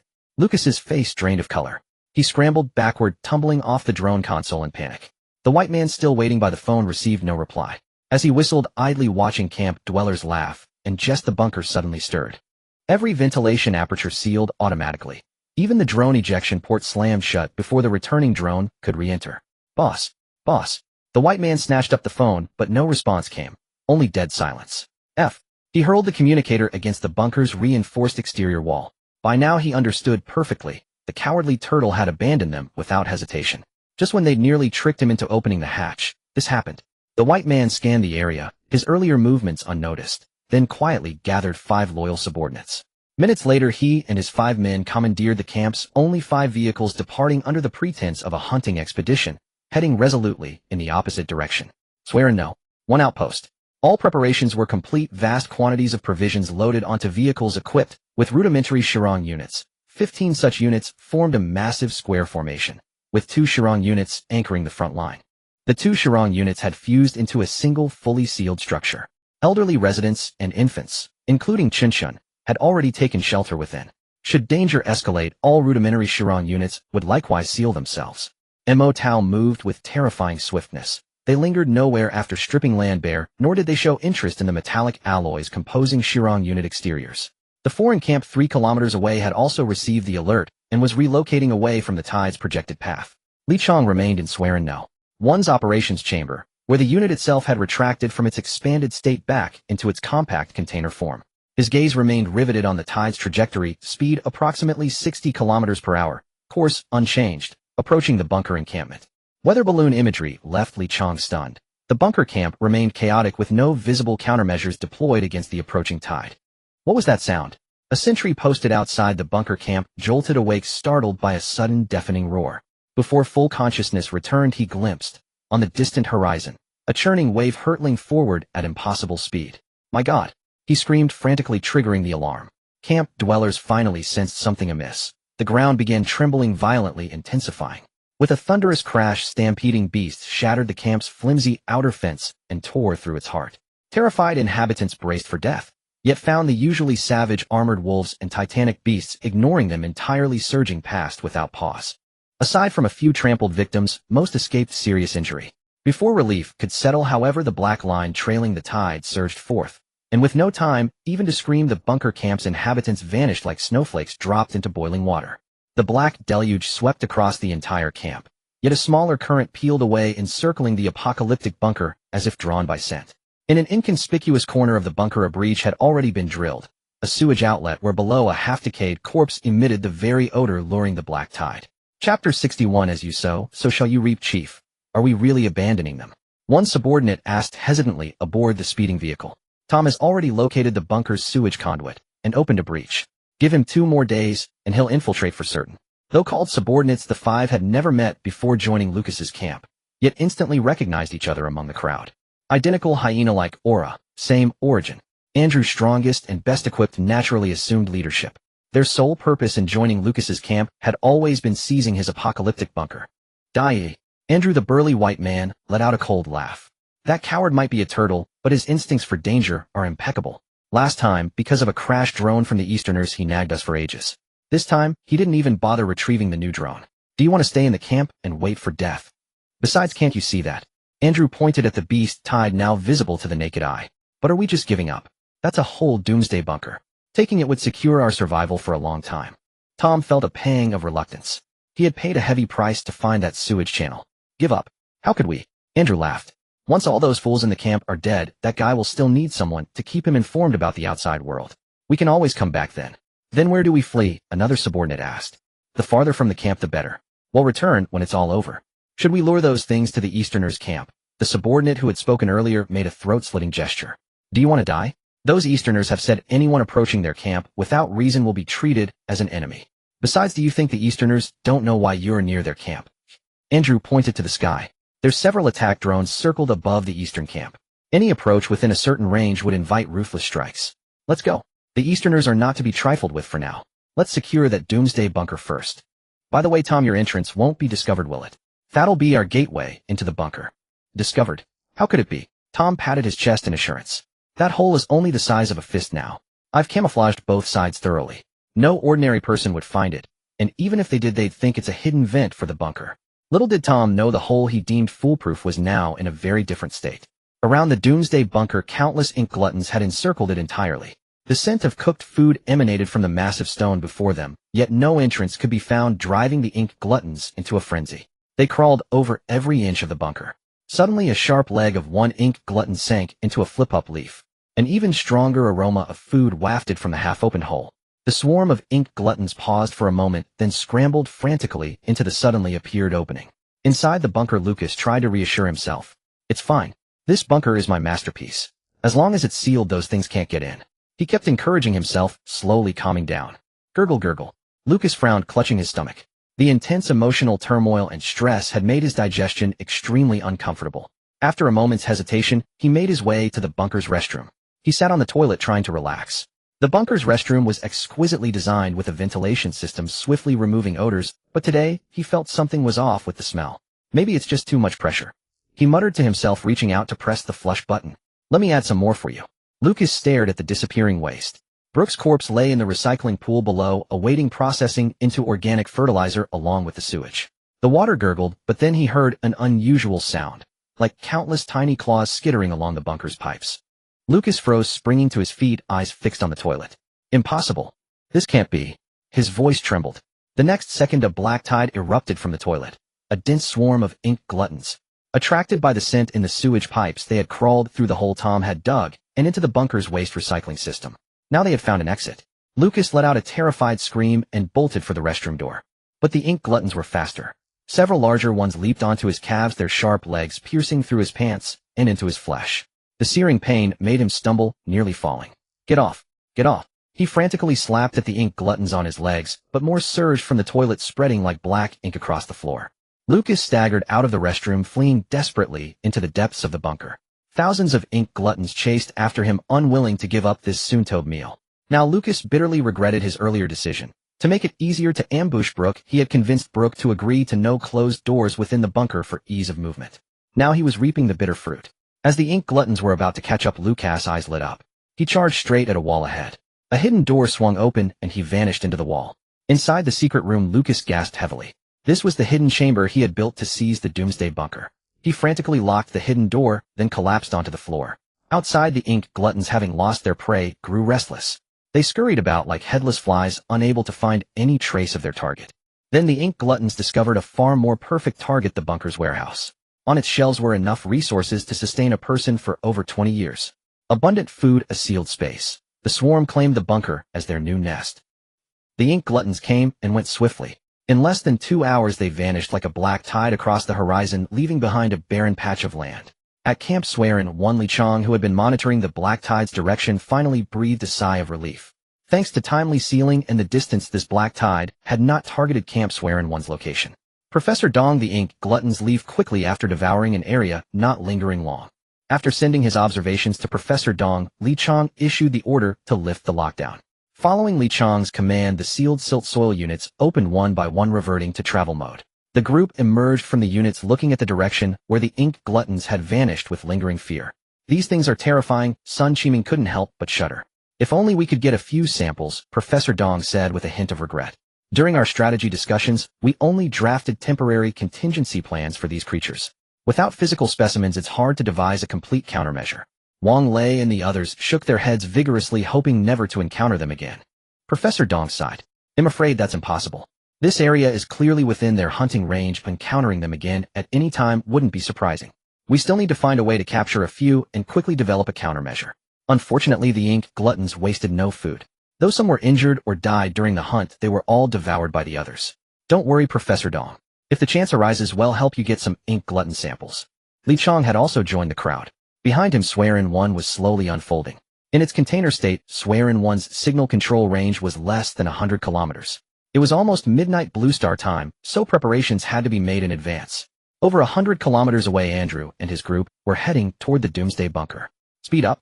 We need to seize the bunker while we can, Andrew urged his subordinates. It's almost midnight. The Easterners are busy receiving their newcomers at this time. It's our best chance to take the bunker. Tom, take a few of them and quickly break open the hole. He'll distract that guy. Once they entered the bunker camp, Andrew and his men split into two teams. Tom headed directly to the hole's location, while Andrew picked up the internal line to contact the bunker's owner. Though the eerily clean camp struck them as odd, they had no time to dwell on it. Hey boss, are you okay? We're the only survivors from the camp. How are you? Andrew spoke directly into the receiver. But the line that usually connected immediately now only emitted a busy tone. No matter how many times Andrew redialed, there was no response. Meanwhile, Tom quickly led 3 others to the hole's location. The sight before him shocked Tom. The hole, which he had covered with a leaf, was exposed, and it was slightly larger than he remembered. "What's wrong?" a subordinate asked, noticing Tom's surprise. "Oh, nothing. The cover seems to have fallen off, but the hole's still here," Tom quickly replied. "Then hurry up. Andrew can't stall forever. If that turtle finds out we're in trouble. If we don't take the bunker, Andrew won't go easy on you," the subordinate threatened. Tom couldn't help but shudder. The mere thought of Andrew's methods made him tense up. "Don't worry, I'll be fine. But this leads to the sewage recycling pool. Don't complain about going in later." With that, Tom pressed his face to the hole, preparing to widen it. Yet the usual pungent smell was completely absent. Just as Tom found this strange, a dark shadow lunged from the hole. "Ah!" A piercing scream rang out, startling Andrew, who was still dialing. "That's Tom's voice." Andrew instantly recognized Tom's distinctive tone. What happened? Had they breached the tunnel and run into that turtle? Andrew dropped the phone, grabbed his weapon, and ran toward the source of the scream. When Andrew reached the hole, the sight chilled him to the bone. Tom lay on his back, his face torn open by a massive bloody gash. The other three subordinates were firing wildly into the hole, sparks flying in the darkness. "What's going on?" Andrew barked. "Something came out of the hole," a subordinate stammered. "Tom's dead." Andrew quickly looked at the hole. Perhaps due to their intense firepower, nothing else emerged for a moment. Just as they breathed a sigh of relief, the doomsday bunker before them rumbled, and all its vents and passages opened wide. Before they could react, countless shadows poured out from the bunker, overwhelming them. 5 minutes earlier, as Andrew began contacting the internal line, Lucas in the secret room was in utter despair. He had prepared no extra food or water in the chamber. The last supplies were gone.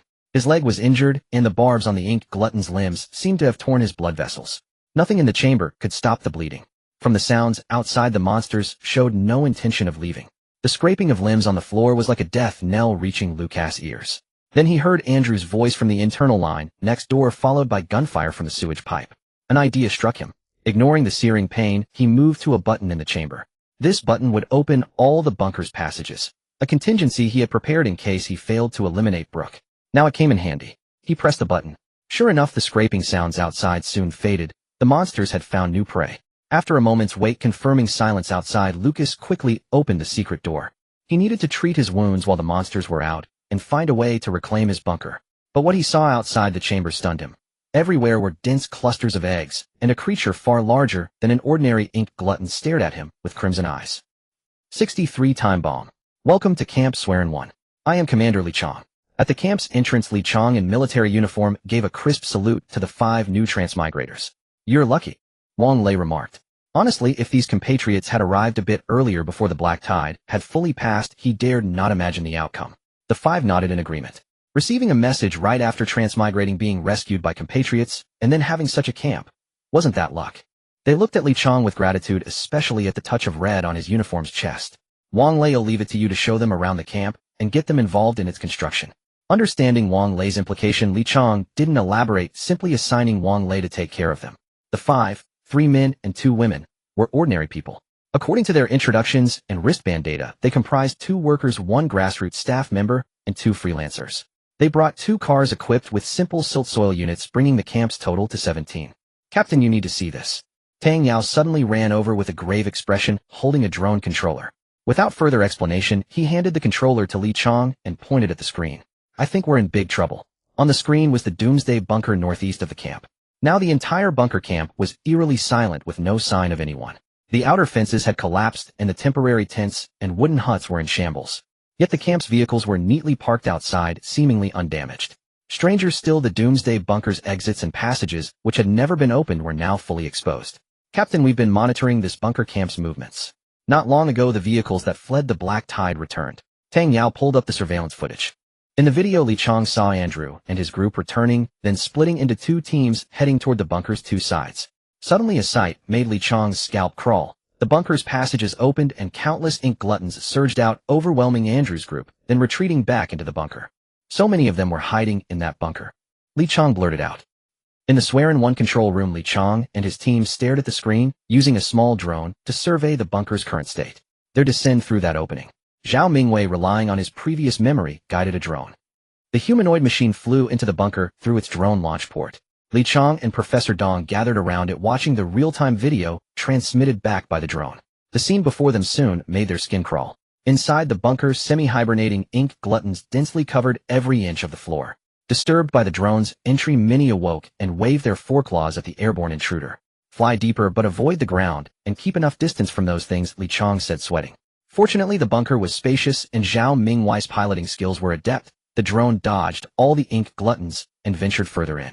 More ink gluttons were roused by the drone chasing the aerial invader across the ground, awakening even more in the process. As the drone delved deeper, the density of ink gluttons reached an astonishing level, with some even stacking up in attempts to reach the drone. Suddenly, at a corner, countless ink gluttons dropped from above, crashing onto the drone and sending it falling to the ground. The camera captured the last image from the corner, a dense cluster of eggs with a massive ink glutton silently howling toward the drone. The group stared at the now silent screen, speechless for a long time. Professor Dong, you're the expert here. What do you think? Li Chang finally asked in a hoarse voice. The ink gluttons in the bunker must have been left over from the last black tide. They've clearly built a nest inside. Professor Dong's expression was grim. From the video alone, we saw no fewer than a few thousand ink gluttons. If we include the eggs, the number is likely far more terrifying. This is a ticking time bomb. Once those eggs hatch, this swarm will attack everything around. Professor Han, is there a way to seal those ink gluttons inside the bunker? Li Chang turned to another professor. It's difficult. This doomsday bunker has multiple hidden exits. From the video, it seems all exits have been opened, making it hard to locate and block them. The risk is too great. Then can we directly eliminate them? Li Chang pressed. That's also tough. Professor Han shook his head. Though it looks ruined now, that bunker lives up to its doomsday name. It can withstand considerable attacks. With our current weapons, dealing a fatal blow is nearly impossible. We can't act rashly. Professor Dong interjected. If we can't kill them in one strike, the ink gluttons provoked will swarm out and attack everything nearby. It might even trigger another black tide. We know too little about ink gluttons, their habits, their nature. We might make things worse. Commander Li's intel only covers their appearance and danger. He doesn't understand them either. So we just leave them be. Li Chang frowned. You all saw those eggs. Once they hatch, they'll pose a huge threat. We can't ignore this. I have a suggestion. Professor Dong looked at Li Chang. I want to capture a few ink glutton specimens to study and develop countermeasures against them. Chapter 64, Capturing Specimens. Be careful. Don't provoke a riot, and especially don't lure the swarm back to the camp. Professor Dong repeatedly warned Li Chang. Without a word, Li Chang focused on piloting a transport drone toward the doomsday bunker. Unlike previous flights, this drone carried a large box below, modified from the one that brought Chen over. The box's material was extremely sturdy, able to withstand ink glutton bites, so it was used to build a capture container. Inside, a dead armor wolf was placed as bait. Fortunately, one of the two workers who joined the camp was a master fitter. His skilled craftsmanship made creating these tools effortless. Besides the box, he fashioned a remote-controlled mechanism using simple tools.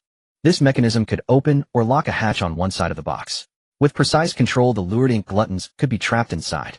Li Chang flew the drone above the bunker and lowered the box near an exit. As the hatch opened, the scent of the armor wolf's corpse drifted into the bunker. Soon movement stirred in the tunnel, and several nearby ink gluttons surged out. Attention, targets spotted. Li Chang watched the screen intently, afraid to miss the moment. I need at least 3 specimens, Professor Dong whispered nervously. Meanwhile, the rest of the swearing camp 1 were on standby in a simple Shirong unit, ready to react if anything went wrong.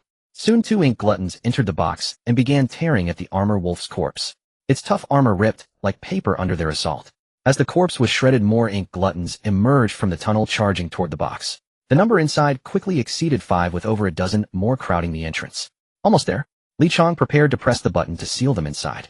But just then, a creature far larger than the others burst from the tunnel.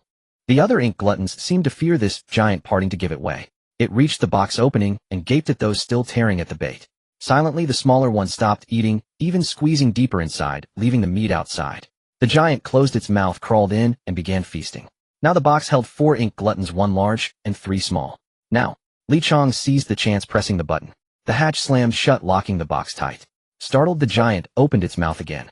Though no sound was heard, the ink gluttons outside erupted into chaos. They swarmed the box.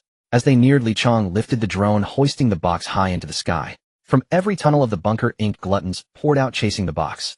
Inside, the 3 smaller ones grew frantic. Previously motionless against the box's walls, they now bit and clawed desperately, trying to tear a hole. But the giant remained still, mouth agape and head raised. Keep climbing, don't change course, Professor Dong urged, seeming to understand something. Li Chang naturally wouldn't lead the swarm back to camp. He flew the drone straight up. 100 meters, 200, 500. Only when they neared the drone's ceiling of 2,000 meters did the ink gluttons at the bunker calm down. They looked around in confusion, then, receiving no further signals, retreated into the bunker. High above, the 3 smaller ink gluttons still bit the box frantically. After a long while, as the temperature dropped, they finally collapsed from cold and exhaustion. The giant remained with its head up and mouth open, showing no other change. Li Chang waited until no ink gluttons were visible outside the bunker, then maintained altitude and flew back towards Swearin Camp 1. The camp was ready. A standard Chiron unit had been converted into a lab parked in an open area at the rear. Professor Dong and the others waited anxiously for the specimen delivery. Li Chang slowly descended while Tang Yao kept watch on the bunker, fearing that dropping below a certain height might trigger another riot. Fortunately, nothing stirred, even as the box touched down. The three smaller ink gluttons seemed utterly spent, showing no signs of life. The box's interior was covered in scratches and bite marks, yet the material held firm, showing only superficial damage. Once on the ground, the giant ink glutton reared up again, opening its mouth as if roaring. But still no sound was heard. "Quick, move the box inside," Professor Dong ordered. After the box was placed in the Chiron unit, he set the soundproofing to maximum and let out a sigh of relief. This giant can command others with a special sonic wave. It's the most valuable specimen. We humans can't hear those waves, but the ink gluttons can. Fortunately, their range is limited to less than 2,000 meters in a straight line. Captain Lee, keep a constant watch on the bunker. Don't let a single ink glutton approach within 2,000 meters of our camp, or the consequences will be dire. Also deploy sounding balloons within a 2-kilometer radius to monitor for other ink glutton populations. Finally, assign me assistants. I need to uncover the physiological habits and traits of these creatures as quickly as possible. Chapter 65. Moving forward, soon Li Chang introduced the carefully selected research assistants to Professor Dong. Li Yunshu, an experienced anesthetist skilled with a blade useful for subduing or dissecting the ink gluttons. Zhao, a college student quick and familiar with most lab equipment from university work. Panning, a herbalist with a unique knowledge of plants who should be helpful. Tang Yao, my teammate responsible for lab order and safety to prevent accidents. Seeing Professor Dong's speechless expression, Li Chang felt embarrassed. The camp had only a handful of people, making it hard to find true scientific assistance. Still, Professor Dong understood the reality. These few were better than nothing. After all, most people would rather avoid ink gluttons than study them. Moreover, the captured ones were visibly weakening. In a few days, they'd be worthless for research. Thank you all for helping with this study. But I must be blunt, these specimens are extremely precious and crucial. They might let us face ink gluttons effortlessly in the future. None of you are professional biologists, so please follow my instructions strictly. Never act on your own. Getting hurt is one thing, but causing the death of a specimen or triggering a new black tide would be an unforgivable sin. Professor Dong adjusted his glasses, his gaze sweeping over each face. The group exchanged glances, but soon nodded. Understood, Professor. We know the stakes, and will follow your orders completely. Li Yunshu spoke first. Right, Professor. I've assisted my mentor many times. I won't act impulsively, Zhao added. Pan Ying remained silent, but nodded firmly. Good, let's go. Professor Dong waved and boarded the Chiron unit, acting as a lab. The others followed while Tang Yao took the driver's seat, heading away from camp. The ink glutton's nature was too dangerous to risk near the settlement. The experiment site was set on a hillside 5 kilometers from camp, between the camp and the bunker. Even if a black tide were triggered, it wouldn't directly threaten the camp. Zhao Mingwei and Su Li stood guard in a cat car nearby, while Sun Qiming monitored the surroundings with sounding balloons. Inside the Chiron unit, Professor Dong and the team prepared for the experiment. Comrade Tang Yao, you are in charge of lab security. If those ink gluttons break free, shoot to kill to prevent injuries, he said, pointing at the 3 lethargic smaller ones. As for this one, he indicated the giant. Try to keep it alive. Only kill it if it poses an immediate life-threatening danger. Fully armed in a corner, Tang Yao's mouth twitched, but he agreed. Then let the experiment begin. Professor Dong approached a small ink glutton, securing it to a table with restraints. Dr. Li tried to anesthetize it. See which drugs work best, and its resistance. Li Yunshu was at a loss. Had never seen such a creature before. He was an anesthetist for humans, not a vet, and had no idea what drugs or dosages to use. Sensing his confusion, Professor Dong said calmly, Don't worry, Dr. Li. This specimen isn't precious. No need to keep it alive. Just try. Adjust the dose based on body size. Adjust by body size. It's not like drinking water. Li Yunshu muttered, but without hesitation he injected a tube of milk into the restrained ink glutton. Blue Star, Eastern Nation Special Incident Response Command. How's the situation? Li Yunshu asked without looking up as Qin Yi entered. As of now, 10 batches of travelers have crossed over, totaling over 68. 75 million, including 134563839 from our nation. 10,000 Shinshu operatives and 500 Yulei members have entered the other world, along with over 1 million regular soldiers. They carry extensive weaponry, including 500 encapsulated units and 800 Swearin systems. It's a pity we can't communicate with them yet, or would know their progress, Qin Yi sighed. According to the Academy of Sciences, they should be networking and establishing initial communication links by now. I hope so, Li Yunshu mused. How are other nations faring? Still under control. There's some civilian unrest, but it's manageable except for the white elephant, right? Li Yunshu sneered. Qin Yi let out a bitter laugh. It truly is White Elephant. The entire White Elephant is now in a peculiar state. The previous incident was glossed over by their president with an utterly absurd excuse, but this has also brought about its own drawbacks. Now within White Elephant, a third of the populace still heeds President Vanaji's commands, while another third follows the orders of his rival Navaji, as they vie for every resource they can seize. And the remaining third, they cling to the shamans of various villages and sects, sitting quietly awaiting the arrival of the final trial. Yunshu was left speechless by Qin Yi's response, yet it was entirely in keeping with White Elephant's character.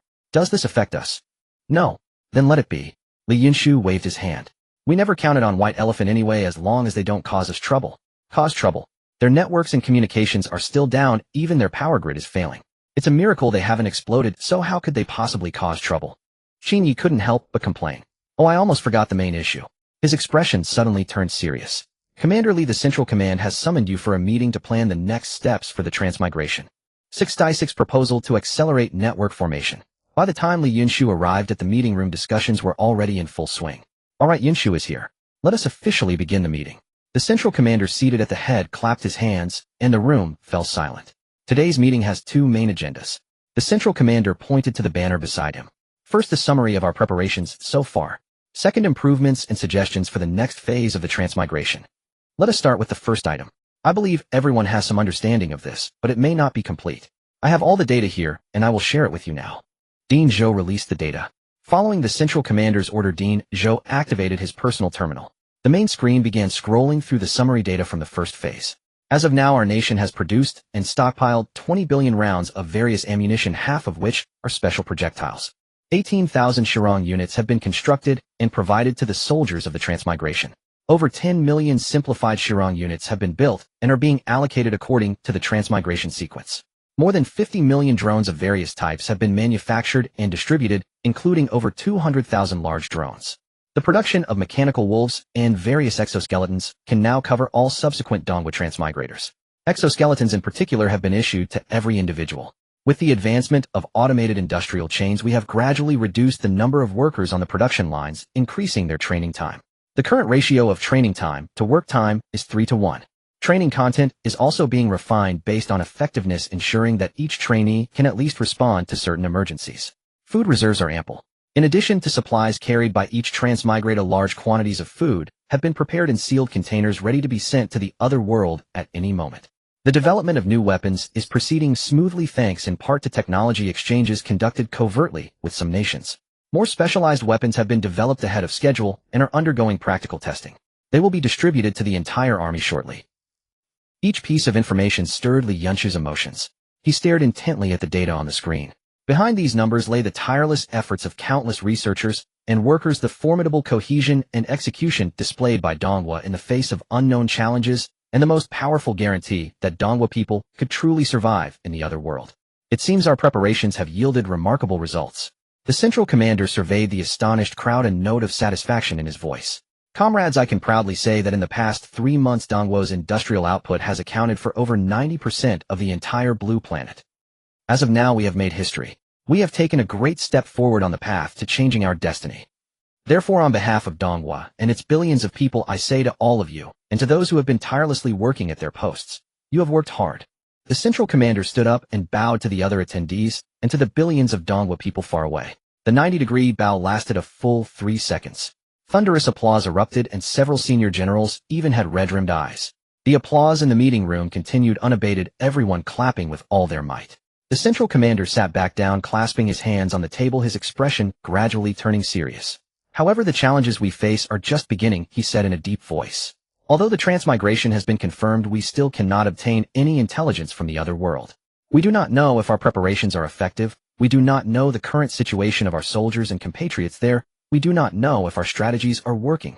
So let us move to the second agenda. Regarding the arrangements for the next transmigration phase, does anyone have suggestions or improvements?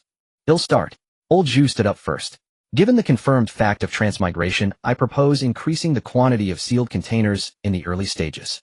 Only with sufficient supplies can they establish a foothold there and lay a solid foundation for the future. I object. Old Zhu was interrupted by Chief of Staff Ding as soon as he finished. I know you want our soldiers there to suffer less and enjoy an abundant life sooner. But have you considered whether our forces there can protect those sealed containers sent ahead of time? If they cannot, then damaged sealed containers would be an irreparable loss. Therefore, my suggestion is to moderately increase the number of sealed containers, but we must consider the soldiers' capacity to defend them. If not absolute certainty, we should at least ensure that over 90% of the sealed containers remain under the control of our Dongwa people. Yunshu, what are your thoughts? You are the most familiar with the situation there. I would like to hear your opinion again. Chief of Staff Ding looked at Li Yunshu beside him, his eyes full of expectation. My opinion. Li Yunshu also stood up. Before I answer, I would like to ask a question. During this time, how many complete swearing systems have been produced in total? The swearing system. Chief of Staff Ding pondered. If I remember correctly, as of now, over 1,300 swearing systems have been completed. After accounting for the 800 already taken over, there are 500 in reserve. I propose accelerating the network integration of the swearing systems. Please have all remaining swearing systems carried over by the next batch of transmigrators. Li Yunshu's words plunged the meeting room into a brief silence. The central commander nodded slightly, signaling him to continue. Back then we lacked weapons, food, water, ammunition. It seemed we lacked everything. But in reality, what we lacked most was always communication. So I suggest sending all remaining Swearin 1 units over with the next batch of transmigrators, and then ensure at least 100 Swearin systems are sent daily with that day's transmigrators. This can continue until we have established contact with them or completed the construction of a communication network. Communication is a lifeline. Li Yunshu's voice echoed in the meeting room. The lesson learned from the blood of the first batch of transmigrators tells us that if Dongwa people scattered across the land cannot establish contact in time, they will be defeated one by one like fortresses on a sandy beach. 67 Hongyan Wild Goose. I completely agree with Comrade Yunshu's opinion. Chief of Staff Ding stood up. The Swearin system is not only a core node of the communication network, but also the foundation for establishing an informationized combat system in the other world. Every additional Swearin system deployed ahead of time increases our compatriots' chances of survival. A low murmur of discussion arose in the meeting room. The central commander lightly tapped the table, turning his gaze to the head of the industrial department. Minister He, can the production capacity of the Swearin system be increased? Minister He immediately stood up, reporting to the central commander all production lines are currently running at full capacity. If we urgently allocate resources, we can increase the daily output to 200 units within a week, but this would require temporarily reducing some production lines for other tasks. Then do it. The central commander made a decisive decision. From today onward, the production priority of the Swearin system is raised to the highest. Additionally, he turned to Chief of Staff Ding. Old Ding, ensure that every soldier can master the rapid deployment process of the Swearin system. We've been working on it. Chief of Staff Ding patted his chest. All soldiers responsible for carrying the Swearin system are the elite of the elite. They must complete at least 2,000 simulated deployment drills before transmigration. The average deployment time for current trainees has been reduced to 1 minute and 38 seconds. Unless they are in a hopeless, deadly situation, our soldiers will certainly complete the deployment of the Swearin. Then this decision is finalized. Does anyone else have any other opinions? You can raise them now.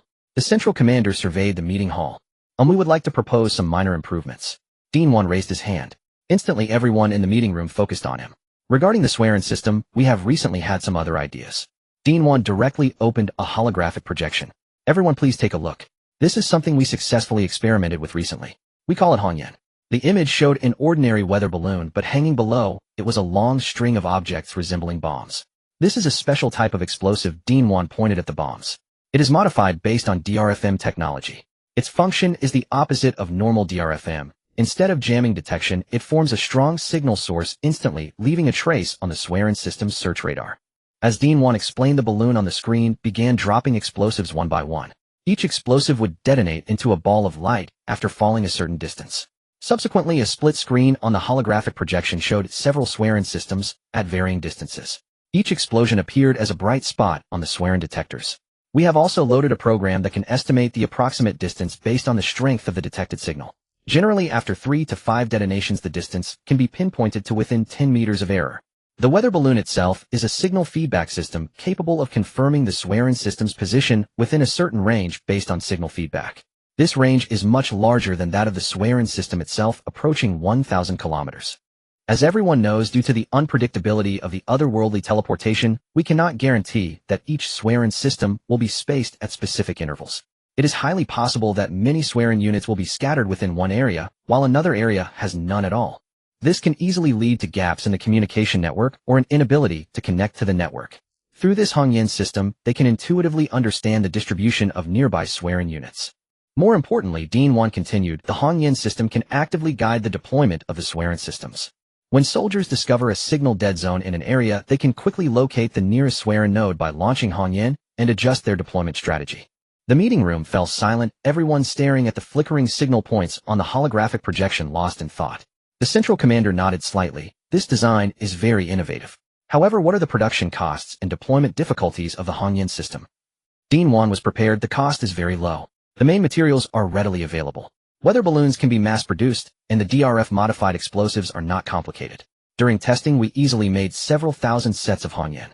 In terms of deployment, a single soldier can carry and launch it. The operation is simple and requires only basic training. Chief of Staff Ding's eyes lit up. If what Dean Wan says is true, this thing can greatly enhance the networking efficiency of the swearing system. I recommend immediate deployment and practical testing. Minister, he also nodded in agreement. We can allocate some production lines to prioritize the production of the Hongyan system to support the swearing deployment. According to Dean Wan's introduction, we can complete the production line modification in half a day, and we are confident in quickly increasing the daily output to over 10,000. The central commander pondered for a moment, his gaze sweeping over everyone. Since there are no objections, the Hongyan system will be added to the priority production sequence, advancing in tandem with the swearing system. He paused and added, Dean Wan, your research institute should produce a detailed technical manual as soon as possible for troop training. No problem. Dean Wan responded with full confidence. Very good, then take action immediately. Strive to distribute the Hongyan system before tonight's transmigration begins. The Otherworld Swearing Camp 1. Instructor Lee, this is the 6th batch of Matawa samples. Sun Qiming controlled a drone flying another crate of Matawa towards the laboratory. Experiments on the Matawa had been ongoing for most of the day, with over 20 ordinary Matawa sent into the lab. Unfortunately, aside from the first one, no other special individuals had been encountered. I no longer have that initial fear of these creatures. Sun Qiming couldn't help but complain. Their intelligence is lower than that of fish. They seem to have no behavioral memory. The same methods always work. I've never had it this easy, even when fishing. Don't be careless. Li Chong patted Sun Qiming on the shoulder. Every time you transport a sample, you must follow the established procedures. Better to go slower, but never cause any Matawa riot. As he spoke, Li Chong's wristband rang. Checking the time, it was nearly midnight Blue Planet time. I entrust this to you. Please continue providing samples as requested by Professor Dong. Remember to prioritize safety. Rest assured, Instructor Li. I will complete the mission. Sun Qiming saluted Li Chong, showing a semblance of a soldier's demeanor. Li Chong smiled and quickly walked out of Sun Qiming's tent. Attention all units, the time is almost here. Prepare to welcome our new compatriots. 68 shining like sparks. Professor Dong, a new batch of Matawa samples has arrived. Tang Yao looked at the drone about to land and called out to the busy group in the lab. Excellent, Comrade Tang, please help bring the new samples in. Professor Dong didn't pause his work and shouted back. By now the entire laboratory had transformed. Transparent containers filled with parts of Matawa bodies were everywhere, and a waste box in the corner was piled high with hollowed-out Matawa carcasses. The protective suits of Professor Dong and his team were stained with the blue bodily fluids of the Matawa, giving them an aura of mad scientists against the backdrop. Tang Yao quickly unloaded the newly captured Matawa samples from beneath the drone. This transport crate held 6 live Matawa, thrashing wildly inside, scraping the walls with piercing sounds. This batch has excellent activity. Panning, wearing protective gloves, carefully took the crate from Tang Yao and pointed a thermal gun at it. Surface temperature is 2 degrees higher than the previous batches. They must have been captured recently. Professor Dong finally put down his dissection tools and turned to the new samples. Zhao, when record the time point. Li Yunshu, prepare. Anesthetic prepared at 1.2 times the dosage from the last experimental data. The lab immediately bustled with activity. That peculiar oversized ink glutton was isolated in a reinforced glass chamber in the corner, its surroundings obscured by dark one-way glass, preventing it from seeing its environment. It still maintained its head-raised posture, but its body had visibly thinned. Professor Dong first placed a new ink glutton in another glass chamber, then pushed it next to the special specimen. Pressing a button, the one-way glass surrounding the special specimen's chamber descended, allowing it to see the opposite side. As if detecting the new ink glutton before it, the special specimen immediately opened its mouth. In an instant, the previously calm 6 ink gluttons all went berserk, frantically crashing against the walls of their chambers toward the special specimen. Instruments surrounding the special specimen began recording and analyzing everything that occurred. Professor, the acoustic organ analysis of the special sample is complete. Zhaowen pulled up a set of data. We found it can emit broadband sound waves from 30 to 120 kHz, with the 80,100 kHz band having a significant control effect on other ink gluttons. Moreover, through repeated experiments, common ink gluttons do not use their eyes to confirm prey, but rather their sense of smell and hearing. Their hearing is extremely sensitive, capable of detecting sounds above 200 kHz. They have vision, but it does not decisively guide their behavior. Simply seeing the special specimen, these common ink gluttons show no reaction until it issues a command for them to act. Professor Dong nodded, then beckoned to Yunshu. Yunshu immediately retrieved a vial of halothane, aerosolized it, and injected it into the glass chamber containing the 6 ink gluttons. Soon the 6 ink gluttons collapsed unsteadily. Under 2 times the anesthetic dose, common ink gluttons will lose mobility within 30 seconds. Yunshu checked the timer on his wristband, then used a metal rod to prod the ink gluttons inside the glass chamber. They haven't yet shown intelligence for playing dead or deception, but we must still be as cautious as possible. As he spoke, he coordinated with Pan Ying to extract the ink gluttons one by one, securing them on a nearby table. Tang Yao, holding his rifle, remained vigilant over each ink glutton, ready to prevent any sudden attacks. Only after the last ink glutton was secured did Tang Yao breathe a sigh of relief and lower his weapon. Prepare for damage testing. We'll rely on you again, Comrade Tang. Professor Dong looked at Tang Yao. We need to know what the vital points of these creatures are and what methods can easily eliminate them. Tang Yao nodded, drawing his military dagger from his back. He was already experienced in such cooperation, so he did not hesitate. Just then his wristband suddenly rang. A message was being sent to him. Is something wrong? Zhao Wen looked tense. Oh, it's good news. Tang Yao waved his hand. Isn't it time for a new wave of travelers? The captain just messaged me saying another one of our teammates has arrived. Shen 2 squad member Cheng Run reporting for duty. A dark-skinned, robust soldier stood upright before Li Chong. He was one of the 9 Eastern Kingdom citizens who had traveled to the vicinity of Swearin Camp 1 during this wave, and the teammate Tang Yao had mentioned. However, unlike the previous Shen 2 member who arrived at the camp, he brought a special piece of luggage. Outside the camp, another Shirong unit along with 5 simple units, forming a convoy, was slowly transporting a massive container toward the camp. It was a brand new Swearin system. We need to find a direction to deploy this Swearin properly, or we can't waste it. Li Chong scratched his head, pondering how to place this new Swearin. Currently, none of the 4 surrounding directions had successfully networked with other Swearin units, suggesting they were out of range. Perhaps once the new Swearin was deployed, they could contact others. But which direction should be chosen? If the right direction was selected, and they could network with other Swearin units, it would be a massive gain. However, if the choice was wrong, it was unknown how long it would take to encounter another new Swearin. Oh, regarding this, I have a new plan. Seeming to notice Li Chong's confusion, Cheng Run quickly spoke up. A new plan? Yes, it was just issued to me not long ago, specifically prepared for situations like this where Swearin units are clustered together. The container had also arrived, so Cheng Run led Li Chong to its side. He first unfolded the Swearin system he had brought, then pointed to a part different from Swearin 1. This is the new Hongyan system. I can't explain the specific principles, so let's start directly. As he spoke, Cheng Run activated the Hongyan system. A massive metal balloon rapidly inflated, lifting a string of spheres into the air. From a distance, it looked like a cluster of ripe grapes waiting to be harvested. Ripe grapes fell one by one, exploding into balls of light. Just as Li Chong was puzzled, the Swearin system before them emitted a beeping sound. On the search screen, a huge light spot was blinking incessantly. Then the Hongyan system also began to emit a buzzing sound. A massive scanning image slowly appeared before the two of them. It was a canopy with 6 light spots flickering like sparks across it. 16. Prepare to patch the network. Is this a distribution map of other Swearin systems?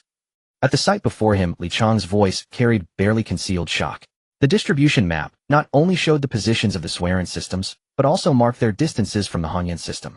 Except for 2 light spots close together, the other 4 were all far away from here. 1 to the northwest, 2 to the southeast, and 1 to the south. The farthest was to the northwest, nearly 1,000 kilometers away. The closest was to the south, less than 400 kilometers. More importantly, the distance between the southern light spot and one of the southeastern Swearin systems was clearly less than 200 kilometers, suggesting they had likely already networked. If they could use another Swearin to link Swearin 1 with the southern one, they could form a communication network comprising at least 4 Swearin systems. This location, Li Chong murmured, unconsciously pressing a finger on the midpoint between the 2 light spots.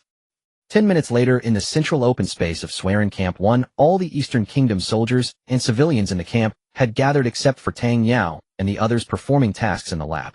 Li Chong connected the terminal to the projector, and the distribution map of the Swearin systems appeared on the wall again.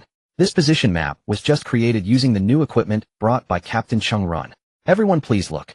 This is the current distribution of Swearin systems around us. Pay attention to this location. He drew a red dot at a position nearly 200 kilometers to the south.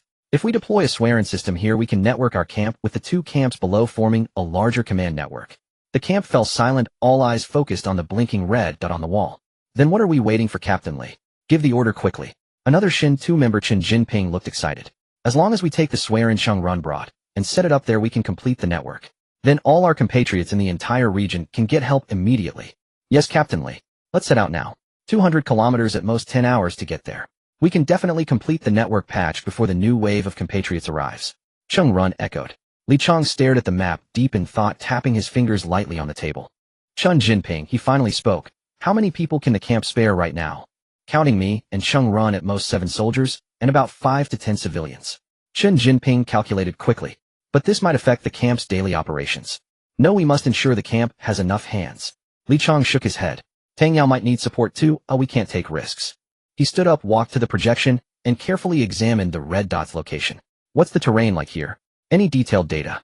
According to the last weather balloon reconnaissance, this area is hilly with a dry riverbed that can serve as a travel route.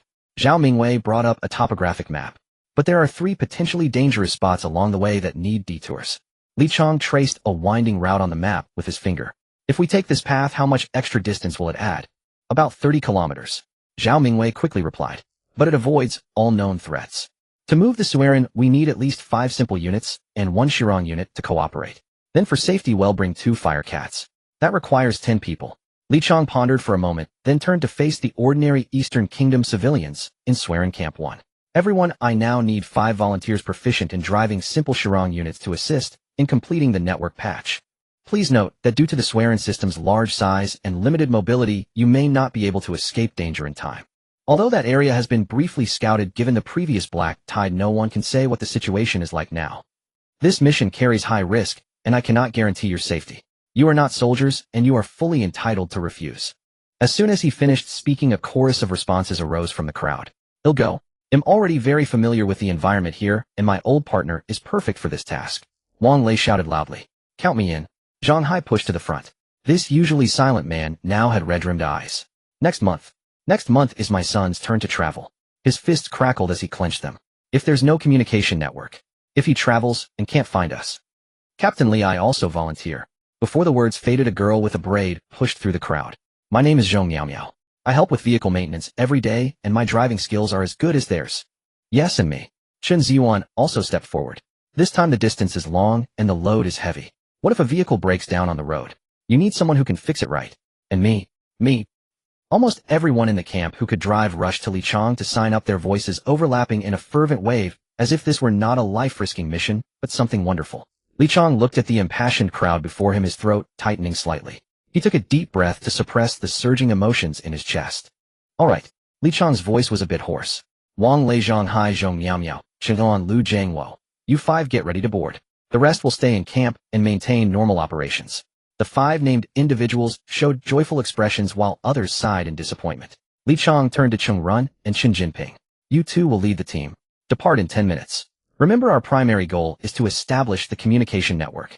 Stay safe. Understood, they replied in unison. 10 minutes later, in front of the camp gate, a 10-person team stood ready. 5 simple unit vehicles and a Chiron unit were linked together, carrying the Swearin system, with 2 fire cats guarding front and rear. Li Chong pressed firmly on Chung Run's shoulder, his strength almost crushing the bone. Make sure you deliver the Swearin safely. Don't worry, Captain Li. Chung Run gave a crisp military salute. As long as I'm alive, the Swearin is alive. Li Chong then went to Chen Jinping, who was in the lead fire cat, and bumped fists with him. Be careful on the road. They'll support you with drones. Then his voice dropped to a whisper only the 2 could hear. Make sure you bring all our compatriots back. 70 danger arrives. Monitoring is normal, no anomalies detected yet. Sun Qiming, who had been watching the weather balloon, reported to Li Chong. 5 hours had passed since the network patching convoy departed, and they had advanced over 110 kilometers southward. Perhaps due to the previous black tide's effects, they had encountered few beasts, not even small animals, along the way. Keep observing and maintain contact with them. Li Chong sat beside the drone control console, ready to launch the emergency drone at any moment. The convoy moved slowly along the dry riverbed, wheels crushing the cracked earth, emitting a dull rumble. Wang Lei gripped the steering wheel tightly, his eyes constantly scanning the hills on both sides. Turn right in 50 meters, go around that embankment. Chen Jinping's voice came through the communicator. We've confirmed there's a collapse risk there. Roger. Wang Lei lightly pressed the brake, leading the convoy in a slow turn. Just then he noticed something reflecting light on the right embankment. Wait, what's that? Before he could finish, a slab of rock fell away and several mud-covered beasts burst out, charging fiercely toward the convoy. It's river crocodiles. Everyone be careful, Wang Lei shouted.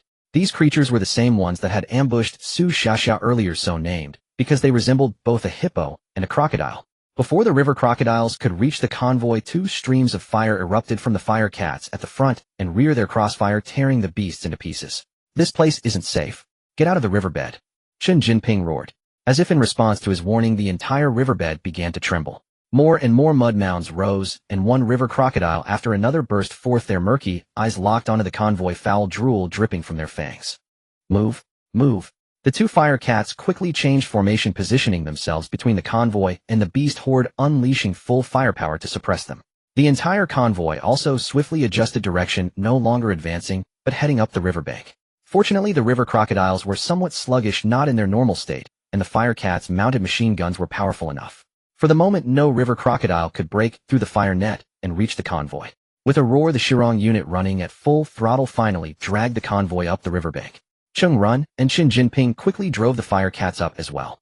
As soon as they left the riverbed, the frenzied river crocodiles seemed to lose their target, standing still and roaring incessantly. I'm afraid this dry riverbed is the nest of these river crocodiles. Professor Dong's voice came through the communicator.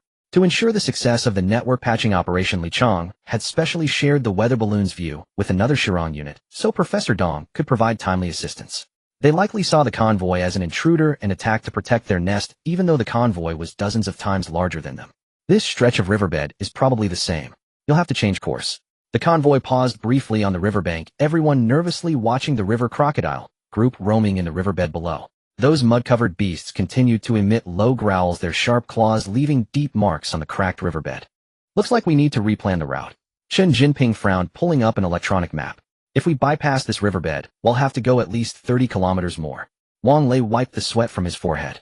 Better than forcing our way through that crocodile den. These guys seem off, like something's stirred them up.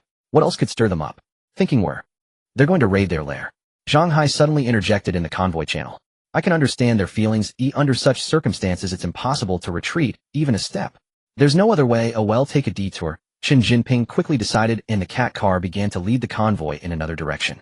After they had traveled a certain distance, all the roaring hippo crocodiles in the river stopped their roars, and one by one returned to their previous caves. They even specifically dug up mud from deep within the caves and piled it at the entrances, completely sealing them off. However, all the hippo crocodiles that had been injured in the previous battle, even if it was just a minor scratch that wouldn't affect their lives, collectively did not return to the caves, but instead gathered in the center of the river.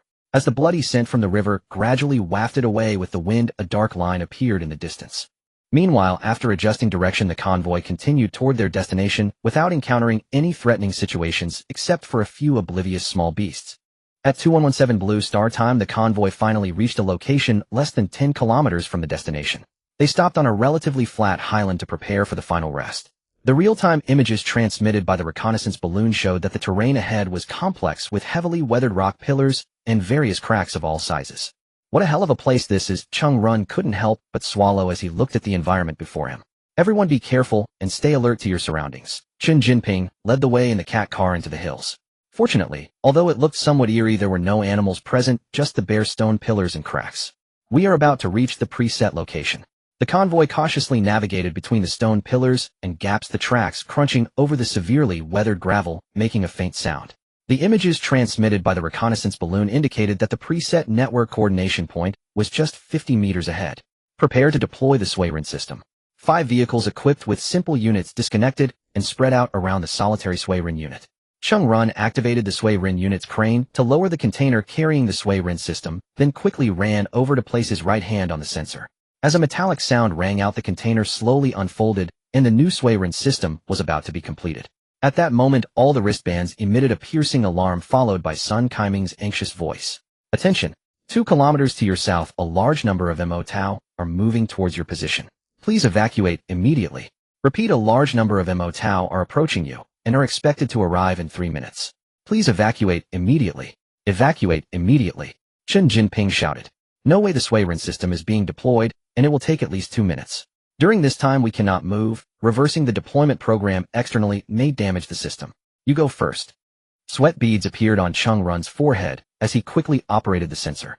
He needed to assist the system in shutting down some unnecessary steps to accelerate the Swayrin deployment.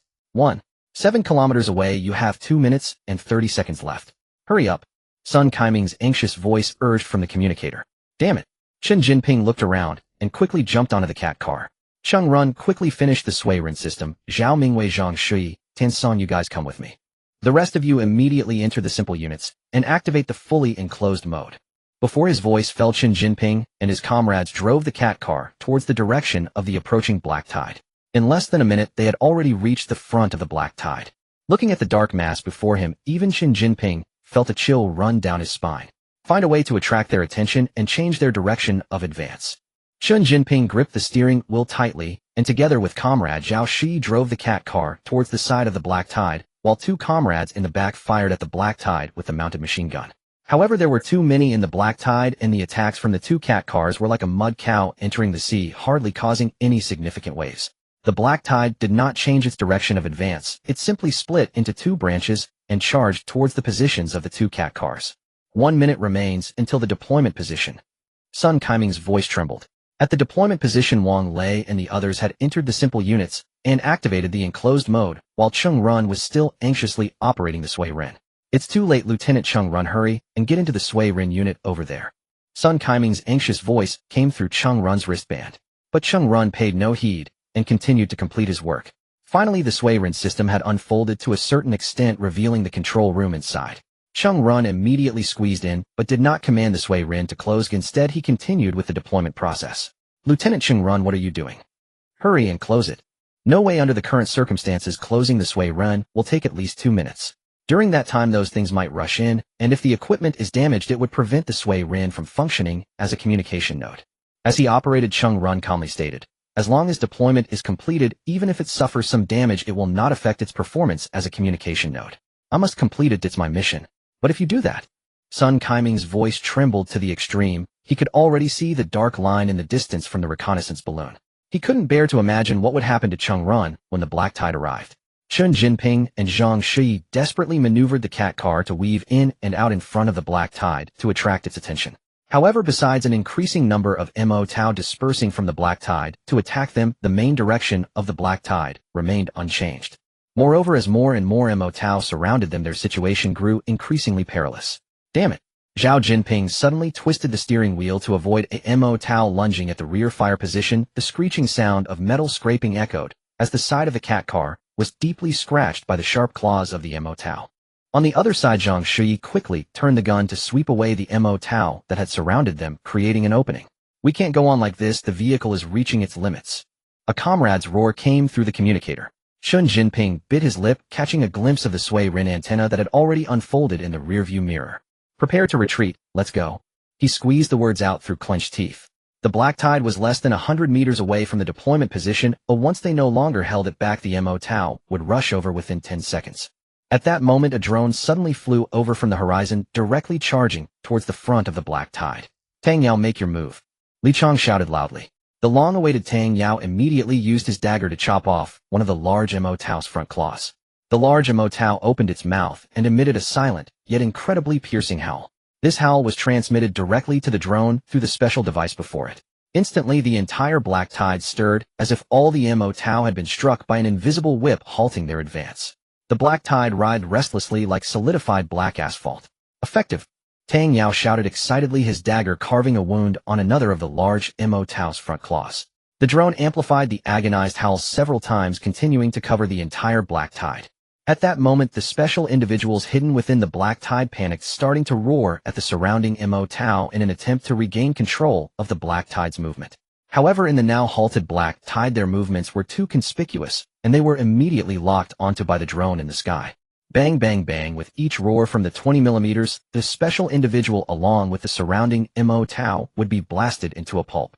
Soon the black tide came to a complete standstill, and no special individual dared to show its face again. Seeing that the timing was almost right, Li Chang quickly operated the drone to lower its altitude and fly in another direction. The vast black tide was guided by him, flowing towards the distance. Phew! Chen Jinping and the others who had been on high alert finally stopped the now burdened cat car, letting out a long breath as they slumped into their seats.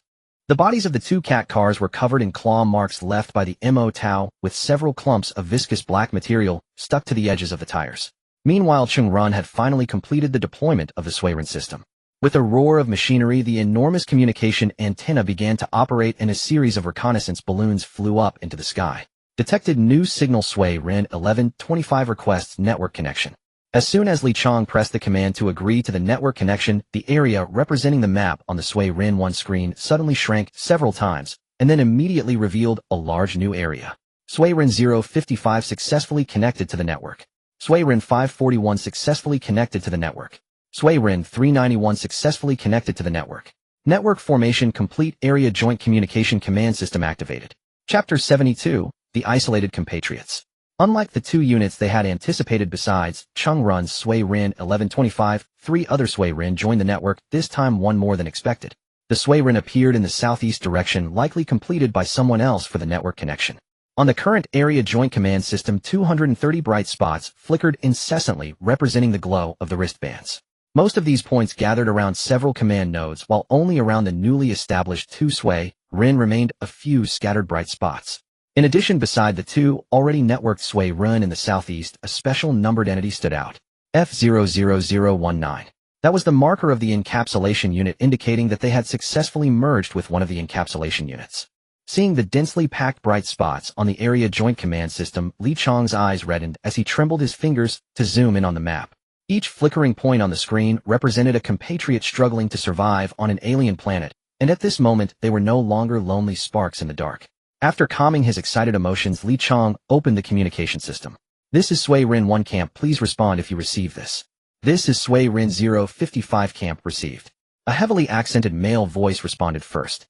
Then another young female voice came through. Sui Ren 541 reporting received communication status good. Sui Ren 391 reporting comrades, how are you? The chorus of communications caused the entire command room to erupt, and the long-repressed cheers sounded all at once. Chung Run emerged from the control room of the Sui Ren system, his face drenched in sweat, but unable to hide his smile. He wiped his forehead and looked at the rotating communication antenna above, murmuring, finally completed. Before he finished speaking, hurried footsteps suddenly approached from behind. Brother Chung.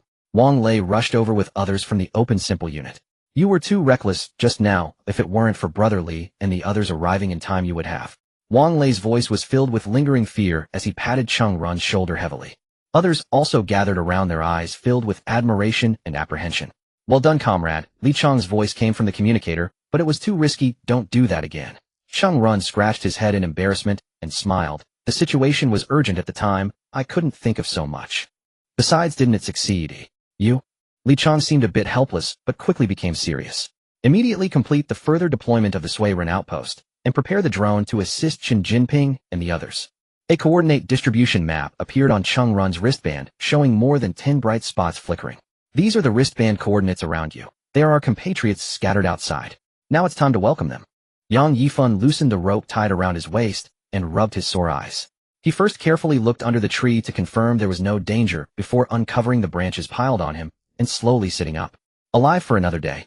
Yang Yifan moved his somewhat stiff limbs and then took out an emergency food ration from his hidden backpack, chewing it with difficulty. It had been nearly 5 days since he crossed into this hellish place, and he still felt somewhat unreal.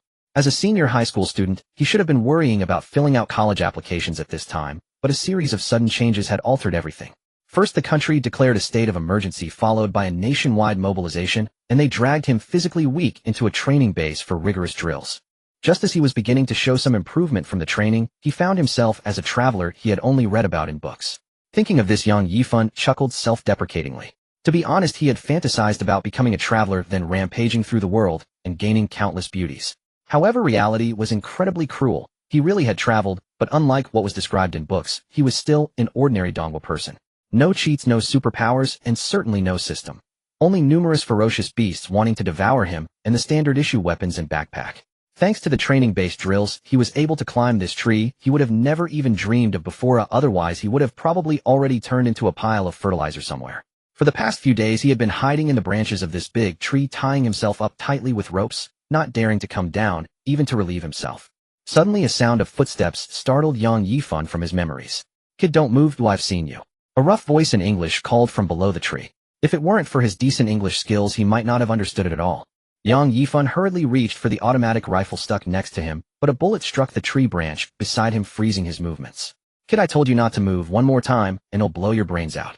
A white man in disheveled clothes stood below the tree, pointing his gun at Yang Yifan and glaring menacingly. Now come down immediately with your backpack, and by the way, throw down your weapon first. I warn you, if you make any sudden moves, you're dead. Yang Yifan felt a void in his mind, his heart pounding incessantly. This was the first time someone had pointed a gun at him, and the person holding the gun was filled with murderous intent. What to do? Yang Yifan was almost in tears. He had learned relevant courses in the training base and knew what the worst possibilities could be in such a situation. However, he couldn't think of any way to break the deadlock. Hajan, you've caught a big fish again. Looks like it's a dongle person. They're all super fat sheep. The instructor repeatedly emphasized that in such an environment, isolated survivors from other countries are often more dangerous than wild beasts. I will come down right now, he replied deliberately in broken English, while secretly untying the safety rope at his waist. Bang! Another shot struck a branch beside him. Kid, don't try anything funny or hesitate. I want mine just shooting you dead, and then going up to inspect your corpse, shouted the burly white man. Now drop your weapon immediately. I will count to 3. If you don't comply, I'll blow your head off. 1, 2, 3. Just as Yang Yifan lunged toward the rifle with his eyes closed, another gunshot rang out. However, this shot seemed much louder. 73. The stopped wristband. Drop your weapons and surrender immediately. The familiar Eastern language echoed in his ears. Only then did Yang Yifan slowly open his eyes, waiting for death. The burly white man holding the gun under the tree had fallen in a pool of blood with a gaping wound the size of a bowl in his chest, while the yellow-toothed man driving the pickup trembled as he knelt on the ground, hands raised above his head, teeth chattering incessantly. Beside him, a dark drone hovered in midair, its barrel still smoking, and the familiar red emblem on the side made Yang Yifan unable to hold back his tears. At Camp Swearin No. 1, as drones and various vehicles returned one after another, isolated compatriots from the east were also sent into the camp. Due to the overly complex environment near No. 1125, coupled with the potential reappearance of the Black Tide, the control room for 1125 was sealed off after searching the surrounding crowd, serving merely as a communication control node. Because of this, the newly received compatriots were accommodated in the nearest Camp No. 1. Though the longest they had been there was merely 10 days, it felt as if they had exhausted a lifetime of energy, completely drained. Upon entering the camp, many people collapsed to the ground weeping loudly, while others frantically rushed to any tent or makeshift unit marked with a flag, desperately banging their heads or kissing. Dr. Zhou and several assistants were treating the wounds of 3 soldiers, all of whom had crossed into that area during this period, managing to rescue only 2 or 3 ordinary civilians each. As they looked at the crowd inside Camp Swearin No. 1, their faces were filled with unwillingness and guilt, with one young soldier even crying out in despair while holding his head. Lin Xiaoyu was comforting them nearby. Soldier, you have done your best, really. Lin Xiaoyu gently patted the shoulder of the young soldier, her voice soft. You survived and were able to protect so many people. You have fulfilled your duty. Now returning to the camp is like going home. The young soldier raised his head, his eyes red, his voice hoarse. But there are still many isolated compatriots over there. We know there are. But we can't find them, we can't find them. We can do nothing. Dr. Zhou continued skillfully bandaging the wound on another soldier's arm, while saying, with no long-distance communication means relying solely on radio, finding so many people and keeping them alive makes you heroes already. Inside the camp, cries and cheers intertwined. Some sat on the ground staring blankly at the sky, while some tightly embraced their companions, as if letting go would cause them to disappear. Others knelt in front of the national flag with their foreheads pressed to the ground, shoulders trembling violently. Li Chong stood quietly on one side of the camp, observing all of this. Beside him were Cheng Run and Qin Jinping. If we judge by the number at Camp No. 1, there should be at least close to 30 people left at 1125, but now only 16 remain. Li Chong's voice was low, his gaze sweeping over the group of survivors in the center of the camp. However, all the normal wristband signals have been found. The rest are either damaged or...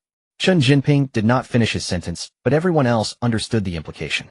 I did capture a guy, according to the little guy who almost died at his hands. He referred to us Easterners as fat sheep and must know the whereabouts of those missing, at least some of them. But no matter how I pressed him, he wouldn't say a word. Cheng Run, feeling somewhat irritated, rubbed his brow with dried blood on his knuckles, clearly having used considerable means to interrogate the captive. That guy still has the emergency medical supplies we issued to civilians, so he must know something. He probably dares not speak because he knows that once we find evidence he will die a miserable death, Qin Jinping said coldly, his eyes filled with killing intent. I have a way, Li Chong said after a moment of silence. However, this method can only be used once, so you all need to be prepared. You mean emergency awakening? Cheng Run immediately reacted. Yes, that's the one. After saying this, Li Chong led the 2 to the control room of Camp Swearin No. 1. I will now connect with No. 1125 and prepare to awaken the emergency awakening program for these 2 areas. With Li Chong's command, all wristbands within the range of these 2 Swearin systems activated a hidden program. This was a short-term positioning module activated using a backup power source in case the main wristband program could not operate or was shut down. This module could only last for a very short time, considered a last resort. Soon on the screen 11 faint highlights representing the wristbands appeared, 3 of them clustered together while the others were scattered far apart. 3 are in the northwest about 150 kilometers from No. 1125, while the rest are dispersed around the southeast side. He quickly marked the coordinates, and the nearest one is less than 30 kilometers directly north of 1125, which is the direction where the black tide previously appeared. Chung Run immediately turned around. I will take people to the northwest of 1125, those 3 should be together. Chen Jinping nodded. I will take another team to the southeast. Oh, we will find whoever we can. Be careful on the way. Oh, I will have Zhao Mingwei and the others provide drone cover for you. After the 2 set out, Li Chong himself controlled a drone and flew towards the wristband coordinate closest to 1125. That place was ravaged by the black tide, and without ensuring safety, no one could be sent there. Soon the drone arrived at the location of the wristband signal, and the scene before Li Chong caused his breath to freeze in an instant. It was a hollow area riddled with countless holes, and a massive shipping container stood there. The entire container was covered in tiny claw marks, unmistakably the work of the ink monsters. And at a height of less than a person's height on the side of the container, a military dagger was deeply embedded with a wristband that had long ceased functioning, dangling from its hilt, gently swaying in the wind. 74 The east wind releases 1,000 trees at night, dropping stars like rain. It was a swearin that had not yet unfolded. Li Chong's finger hovered above the control panel, trembling slightly. In the real-time footage transmitted by the drone, the red number, swearin 0116, on the side of the container glowed with a bloody light in the sunset. Seemingly hearing the drone's movements, several ink monsters crawled out of the holes around the container. After failing to find prey, they crawled back in. Li Chong slowly maneuvered the drone towards the wristband's location, and as the image zoomed in, everything that came into view tightened his heart even further. Below that wristband, traces of blood could still be seen clinging to the container's exterior. Scattered around were some metal fragments and remnants of fabric. That was the uniform of the God of War team, like his own. Not far from the container, there was also a solid-state battery that had been forcibly shut down, apparently torn from an exoskeleton. In an instant, Li Chong's mind flashed back to that moment. A God of War team member brought the swearin to this hollow area, and before he could react, he was surrounded by a suddenly appearing swarm of ink monsters. Those damned creatures surged from the ground, pouncing on that God of War team member, who didn't even have time to resist before suffering serious injuries. In a critical moment, he struggled to rip off the battery from the exoskeleton and tossed it aside to prevent an explosion from damaging the swearin, also nailing his wristband to the swearin's shell. An unopened swearin could not be located. Li Chong stared at the footage transmitted by the drone, his throat tightening. In his final moments, that team member was still carrying out his mission, protecting the swearin even at the cost of everything. After a moment of silence, Li Chong opened the Joint Command communication channel. This is Camp Swearin No. 1 of comrades, I need your support. Soon the commanders of various camps joined the channel, and they all fell silent as they watched the video Li Chong sent to the channel. Comrade, rest in peace. 30 seconds later. Now our task is to find a way to retrieve that swearin. We cannot let our comrade's sacrifice be in vain. Li Chong was the first to speak in the channel. That should be one of the nests of the ink monsters. Without knowing how many of them are in the nest, we absolutely cannot approach blindly. We need to find a way to lure the ink monsters away or eliminate them before we can recover that swearin. Let's discuss this first. Of course, if there's no way to accomplish this right now, it can be set aside for now, and we can go after we have enough strength. The channel fell silent for a moment, and then Bai Yuan, the commander of Camp No. 055, suddenly spoke up. Regarding this, I have a suggestion. An hour later, above swearin 0116, 3 Type 50 heavy helicopters slowly descended in altitude. They approached the ground container and used a joint lifting device to attach a huge electromagnetic magnet to the top of the container. The fierce wind whipped up by the helicopters swept through the caves below. Many ink monsters emerged upon hearing the noise, but were immediately swept into the air by the gale. The roar of the rotors was deafening as the electromagnetic magnet firmly attached itself to the top of the container. Li Chong and the others controlled the drones, remaining alert to everything around them. Lifting completed, preparing for ascent. A comm report came from the pilot via the communicator. The 3 helicopters simultaneously increased their power, and the steel cables gradually tightened. The container swayed slightly, and dirt fell from the edges. As the container lifted off the ground, more ink monsters surged out of the caves, pushing against the fierce wind that pressed them down, rushing toward the container. Now's the time, Li Chong decisively commanded. The several drones that had been circling around the container instantly spread out, positioning themselves above the ink monster's nest. Pre-prepared audio was played from the drones, throwing the ink monsters below into chaos. The container flew higher and higher, and the number of ink monsters on the ground increased, with many special individuals attempting to regain control of the beast herd. The black tide gradually took shape, and even larger individuals appeared, their roars drowning out the drone broadcasts. At this moment, beside Camp Swearin' No. 055, 3 WS-3 rocket launchers had already arranged themselves in formation. Including the previous helicopters, these were all combat supplies stored in the capsule F00019, and now was the time to use them. Cloud explosive warheads reloaded, awaiting guidance signal. Drone signal guidance complete, target confirmed. Prepare to fire. Please evacuate unrelated personnel to safe areas. Bai Yuan's voice echoed in the communication channel. Li Chang stared at the monitoring screen, watching the real-time footage transmitted by the drones. The dark mass of ink monsters had gathered into a nearly 100-meter-wide black vortex, where the container had originally been, with those special individuals attempting to reorganize the beast herd. It's time. 3, 2, 1, fire. With Bai Yuan's command, the 3 WS-3 rocket launchers simultaneously spewed dazzling tail flames, and 18 cloud explosive warheads tore through the sky, howling toward their designated coordinates. All drones ascend. Li Chang immediately ordered. The drones quickly ascended, and 2 minutes later the first cloud explosive warhead detonated precisely 30 meters above the ground. A blinding white light instantly illuminated the entire hollow area, followed by a deafening explosion. The high-temperature, high-pressure shockwave spread outward from the epicenter, sweeping away everything in the hollow area. Subsequent cloud explosive warheads detonated one after another, turning the entire ink monster nest into a purgatory, with those caught outside vaporizing in the extreme heat, while those a bit farther away were torn to shreds by the shockwave. That was the first roar of anger from the Easterners in the foreign realm, and also the first flower of fire mourning their fallen comrades. Mission accomplished. All drones returned to base. Comrade, did you see? We avenged you. 75. No one here. Captain Chung, what was that sound just now? It sounded a bit familiar to me. The huge roar came through, and Tan Song, who had been busy driving, asked in confusion. Zhang Shuyi, who was responsible for vigilance at the firing position, also perked up his ears, clearly curious about it. In the back of the vehicle behind Tan Song, Chung Run, who had been watching the live broadcast through his wristband, let out a long breath. Familiar sound. If it weren't familiar, it would be strange. That was the sound of our WS-3 special warhead exploding, which Eastern soldier wouldn't be familiar with it. WS-3, rocket launcher. When did we get this stuff? Tan Song's face was filled with excitement. I heard it was provided by Camp 055. Didn't they find a capsule? It should have come from there. Chung Run sighed. Tan Song whistled. With these things it will be much more convenient in the future. Of course, otherwise all our preparations would be for nothing. Alright, enough chit-chat. Focus on driving. The target is right ahead. Chung Run interrupted him, also preparing for battle. As they approached the coordinates of the 3 wristbands, now less than 10 kilometers away, everyone fell silent. Tan Song gripped the steering wheel tightly, bracing for any unexpected situations. Chun Run and Zhang Shuyi set up the machine gun together, and the drones in the air descended under Zhao Mingwei's control. As they got closer to the target, a cave appeared before them. Chung Run raised his hand to signal the team to stop squinting to observe the dark entrance of the cave ahead. The cave entrance was about 3 meters high, with clear signs of human passage. There were smoke stains at the top of the entrance, but within sight, not a single person could be seen. The wristband signal is coming from inside there, Zhang Shuyi whispered, pointing to his wristband. On the screen, 3 red dots were flashing rhythmically deep inside the cave. Tan Song parked the off-road vehicle horizontally at the cave entrance as cover, pulling out 2 mechanical wolf activation devices from the trunk. With 2 soft clicks, the silver-gray mechanical wolves stood up slowly, accompanied by hydraulic sounds. As usual, Wolf 1 and Wolf 2 lead the charge, and we follow in tactical formation behind them. Chung Run clicked the safety off his assault rifle.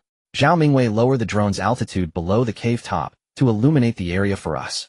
Zhao Mingwei maneuvered the quadcopter drone to slowly descend, illuminating the cave brightly with its searchlight. The rock walls showed clear signs of human alteration, and there were some lines that looked like claw marks. The ground was littered with the remains of some unknown animals, and a foul odor wafted from deep within the cave. The cave was deep, yet no sounds could be heard coming from inside. Come. 2 mechanical wolves advanced in a tactical formation, making faint sounds as their locked wheels made contact with the ground. Chung Run and his companions followed in a triangular formation 5 meters behind their gun barrels, sweeping across various corners. As the team delved about 15 meters in, a warning suddenly popped up on the drone's operation interface, causing Zhao Mingwei's pupils to constrict. Thermal imaging revealed 3 indistinct humanoid silhouettes hidden behind the right rock wall. Clearly they intended to ambush Chung Run and the others. Zhao Mingwei quickly activated the small light at the drone's tail, signaling with 3 long and 2 short flashes indicating caution against ambush.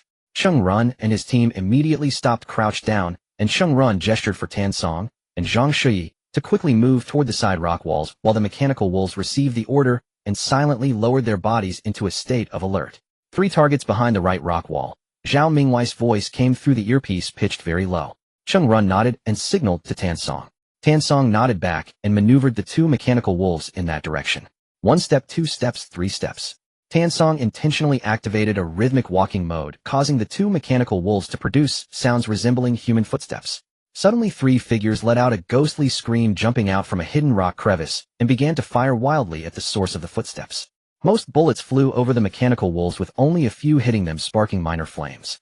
Taking advantage of the opportunity while the 3 figures were frantically shooting, Cheng Run's team decisively opened fire, directly blowing the heads off 2 shadows, while one was hit in the shoulder and thigh, collapsing to the ground and screaming in agony.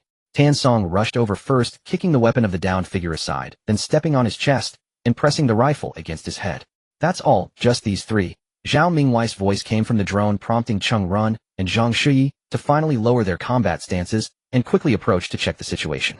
By the light of the drone's spotlight, Cheng Run saw the writhing captive on the ground.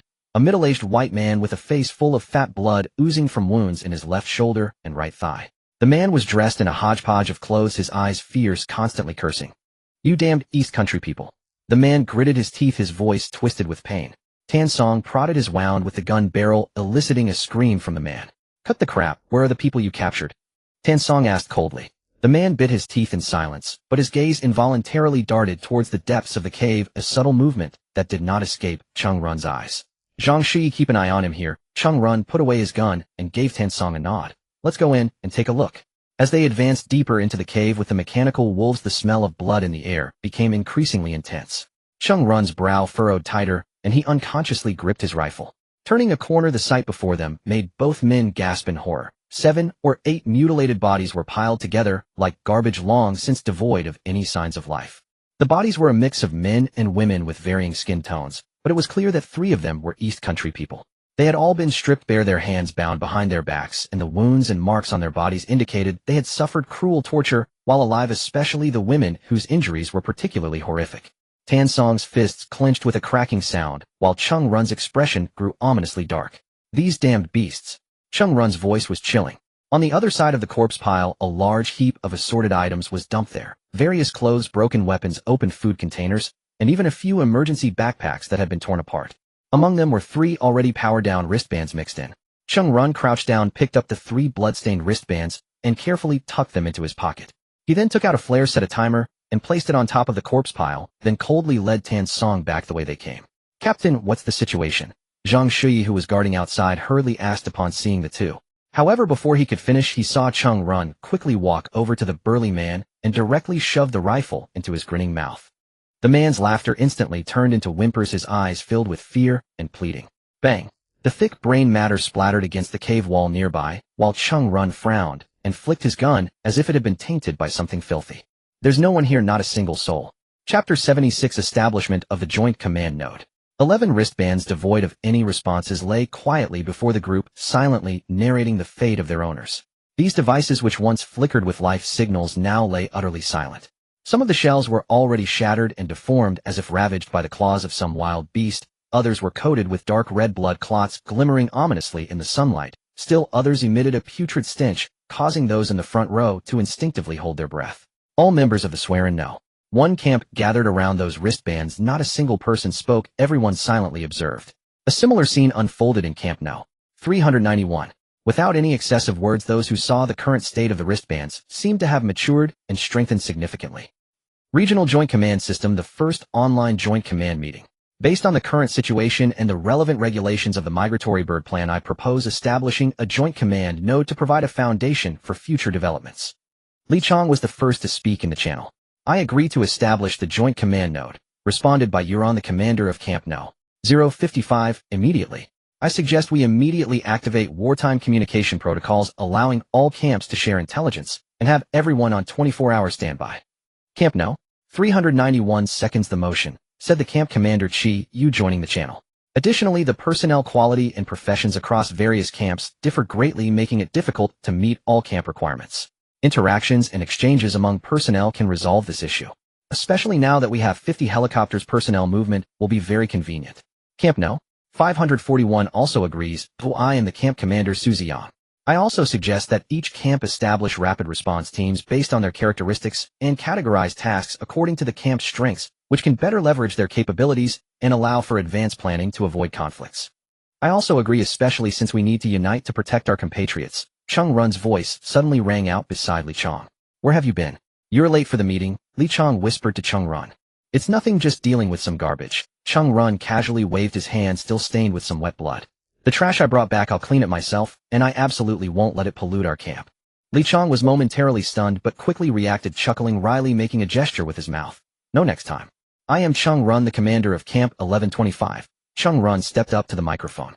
Based on my observations during this period, our original country has been overly peaceful, protecting ordinary people too well. Although many have undergone special training for a period, many compatriots cannot adapt to this world immediately. They don't realize that many creatures that aren't even human will target them, treating them as easy prey. I propose establishing a special team specifically for this, which can not only rescue those compatriots, but also let those non-human entities know that bullying our East Country people will come at a price. As soon as Cheng Run's words fell, the communication channel fell into a brief silence. Li Chong noticed that green dots indicating speaking lit up under the avatars of several camp commanders, only to quickly extinguish again. I support Commander Cheng's proposal. Chi Yu from Camp No. 391 spoke up suddenly, her voice laced with suppressed anger. Earlier our camp's search team discovered a den. It was full of those beasts. A dull sound echoed in the channel, as if someone had slammed a fist heavily on a table. Yes, breathing grew heavy in the channel. We rescued 2 compatriots, but there are still 3. We only found their wristbands. Those beasts hung the wristbands as trophies on the wall. I propose forming a rescue and revenge team specifically for this situation. Cheng Run's voice was chilling. Each camp should allocate 2 members with combat experience equipped with heavy weapons and tracking devices. If possible, I am willing to take on the role of team leader. Cheng Run clenched his fists, gritting his teeth as a blood-stained wristband seemed to materialize before his eyes, with a pink cartoon bear printed on its strap, and the final appearance of its owner was something he could never forget. Agreed. Agreed. Agreed. Li Chong's Adam's apple bobbed as his gaze swept over Cheng Run's bloodshot eyes, suddenly realizing how much unspoken anger and frustration his comrade was harboring. I also agree. But I have a suggestion. The team should bring enough medical supplies for transport, doing their best to rescue our compatriots. Furthermore, if they encounter resistance or attacks, do not leave any survivors. The meeting quickly came to an end, and the large screen of the Joint Command System began rapidly tallying the supplies and special talents of each camp. According to the statistics, there are currently 52 soldiers within the entire network, including 15 members of the Shinta team and 1 member of the Yulei team. Additionally, there are 167 ordinary civilians and 2 infants. Li Chong and the others annotated and categorized the data from the wristband system, which had been pre-recorded with information from the 100 Workers Plan to facilitate quick mobilization as needed. The various supplies taken from the F-00019 capsule have begun to be distributed to each camp, apart from helicopters and the WS-3 type. This batch consists of supporting drone-assisted combat systems, as well as a large amount of emergency food, medicine, and ammunition. These supplies perfectly address the urgent needs of each camp and significantly enhance their combat capabilities. According to the new plan established by the command node, the helicopter from Camp No. 055 dragged back the recovered Swearin No. 0116 to the designated deployment location, where a new communication node would be set up. Through this method, deployment speed can be accelerated while maximizing the avoidance of danger. Cheng Run and several selected soldiers from various camps formed a rescue and revenge squad, which would immediately conduct search and rescue operations on all wristband signals in the area once the communication node was deployed. This communication node was chosen near the valley in the southwest, with the resulting command network covering a large portion of the valley. Now that manpower and equipment were sufficient, it was finally time to retrieve the capsule hidden in the southwestern valley. Chapter 77: Metals and the Third-Generation Wristbands. Blue Star, Hunan Province, an ordinary residential community. Alright Xiao Zhao, let's stop here. Chen Lifeng unfastened his seatbelt and said to the driver, Xiao Zhao, who had been driving him home. Master Chen, what are you saying? Xiao Zhao quickly jumped out of the driver's seat and helped Chen Lifeng open the car door. You've been working tirelessly on the mountain moving plan. Oh, what's it to me to give you a ride? As he spoke, Xiao Zhao swiftly helped Chen Lifeng retrieve his luggage from the trunk. Chen Lifeng stared at the familiar entrance of the community, feeling a bit strange. He hadn't been home for 2 months. The hibiscus at the entrance had bloomed with pink flowers gently swaying in the twilight, and he took a deep breath, inhaling the long mist scent of home. Oh, by the way, Master Chen, this is a gift from our commander for you, Xiao Zhao said as he pulled out an exquisite box from the passenger seat and handed it to Chen Lifeng. Chen Lifeng was taken aback and was about to decline, but Xiao Zhao had already dashed back to the military vehicle and started the engine. Master Chen, that's what you deserve, so don't refuse. Hurry home. Your wife is probably waiting anxiously. After saying that, Xiao Zhao waved at him, and the vehicle slowly drove away from the community entrance. Chen Lifeng stood in place watching the receding figure of the car, a smile appearing on his lips. He looked down at the box in his hand, feeling its weight, unsure of what was inside. Eager to return home, he stuffed the box into his backpack and hurried towards home. After 2 months away, everything in the hallway seemed somewhat unfamiliar. He stood at the door, took a deep breath, and gently knocked. Inside, hurried footsteps approached, and then the door was yanked open. His wife Lin Xiu stood at the door with slightly red eyes, still holding a spatula. Lao Chun, her voice trembled. Come in quickly, I made your favorite lotus root cakes. After dinner, Chen Lifeng lay in a recliner, watching his wife tidying up in the kitchen, unable to hold back his sigh. Himself, his co-workers, and countless busy soldiers like Xiao Zhao, wasn't it all for this? He instinctively touched the wristband on his right wrist, and a countdown immediately popped up. 3 days, 6 hours, 57 minutes, 21 seconds. In just over 3 days he would have to begin his so-called crossing, and it was precisely because of this that the command at his workplace insisted that he return home. Due to the remote location, the command had even specially dispatched military aircraft to bring him back.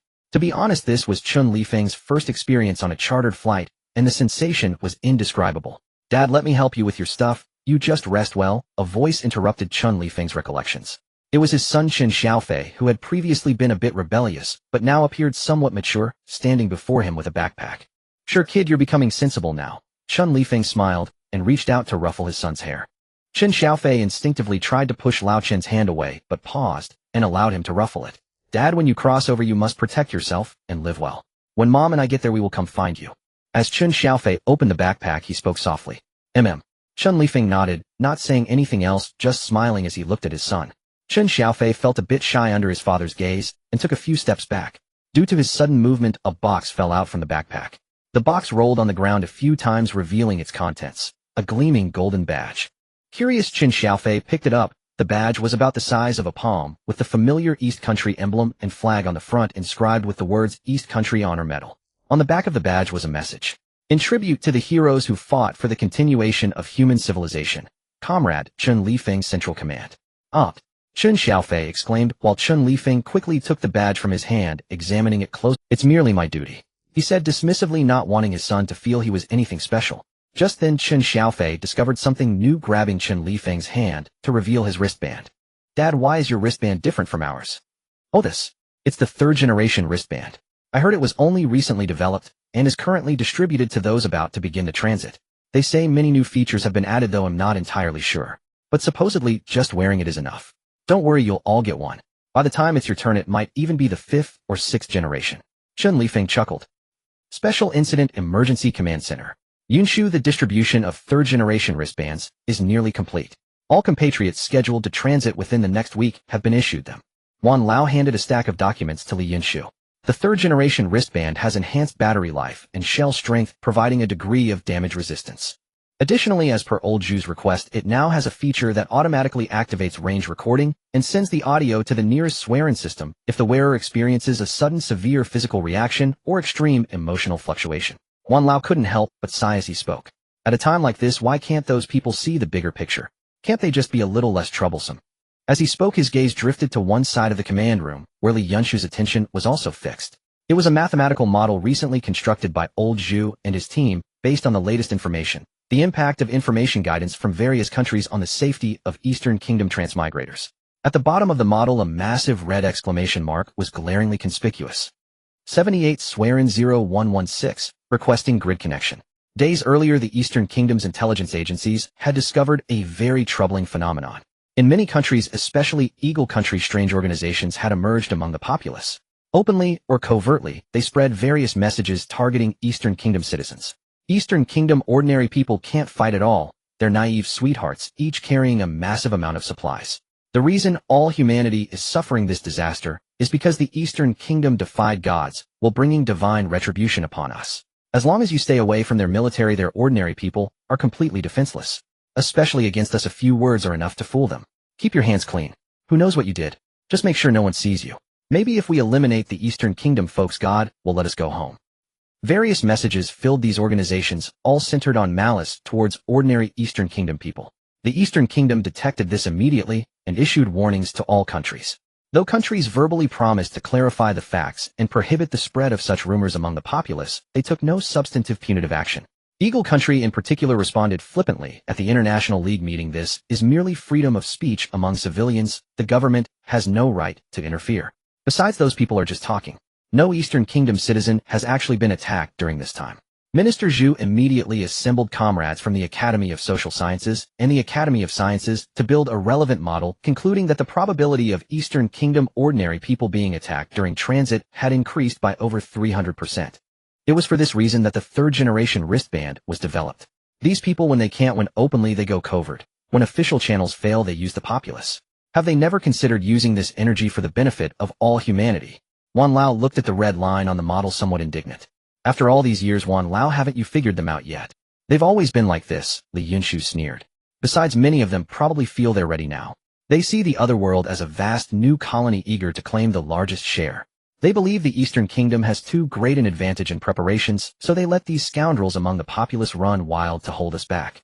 Later, when things come to light, they can either hide them, kick them away, or hand them over to us as a favor, washing their hands clean. It's time to put a leash on those hyenas. Soon a new notice from the Eastern Kingdom swept across the entire blue planet. In it, academician Wang Lisin solemnly introduced the Eastern Kingdom's third-generation wristband to the world.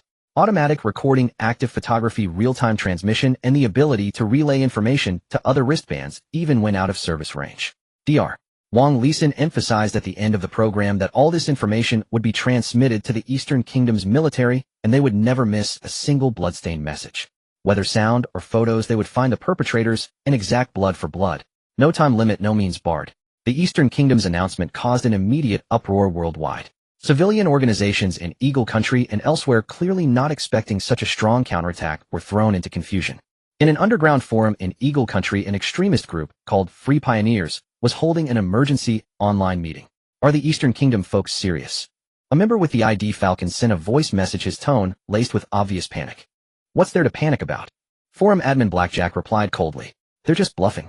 How could a mere wristband have such powerful features?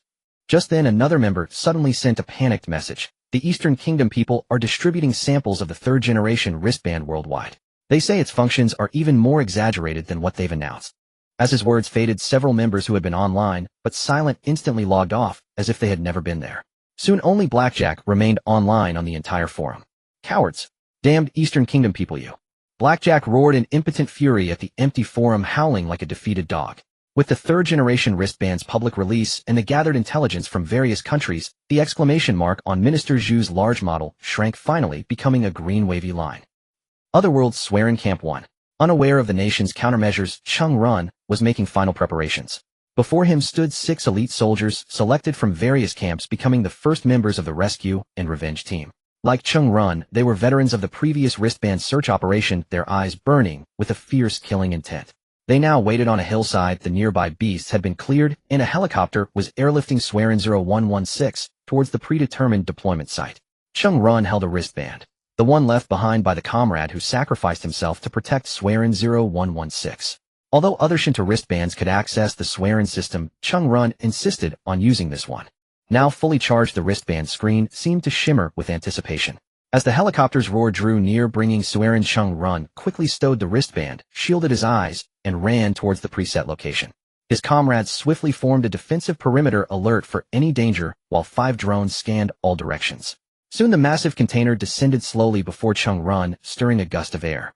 As soon as the electromagnetic locks on the container's top were released, Chung Run dashed to the container. He first gently traced the knife mark on its surface, then pressed his right hand along with the wristband against Swearin 0116's sensor. Verification passed. Swearin 0116 ready for deployment. The long-awaited text lit up beside the sensor.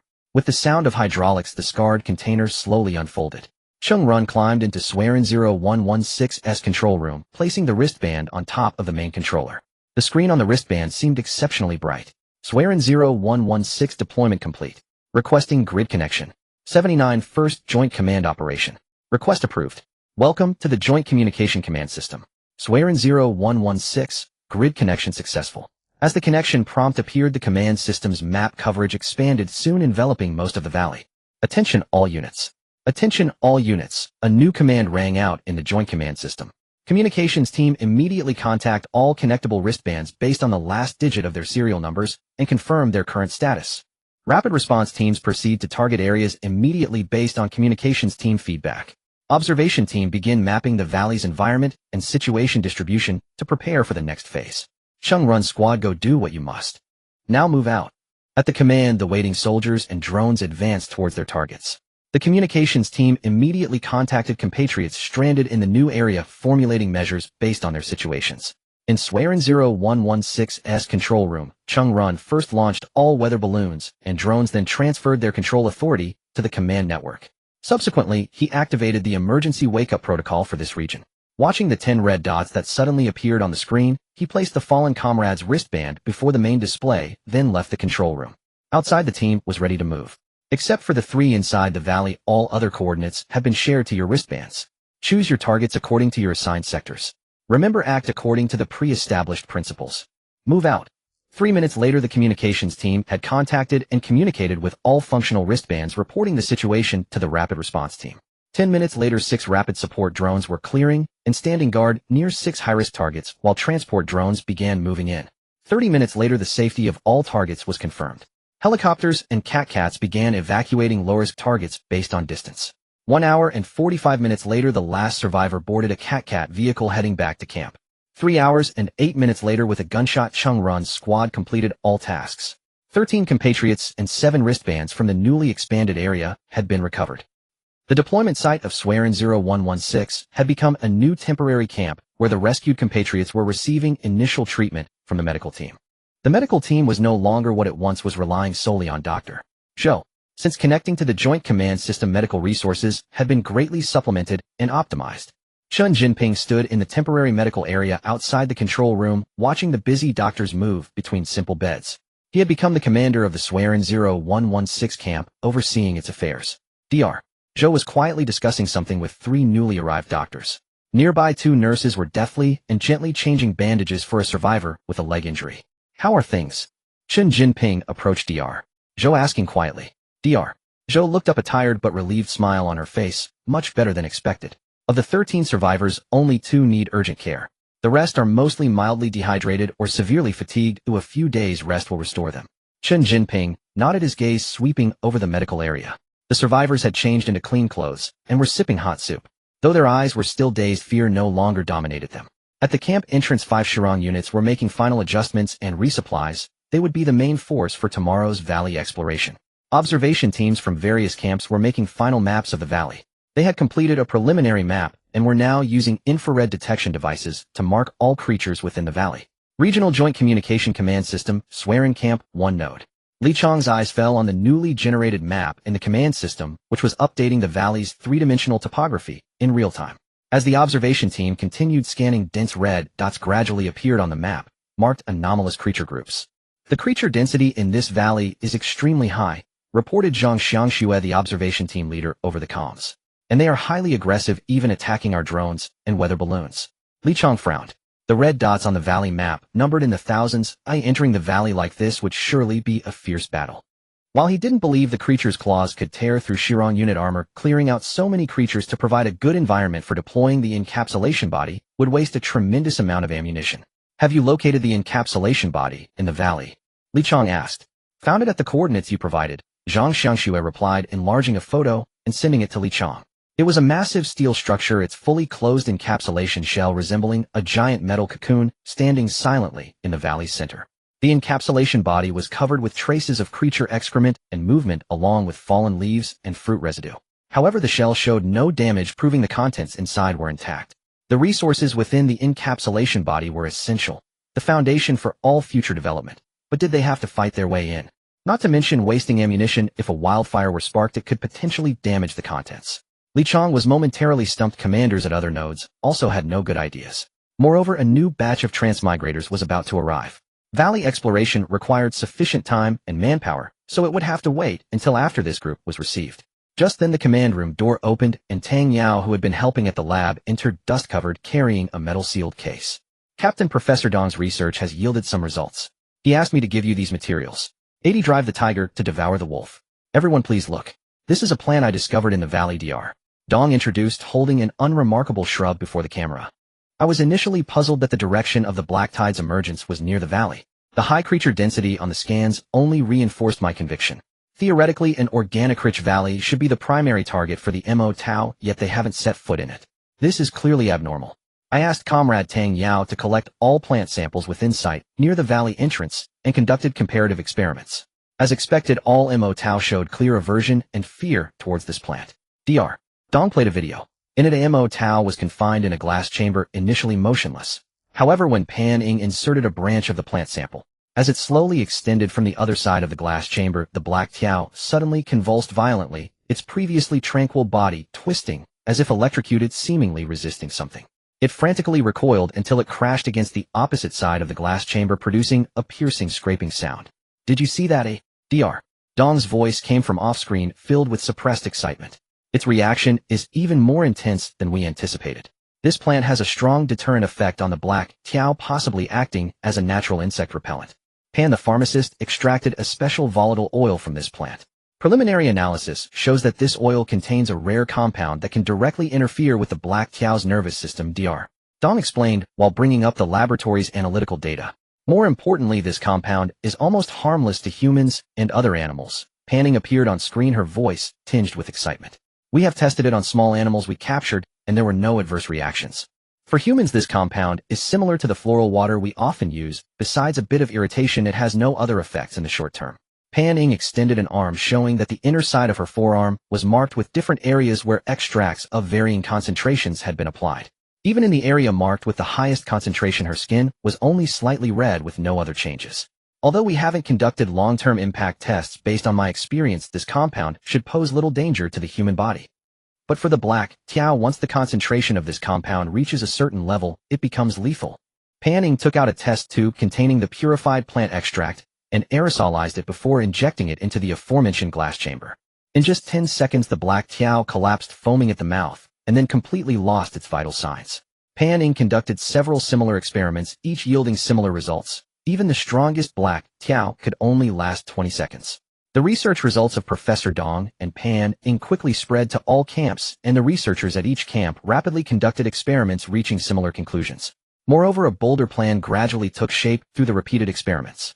5 transport drones lined up in a neat formation, flying slowly along the entrance of the valley, while below them a large quantity of aerosol was being sprayed downward. This was a passive organic solvent from emergency reserves capable of enzymatically reacting with most volatile compounds to neutralize them, reducing their properties for a certain period. Originally intended to ensure the survival of travelers in a toxic environment, this time it was repurposed for another use. Experiments showed that it could temporarily react with the compounds produced by that plant, rendering them ineffective, but this process could only last for a few hours before reverting and losing its effect. As the drone's aerosol was sprayed, the peculiar odor of the shrubs noticeably diminished. The aerosol began to spread throughout the valley, and another group of drones commenced the next phase of their operation. About 20 kilometers from the initial appearance of Sui Rin 0116, 3 drones equipped with high-power sound devices began broadcasting the silent screams of special individuals towards the ground covered with cave entrances. In an instant, like a pot boiling over, countless black Tiao emerged from the caves, rushing toward the direction of the drones. Soon more special individuals emerged from their respective caves, taking control of the somewhat chaotic black Tiao swarm. At this moment, although the drones had stopped broadcasting, they began emitting a scent that the black Tiao found extremely repugnant, driving them in a specific direction. The mass of black Tiao quickly formed a black tide, surging toward the valley. The drone swarm circled low, continuously releasing the odor that repelled the black Tiao, forcing them to move along the predetermined route. Meanwhile, the passive aerosol continued to be sprayed in the valley, ensuring that the black Tiao would not detect the impending danger. They've gone in. The observer at the monitoring station focused intently on the screen, his voice trembling with excitement.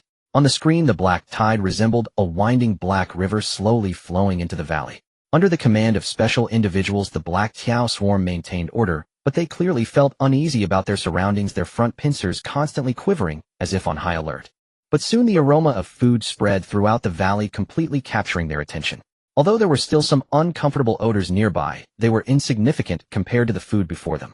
The black tide began to accelerate. This time, there was no need for herding or luring, as thousands of black Tiao surged into the valley. How long will the effect of the passive agent last? Li Chong stood in the command center, his gaze fixed on the real-time footage. At most 3 hours, Professor Dong calculated quickly. The reduction reaction has already started, and the concentration is gradually rising. That's enough. Li Chang took a deep breath. The plan to drive the tiger and swallow the wolf has been successfully completed. More and more black tiao entered the valley, beginning to devour every prey they encountered. The beasts in the valley encountered the black tiao for the first time, and after struggling several times reluctantly became their food. There was an abundance of food here, so much so that the black tiao hardly cared to consume the plants as they swept through the entire valley under the command of special individuals. This place would become their new nest, allowing their entire population to grow larger. A multitude of ferocious beasts tried to escape the valley, but were blocked by the black tiao, only to be engulfed in the black tide. The entire valley gradually quieted down with only the rustling sound of the black tiao's limbs moving. Finally, the 3-hour time limit had ended. 81. The package opened. The mission was complete. Gradually, the passive agent began to lose its effectiveness, and the special compounds spread throughout the valley were reverted once again. The black tiao group, which had been feeding, suddenly froze. They all stood upright and began to struggle desperately. Countless black tiao fell into a frenzy all at once. The previously orderly black tide instantly shattered. The black tiao that first came into contact with the reverted compound convulsed violently, their front pincers flailing uncontrollably, the sharp limbs leaving marks on their companions' exoskeletons. The special individuals hidden within the beast group began to howl, attempting to control the black tide to break out of the valley, but at that moment the drones hidden throughout the valley began to broadcast the same sound at maximum power.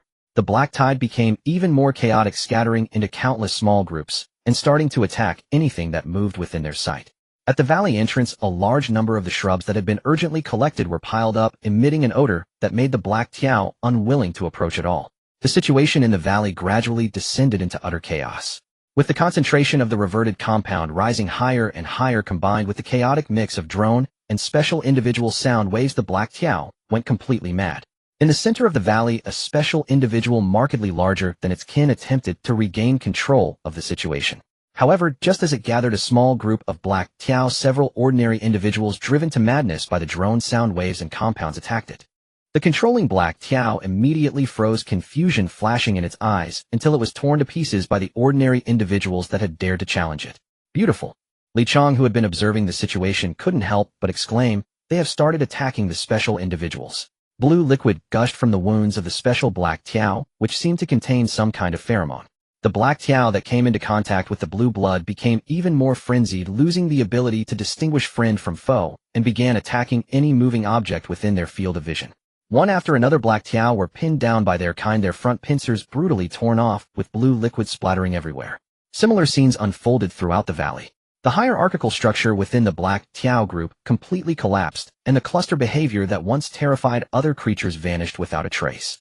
They were now merely a group of killing machines driven by chaos and hormones, even losing the most basic sense of self-preservation. One black tiao, after tearing apart its kind, began to gnaw on its own body.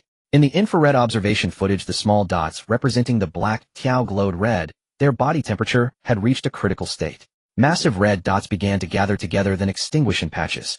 The extinguishing of each red dot represented the death of a black tiao. When the number of red dots in the valley dropped to an extremely low level, 5 Iran units waiting at the valley entrance began to move toward their target. Inside the valley, everywhere was soaked with the blue liquid and severed limbs of the black tiao, the stench so strong that the soldiers driving the Iran units wanted to activate their protective systems. Fortunately, although the odor was extremely unpleasant, it was not actually toxic, nor would it cause significant harm to the human body. The convoy of 5 Iran units advanced straight toward the location of the package, crushing everything in their path, creating a wide passage. The ferocious beasts that once roamed the valley had been nearly devoured by the black tiao, and even those few that had escaped were deterred by the scent of black tiao liquid, too frightened to approach the valley. Soon the convoy reached the target location and the package appeared before them. The convoy slowly stopped in front of the package, and the soldiers quickly formed a defensive formation. 30 minutes later, a helicopter landed in front of the package, and Li Chang jumped out wearing Lao Wei's wristband.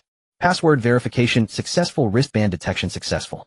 Package now. F00003 is unlocking. Unlock successful. Package now. F00003 is now open.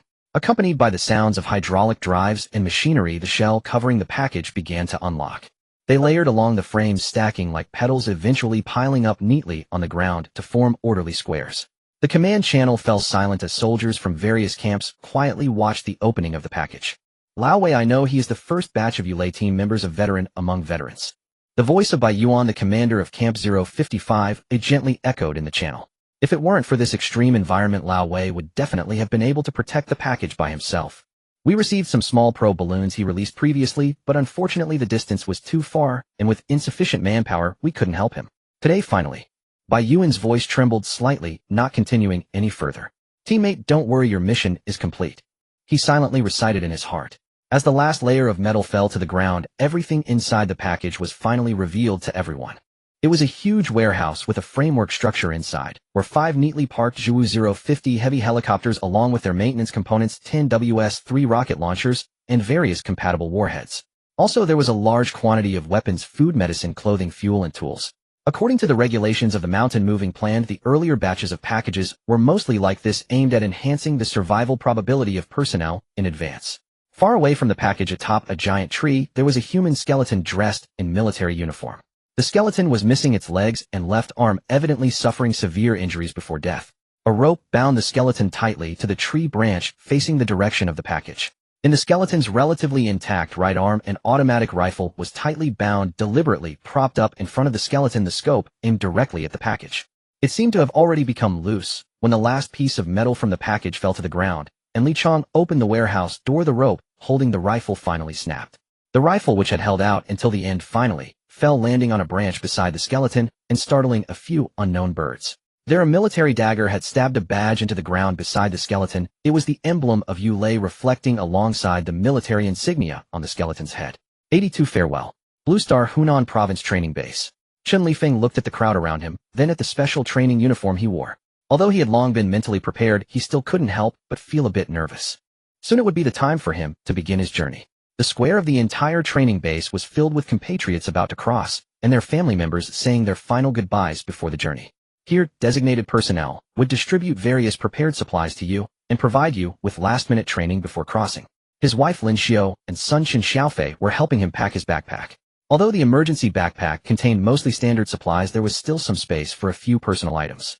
Lin Xiao tucked a family photo taken yesterday into Chen Lifeng's favorite book, and then placed it in the inner compartment of the backpack along with a talisman she had obtained from a temple earlier. Although Chen Lifeng had never believed in such things, she stubbornly believed that this talisman would surely protect their family and bring them back together. Their son Qin Xiaofei stood to the side, clutching a medal, which was the honor medal from the eastern country that Chen Lifeng had received previously. Old Chen left the medal for his son. While his father was lost in thought, Qin Xiaofei secretly tucked the medal into the backpack, believing that this medal was far more useful than his mother's talisman.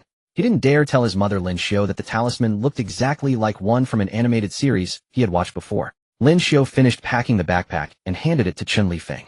Old Chen took a deep breath, opened his arms, and hugged his wife and child, feigning nonchalance as he said, "Don't worry, you'll go ahead and scout the way. He'll wait for you to come over once I've found a good place. Xiaofei, make sure to listen to your mother.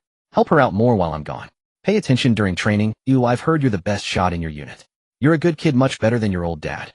Chen Xiaofei nodded vigorously, his eyes slightly red, but he stubbornly held back his tears. He straightened his back, imitating his father's usual lecturing tone, and said, "Dad, don't worry, I will take care of Mom. You must wait for us, okay?" Lin Xiao tightly grasped Chen Lifeng's sleeve, her fingertips turning white. She fought back her sobs and took out a fragrant pouch embroidered with a safety knot. "Inside is some soil from our hometown, and my hair. If you miss home, just..." Chen Lifeng took the pouch and gently kissed his wife's forehead. In the distance, the sound of assembly echoed, and he took a deep breath, slinging the backpack over his shoulder. A mechanical female voice familiar to all Eastern country people rang out, "Attention, all personnel, attention, all personnel. There is 1 hour remaining until the crossing begins. Please confirm your wristbands to avoid missing the crossing time. Other dangers." Chen Lifeng waved goodbye to his wife and child, then followed the crowd along the ground markings to the preparation area. The area was divided into square grids, and each person about to cross stood in their designated grid according to their wristband number.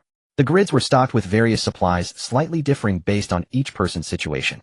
Soldiers maintaining order quickly entered first, checking everyone's wristbands to ensure no mistakes, then distributing the stored weapons and equipment to all. In front of the preparation area was a massive screen where an instructor was reiterating the post-crossing precautions. After crossing, immediately find cover and observe your surroundings. Remember, most casualties occur within the first few minutes after crossing. Stay alert, keep your nerves taut, and remember everything you learned at the training base. Chen Lifeng tightened his grip on the rifle. The cold metallic touch steadied him slightly. He looked around and saw many others like him repeatedly checking their equipment, the primary task the instructors had stressed during training. Once you've ensured safety, pay attention to your wristband. If our soldiers contact you, follow their instructions. That's the fastest way to get help. If the wristband is temporarily out of signal range, don't panic. Try to find a safe place to hide and survive. Our soldiers will find you. Remember all the warnings from training. They will determine your safety. Count down 10 minutes. Crossers prepare. Chen Lifeng felt his heart racing. Trembling, he secured his backpack as per training, ensuring easy access to supplies. Count down 5 minutes. Confirm weapons and maintain a state of readiness to fire. The sound of rifle bolts being pulled echoed through the preparation area. Soldiers beside each person helped with a final weapon check before jogging away. The crowd gradually fell silent, with only a few stifled sobs breaking the quiet. The instructor on the screen stopped speaking. Count down 2 minutes. All attention. The commander's deep voice boomed over the intercom. Stay sharp and good luck. Survive. Count down 1 minute. Chen Lifeng raised his rifle with his left hand as instructed, nervously watching everything around him. He saw his wife and child beyond the cordon, waving frantically. Chen Lifeng took a deep breath and forced what he hoped was a relaxed smile. Count down 30 seconds. A strange sensation enveloped him. He instantly knew he was about to leave this world. 10, 9, 8. Chen Lifeng took one last look at his family, etching their faces deep into his heart. 3, 2, 1. Silently, the entire preparation area emptied. Outside the cordon, the farewell crowd lingered, unwilling to leave. Lin Xiao stared at the spot where her husband had vanished, whispering softly, "Please be safe." In another world, amidst a dizzying spin, Chen Lifeng snapped his eyes open, finding himself standing in an unfamiliar forest. He immediately crouched down, fighting the discomfort, raised his rifle, and scanned his surroundings warily. On his wrist, the band emitted a faint beeping. Signal search failed, unable to connect to network. Chen Lifeng nervously observed everything, his breathing ragged. Within sight were nameless trees, and strange shadows flickered past his vision. He forced himself to take deep breaths. The cold air filled his lungs, clearing his mind slightly. He was somewhat lucky, though in the woods there were no large animals in sight, nor any visible danger. Find cover first. Chen Lifeng muttered to himself, recalling the training key points. Fortunately, not far away was a protruding rock half hidden by thick bushes, a good hiding spot. Without a second thought, Chen Lifeng rushed over, squeezed through the thorny bushes in his training uniform, and scrambled onto the rock. Only then did his anxious heart begin to ease. There was a hollow on the back of the rock, just big enough for one person. Chen Lifeng curled into it, panting heavily. Honestly, even welding on a framework dozens of meters high at a construction site hadn't made him this tense. He raised his hand to look at the now silent wristband. The warning about no network connection drew a bitter smile. It seemed luck wasn't on his side. He hadn't appeared near a Dongwei outpost. The surroundings looked uninhabited, and Chen Lifeng doubted he could find his way out of such a dense primeval forest alone. He gently unstrapped his backpack and checked the supplies: emergency rations, water purification tools, a first aid kit, fire starters, and his favorite book, probably placed there by Lin Xiao. Chen Lifeng instinctively picked up the book, and a photo slipped out from between the pages. It was a family portrait. The 3 smiling faces made his nose sting, but he quickly shook his head. Now was not the time for sentiment. Just then the sound of footsteps on dry leaves came from afar. Chen Lifeng immediately flattened himself, gripping his rifle tightly, peering through the gaps in the bushes. Richard was scouting along his familiar route. A new batch of crossers had just arrived, so there were bound to be newcomers. As a veteran who had crossed 5 days ago, he intended to welcome them properly. The forest wasn't large, nor did it have many dangerous beasts, so Richard had made it his base. He expertly pushed aside obstructing vines, his boots making faint crunching sounds on the damp leaves. Suddenly Richard narrowed his eyes, studying the fresh footprints on the ground. Someone had passed by recently. Rookie. A cold smile curled at the corner of his mouth as his right hand instinctively touched the pistol at his waist. In the past 5 days he had collected supplies from 3 batches of newcomers, living quite comfortably. Behind the rock, Chen Lifeng held his breath. Through the bush gaps he saw a burly foreign man approaching. The man, clad in camouflage and carrying a rifle, moved with the practiced ease of a professional soldier. Not a Dongwei national. Chen Lifeng's heart tightened. He quietly released the safety catch on his rifle. During pre-crossing training, the instructors had repeatedly emphasized in unfamiliar environments other crossers could be more dangerous than beasts. Richard suddenly stopped, squinting at a rock not far away. He knew this spot too well. Most novices would take it as a hiding place. 2 of his 3 previous catches had been found there. "Come out, I see you," Richard said in heavily accented English.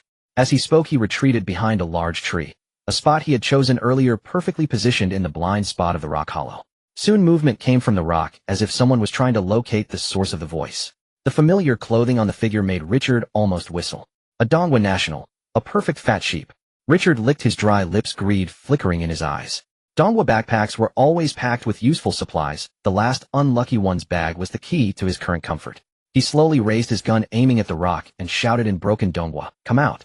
Throw out the bag. The figure on the rock seemed even more flustered. Richard could almost hear his rapid breathing. A rookie among rookies. He muttered disdainfully. In 3 minutes at most he could blow the other's head off without the fool even touching his sleeve. Richard stepped forward, exposing half his body from behind the tree, intending to bait the rookie into attacking, and exposing his upper body, making for a quicker finish. That rookie would never imagine that given the rock's position, he couldn't possibly aim in this direction. Just then a strange, buzzing sound came from the rock. What the hell? Richard frowned, peering toward the rock, and saw a peculiar thermos flask wobbling through the air toward him. Boom. Chun Li-Feng listened to the explosion and the abruptly cut-off scream, clutching the badge in his hand tightly. When he had heard that man's voice, honestly, he had panicked. He knew his own skills. Even with a gun, he couldn't hit a target that far, especially with a large tree in the way. The guy had clearly marked him as a target. If he showed himself, he'd likely be shot. But hiding here wasn't a solution either. The man knew he was there and would eventually flush him out. In his panic, Chun Li-Feng thought of throwing out his backpack and running. Fumbling to grab a few portable items from the pack, his fingers hit something hard. A badge that shouldn't have been in the bag. Chun Li-Feng froze, then was completely captivated by what was next to the badge. Though you've had short-term training, at best you can handle a gun. It's barely enough for wild animals, let alone hostile professional enemies. A memory of the instructor's final briefing before crossing surfaced. If you encounter such a situation, don't try to exchange fire. You won't be a match. We've prepared something for you. The instructor took out a thermos flask. Simple. Confirm the hostile target, aim at their location, and press the button at the bottom. It took a long while for Chun Li-Feng's pounding heart to calm down. Though he had only pressed a switch, this was his first time taking action against a human, and from the sound the guy was likely dead. Chun Li-Feng took a deep breath, suppressing the nausea churning in his stomach. He cautiously climbed over the rock and looked toward the spot. Scattered around the blast site were charred fragments and a twisted, deformed gun. The air reeked of gunpowder. Chun Li-Feng couldn't hold it in any longer. He leaned over the rock and vomited violently. He had seen corpses before. Decades in construction had shown him plenty of broken bodies. But this one was his doing. Chun Li-Feng vomited until his bile was nearly gone, his throat burning. He wiped his mouth and forced himself to calm down. This was no time for weakness. There might be more predators like Richard in this forest. Before the explosion and the scent of blood attracted anything unpleasant, Chun Li-Feng packed up and quickly left the area.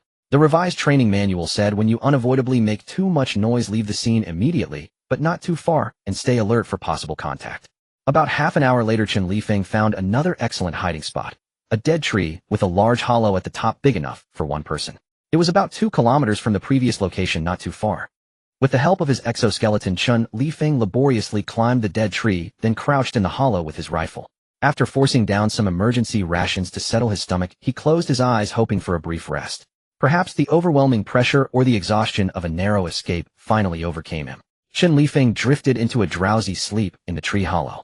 He didn't know how long had passed when he jolted awake, instinctively reaching for his rifle and looking around. Fortunately, the surroundings were calm, with no new dangers in sight. Then a strange sight in the distant sky caught his attention. Far away on the horizon, flashes of light appeared repeatedly.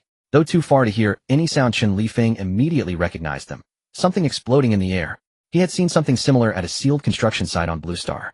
The lights lasted for 2 or 3 minutes, then vanished completely. Chun Li-Feng checked his wristband. It had been over 3 hours since he crossed, and the network still showed no connection, with no sign of incoming communication. It seemed unlikely any compatriots would find him anytime soon. Chun Li-Feng shook his head helplessly. To conserve energy, he picked up his rifle and curled back into the tree hollow. About 300 kilometers away at Camp Swearin 0179, Commander Guanshan reviewed the records from the Hongyan system, drew a circle on the map before him, and pointed to a spot on the edge. Here. If we deploy Swearin 1176 at this location, it can link up with that area to form a new communication network. Lu Weitianzhang Xiangxian, depart immediately. You must complete the deployment of the new Swearin within 2 hours.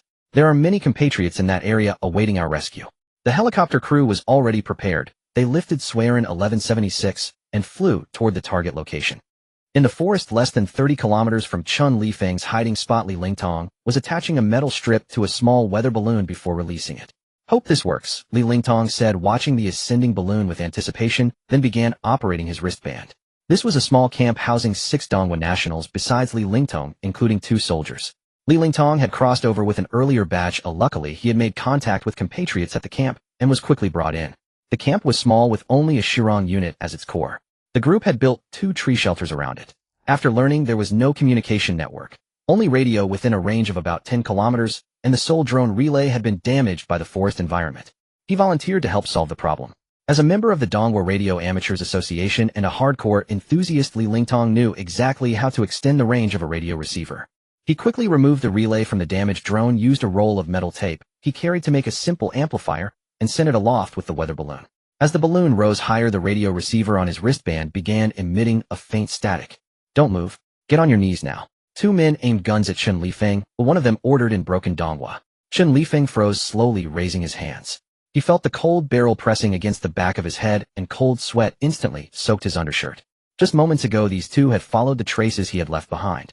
A scoundrel took advantage of his inattention and ambushed him. By the time he realized it, he was already trapped in a desperate situation. The two of them snatched his backpack, dragged him down from the tree, and aimed a gun at his head.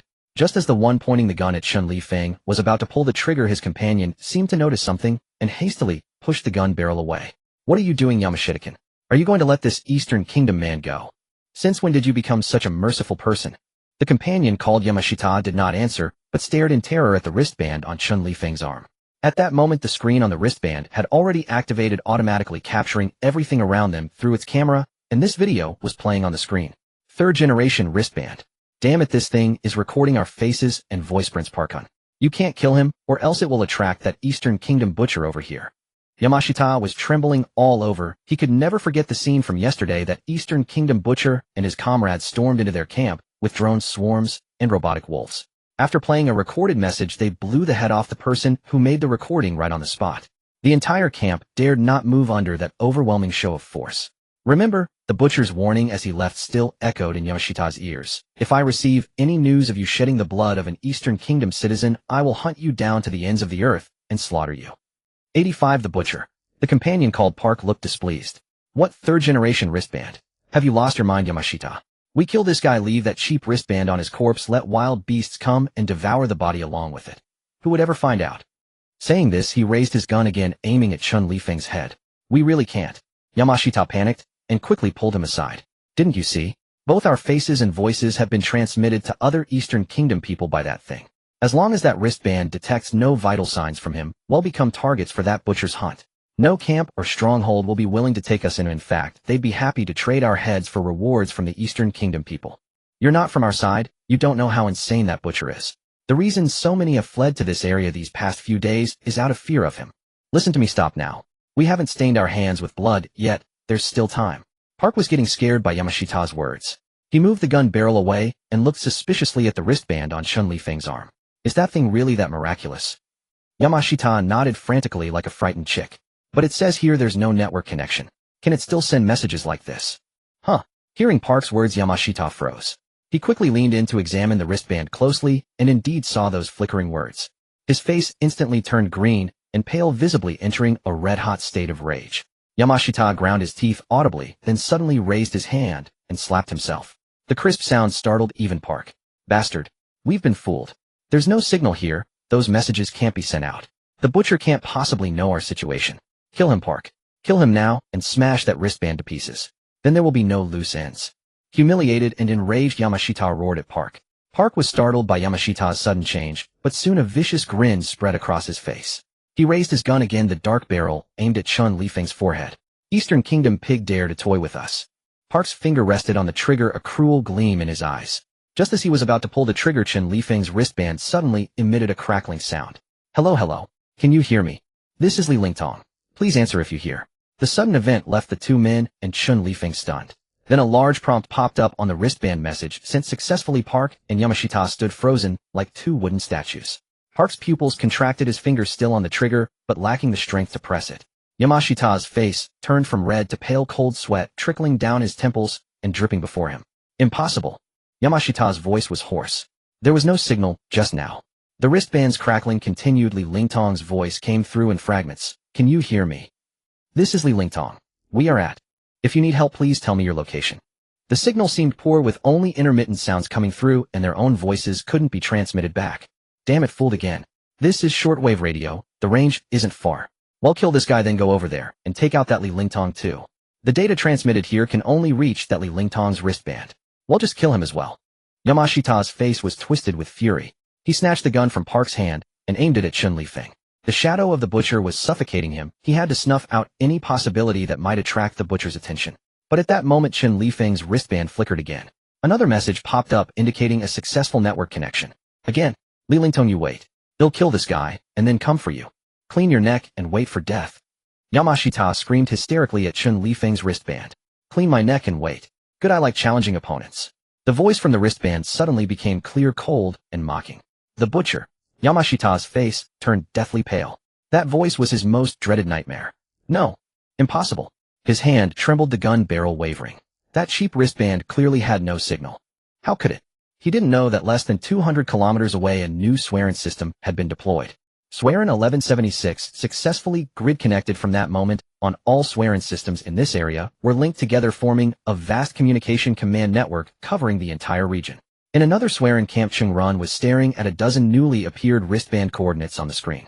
Among them, the wristband representing Chun Lifeng was blinking rapidly, indicating that its owner was under immense mental stress and likely in grave danger. Chung Run immediately connected to this wristband, but before he could speak, he heard Yamashita's roaring voice from the other end. In an instant, Chung Run understood the situation on the other side. He first gestured to a comrade beside him to immediately contact the nearest rapid response drone and dispatch it to the coordinates. He then quickly adjusted his state, making his voice low and icy before speaking into the communicator. He intended to pressure the enemy and buy time. You haven't reached the final step yet, have you? Go on. Want to try and see if I can tear you limb from limb afterward? Yamashita's face turned ashen. He looked around frantically at the forest, as if the swaying shadows might at any moment release vengeful spirits. Since you haven't yet shed blood, I can give you a chance. Chung Run's icy voice continued through Chun Lifeng's wristband. Release the wristband's owner, and I will spare your lives. They'll give you 3 minutes to consider what you want to do. Yamashita and Park stood frozen again, hesitant about whether to leave. The 3 minutes passed in a flash. Get out of here now. Chung Run's voice cut like an icy blade, making Yamashita and Park tremble. Otherwise I'll make you regret being born into this world. Yamashita's Adam's apple bobbed as he glanced uncertainly at Park. Maybe. We should. Shut up. Park suddenly bellowed, veins bulging on his forehead. Do you think the butcher will let us off if we stop now? Don't be naive. He violently reamed the gun at Chun Lifeng's head, his fingers trembling with strain. Butcher, listen up. We're not afraid of you. We're not afraid of you. They'll kill him right now. Bang. Park's upper body turned into a cloud of blood mist. A high-speed drone streaked through the air overhead. 86 creating a legend. Yamashita was splattered with blood. He stared blankly as Park's half-torso corpse slowly fell. The warm liquid changed the color of his pants, even seeping into his boots. Aya! He let out an inhuman scream. The gun fell from his hand. He staggered back 2 steps, then suddenly turned and ran. Run! Chung Run's voice came from the wristband. Can you escape? Just as Yamashita dashed forward a few steps, a tree trunk in front of him exploded, sending wood chips flying. He stopped in terror, seeing the still smoking crater before him. Chung Run's demonic voice echoed in his ears. Kneel, Chung Run commanded. Yamashita's legs gave way, and he fell heavily to his knees. Trembling all over, his forehead pressed into the dirt. Spare me. I was wrong. I was wrong. Chun Lifeng struggled to sit up, watching the dramatic reversal. Chung Run's voice came through the wristband. Comrade, are you alright? Sorry we're late. To be honest, everything that had happened today was too fast and too intense, leaving Chun Lifeng still in disbelief. His mind was in chaos, unable to tell east from west. But one thing he was now certain of. Looking at the drone hovering overhead, hearing the word comrade from the wristband, he knew he was saved. Just then the hovering drone slowly flew toward the kneeling Yamashita. The drone's probe flashed red, and the still smoking cannon barrel almost pressed directly against Yamashita's head. Weren't you going to make me clean my neck and wait? Come on, continue. Yamashita shook like a leaf, kowtowing, desperately unable to utter a single complete sentence. Did you think the wristband couldn't send messages without a network? Dream on. The information was sent successfully the moment it was generated. How do you think we got here so fast? The drone pressed down further, the gust from its folding rotors blowing Yamashita's hair, revealing his scraped forehead and a face smeared with tears, snot, and dirt. Since you tried to stop others from harming my compatriot at the beginning, I'll let you go this time. Go kowtow 3 times to my compatriot, then get lost. Remember, there won't be a next time. Hearing Chung Run's words, Yamashita scrambled like he had been granted amnesty, crawling to Chun Lifeng and slamming his forehead heavily against the ground with a dull thud. Sorry. Please forgive me. Yamashita's broken Eastern Kingdom tongue was choked with sobs, his face a mess of tears and snot. He looked up trembling, meeting Chun Lifeng's complex gaze. Chun Lifeng stared at this enemy, who just minutes ago had been so arrogant, now kneeling before him like a beaten dog, and made no response for a long time. Alright, get lost. The drone's voice came again, filled with murderous intent. Yamashita scrambled up and ran, even face-planting into the ground from the speed. Without even wiping his bloody nose, he stumbled and vanished into the dense forest. The drone slowly ascended, beginning to patrol the area. Through the wristband, Chung Run's voice sounded again. "Comrade, are you feeling all right? Our rescue team will be here soon." Chen Lifeng tried to move his body, though aching all over. Luckily, he hadn't suffered any serious injuries. He looked up at the hovering drone and said hoarsely into the wristband, "Thank you. If it weren't for you. It's our duty." Chung Run's tone softened. "Rest where you are for now, don't move. Our people will be here shortly." Phew. Seeing that Chen Lifeng seemed largely unharmed in the probe's view, Chung Run breathed a sigh of relief. He turned off the microphone in front of him and looked at a compatriot who was still building a model. "Expert, how was my performance just now?" "Not bad, though the acting was a bit over the top. But considering the state of the other party, they probably won't care." Wang Chengcheng finally completed the model construction. She was a psychology expert who had arrived in earlier batches and was working on building a psychological model to help isolated compatriots survive. "According to my calculations, the butcher's reputation has now spread to most of the surrounding areas. With the reinforcement from the guy we just let go, the effectiveness of the third-generation wristbands should increase by another 15 percentage points. Nearby camps are also trying to spread the word. Helping isolated Eastern Kingdom citizens and delivering them to our camp will earn a degree of our friendship and some supplies," Li Chong added. "This way, unless they're extremely radical, most people will think twice about the cost of harming a wristband-wearing compatriot, significantly reducing the risk." "Captain Chung Run." Wang Chengcheng looked at him seriously. "Please make sure that every one of those who harmed our compatriots pays with their blood. Only then can the butcher become a true legend, a sword of Damocles hanging over everyone's heads." Chung Run's eyes sharpened intensely. He slowly stood up. "Rest assured, every beast that has shed the blood of our compatriots will pay the price." Swear in Camp 1176. As the rescue teams returned one after another, Chen Lifeng and the others were brought to the nearest Camp 1176. The camp was already bustling with activity. The medical rescue team who had been waiting welcomed them and began carefully checking their bodies and treating their wounds. Those who had endured too much pressure during this time and were mentally unstable were guided by specialized counselors for relief and decompression. After everything was done, someone would lead them to their assigned small cabins. This routine had been ongoing for a while, making the team members highly proficient. "All right, sir, you're fine now." A young nurse cleaned the wound on Chen Lifeng's arm and applied medication. "It's just a scratching, it'll heal quickly." After finishing, she was about to move on to another injured person. Chen Lifeng finally seized the opportunity to ask a question that had long been on his mind. "What are those people doing?" He pointed to one side of the camp where, outside the area fenced off with barbed wire, dozens of people were queuing for registration. Robotic wolves and drones stood guard around them. At the front of the line, a man who looked like an ordinary Eastern Kingdom citizen was tearfully pleading something. "There." The young nurse glanced in the direction Chen Lifeng pointed and showed a look of contempt. "Just some shameless people." 87 Welcome back, comrade. "I really am an Eastern Kingdom citizen, comrade. I just accidentally lost my wristband. Look at my typical Eastern Kingdom appearance and my fluent Eastern Kingdom language. Doesn't that prove? Is it about what I said?"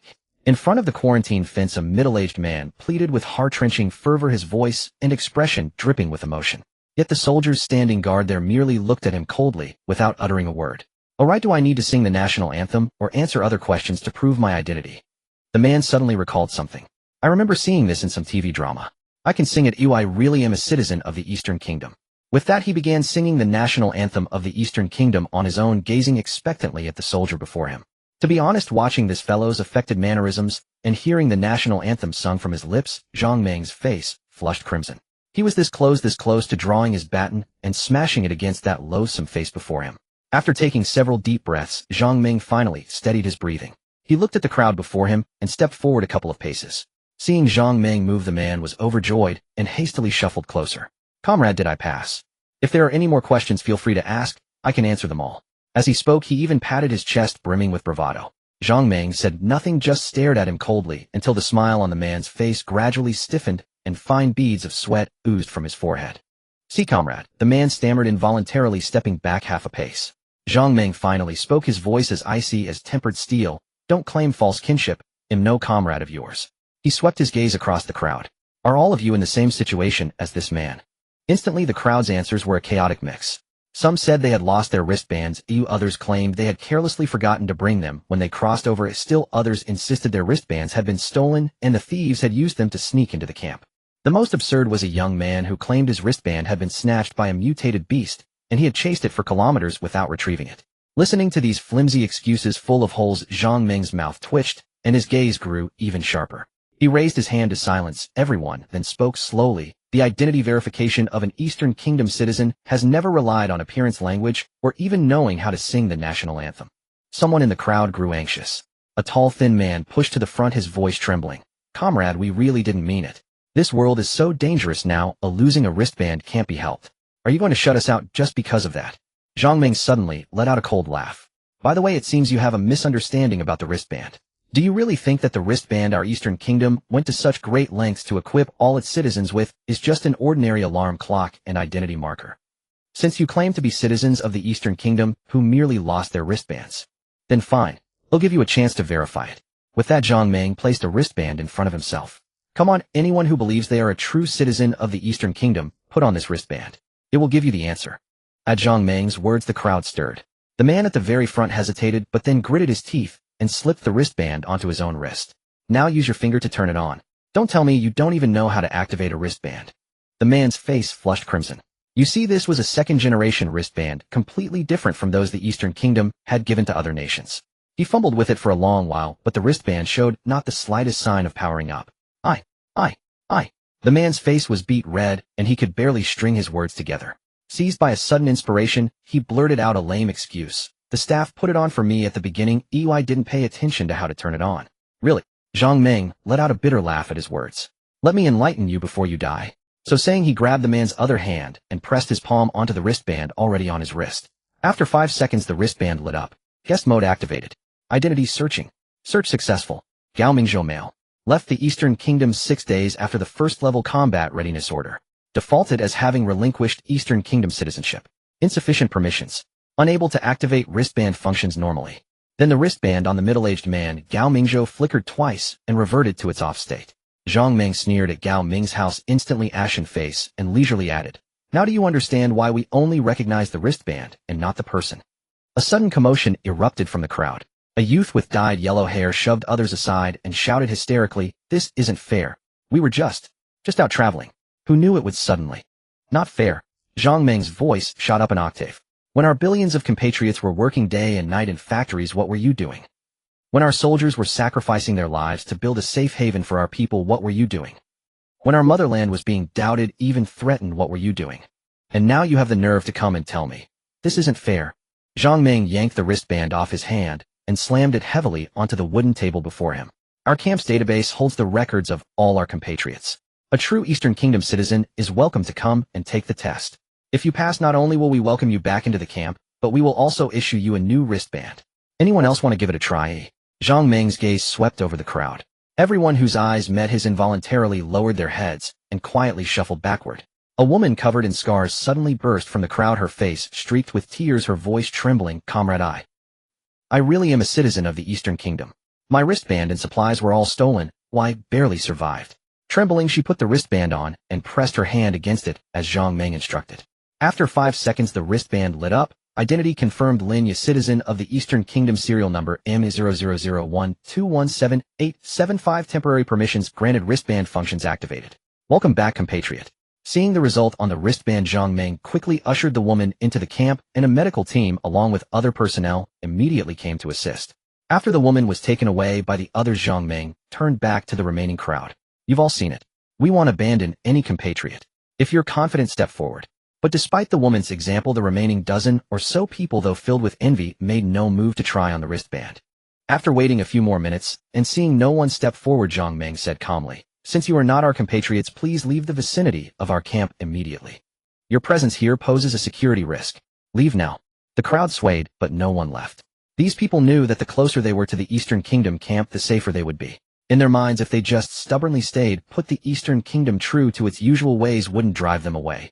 Many had done the same back on Blue Star. Seeing the crowd still unmoving, Zhang Ming's brow furrowed slightly. "Final warning. Non-personnel leave immediately. Otherwise, we will take necessary measures." A murmur rippled through the crowd. Someone muttered under their breath. Others' eyes darted nervously, but still no one left. A man squeezed his way forward, rubbing his hands together, his face plastered with a fawning smile. "Sir, you see how dangerous it is out here. We're unarmed. Could you make an exception? We don't ask for much, just to stay near the camp." Zhang Ming ignored him and walked straight over to the mechanical wolves. "Execute defense protocol. Authorization to use weapons. Clear the area in 10 minutes. He deliberately enunciated the order to the crowd word by word, then strode straight into the camp. The mechanical wolves immediately rose to their feet. The cameras on their heads glowed red, scanning the crowd before the camp, while the machine guns on their backs clicked as rounds were chambered. Instantly, the crowd that had stubbornly refused to leave let out terrified screams and scrambled frantically beyond the warning line, cursing themselves for not having been born with more legs. The Eastern Kingdom soldiers would reason with them, but these cold-blooded machines would not. The farce ended. Chen Lifeng, who had watched the entire process, stood dumbfounded. In the camp, aside from newcomers like him, most others acted as if they hadn't seen a thing, completely indifferent to the commotion at the gate. Just then, the young nurse from earlier seemed to have finished her work and bounced past him again. Seeing Chen Lifeng still rooted to the spot, she grinned and patted his shoulder. "Uncle, why aren't you resting? What are you staring at?" Chen Lifeng snapped back to reality and pointed toward the camp entrance. "Those people. We're just driven away like that. What if they really need help?" The nurse curled her lip, unimpressed. "Come on, those shameless bastards just want to leech off our protection. Why should we share the camp we built with our own sweat and blood with them? Because they have big faces. The soldiers have already cleared the dangerous creatures nearby. It's not like they can't survive. Outsiders can go to their own gathering places." She paused, then lowered her voice. "Besides, our wristband verification system isn't just for show. That sister earlier was indeed our compatriot. Her identity info can't be faked. As for the others, who knows where they crawled out from?" Chen Lifeng nodded thoughtfully. A thought struck him, and he asked, "By the way, those mechanical wolves, would they really open fire?" The nurse stifled a laugh. "Guess." She winked mysteriously. "I've been to several camps, and I've never seen them fire a shot. But—" She made a throat-slitting gesture. "Word has it that a group tried to force their way into one camp and got turned into Swiss cheese. All right, Uncle, I need to get back to work. If you really don't want to rest, you can check that out over there." The nurse pointed to a tent nearby. "There are notices posted. They're short of people everywhere. If you've got any skills, Uncle, go take a look. See ya." With that, she bounced off to attend to other tasks. Truth be told, her interruption had calmed Chen Lifeng's nerves considerably. Feeling that his body had rested enough, he headed toward the tent she had indicated. Inside, several people were already gathered, 2 of whom had arrived at the camp with him. In the center of the tent, there were numerous bulletin boards covered in notices. Medical teams urgently need personnel with healthcare experience. Please report to the nearest medical tent to sign up. Swearing Camp 1 needs a few skilled electricians. Those capable, please contact camp staff. Need a batch of skilled welders and fitters to build signal towers in the field. The military will ensure your full protection. Chen Lifeng's eyes lit up at this notice. Temporary Camp Command Post, Swearin 1176 Control Room. Camp Commander Lu Weitian was reporting on the Joint Command Network. Currently, Camp 1176 has taken in a total of 25 compatriots. 19 are in good condition and 3 are seriously injured and require treatment. The surrounding situation is stable. All high-threat targets within a 50-kilometer radius have been eliminated. Survivors from other nations are converging toward our camp. As per orders, they have been instructed to establish their own outposts at least 10 kilometers away. Copy that. Continue with the plan. Watch for any anomalies and report immediately if anything unusual occurs. Copy. Elsewhere at Swearing Camp 1, Li Chong ended the communication and stared absently at the screen before him. On the screen, 13 large bright spots had merged into one continuous area, with nearly 2700 smaller points scattered across this vast region. As more and more batches of travelers crossed over, the efficiency of the Swearin system's network integration had markedly improved. Each new wave of arrivals might even bring a new Swearin unit into the area. At present, the coverage area of the Swearin units in this region had reached nearly 300 square kilometers, having taken in a total of 2765 compatriots. The distribution of wristbands and coverage was uneven. In some areas, they had found several hundred compatriots at once. Additionally, they had recovered 396 wristbands that had lost their owners. Even with the most conservative estimate based on current data, the landmass here was at least 5 times that of Earth. It was time to initiate the second phase of the plan. Li Chong stepped out of Swearin 1's control room and made his way to a wooden cabin at the center of the camp. Inside the cabin was abuzz with activity, with many people engaged in heated discussion and debate. Since the networking of the 13 Swearin systems had placed Swearin 1 at the center, and given its special designation, this location had been designated as the planning center. Experts and scholars from all 13 Swearin zones had gathered here to devise plans for future development. They were elites certified under the 100 Crafts project, and they were discussing current development strategies, incorporating the contingency plans and backup plans stored within the Swearin system. Based on drone surveys and on-site inspections, we preliminarily suspect that these areas may contain mineral resources. We can conduct exploration tests once preparations are sufficient, said a geological expert analyzing mineral deposits. Based on soil fertility, we have divided the surrounding area into 3 grades. Grade 1 land is no worse than the black soil of our homeland. The climate and sunlight here are ideal for the seeds we brought. The experimental fields have already sprouted and we anticipate a good harvest, reported agricultural experts. The notices posted in the camps encouraging citizens to participate in camp construction have yielded results. Their sense of belonging and security in the camp has noticeably improved. These were the sociologists and psychologists. Quite a few of the little nurses and the medical teams are protesting. They say that damned operational protocol you guys came up with, telling them to work as cheerfully and bouncily as possible, was a huge mistake. They're exhausted every day and their legs are swollen from all the hopping, complained a medical expert. But just look at the results. The camp's actual data clearly shows that patients treated by nurses in this state have seen their psychological resilience and comfort indices increase by more than 10 percentage points. This rebuttal came from the same sociologists and psychologists. Besides, this isn't some random idea of ours. It's a plan that was already in the contingency files. Li Chang stood at the doorway listening to the discussions within a faint smile curling at the corners of his mouth. He gently pushed open the door. The noise inside the wooden cabin fell silent for an instant, then promptly resumed its lively hum. Commander Li is here, someone called out, and all heads turned toward him. Li Chang waved his hand signaling for everyone to continue their work. He walked over to the long table in the center of the room on which lay a hand-drawn map, marking the distribution of the 13 Swearin systems and the surrounding terrain. How are things? Li Chang asked. Professor Han, the head of the geological team, adjusted his glasses and pointed to several red circles on the map. Preliminary surveys suggest that these areas may contain iron and copper deposits. If we can extract it, it will lay the foundation for our future industrial development. Professor Zhang from the agricultural group interjected. The experimental fields are thriving, but we need more labor to expand the planting area. Although our current food reserves are sufficient, we must consider the long term. By the way, we have confirmed that several types of animals here are edible with decent nutritional value and taste. At this point, sociology expert Lu Min interjected, regarding the labor issue, we are considering implementing a point system. We plan to recruit non-Dongwa nationals who have established settlements near our camp to engage in land reclamation and heavy physical labor. Their work can be converted into points which they can exchange for food and daily necessities. Accumulating enough points could even grant them residency in an affiliated camp. We are about to submit this proposal to the command group. If approved, it could significantly alleviate the labor shortage. Li Chang nodded. I will bring this up at the meeting. Then his gaze swept across the room. How is the medical group doing? Dr. Zhou from the medical group shook his head with a wry smile. The nurses are still complaining about the bouncy work rule. Although the data shows it's effective, it has indeed increased their workload. This plan was proposed by the psychology group based on the Swearin system's contingency plans, Li Chang explained. In the early stages of resource scarcity, the mental health of the populace is equally important. A smile, a lively gesture could bring hope to those in despair. He paused, looking around at everyone. I know everyone is working hard, but this is a critical period. We must not only survive, but also build a foundation for the future. Dr. Zhou nodded. I understand all this. The children's hospital I worked at before had a similar rule.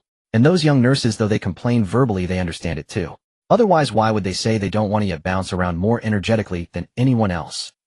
They're just a bunch of contradictory young ladies. After hearing Dr. Zhou's words, Li Chang couldn't help but sigh. They are truly the most lovable people. Rest assured, once everything stabilizes, we will definitely lighten their burden.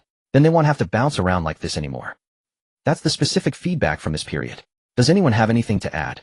Li Chang's voice echoed through the joint communication system across the 13 Swearin camps. After a brief silence, the leaders of each camp began to respond one by one. Camp 541 has an addition, came Su Xiang's voice from the communicator. We discovered a large river to the southwest. The water flow is substantial, and there is a significant drop in elevation. This could solve future industrial water needs, but we require a water resources expert to assess its suitability for building a hydroelectric station. All right, we'll see if we have a water resources expert and ask them to confirm the specifics. Any other additions? Li Chang asked once more. This time no one spoke in the command system. Since that's settled, let's move to the next discussion topic. I propose we immediately commence the second phase of Project Migratory Bird Nesting, Li Chang declared over the joint communication command system. Everyone please look, he said, bringing up the current distribution map of the Swearin system. It was the combined area of the 13 Swearin nodes. Then with his manipulation, this combined area suddenly shrank into a small that's surrounded by vast black regions. This is a model created by the geology group based on current data. Those black areas are places we haven't yet established contact with. This world is much larger than we anticipated. With our current manpower alone, it's difficult to develop such a vast area simultaneously, let alone confront the enemies that will appear in the future. We need to delineate strategic mineral resource, agricultural, and production priority zones. We must relocate most of the population to those locations to lay the groundwork for subsequent development. Based on the models and contingency plans prepared by the Blue Star Command, And after comprehensive consideration by experts from various fields combined with the actual situation, we have established a preliminary plan. Li Chang brought up a set of three-dimensional projections. Please look at this camp model. In the projection, countless luminous bands began to extend from the 13 Swerin nodes, intertwining like a neural network, to form a hexagonal grid. Each grid node flickered with markers of different colors. Red represents strategic locations, blue are resource points, green is suitable for agricultural production, and yellow indicates future industrial zones. Li Chang's finger traced across the projection. We can first establish 5 core camps connected by express routes. These 5 core camps are located in the areas with the richest resources and the most strategic terrain, ensuring we can gain a firm foothold in the shortest possible time. Using the Shirong units, we can first build simple roads between the camps and erect signal towers and defensive facilities within range. Li Chang's finger drew several luminous paths on the projection. Once the signal towers and defensive nodes are completed, we can ensure that any newly arrived compatriots can receive assistance within half an hour, minimizing their risk of danger. As our manpower increases, we can gradually expand the scope of the original core camps and add new ones. Furthermore, according to the plan, I believe other Swerin camps will adopt similar measures, establishing core camps and gradually expanding their communication range. We will continue this way until all Swerin nodes are fully interconnected. Li Chang paused for a moment, then swept his arm across the distribution map. Following his gesture, countless points of light lit up in the previously pitch-black areas of the map, spreading outward like stars, illuminating the entire map. Look, this is our visible future. Li Chang's voice was tinged with excitement. When all Swerin nodes are interconnected and illuminate most of this world, only then will we Dongwa people have truly established a foothold in this world. Everyone in the channel held their breath, gazing at this magnificent scene. Some murmured to themselves, others nodded silently, and many clenched their fists as if they could already see the day the blueprint became reality. However, all of this depends on ensuring the stability of the initial camps. Li Chang withdrew his arm, his tone turning serious. Resource collection, defensive fortifications, communication networks. These 3 are of utmost importance. A problem with any one of them could delay the entire plan. He brought up another set of data, and detailed structural diagrams of the 5 core camps emerged in the projection. Camp 1, located in the north where mineral resources have been confirmed, will primarily be responsible for further mineral exploration and rebuilding the industrial foundation. Camp 2, situated on the central plains, has fertile soils suitable for development. It will be our main grain-producing region and the primary living area for most people. Camp 3, near the eastern forest, is responsible for timber processing and biological resource development. The primeval forest there can sustain development for a long time, and the animal resources are extremely abundant, sufficient to meet initial food consumption. Camp 4 will be built near the river to the southwest, responsible for water energy. When the time is right, a hydropower project can be constructed to ensure water supply and partial electricity. Camp 5, located in the western wasteland, has no vegetation and very few animals. There we will establish a large-scale solar power center to initially solve the electricity problem for all camps. Li Chang's finger lightly tapped the projection, and several luminous paths extended from the periphery of each camp, intertwining to form a dense network. The Shirong units have already begun road construction. In approximately 172 hours, the passages between the 5 camps can be initially connected. Everyone, this is our nesting plan. If there are no other objections, let's take action immediately. Whether it was those loitering near the Dongwa camp, always trying to infiltrate, or those who had established settlements further away from the camp, or even foreigners who had gathered followers using their own in-time bunkers or shelters, but were constantly watching the Dongwa camp, they were all astonished to find that the Dongwa people had left their enviable camps and were rushing in all directions. What are the Dongwa people up to now? This question surfaced in the minds of all who witnessed this scene. However, they soon got their answer. The Dongwa people had started again in this strange and dangerous place, doing what they were best at: infrastructure construction. The Dongwa people's infrastructure frenzy swept across this unfamiliar land like a storm. Large engineering vehicles assembled from Shirong units leveled everything in their path according to the planned routes. Following vehicles quickly compacted the ground, and a simple road would appear. Along various nodes, transport drones and tiltrotor aircraft delivered components of all sizes from all directions, quickly assembling them into signal towers standing tall. The Dongwa people thoughtfully hung warnings on the signal tower's surveillance and progress. Damaging the signal tower will lead to consequences you cannot bear. And mines nearby. Do not approach. At the top of each signal tower, there was also a landing area for an attack drone, its purpose self-evident. The most spectacular sight was in the western wasteland. A large number of silicon crystal panels removed from the encapsulation shell were transported there. These panels, once unfolded, became pre-prepared solar panels. Tens of thousands of them lay across the entire wasteland like a silver-black tide stretching to the horizon. All of this left the foreign survivors watching from afar utterly stunned. They could not fathom why anyone would leave the safety of their camp risking their lives in the wilderness to engage in such seemingly endless construction. Wouldn't it be better to use those resources and equipment in their own camp? Why develop the unknown wilderness? Are they insane? Asked a bearded man, lowering his binoculars, his voice filled with disbelief. Building roads in a hellhole like this? Building signal towers? Do they think this is their backyard? His companion, a woman in a worn baseball cap, frowned as she stared at the busy Dongwa engineering teams in the distance. No, they know exactly what they're doing, she said quietly. Look at those drones and automated equipment. They're not relying on brute manpower. And with drones on guard in the sky, security shouldn't be a major issue. Just then a slight tremor ran through the ground. The two turned around sharply to see a massive Shirong engineering vehicle slowly moving towards them. Where it passed, the rugged terrain was swiftly leveled. Another machine followed, closely compacting the excavated ground. Within minutes, a smooth dirt road stretched into the distance. Damn, the man swallowed hard. How much equipment did they bring? Aren't they supposed to have nothing but a large population? Why compared to them do we feel like cavemen? 91 Eagle Nation and Dongwa. Blue Star Eagle Nation's pentagon-shaped white building. You say that compared to them we are more like cavemen. The newly appointed Eagle Nation Grand Leader Brown sipped a cup of coffee, squinting at his chief of staff before him. Dear Thrace, why would you say that? Thrace, now stripped of his former confidence, and he's looked much like those guys squatting on the street corner after a high had worn off. Thrace took a metal flask from his pocket, uncorked it, and took a large gulp before looking at his grand leader with vacant eyes. Isn't it true? Everything during this time has forced me to believe this fact. Thrace's face was filled with anguish. The country over there hasn't shown a single hint of chaos. Instead, they've erupted with even more exaggerated production capacity than before. And us? We haven't had a single day without riots. We paid a heavy price to get their wristbands and their doomsday response plans from the Dongwa people. Using existing technology, we finally equipped every Eagle citizen with a device for communication and positioning. And what happened? As he spoke, Thrace couldn't help himself and took out his flask to drink again. Oh, my dear Chief of Staff, such heavy drinking is bad for your health. Please refrain, Brown said, shaking his head as he took the flask from Thrace's hand. You didn't finish what you were saying. Let me guess what happened. Did half of the positioning functions on those devices fail after just 10 days? It was 3 days and 90% failed. Thrace was filled with grief and indignation. Oh, it seems our citizens cherish freedom even more than I anticipated. Brown laughed instead. Thrace stared wide-eyed at the Grand Leader, wondering if it was himself who had drunk too much or Brown. Seeing Thrace's incredulous expression, Brown took a gentle sip of his coffee, then walked over and patted him on the shoulder. My dear Chief of Staff, you may have been too influenced by the Dongwa people lately, causing you to forget our essence. What do you mean by cavemen? Brown placed his coffee cup on the table, his eyes fixed on his Chief of Staff. Cavemen? No, Thrace, we are true sons of liberty. He turned, a glint of the dangerous light, unique to Eagle people, flashing in his eyes. The Dongwa people weave cages with technology, while our citizens would rather smash their locators to defend their right to choose. That is the gene of freedom flowing in our blood. Thrace opened his mouth, but Brown raised a hand to stop him. I know what you want to say. Their factories are working overtime to produce supplies, their streets are orderly, but Brown's voice was filled with disdain.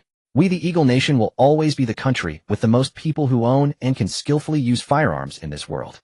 Yes, the Dongwa people have prepared a lot, while we can't even get our citizens to wear locators and communicators as— Yes, the Dongwa people have prepared a lot, while we can't even get our citizens to wear locators and communicators as required.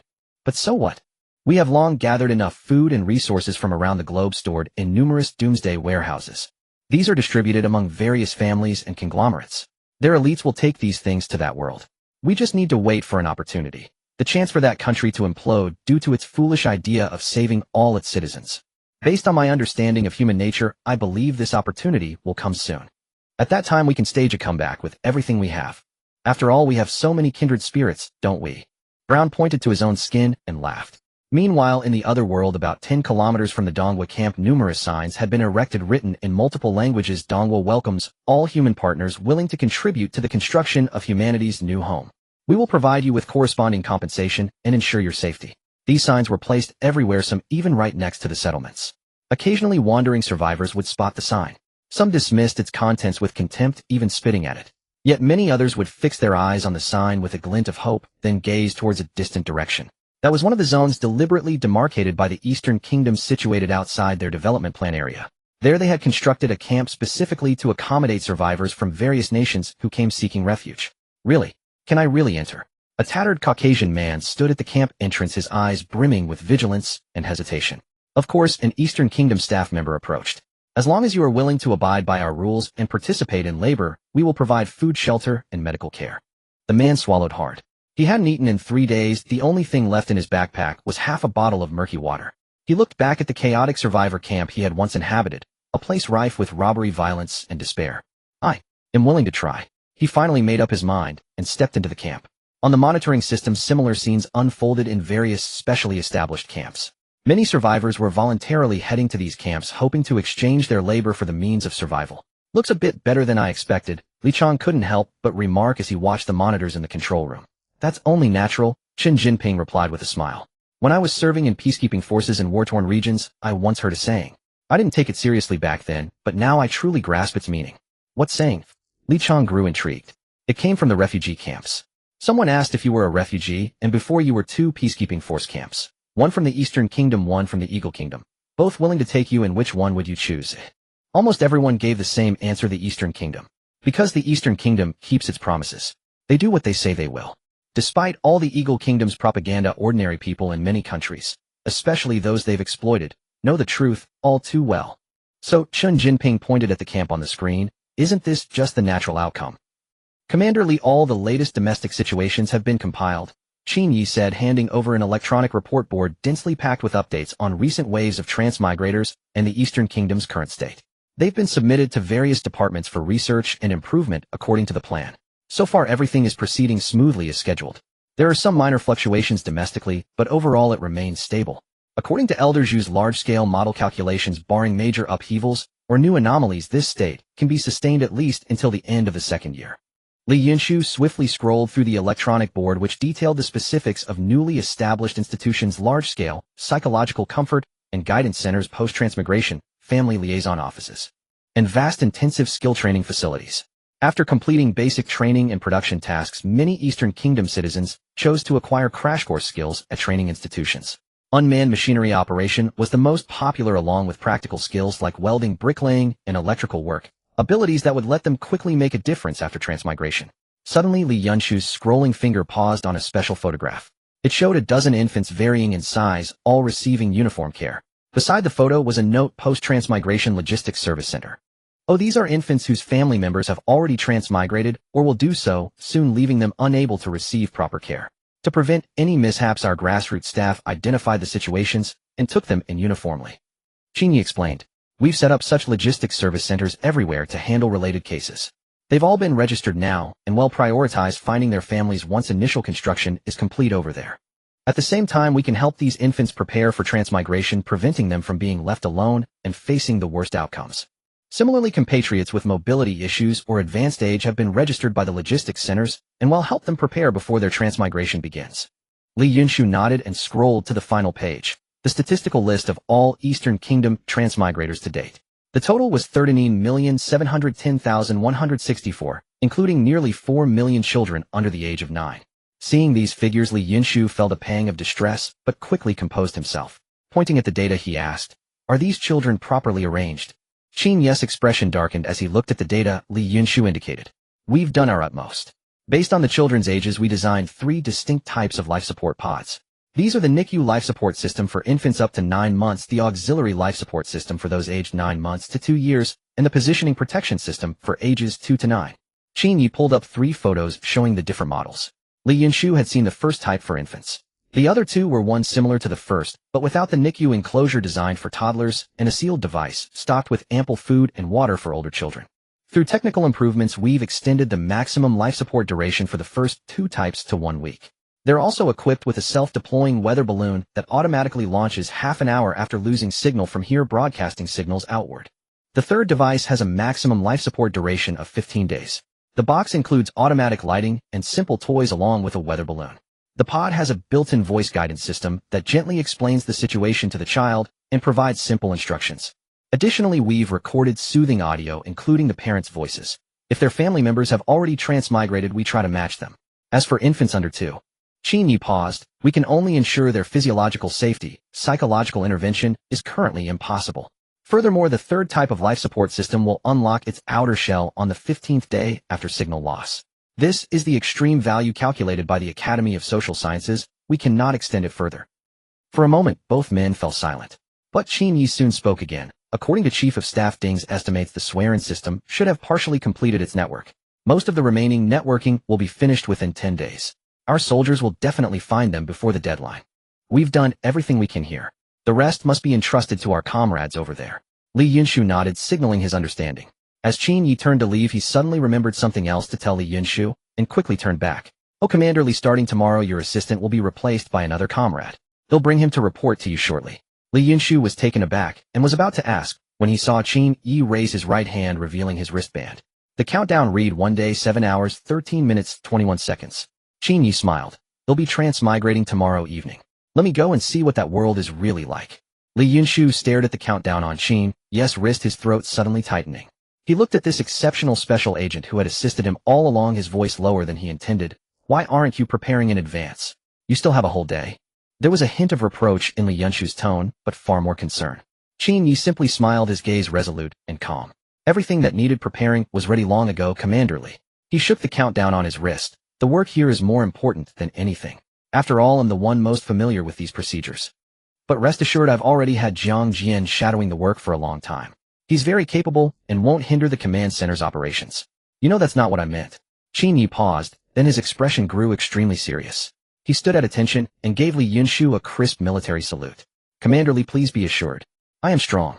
I will survive over there and complete the mission. By the time you arrive, Commander, we will have already accomplished all the plans. Then I will still be your assistant. Putting on the military uniform he hadn't worn since being transferred to the special detail, Qin Yi felt a sense of disconnection from another life. Honestly, this period had been the most absurd he had ever experienced, yet it was undeniably real. Qin Yi took a deep breath. After rechecking his equipment, he quickly walked over to another piece of luggage. It was a brand new aerial trike which he had specifically requested. According to the staff's large-scale model calculations, the unfolding and transport of the containment units should have been preliminarily completed over there, likely capable of supporting a certain level of fuel consumption. Considering the potential practical issues in the other worlds starting from the last 2 batches of transmigrators, most military personnel were no longer equipped with cat cars, but instead with these aerial trikes. Qin Yi expertly checked the various parameters of the aerial trike. Having served in the special forces, he had frequently used such equipment in the army. This model was merely an upgrade with increased range, and some weapon modules. There was no significant difference. This light gyrocopter was covered in camouflage paint with simple weapon mounts on both sides, and the rear seat piled high with supply crates. Though it looked rudimentary in theory, this agile little aircraft was more practical than bulky armored vehicles in the complex terrain of the other world. Soon Qin Yi had a thorough understanding of the trike's performance. He shut off the engine, leaving it on standby, then leaned back in the pilot's seat and lit a cigarette. Despite his promise to Commander Li, he knew deep down that he wasn't entirely confident. Qin Yi had also reviewed the training materials. He didn't believe that someone who had spent half a lifetime studying security protection and counterterrorism could gain much advantage in a fight against bugs. However, his work had been fully handed over to his comrades, and all his preparations were complete. He had no more worries. Qin Yi took a final drag on his cigarette, reducing it to a stub, then stubbed it out, and restarted the trike's engine. By now he was fully in combat mode, waiting only for the final moment. Gripping his rifle in one hand, and resting the other on the trike's frame, the instant the countdown on his wristband hit 0, Qin Yi vanished. Thanks to his exceptional physical condition, Qin Yi shook off the dizziness in just a few seconds. He immediately raised his rifle back against the trike and warily surveyed his surroundings. The sight before him was so startling, he nearly pulled the trigger. Less than a meter away, a pitch-black creature stared back at him with a grin of startlingly white teeth. Not only that, but the creature also had a white towel wrapped around its head. A towel Qin Yi knew all too well, and wore a pair of work gloves of which he had several pairs at home. Drenched in sweat, it held a Type 65 entrenching tool. Beside this black creature stood several others with different skin tones, but similar attire. Seeing the astonished Qin Yi, the black creature's face lit up with joy. It started to rush towards Qin Yi, but stopped short at the sight of his rifle. It threw its entrenching tool to the ground, and in halting Eastern Kingdom language began to speak. Soldier, you're from the Eastern Kingdom, right? My name is Alyua, my Eastern name is Abiao. Want me to take you to your camp? As it spoke, it gesticulated wildly at the others around it. I saw him first. You can't steal him from me, the points are mine. Then it turned back to Qin Yi with a fawning look. Soldier, you have to witness this, okay? I really was the first one to see you. Qin Yi felt a wave of dizziness. The transmigration hadn't disoriented him, but this scene truly felt surreal. Just then a communication came through on his wristband. Comrade, this is Swearin Camp 0138. I am Commander Yuan Feng. What is your status? Do you need assistance? While remaining vigilant of his surroundings, Qin Yi opened the comms. Through the conversation, he learned his location and the current situation. He released his finger from the trigger, shook his head, and leaned against the trike to survey the area. Spread out before him was a vast expanse of farmland under cultivation. Dozens of foreigners of various ethnicities were hard at work clearing stones from a newly dug field. He was at the outer agricultural zone of Camp Number 1. Those foreigners had been recruited by the camp to assist with the reclamation work. As for why the black man had been so happy to see him, the camp had promised points for every act of helping a newly arrived Eastern Kingdom citizen. After entering the man's name and ID number on his wristband, and watching him cheerfully go back to digging Chin, Yi couldn't help but shake his head. Putting away his weapon, Chin, Yi started the trike and followed the wristband's navigation towards the camp. Along the way, he saw an artificial canal being excavated with several Shirong units hard at work surrounded by vehicles hauling earth. In the distant sky, he could see several trikes like his own flying off in all directions. Simple dirt roads had already been laid out on the ground with vehicles speeding along them. Signal towers were erected everywhere, and the surrounding area was devoid of any living creatures, as if it were a no man's land. To the west, the vast expanse of silver-black reflections was clearly the solar farm. As he neared Camp 0138, a new prompt sounded on his wristband. Attention, you are entering a controlled airspace. Please follow the instructions to land. Chin Yi immediately reduced altitude and saw navigation light strips illuminate on the ground. When he landed on the designated pad as guided, he found 5 or 6 trikes of the same model already parked there with ground crew maintaining them using tools. From time to time, another trike would fly in, bringing a compatriot from the Eastern Kingdom who, like Chin Yi, had just transmigrated.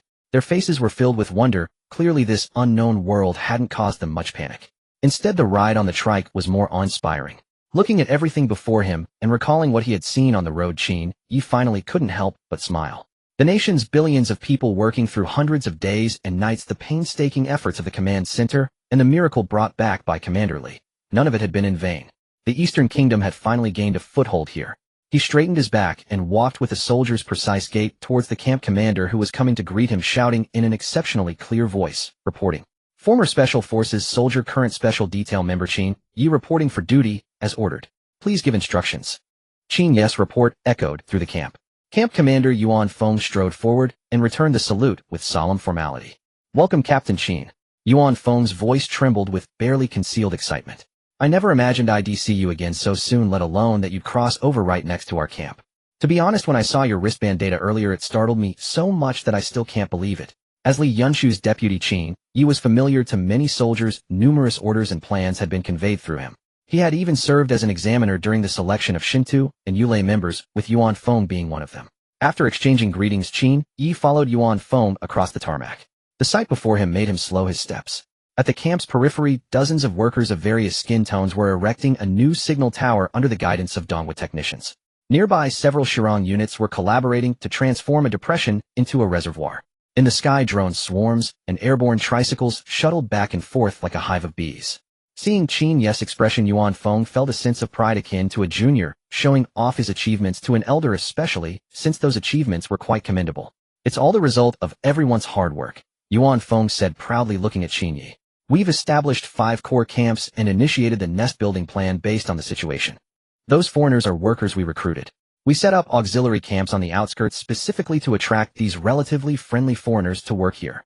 They earn points through labor which can be exchanged for supplies. Enough points also grant them residency rights in the auxiliary camps. So that's why the guy from Heizhou who called himself a Biao was so enthusiastic, Chin Yi replied with a smile. Exactly, that's how it works, Yuan Feng chuckled as well. Although obtaining residency in an auxiliary camp requires many points, many still set it as their goal. You know, even our Dongwa auxiliary camps are far safer than the camps of those who call themselves free people. By the way, Captain Chin, when you were riding that airborne tricycle earlier, did you see that silvery black reflection? That's our solar power farm, already meeting the electricity needs of all 5 core camps. All the solar panels retrieved from the 6 capsules are deployed there. With the long sunlight hours and intense illumination, here the current power generation is close to 1 gigawatt, enough for all camps and signal towers. As they spoke, the two entered the command tent. A massive holographic projection displayed the real-time status of the entire area. The light points representing the 5 core camps flickered on the map, and the road network connecting them had taken initial shape. According to plan, we'll complete the last road connection within 3 days. Yuan Feng traced a light path on the projection. By then, the material transport efficiency across the core camps will double. Chin Yi's gaze was drawn to a corner of the projection, marked with the words Children's Reception Center beside, which a number 37 was displayed in real time. These children. They're all the crossed over children we've found, Yuan Feng's voice softened. The oldest is 7, the youngest just over 2 months old. The life support pod's protection systems are very thorough, the children are all healthy. Chin-Yes's eyes grew a bit warm. He thought of the engineers at the Academy of Engineering who had worked day and night modifying the life support pod blueprints, and of the social science experts who had stayed up late recording soothing audio and setting up corresponding programs. At this moment, all their efforts had found meaning. Chin-Ye took a deep breath, striving to calm his stirred emotions. He approached the holographic projection, gently touched the icon of the Children's Reception Center, and detailed data immediately unfolded. Photos, ages, names, health conditions, and wristband numbers of the 37 children were all included, each file meticulously recorded. These files would play a crucial role in their future search for parents. We've set up a dedicated childcare team, Yuan added. It includes doctors, nurses, preschool teachers, and child psychologists. Though conditions are limited, the children's lives and education haven't been neglected. He paused, then added, "Oh, Captain Sheen, would you like to go see them? The children are very close to the uncles and aunties in the camp, especially those of us in uniform." "I'll go when I have time," Chin-Ye smiled. After Yuan Feng had finished reporting all other camp situations, Chin-Ye turned serious. "Contact all camp commanders. I have something extremely important to inform them." The Joint Communication Command System held a full swear-in system online meeting. Chin-Ye stood at the center of the camera facing all camp commanders.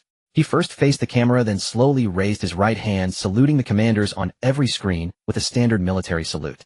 "Comrades, on behalf of the command headquarters, I extend our highest respect." Chin-Ye's voice was powerful. "Under such difficult conditions, you have not only established stable bases, but even far exceeded my imagination.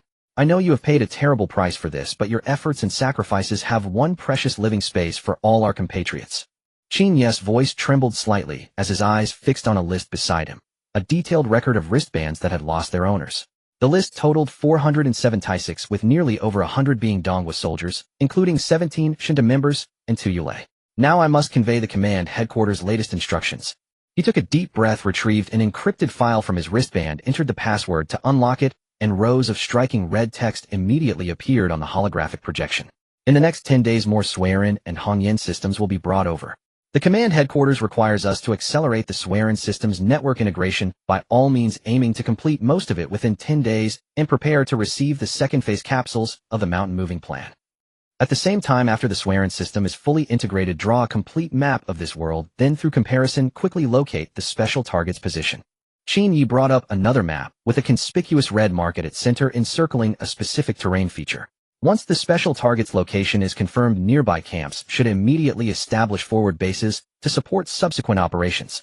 This mission has the highest priority, all camps must fully cooperate.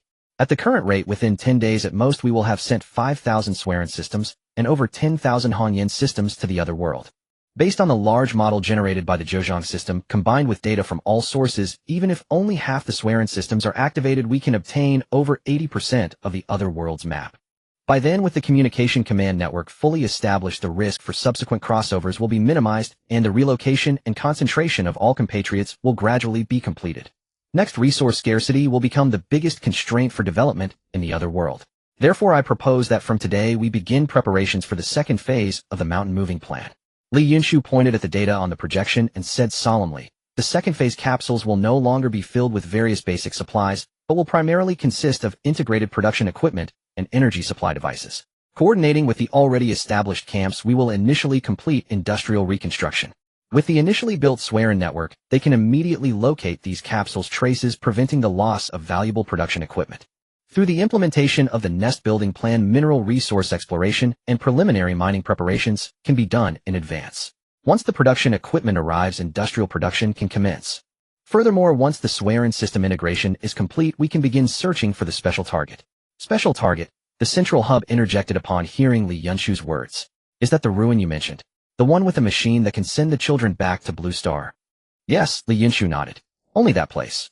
I can guarantee my memory of it won't have the slightest error. I have already marked the terrain and features of that area on the map. Once the swear-in system completes the global map survey, we can definitely locate it through comparison. Once we find the ruin and obtain that machine from it, we might have a fallback plan, even in the worst-case scenario." "Not only that," Dean 1 added from the side. "If we can find that thing while retaining a large number of researchers and capabilities, we might truly find a way to control it. At that point, whether it's returning to Blue Star or any other goal, nothing will be impossible." A brief silence fell over the meeting room. Everyone was stunned by this possibility. If they could truly find the legendary ruin and master its technology, humanity's situation in the other world would undergo earth-shattering changes. The central hub pondered for a moment, tapping his fingers lightly on the table. Comrade Yunshu, how certain are you of the special target's location? Li Yunshu took a deep breath and answered seriously, 100%. Although I wasn't the first to find that ruin, and I don't even know how that machine was discovered inside it. But the final seed base was built right next to that ruin. The machine inside the ruin couldn't be moved at all, so when we discovered its function, we had to build the base on top of it. The appearance and location of that ruin, I could never forget them no matter what. The central hub nodded. Although I agreed in advance to your priority plan for finding the special target, I must emphasize one point. Absolutely do not let the search for that thing hinder our normal plans. Whether it's controlling that machine or finding a way back to Blue Star, those are future possibilities and not 100% guaranteed to work. For now, we must ensure the steady progress of the other world's development and survival plans and accelerate the reconstruction of the industrial system in that world.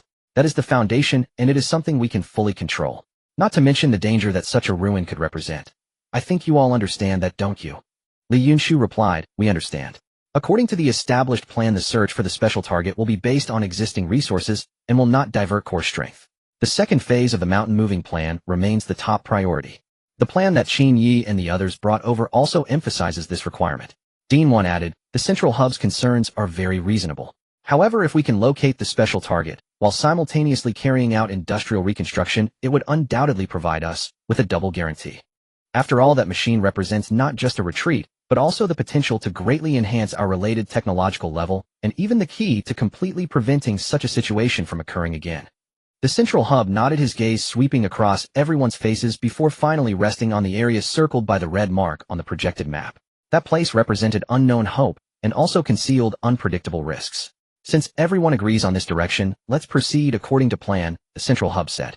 But a dual guarantee mechanism must be established. The core resource allocation for the mountain-moving plan must be independent of the special target search system. The two can only share intelligence, not compete for resources. Li Yunshu immediately brought up a new contingency plan projection. We have designed a search plan. The daily survey data from the Swearin system will be automatically compared with the special targets feature database. Only clues with a match rate exceeding 85% will trigger a special investigation team. The investigation team's personnel will be drawn from other sources and will not affect the industrial system's construction.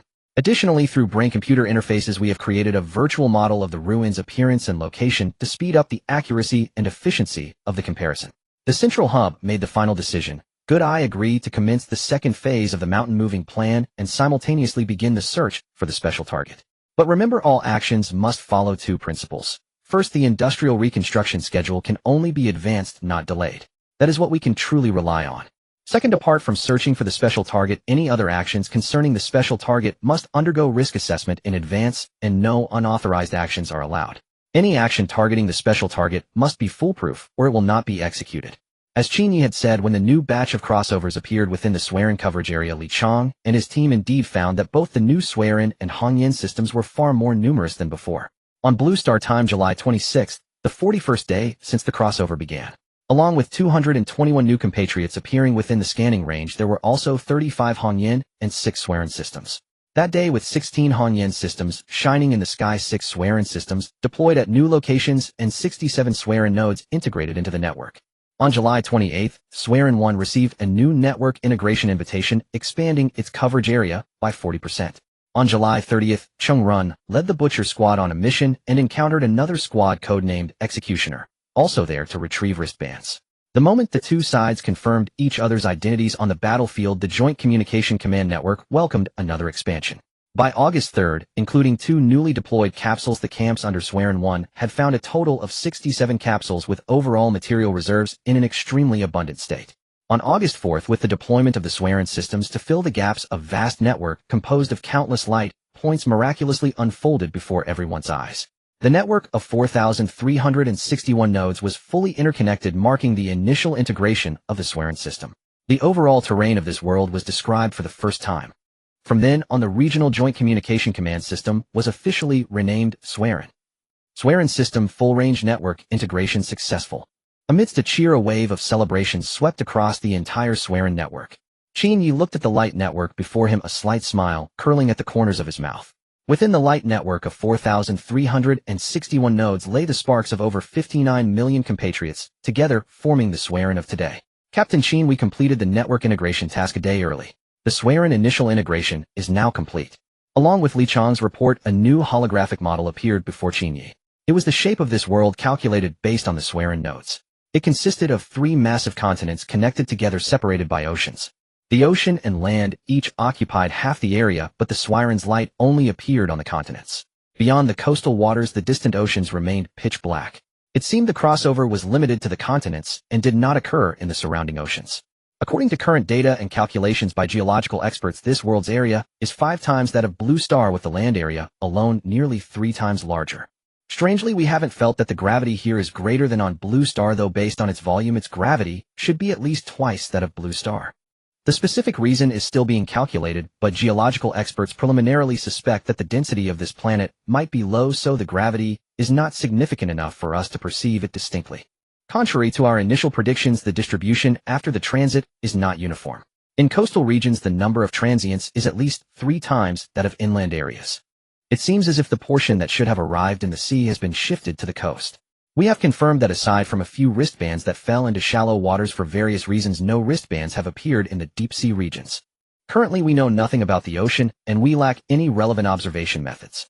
Since the Swearin system's control range extends at most 200 kilometers along the coast, our drones have not detected any islands within that area. According to reports from coastal outposts, they attempted to use sounding balloons to explore the deep sea, but there seems to be a strong air current blowing towards the land over the ocean, making it difficult for the balloons to penetrate into the deep sea. According to the expert group's assessment, the possibility of humans being stranded on deep sea islands after the transit is very low and can be disregarded. Currently, apart from the distant oceans, 93 of the land area is within the range of Swearin nodes, with 7 remaining unexplored. Qin Yi indeed saw several gaps on the magnified light net. Are these the gaps? Have we figured out what's going on? Qin Yi pointed at the cavities on the light net and asked. Li Chang pulled up detailed data and explained, according to preliminary analysis, there may be some interference source in these areas that prevents the Swearin signal from penetrating, so the Swearin systems in these regions cannot connect to our network. We tried sending drones for reconnaissance, but in some of these areas the drones lose signal once they enter. Some areas have extreme environments with high danger levels, so they are temporarily not targeted for exploration. The strangest part is that several of these areas have very regular boundaries, almost geometric in shape, as if artificially demarcated. Qin Yi frowned slightly. Artificially demarcated. Could there be other forces in this world? That possibility cannot be ruled out. Li Chang nodded. Another possibility is a naturally formed energy field, but the specific reason requires further investigation. The expert group has an even more extreme hypothesis. Li Chang's voice turned somber. That there are unimaginably dangerous factors within these areas, causing all Swearin units that enter to be destroyed, preventing any information from being transmitted. According to calculations from the Blue Star side, as of today, 4800 Swearin systems should have arrived in this world. However, only 4361 units are currently networked. Excluding possible damage or non-deployment of Swearin units, there are likely at least 400 Swearin units in those unconfirmed areas. This data made Qin Yi's heart clench. A full 400 lost Swearin units meant that many more compatriots were out of contact, trapped in those areas. He dared not imagine their current situation. Furthermore, there is another more troublesome piece of news. Li Chang's voice grew even lower. Through comparison, we have not found the special target within the observed range, nor any similar situation. The geological observation team has conducted multiple confirmations and verified this situation. If the special target is not in an environment that doesn't match the future, then only the worst possibility remains. We preliminarily suspect that the special target is not within the coverage of the existing Swearin network, but rather in those unconfirmed areas. The most troublesome situation. Although he had mentally prepared himself, hearing this result still left Qin Yi feeling somewhat dejected. It really isn't that simple, is it? He couldn't help but mutter to himself. Then follow the plan and prioritize the second phase. Set up warnings for these areas. The camps near these areas can conduct exploration to a certain extent, but it must not affect the subsequent plan. Once the second phase is complete, well, find a way to deal with these places. As the Swearin system officially began operating, a relatively complete command structure was finally established. According to the Blue Star Command's conception, the new command structure was divided into 3 parts: resource development, logistics support, and military defense. On the premise of ensuring people's livelihoods, they would fully develop the other world's resources, rebuild the industrial system, and then strengthen military construction. Countless new departments for which plans had long been prepared gradually began to function. The Donghua people scattered across various camps were astonished to find that overnight those institutions they had once disregarded or even found troublesome had reappeared. This time no one found them troublesome, instead they felt an immense sense of security. People flocked to the windows of the newly opened institutions, asking about their most pressing concerns. The sign for the Resource Distribution Center was rehung. Staff in familiar uniforms began registering the population in each camp and distributing resources according to needs. Long lines formed in front of the tents of the health and quarantine station, where medical personnel were examining every compatriot who felt unwell and formulating treatment plans. Even the camp office reopened, starting to compile everyone's specific circumstances, helping to coordinate and resolve various difficulties and providing corresponding assistance. In front of the bulletin board in the center of each camp, the latest interim management regulations for the Otherworld were posted. The regulations clarified various disciplinary requirements and detailed the clauses protecting residents' rights. At the bottom was stamped the bright red seal that every Donghua person knew intimately. The liveliest were two newly established departments, the 100 Crafts Recruitment Center and the Otherworld Relative Liaison Office.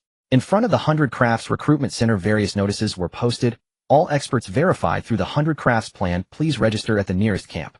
A large number of skilled workers of all kinds are urgently needed, including, but not limited to, mechanical repair, electrical maintenance, construction workers, welders, lathe operators, etc. Below the notice was a detailed skill classification table. Many people were pointing excitedly at the table, comparing their own professional specialties. In front of the Relative Liaison Office, people formed a long line, nervously operating a machine. This was a specially prepared query terminal that could search the personnel data currently recorded by the swearing system. By simply entering the correct identification information, one could find out if they were safe and which swearing camp they were in. All those who had relatives or acquaintances who had crossed over during this period lined up here, waiting for the answer that would bring peace of mind or heartbreak. Although the great distance made it impossible to go and meet their relatives, just knowing they were alive and in a safe environment brought tears to people's eyes. Many broke down and wept bitterly upon finding their relatives' information. The staff had to maintain order, reminding everyone to keep quiet so that those behind could also inquire quickly. Of course, a small number of people received a gray result, wristband recovered, death confirmed, or corresponding wristband not found, presumed missing or deceased. This caused them to collapse to the ground immediately. The psychological comfort team waiting nearby would immediately take those people aside to provide comfort and help them through the difficult time. Lin Xiaofeng stood before the bulletin board in the camp center, his eyes fixed on the interim management regulations for the Otherworld stamped with the red seal. The light from the Otherworld's 3 unique suns shone down, casting a faint halo on the bright red seal. That touch of red was so familiar, yet so strange. It represented order, represented hope, and also represented the homeland they might never return to. At least we're alive, we can still live with some dignity. A hoarse voice came from behind him. Lin Xiaofeng turned around and saw a middle-aged man with a weathered face staring intently at the bulletin board. The man wore dirty work clothes, and his left arm was wrapped in bandages with dark red blood seeping from the edges. Seeming to notice Lin Xiaofeng's gaze, the man raised his injured hand with a smile. Beaten by some people outside. They tried to steal my backpack. You don't know how chaotic it is in those other camps. But they didn't dare get too rough, just a bit of flesh wound. Luckily, those guys were soon beaten up by the administrators of their own camp. They not only returned my backpack, but also sent me to our own camp. The man's voice was now filled with pride. Thank goodness for them. As the man spoke, he looked to one side. There a group of staff members were bustling about, registering people and distributing supplies, with several soldiers helping out. Above them flew the familiar flag. Yes, thank goodness for them. Lin Xiaofeng also felt a surge of emotion. He was from the last batch of transients. Having prepared for a life-and-death struggle before crossing over, Lin Xiaofeng found it surreal that within 30 minutes of arriving, he was already on an air tricycle heading back to the camp. At that moment, a cheer erupted in the distance. Lin Xiaofeng turned to look. In the queue at the 100 Crafts Recruitment Center, a young man was excitedly waving a blue card, the symbol of skill certification. There's a shortage of people everywhere, especially skilled professionals. The middle-aged man followed Lin Xiaofeng's gaze and said, I registered yesterday. My name is Lu Ye, I'm an electrician. Lin Xiaofeng nodded. He knew about the 100 Crafts plan, a special talent recruitment scheme formulated by the command based on the needs of Otherworld development. Moreover, he himself was a road and bridge engineer who had passed the 100 Crafts plan certification. Aren't you going to give it a try? Lu Ye asked. You look like a technical person. You're definitely much better than a rough guy like me who only knows simple circuits. He'll go later. I want to check the Relative Liaison Office first. Lin Xiaofeng replied. That was his main purpose for coming. You have relatives who have already come over. Lu Ye was startled, then gently patted his shoulder. Go ahead. I hope you find your relatives safely. The line at the liaison center was longer than he had imagined. At least several dozen people were queued in a winding dragon in front of a temporarily erected tent. No one spoke. The air was thick with a suppressed anticipation. Occasionally someone would leave the query terminal, some in tears, some expressionless, but most faces bore an indescribable joy. When it was Lin Xiaofeng's turn, he entered the information he was looking for on the machine with trembling fingers. Lin Ziyu, his cousin who had grown up with him, had crossed over 30 days before him. Soon a message appeared on the machine. Lin Ziyu, status normal, currently at Swearing Camp 3149, participating in the construction of the Long River Water Conservancy Project. The construction site of the Long River Water Conservancy Project, as a giant water conservancy plan covering over 2,000 square kilometers, Long River was one of the most crucial infrastructure projects in this region. This was the confluence of three major rivers and the core area of the Long River project. The so-called Long River aimed to completely connect these waterways, building an intermittent water storage project stretching over 1,000 kilometers to support future domestic and industrial water use. Of course, due to a shortage of personnel and insufficient construction materials and machinery, only preliminary survey and design phases were underway. As a water conservancy engineering expert, Lin Ziyu was responsible for surveying this water area. In the distance, dozens of drones were patrolling both sides of the river, occasionally opening fire below to kill various water beasts that suddenly rushed out from the water's edge. The density of beasts here was quite high. For the safety of subsequent construction, they had to be cleared to a very low level. Through the Swearin system's terrain scanning, he had already obtained the distribution of this water area. Now he only needed to fill in enough details to complete the preliminary engineering design plan. He frowned slightly, his gaze sweeping over several areas marked in red on the holographic projection. Places where underwater currents. Through the Swearin system's terrain scanning, he had already obtained the distribution of this water area. Now he only needed to fill in enough details to complete the preliminary engineering design plan. He frowned slightly, his gaze sweeping over several areas marked in red on the holographic projection. Places where underwater currents converged. The terrain was complex and sensors indicated a large number of high-energy life reactions. This meant that large water beasts, perhaps even some kind of pack predator, were likely lurking underwater. He took a marker pen, made notes on the tablet, and clicked send. Within less than 10 minutes after the relevant area was cleared, 2 rockets carrying high-explosive warheads plunged into the corresponding waters. A dull sound traveled along the waterway. On the screen, dense clusters of red dots went out in droves, and the complex undercurrents became smooth and unobstructed. Simple and brutal. This was the current construction method of the Donghua people, full of the violent aesthetics of the former Red Star Alliance. With tight deadlines and a shortage of personnel and equipment, a gentle approach was naturally out of the question. Since these complex areas were never intended for habitation anyway, they simply did whatever was most convenient.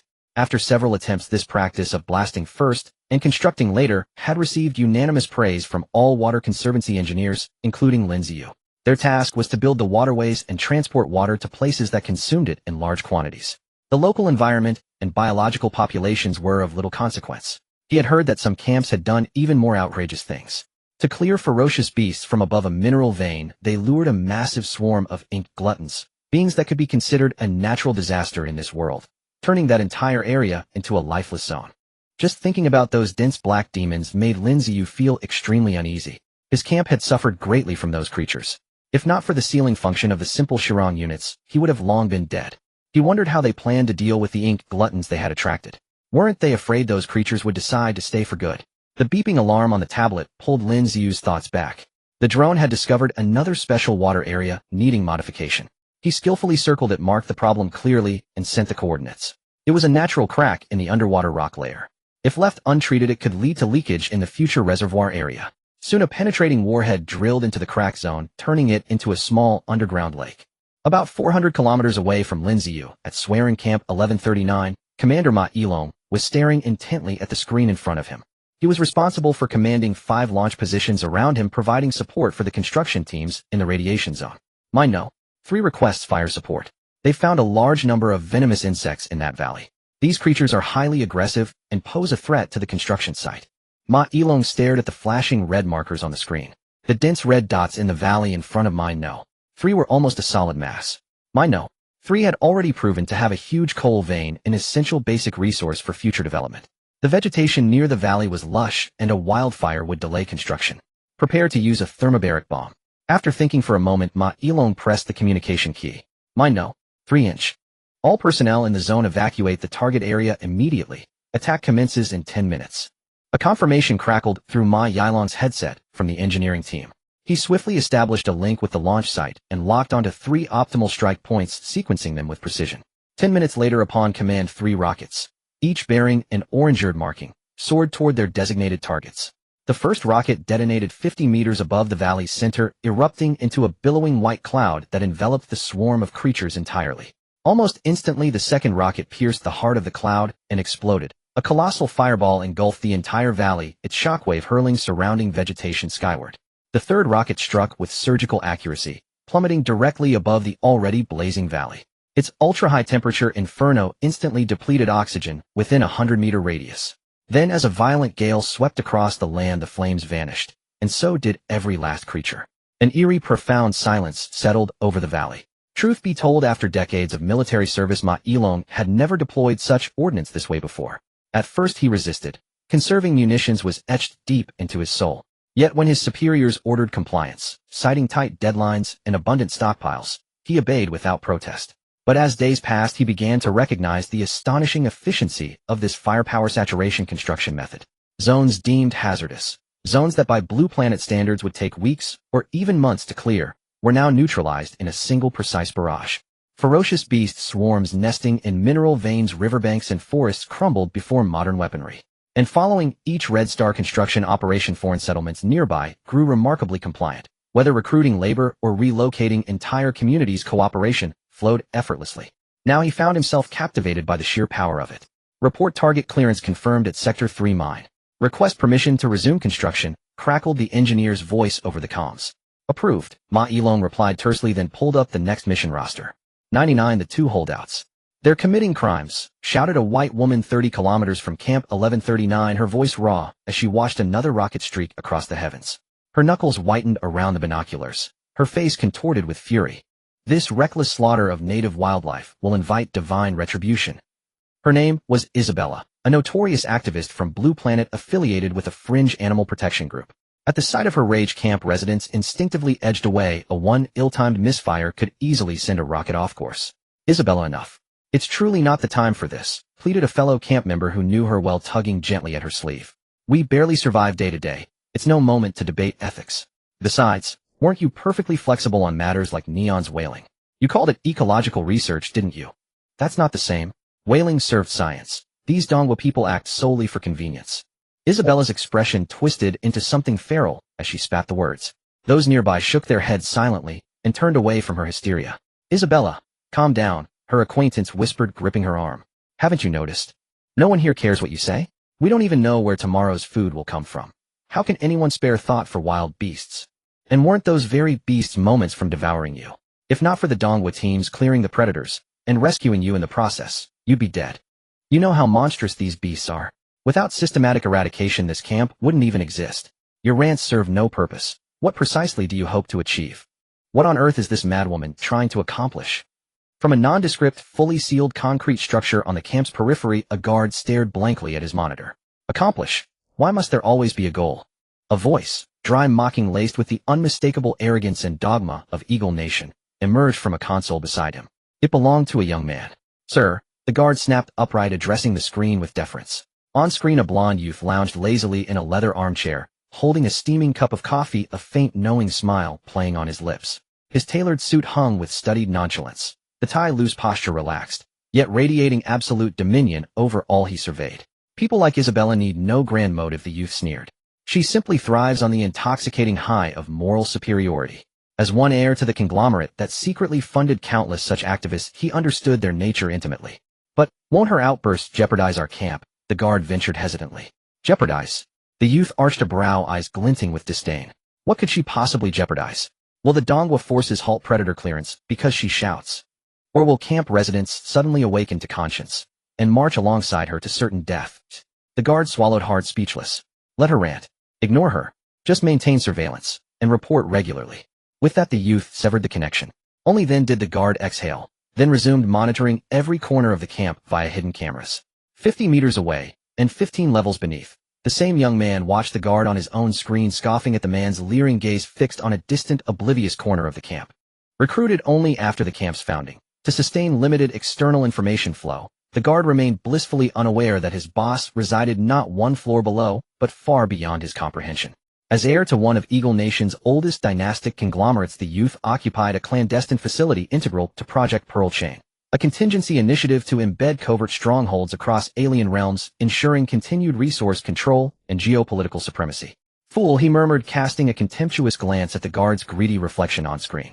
His fingertip tapped the display, switching feeds to Isabella still shrieking hysterically at the camp's edge. Her outrage played out like a solitary absurd pantomime, unanswered yet perfectly calibrated to serve his design. Log her statements, especially all accusations against Donghua, he instructed the empty room. An AI instantly transcribed her tirades, tagging key phrases. When the moment ripens, these cries of justice will become ammunition in our information war, turning the majority to our side. He sipped his coffee, gaze shifting to another screen. Live feed from Donghua Camp, 1139. Rockets traced luminous arcs across the night sky, obliterating every obstacle standing between the Donghua forces and their objectives. Remarkably efficient. He murmured softly, a flicker of wary respect flashing in his eyes. Let them revel, for now. When the hour arrives, victory will belong irrevocably to us. He drained his cup and glared defiantly at the screen. Special null zone. Wang Hongshi sprinted forward, clutching 2 emergency packs, one in each hand. Behind him surged a pack of lizard-like creatures, reminiscent of Blue Planet's monitor lizards, yet no longer than an adult's forearm. Their scales were jagged and metallic, glinting ominously under ambient light. They pursued relentlessly, closing the gap with unnerving speed. A peculiar flap-like organ atop each head pulsed with eerie luminescence. As the pulses intensified, several lizards scaled adjacent rock faces, clearly attempting to flank their prey. Suddenly Wang Hongshi spotted a steaming cave entrance ahead. Gritting his teeth, he surged forward, diving headlong into the cavern, then plunging straight into a scalding pool at its mouth. Near boiling water erupted outward. A few lizards too close to evade were drenched, writhing violently before collapsing lifeless. The rest recoiled, retreating from the unbearable heat within the cave. On the far side of the pool, 3 figures scrambled to haul Wang Hongshi, his skin blistered crimson, from the water. Ignoring his grievous burns, he thrust the packs forward first. Look, I've retrieved the supplies. Hold on, we'll endure. Our soldiers will come for us, soon. Very soon. Trust me, they will. 100. This is my duty. Instructor Wang, please stop speaking. Let me dress your wounds first, urged Li Sirui, already unzipping one of the packs. She stuffed a rag into his mouth, then, with trembling hands, peeled away his uniform fused to open sores. Carefully she dusted sulfanilamide powder over the festering wounds. Wang Hongshi clenched the rag until his jaw trembled, temples pulsing, sweat pouring down his face. But his body remained rigid, immovable as forged steel. In the cave's hush, the others held their breath. Zhuang Yifan, the youngest, turned away, unable to watch. Though inexperienced with wounds this severe, Li Sirui's hands stayed steady, a testament to her military academy training. She inhaled deeply, then gently covered the medicated wounds with gauze, wrapping them tightly with bandages. Once every wound was secured, Wang Hongshi spat out the rag. His face was ghastly pale, his breathing ragged, but his gaze remained unbroken. Comrade, pass me one. At least it'll dull the pain. Gan Jinhua hurriedly produced a crumpled cigarette pack from his chest pocket and lit one, placing it between Wang Hongshi's lips. He inhaled deeply, the acrid smoke burning his lungs, momentarily easing the agony. Exhaling slowly, he offered a faint smile. Lao Gan, I recall these were your last few. You've been hoarding them. With that addiction of yours, what'll you do without them? Gan Jinhua shot him a wry look. Addiction? I call it patriotism. Without smokers like us funding the state daily, where would our gear come from? But tell me, how are you holding up? Can you endure? As he spoke, Gan Jinhua studied Wang Hongshi with quiet concern. Li Sirui packed away the medical kit, her fingers still trembling. Stealing a glance at Wang Hongshi's ravaged body, scorched, torn, infected, her chest tightened. As a cadet at the Military Medical University, she'd seen many casualties, but few endured such relentless, compounded trauma. Sirui, you did exceptionally well, Gan Jinhua said, clapping her shoulder and offering half a canteen of water. A girl your age, brave beyond measure. Here, drink, steady yourself. Only then did Zhuang Yifan dare turn back, his face etched with dread. Brother Wang, are you all right? Wang Hongshi forced a grin. Not dying, not yet. Attempting to shift, he gasped sharply in pain. Don't move. Li Sirui pressed him down. The dressings are fresh. Any tear will complicate healing. Only after confirming no sutures had ruptured did she meet his eyes, deeply anxious. Of the 3, only Zhuang Yifan had appeared near the cave upon arrival. Li Sirui and Gan Jinhua had both been rescued by Wang Hongshi. Brother Wang, you must rest for days. Absolutely no more excursions. With the rations in these 2 packs, we can stretch supplies for weeks, even months. Please, no more risks. Wang Hongshi rose slowly, then gently ruffled her hair. Don't worry, little one. I'm fine. He glanced toward the cave mouth. Others are surely out there. Our countrymen. At the very least, I must warn them how to avoid these things. Shame the wristbands useless, he added, lifting his right hand. Its screen shimmered chaotically, colors bleeding together like spilled paint. This region suffered extreme geomagnetic anomalies, rendering all communication devices inoperable. Even drones failed, catastrophically veering wildly before crashing. Wang Hongshi had materialized directly into the ambush, fighting desperately as the swarm multiplied. Only the distant cry of Zhuang Yifan shouting from the cave mouth saved him from being torn apart. Later he deduced their behavior. They hunted anything fast-moving within sight, responded to sound, and coordinated via that strange cranial organ. Their hides were thick, their claws and teeth devastating. His uniform offered no real defense. Once marked, or enraged, they ceased only when their prey lay in pieces. Yet they possessed one critical weakness: intense heat. Temperatures exceeding 40 degrees proved fatal. That was why they survived here. The pool at the cave mouth was a geothermal spring, water near 50 degrees Celsius, raising the entire cavern's ambient temperature above 30. The creatures refused to enter. Moreover, if movement was slow, deliberately painstakingly slow, they ignored intruders unless provoked. Because of this, Wang Hongshi repeatedly crossed the scalding pool to inscribe warnings across visible surfaces in Dongwu script. Remain calm. Do not move. Under no circumstances attack the lizards. They do not strike at slow-moving targets. Stay composed and circumvent them. Seek caves near hot springs. These lizards cannot withstand heat. Remain inside the cave until rescue arrives. To ensure credibility, he sketched the Dongwu national emblem and military insignia beneath each message. Each sortie aimed to mark every visible surface, stopping only when exhausted or encountering new survivors, before returning to the cave. It was thus that Li Sirui and Gan Jinhua were rescued. After consuming emergency rations and resting briefly, Wang Hongshi awoke from fitful sleep, still agonizing yet mobile. After adjusting his gear, he moved toward the pool. Instructor Wang, you cannot go again. Li Sirui cried, eyes brimming with tears. Your body has reached its limit. Push further, and catastrophe follows. Wang Hongshi smiled. Little one, I'm fine. Another wave of our people arrives soon, and many zones remain unmarked. I must guide them. Mere flesh wounds, hardly worth mentioning. Just wait here safely. But I am Shintu. I will return. As he spoke, Wang Hongshi pointed to the epaulette on his shoulder, already stained with dried blood. You are half a soldier too. Take care of the others. They'll be back soon. The lizards seemed to detest the environment here, so they did not congregate nearby. Wang Hongshi took a deep breath, enduring the searing pain of his wounds being soaked in the hot water, and slowly crawled out of the pool.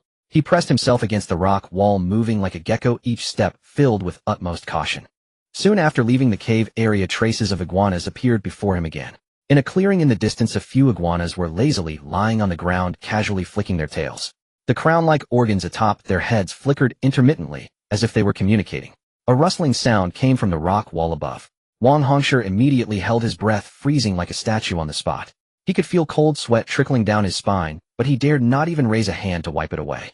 A massive iguana poked its head out from the other side of the rock wall, its forked tongue quivering in the air. It was less than 3 meters above Wang Hongshi's head, and the stench of decay assailed him. Wang Hongshi stared fixedly at the ground, avoiding the creature's aggressive eyes. This was another rule he had figured out: never meet their gaze. After an agonizing 30 seconds, the iguana seemed to lose interest in the motionless object and turned to climb to the top of the rock wall. Wang Hongshi waited another 5 minutes, confirming there was no further movement, before continuing forward with the subtlest of motions. His target was an open area 5 kilometers away, a spot with good visibility and one of the most likely places for a traveler to appear. On previous outings, he had already left messages in several other areas, but now he needed to cover the remaining ones. This damned place had an extremely uneven ground littered with rocks and crevices, making movement very difficult. Coupled with the need to move at an excruciatingly slow pace, every advance Wang Hongshi made consumed a great deal of energy. Climbing over a slope, he leaned against an abandoned cat-like vehicle to catch his breath. After confirming there were no lizards around, Wang Hongshi took an energy bar from his chest and began to eat slowly. This vehicle had arrived with him 20 days ago, and now it was riddled with holes. Those damned lizards seemed to be attracted to specific metal components, gnawing the entire vehicle into a sieve of holes. The terrain here made driving impossible, and once the vehicle was started, all the lizards in the area would charge over like mad, drawn by something unknown. Even the armor layer on the simple soil unit couldn't stop their destruction. They seemed to secrete a liquid that corroded metal. Wang Hongshi had seen the wreckage of simple soil units more than once in the vicinity, all of them gnawed hollow. One discovery pained him deeply. In a depression to the west, a sealed container was now nothing but a scattering of silicon crystal plates on the ground. Due to severe interference, Wang Hongshi found no bracelets or other items around the wreckage, and he dared not even confirm if those things still existed. Shaking his head to refocus his wandering thoughts, Wang Hongshi swallowed the last bite of the energy bar. This was not the time to ponder such things. He had a mission to complete. Arriving at the pre-selected open space, he used a small trap to lure the nearby lizards away, then immediately took out a carbon rod and began to write on the rock face before him. Stay calm, do not move blindly. The lizards fear heat, hide in the nearest hot spring cave. Suddenly a gunshot rang out from his right. A familiar sound. It was a compatriot. Wang Hongshi immediately stopped what he was doing and pricked up his ears to listen. The gunshot echoed through the dull, silent valley, exceptionally clear. Then came another series of urgent shots accompanied by familiar shouts. Professor Wang, go quickly, those things are surrounding us. Wang Hongshi's heartbeat suddenly quickened. There were compatriots nearby, and they were engaging the iguanas. He quickly stuffed the carbon rod back into his pocket and, crouching low, moved toward the source of the sound. Every few steps he stopped to observe his surroundings, ensuring he wasn't detected by those damned creatures. After passing through a cluster of jagged rocks, Wang Hongshi saw a sight that made his blood run cold. 2 soldiers in uniform were firing at the surrounding horde of lizards, blocking their advance. Behind them, an elderly man and a young man were crouched beside an iguana, busying themselves with something. As the lizard horde drew closer, the 2 soldiers were steadily retreating, firing and urging the old man to leave quickly, but he remained completely unmoved. Damn it! Seeing the lizard horde about to completely encircle his compatriots, Wang Hongshi could no longer conceal himself. He burst out from his hiding spot, sprinting as he pulled the last 2 Molotov cocktails from his waist. He bit open the cloth strips at the necks with his teeth and ignited them on a rock. Get down, he roared, hurling the Molotov cocktails with all his might into the densest part of the iguana horde. With a bang, blazing fire exploded among the lizards. The monsters let out piercing shrieks and recoiled. Seizing the opportunity, Wang Hongshi rushed to the side of the 4 people and grabbed the old man, who was still buried in his research. Are you out of your mind? Let's go. But the old man grabbed his wrist tightly. Wait. I found a major clue. There's something inside these creatures. No time for your explanations. Wang Hongshi interrupted him gruffly. If we don't leave now, it'll be too late. Yet the old man still struggled to reach for the lizard corpse. Frustrated, Wang Hongshi was about to hoist the old man over his shoulder when the young man who had been busy beside the lizard suddenly stood up. Professor Wang, I've got it. In his hand was the distinctive crown-like organ from the iguana's head, still attached to a strangely shaped tumor. The old man no longer insisted and allowed Wang Hongshi to pull him up. Go, go, go. The 2 soldiers quickly closed in, one continuing to fire at the encroaching lizard horde, the other leading the way. The cave we're hiding in is not far ahead, hurry. Thanks to the obstruction of the Molotov cocktails, the group managed to make it into the hiding place safely. This place was similar to the cave where Wang Hongshi and his group had taken shelter, also filled with numerous hot springs. Wiping the water from his face, Wang Hongshi surveyed the traces inside the cave. It was clear they had been living here for some time. He walked angrily over to the 2 soldiers. Why? Why did you bring civilians out to run around like this? Where's your discipline? Before the 2 soldiers could answer, the old man's voice, full of apology, rang out. Comrade, don't blame them. I insisted on going out. Professor Wang, holding the organ they had removed earlier, stepped in front of Wang Hongshi. This thing is important, very important. It will be of great use to our entire eastern country. First, let me introduce myself. I am Wan Haiyong, a biophysicist. Professor Wang pointed to himself. I know I shouldn't have taken the risk, but this thing is truly important. Wang Hongshi frowned, staring at the still quivering crown-like organ in the old man's hand. The tumor's surface was covered in fine blood vessels, glowing with an eerie blue-purple luster in the dim light. What use could this thing have? He asked in a low voice. Do you know how dangerous those things outside are? Professor Wang did not answer immediately. Instead, he carefully placed the organ into a special container and turned on its power. A thin layer of frost immediately formed on the inner walls of the container, clearly maintaining an extremely low temperature. This thing is very fragile. Once the host dies, it will completely deteriorate within half an hour at most. It must be removed immediately and stored in a low-temperature container to preserve its properties. Wang Hongshi then realized the container looked familiar. The young man from earlier seemed to have been carrying one on his back, but in the rush to escape, he hadn't had time to ask. As if reading his question, Professor Wang pointed to the box. This is a sample storage case I specially brought. I had 3, but one was probably damaged from a bump. What exactly is this thing for? Is it worth you taking such a big risk? Wang Hongshi couldn't help but ask again. This thing is very likely the room-temperature superconductor that humanity has been searching for. Professor Wang said, his face full of excitement. Being able to use its own low-power bioelectricity to communicate over long distances, ignoring the anomalous geomagnetic effects here, is something no ordinary material could accomplish. This could very well be room-temperature superconductivity. I don't quite understand. Wang Hongshi interrupted the professor's explanation somewhat awkwardly. But even if this thing is that important, you can't just act recklessly like this. How dangerous was that just now? If I hadn't shown up, you all might have been torn apart by those lizards. Even if you had made the most important academic discovery, what would be the point?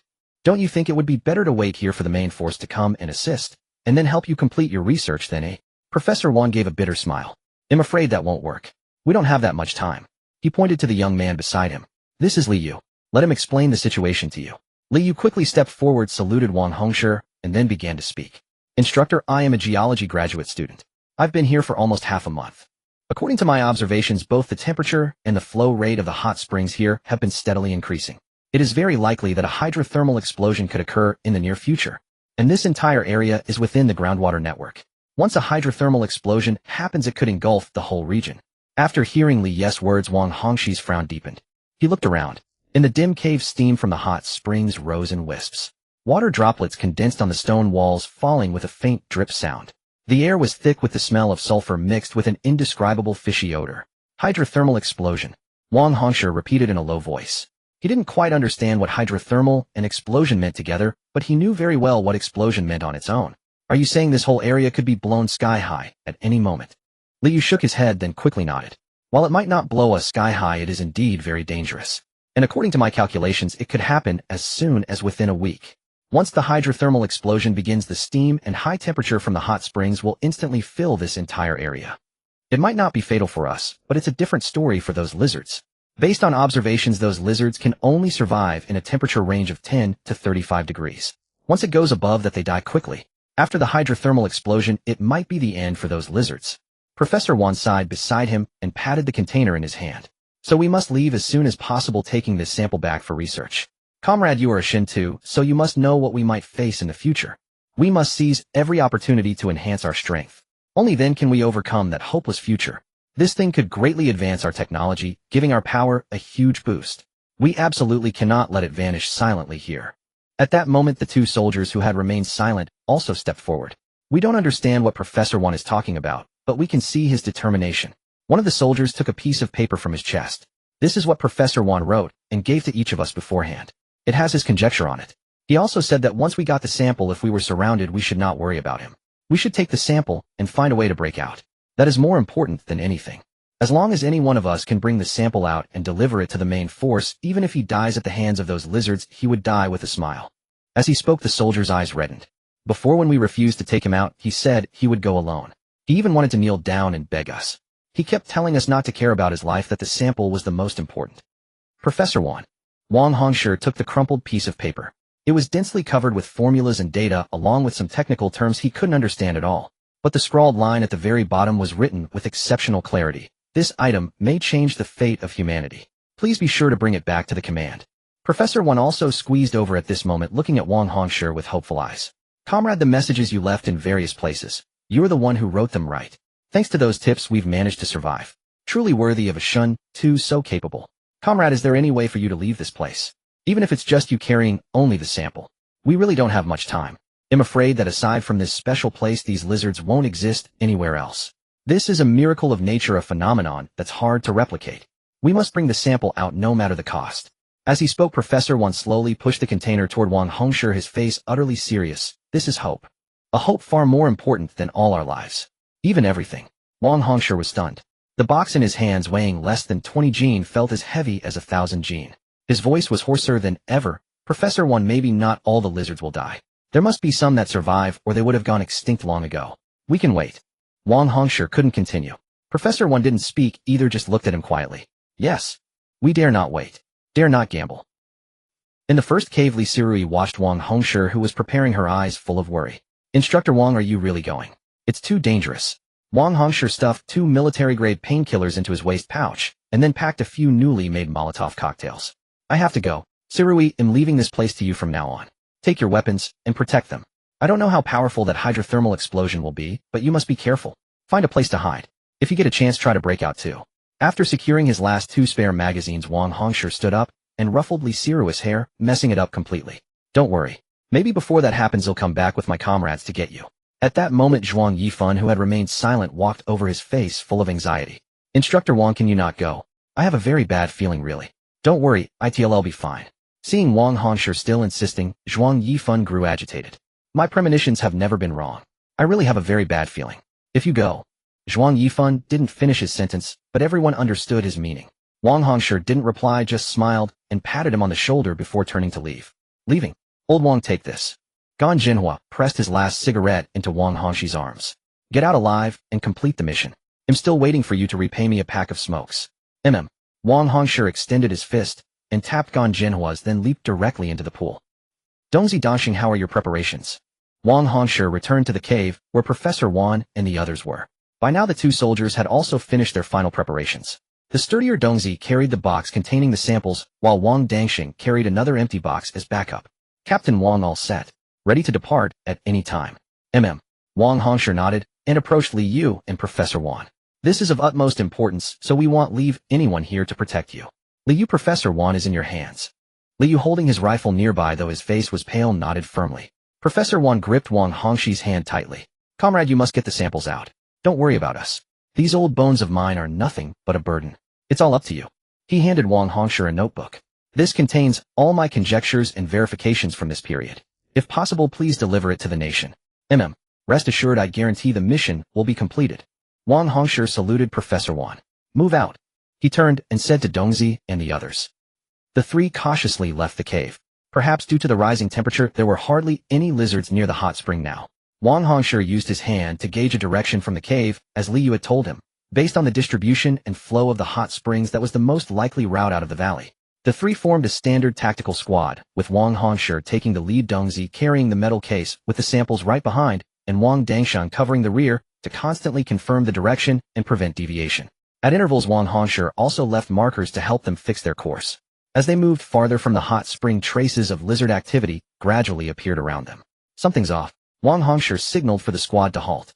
On a distant rock, several iguanas were stretching their necks and looking around, the crown-like organs on their heads flashing continuously. One iguana with its organ flashing the fastest was clearly facing the squad's position. Discovered. Why? A bead of cold sweat slid down Wang Hongshi's temple. He remained perfectly still, watching the iguana from afar. The flashing on the iguana's head grew faster, and it even began crawling toward the squad's position. Damn it, what's the problem? How can we be detected from this distance? Wang Hongshi's mind raced as his left hand slowly moved toward the Molotov cocktail at his waist. Suddenly he realized the issue. Dongzi, turn off the box's power immediately, hurry, he ordered Dongzi in a low voice. Though confused, Dongzi promptly followed the command and shut off the box's power. At that moment, the approaching iguana's movements slowed significantly, and the crown-like organ on its head stopped flashing. It began looking around like the other iguanas, then crawled off in another direction. So that's it. These creatures are highly sensitive to larger electrical signals. Any activated electronic device could attract their attention. Thinking back, Wang Hongshi felt a chill of fear. No wonder these things chased after any running vehicle. This was the reason. Fortunately, they had abandoned the exoskeletons for ease of movement, or they would have been surrounded the moment they emerged. Captain Wang, what do we do now? Dongzi asked anxiously in a low voice. With the power off, the samples can only maintain activity for about half an hour. It's fine. We can deal with that after we reach the perimeter. We'll find a way to catch another one then. I've asked Professor Wan. I know how to collect the sample. Wang Hongshi took a deep breath and signaled the squad to continue forward. They hugged the rock wall, avoiding areas with obstructed views as much as possible, each step taken with extreme caution. Soon half a day had passed. They had covered a great distance with few caves or hot springs in sight, now only endless piles of rocks.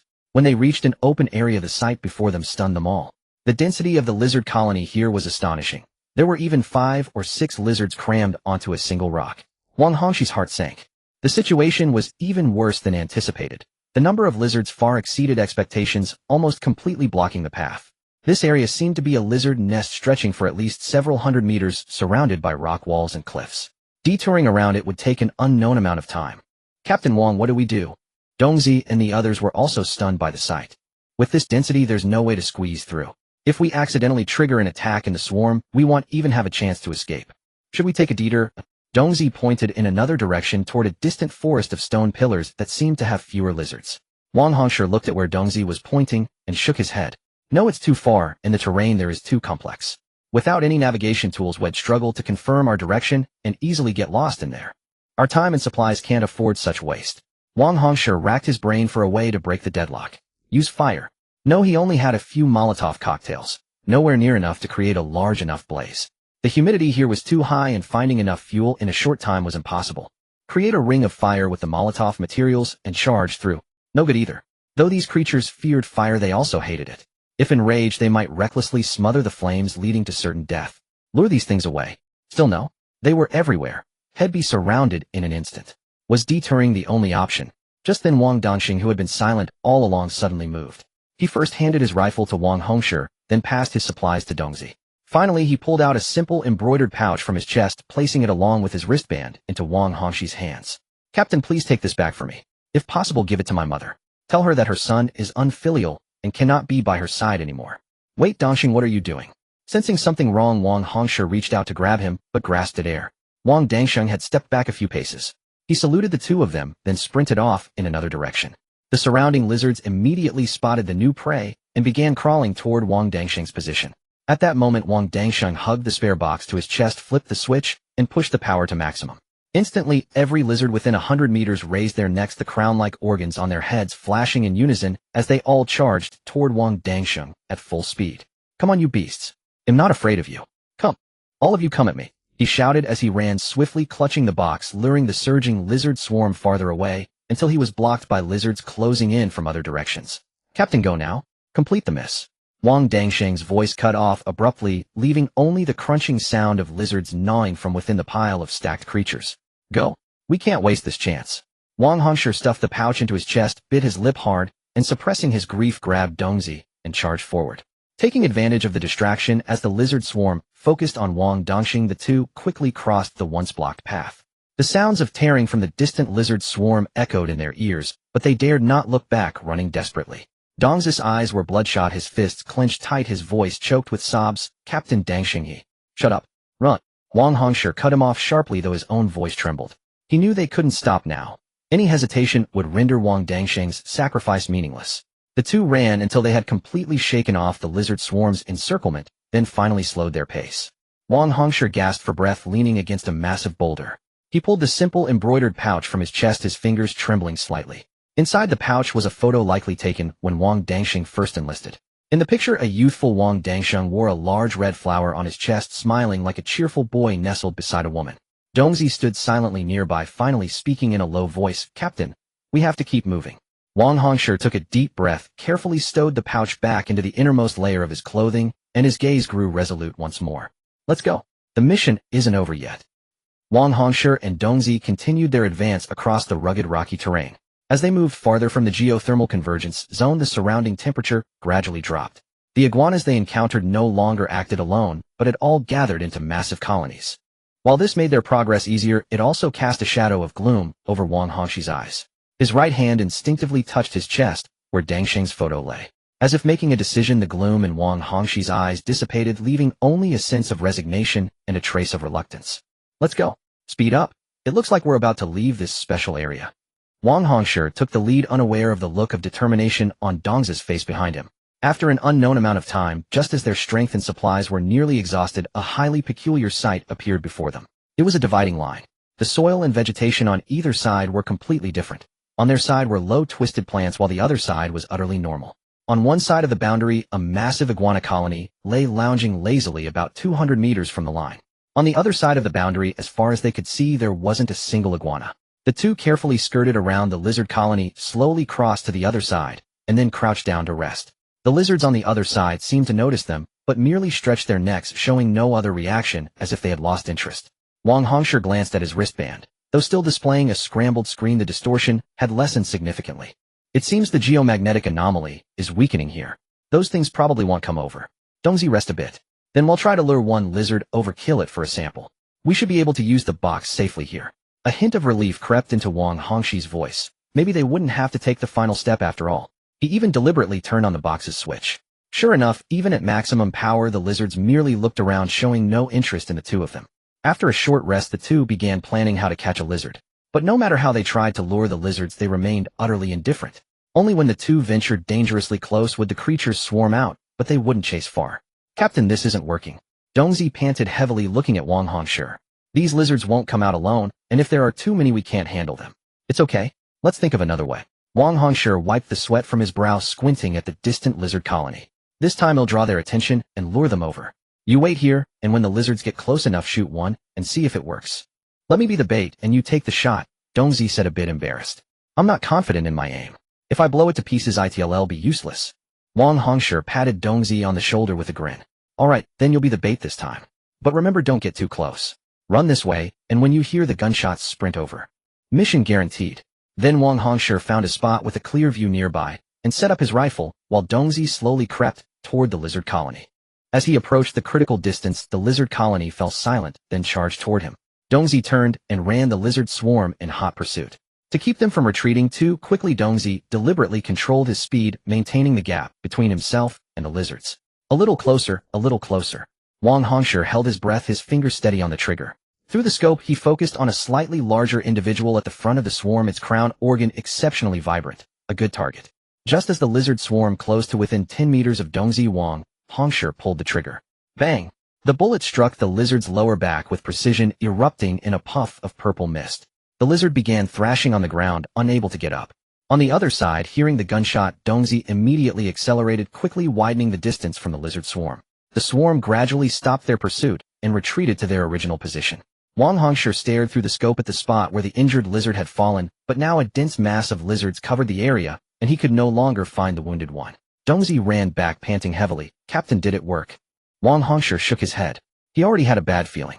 Sure enough, when the lizard swarm had fully withdrawn, there was nothing left at the spot, but a patch of ground stained with a bit of blood.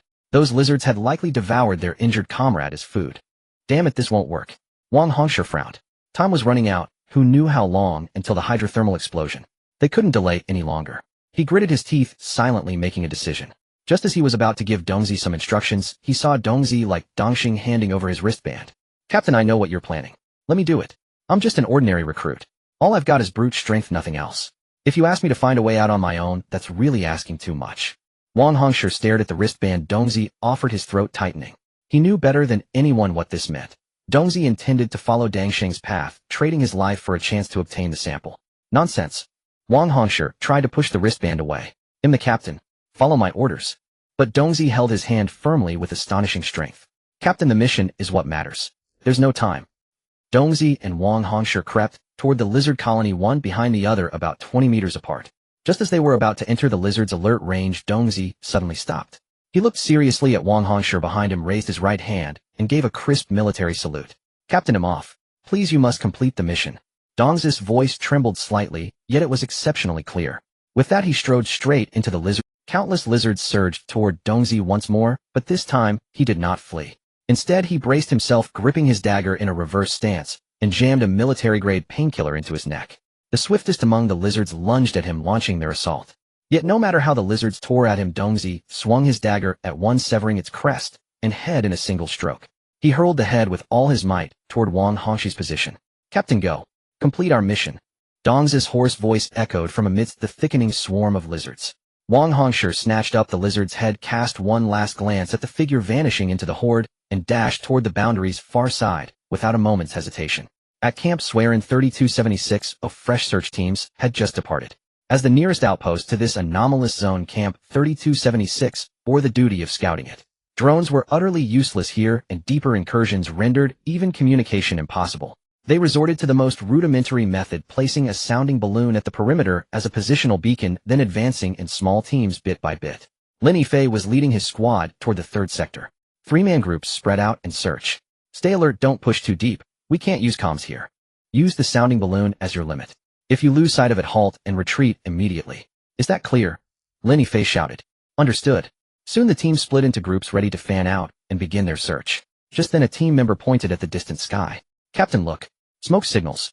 Lin Yifei wheeled around and spotted 3 columns of smoke rising slowly, one thick, two thin, the prearranged signal of the Shinta unit.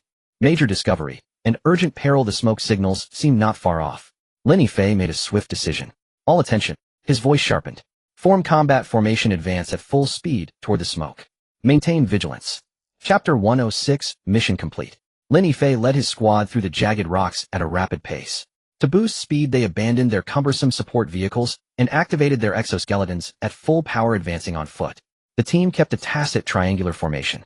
The 3 smoke columns stood stark against the gray sky, and the sporadic gunfire that echoed only tightened their resolve. As they neared the smoke's source, the forward scouts signaled for caution, and everyone dropped into a crouch, taking cover. Lin Yifei hurried to the front, lowering his helmet's tactical visor to observe. The magnified image stole his breath at the smoke's origin, a soldier drenched in blood, until his uniform's original color was nearly indistinguishable, leaned against a large tree firing at the beasts drawn by the smoke and gore. Clear the area, rescue now. At the command, the eager team burst into action. Team A cover. Team B extract. Lin Yifei shouted. He noticed the comrade's gunfire had ceased, his gun hand drooping limply. Medic Wang Lei reached the tree first. He's still breathing, he yelled, tearing open the wounded man's blood-soaked uniform, then froze. The soldier's body was covered in wounds of all sizes, some already festering. A massive fresh gash near his chest showed little bleeding. Brother, don't bother with me. I am long past saving. Wang Hongshi forced his eyes open, his voice a threat of weakness. When I saw the sounding balloon, I knew you'd be nearby. You came just as I hoped. Over there. With his last strength, he grabbed Wang Lei's hand and pointed to a spot covered by loose soil. By then, Lin Yifei and the others had finished clearing the area and rushed over. From here on, it's up to you. Hurry. Then Wang Hongshi's head slowly drooped, and he was still. Wang Lei's fingers lingered on his carotid for a few seconds before withdrawing, shaking his head heavily. He's gone. Lin Yifei silently removed his helmet. The team behind him bowed their heads in tribute. He then donned his helmet again. Dig out whatever it is. Anything a comrade would sacrifice his life to protect can't be ordinary. Be careful. Don't damage it. Soon at the spot Wang Hongshi had indicated, a box was unearthed. On it lay 2 wristbands, a pouch, and 2 booklets. He had even shredded a cigarette and scattered it on top to ward off insects. Captain, look. A team member handed Lin Yifei 2 bloodstained booklets. A mere glance at their contents made Lin Yifei's hand tremble violently, his pupils contracting sharply. Everyone, bring our brother back to camp immediately. Move.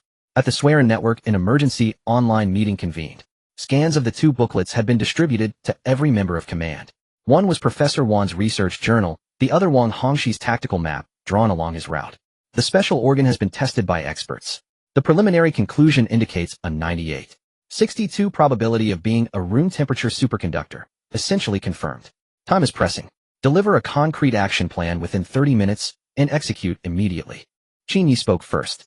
According to Wang Hongshi's notes, it took him over 4 days to exit that zone, including 3 days after leaving the lizard-infested area. Based on the map, even accounting for his poor condition and unfamiliarity, the zone is over 100 kilometers from the nearest Swearin outpost. The special organ has been tested by experts. The preliminary conclusion indicates a 98.62% probability of being a room temperature superconductor, essentially confirmed. Time is pressing. Deliver a concrete action plan within 30 minutes and execute immediately. Of Camp 3270. Reinforcements are being dispatched from nearby camps. We've mobilized over half the heavy helicopters in the vicinity. More than 1,000 soldiers will arrive to support you within 3 hours. Your mission is to enter the zone first, clear the path per the tactical map, and establish forward bases. Speed is paramount. Understood. Yes, mission guaranteed. The commander of Camp 3276 logged off. Report. Our expert team has a suggestion. Commander Li Chong from Camp No. 1 spoke up. Go ahead. Qin Yi turned his gaze to Li Chong on the screen. Based on the geothermal hot spring distribution recorded by Wang Hongshi and Li Yes inferences, our geological experts have a bold plan. Li Chong brought up a map of the underground water network. This is the distribution chart derived from the notes. We propose drilling a hole here to allow the hydrothermal explosion to vent along a predetermined path. This would minimize the explosion's scope. Conservatively, at least a third of the lizards would survive. Is it feasible, eh? According to calculations, there's at least an 80% chance of success. 80%. Not enough. Qin Yi shook his head. Can the success rate be improved? I am afraid not, Li Chong replied. The magnetic interference in that zone is too severe. We can't obtain accurate terrain data and must rely on the limited information we have. This is the plan with the highest success rate. Moreover, according to the experts, even if it misses the target node, it will still relieve some pressure and delay the explosion. Qin Yi pondered for a moment, tapping his fingers lightly on the table. How long of a delay? At least 24 hours, Li Chong answered. 24 hours. Qin Yi's eyes lit up. Enough to gather more personnel and equipment. He lifted his head sharply, his gaze sweeping across everyone on the screen. Execute this plan. Order all support units to advance at full speed and reach the target zone within 20 hours. Then capture the target and collect the corresponding organs. Yes. Chapter 107, Giving the Lizards a Dose of Eastern Shock.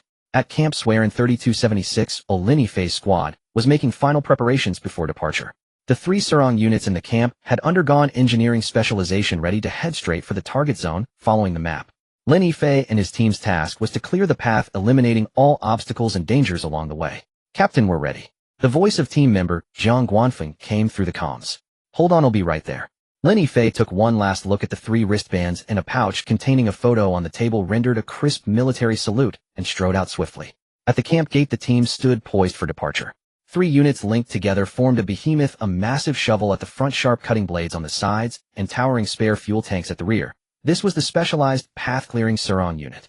Lin Yifei swept his gaze across the team and said in a low voice, "Check your gear. Depart in 5 minutes." Jiang Guanfeng patted the Surong unit beside him, grinning. "This beast is something else. No obstacle will stand in our way. Don't let your guard down. Comms are still unusable in the zone. Stay alert to every sign and protect the Surong units. Bring extra engineer demolition charges. Our mission is to clear the path. Unless absolutely impossible, advance in a straight line. Cut through mountains, bridge rivers. Prepare the way for follow-up forces." "Understood." "Understood." And before entering the area with the strongest magnetic field, remove the wristbands and place them in shielded boxes. Prolonged exposure to that environment will destroy them, and we can't replace them easily now. Lin Yifei added. The 3 wristbands retrieved from Wang Hongshi were already completely ruined, with only the steel stamps on the back preserving the identities of 3 fallen comrades. "Roger. Good. Now move out." With Lin Yifei's command, a thunderous roar filled the air as the 3 linked Surong units, a path-clearing colossus, slowly rumbled forward. The soldiers fanned out around it, ready to dispatch any startled beasts that came too close. At several outposts surrounding Camp 3276, multiple Surong units were undergoing their final modifications. According to the experts, those lizards could likely only survive in the magnetic anomaly zone, or at least only there could they grow that special organ. Thus, the experts recommended establishing a research center and breeding facility within the anomaly zone. These Surong units were being prepared for that purpose. Speed it up. Complete the modifications within 10 hours. Lu Jingze, in charge of the modifications, moved between construction sites. Everyone pay close attention. The experimental modules must have magnetic shielding, and the breeding units must maintain the internal temperature range. If we can't prevent the hydrothermal explosion, this will be our only way to secure sample sources. Don't make any mistakes. The engineers and technicians didn't reply, wholly absorbed in their respective tasks. They were technical experts urgently summoned from various camps, and Shen Lifeng was among them. Shen Lifeng crouched beside a Surong unit, his welding torch spitting blue flames, as he precisely fixed a magnetic shield plate to the experimental module's casing. Sweat dripped from his brow, evaporating instantly in the heat. He squinted through his protective visor, inspecting the weld for any gaps. Nearby, several engineers were installing an emergency cooling system. If the breeding chamber's internal temperature exceeded the critical threshold due to the hydrothermal explosion, this system could release coolant within 3 seconds, rapidly lowering the temperature to avert risk. All attention. Lu Jingze raised his voice. The breeding unit's isolation layer must be completely sealed. Any tiny leak could kill the samples. We can't afford that loss. Just then the communication system on his shoulder crackled. How's it going? Can you finish on time? Rest assured, command. At the current pace, we'll complete the modifications ahead of schedule in 8 hours and be ready to depart. Good. Remember, absolutely no shortcuts that lead to mistakes. Not even a single one. Yes, mission guaranteed. At Camp Swearin 2537, the nearest fire support outpost to the target zone, a scene of bustling activity also unfolded. 3 Type WS-3 rocket launchers were undergoing final calibrations, fitted with armor-piercing, high-explosive warheads for the whole drilling task. Commander Xin Yufei, a former ace commander of the Eastern Nation's long-range forces, had mastered the WS series to near perfection. He stared at the screen before him, monitoring real-time feedback. The target zone's intense magnetic field prevented accurate terrain mapping, so he had taken a calculated risk with an alternative method. A high-altitude drone was flying toward the target zone at its ceiling, minimizing magnetic interference to provide initial positioning and navigation for the rocket launchers while gathering some target data. Although the scans were nearly pitch-black, comparisons with Wang Hongshi's tactical map and the dark areas allowed rough distance estimations. Target at roughly 380 to 400 kilometers. Xin Yufei studied the drone's feedback, scribbling calculations on paper, and soon reached a decision. Instruct logistics to swap the warheads with image recognition terminal guidance modules. Let the warheads choose their final targets. Aim for the lowest point. After swapping, adjust all launchers to a 47-degree elevation. Stand by for launch. Yes. The operators quickly input parameters, and the launch racks of the 3 Type WS-3 launchers slowly rose with a mechanical hum. A technician jogged over to report, "Commander, the image recognition system is calibrated, but the magnetic interference in the target zone is too strong. Terminal guidance may fail." "No matter." Xin Yufei waved his hand. "As long as the initial trajectory is accurate, the warheads will activate optical recognition in the final 20 kilometers. They'll land at the lowest point within a 1-kilometer radius of the target zone. That's enough." He narrowed his eyes. The other units should already be advancing. We must open the vent as soon as possible to buy them more time. Report. Launcher 1 ready. Launcher 2 in position. Launcher 3 loaded. Fire. Chapter 108. What goes around comes around. The magnetic anomaly. In the normal area, Gan Jinhua wiped the sweat from his face, raising his right hand to fan himself. Ever since the hot spring in the cave began to rise sharply in temperature 2 days ago, they dared not stay inside any longer. Now the water temperature had exceeded 70 degrees, and the surrounding air had become much hotter along with it. Fortunately, the lizards, unable to endure the surging heat, had left the vicinity beforehand. Even without the hot spring as a barrier, it could still be considered relatively safe. I wonder how Brother Wang and the others are doing now, Gan Jinhua murmured, pulling out an empty cigarette pack from his bosom. He took a deep whiff of it before putting it back. Uncle Gan, there are indeed no signs of any lizards around. I followed the map Instructor Wang gave me, and found Professor Wan and the others. At that moment, Li Sirui's voice came from the side. Gan Jinhua turned toward the sound, and saw Li Sirui carrying a rifle and drenched in sweat, followed by an elderly man and a young man. These are Professor Wan and Li Yu, the two people Instructor Wang mentioned earlier. Since it's still relatively safe here, I went ahead and brought them over. Let's gather together and discuss a plan. Welcome, welcome.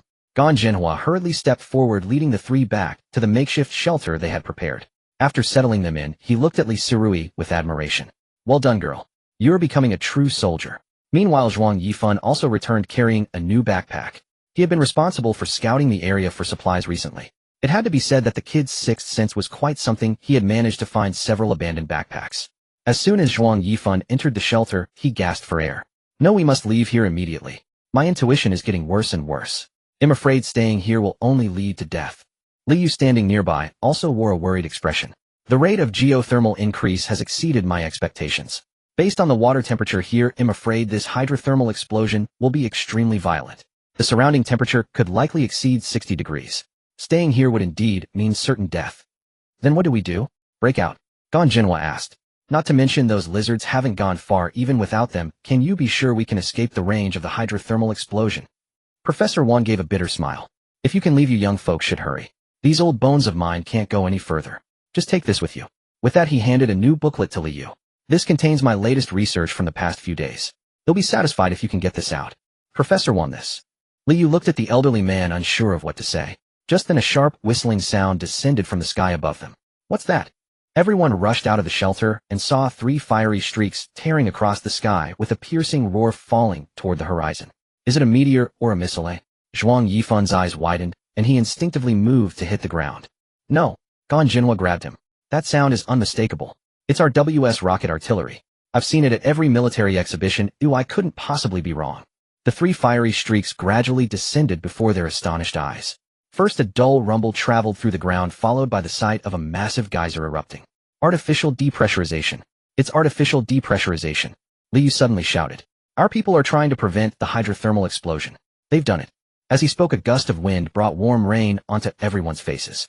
The surrounding temperature rose a few more degrees in an instant, though it remained within tolerable limits. Meanwhile, the water level in the cave's hot spring visibly dropped. Gan Jinhua stared at the towering column of water shooting into the sky, his Adam's apple bobbing. The warm rain struck his face, trickling down his chin like silent tears. It's rescue. Li Sirui suddenly grabbed his arm, her voice trembling. Uncle Gan, look over there. Following the direction of her finger, 3 red signal flares slowly rose into the gray sky. Against the curtain of rain, that crimson hue was particularly striking. Those are standard military signal flares. I learned about them in military academy. They're here. Instructor Wang and the others succeeded. Immediately afterward, another volley of signal flares shot into the sky. Not only Li Sirui, but every citizen of the Eastern Kingdom who had undergone preliminary training understood the meaning of the flares. Find a safe place to take cover, send a signal, and await our rescue. Zhuang Yifan dashed into the shelter, retrieved a signal flare, and rushed back out. As he pulled the trigger, a brilliant signal flare rose from their position into the sky. Soon many more signal flares were launched from their surroundings. Gazing at the twinkling stars in the sky, Li Sirui spoke with a proud voice. It's all thanks to Instructor Wang's relentless efforts. The hints and marks he left behind were not in vain. So many more of our compatriots have survived. Gan Jinhua also broke into a smile. He's a true man. Excellent. I can't wait to get the cigarette he owes me. A smoke from a hero like that. Just thinking about it makes it seem delicious. Alright, enough chatter. Hurry back inside. Even though the lizards can't come, this rain is getting a bit scalding if you're out in it too long. Elsewhere, a straight road was gradually being extended to the entrance of that boundary line. With a loud crash, the last row of trees was uprooted and toppled. A massive behemoth burst forth, throwing the already agitated lizard swarm on this side of the boundary into even greater chaos. Report. Target sighted. Proceed with the next phase of the plan. A scout quickly ran up to Lin Yifei to deliver the news. A large number of targets are visible ahead. Awaiting orders. Lin Yifei glanced at the lizard swarm not far away, then at the signal flares and the massive geyser in the distant sky. The depressurization plan has succeeded. More lizards will soon be driven this way. Clear the current batch first, collect the materials, and ensure their safekeeping. Await the arrival of follow-up forces before initiating capture operations. Be careful not to damage the key parts. Move out. Yes, sir. At the command, the soldiers who had been eagerly waiting immediately formed combat formations and surrounded the area.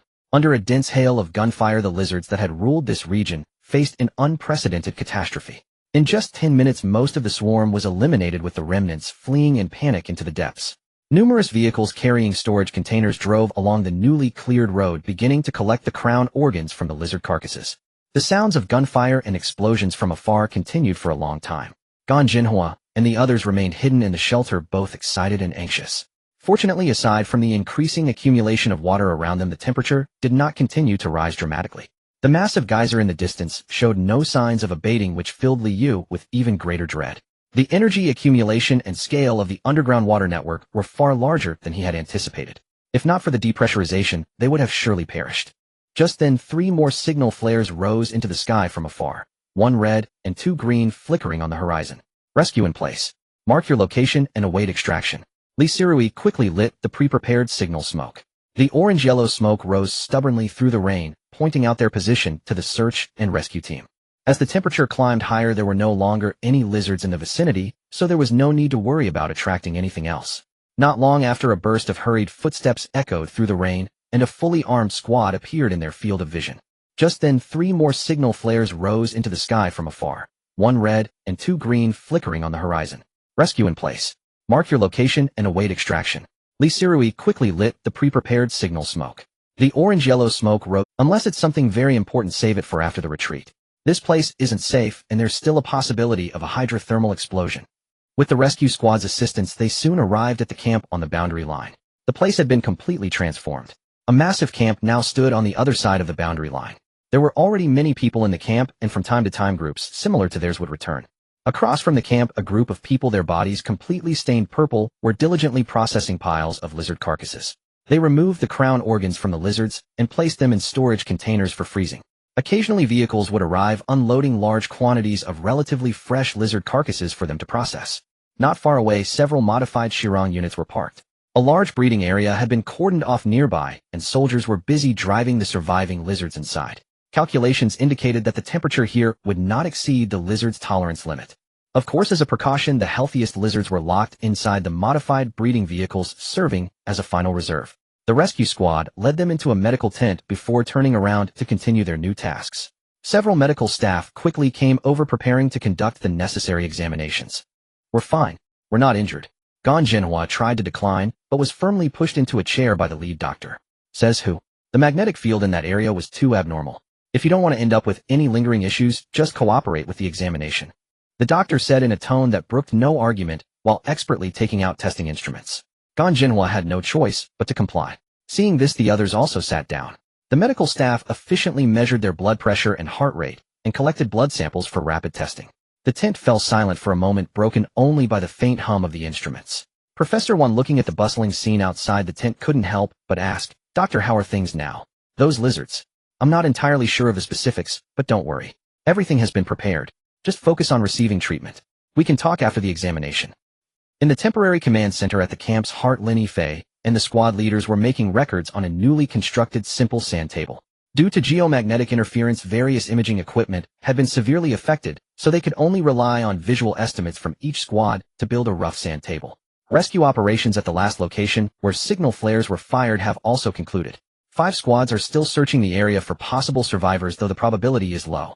According to calculations by the geological expert team, a small-scale hydrothermal explosion may occur in about 20 hours. We need to be prepared. All lizards near the geyser area have either fled or died. Those that could be processed have been handled. All remaining lizards have now escaped to the outer ring.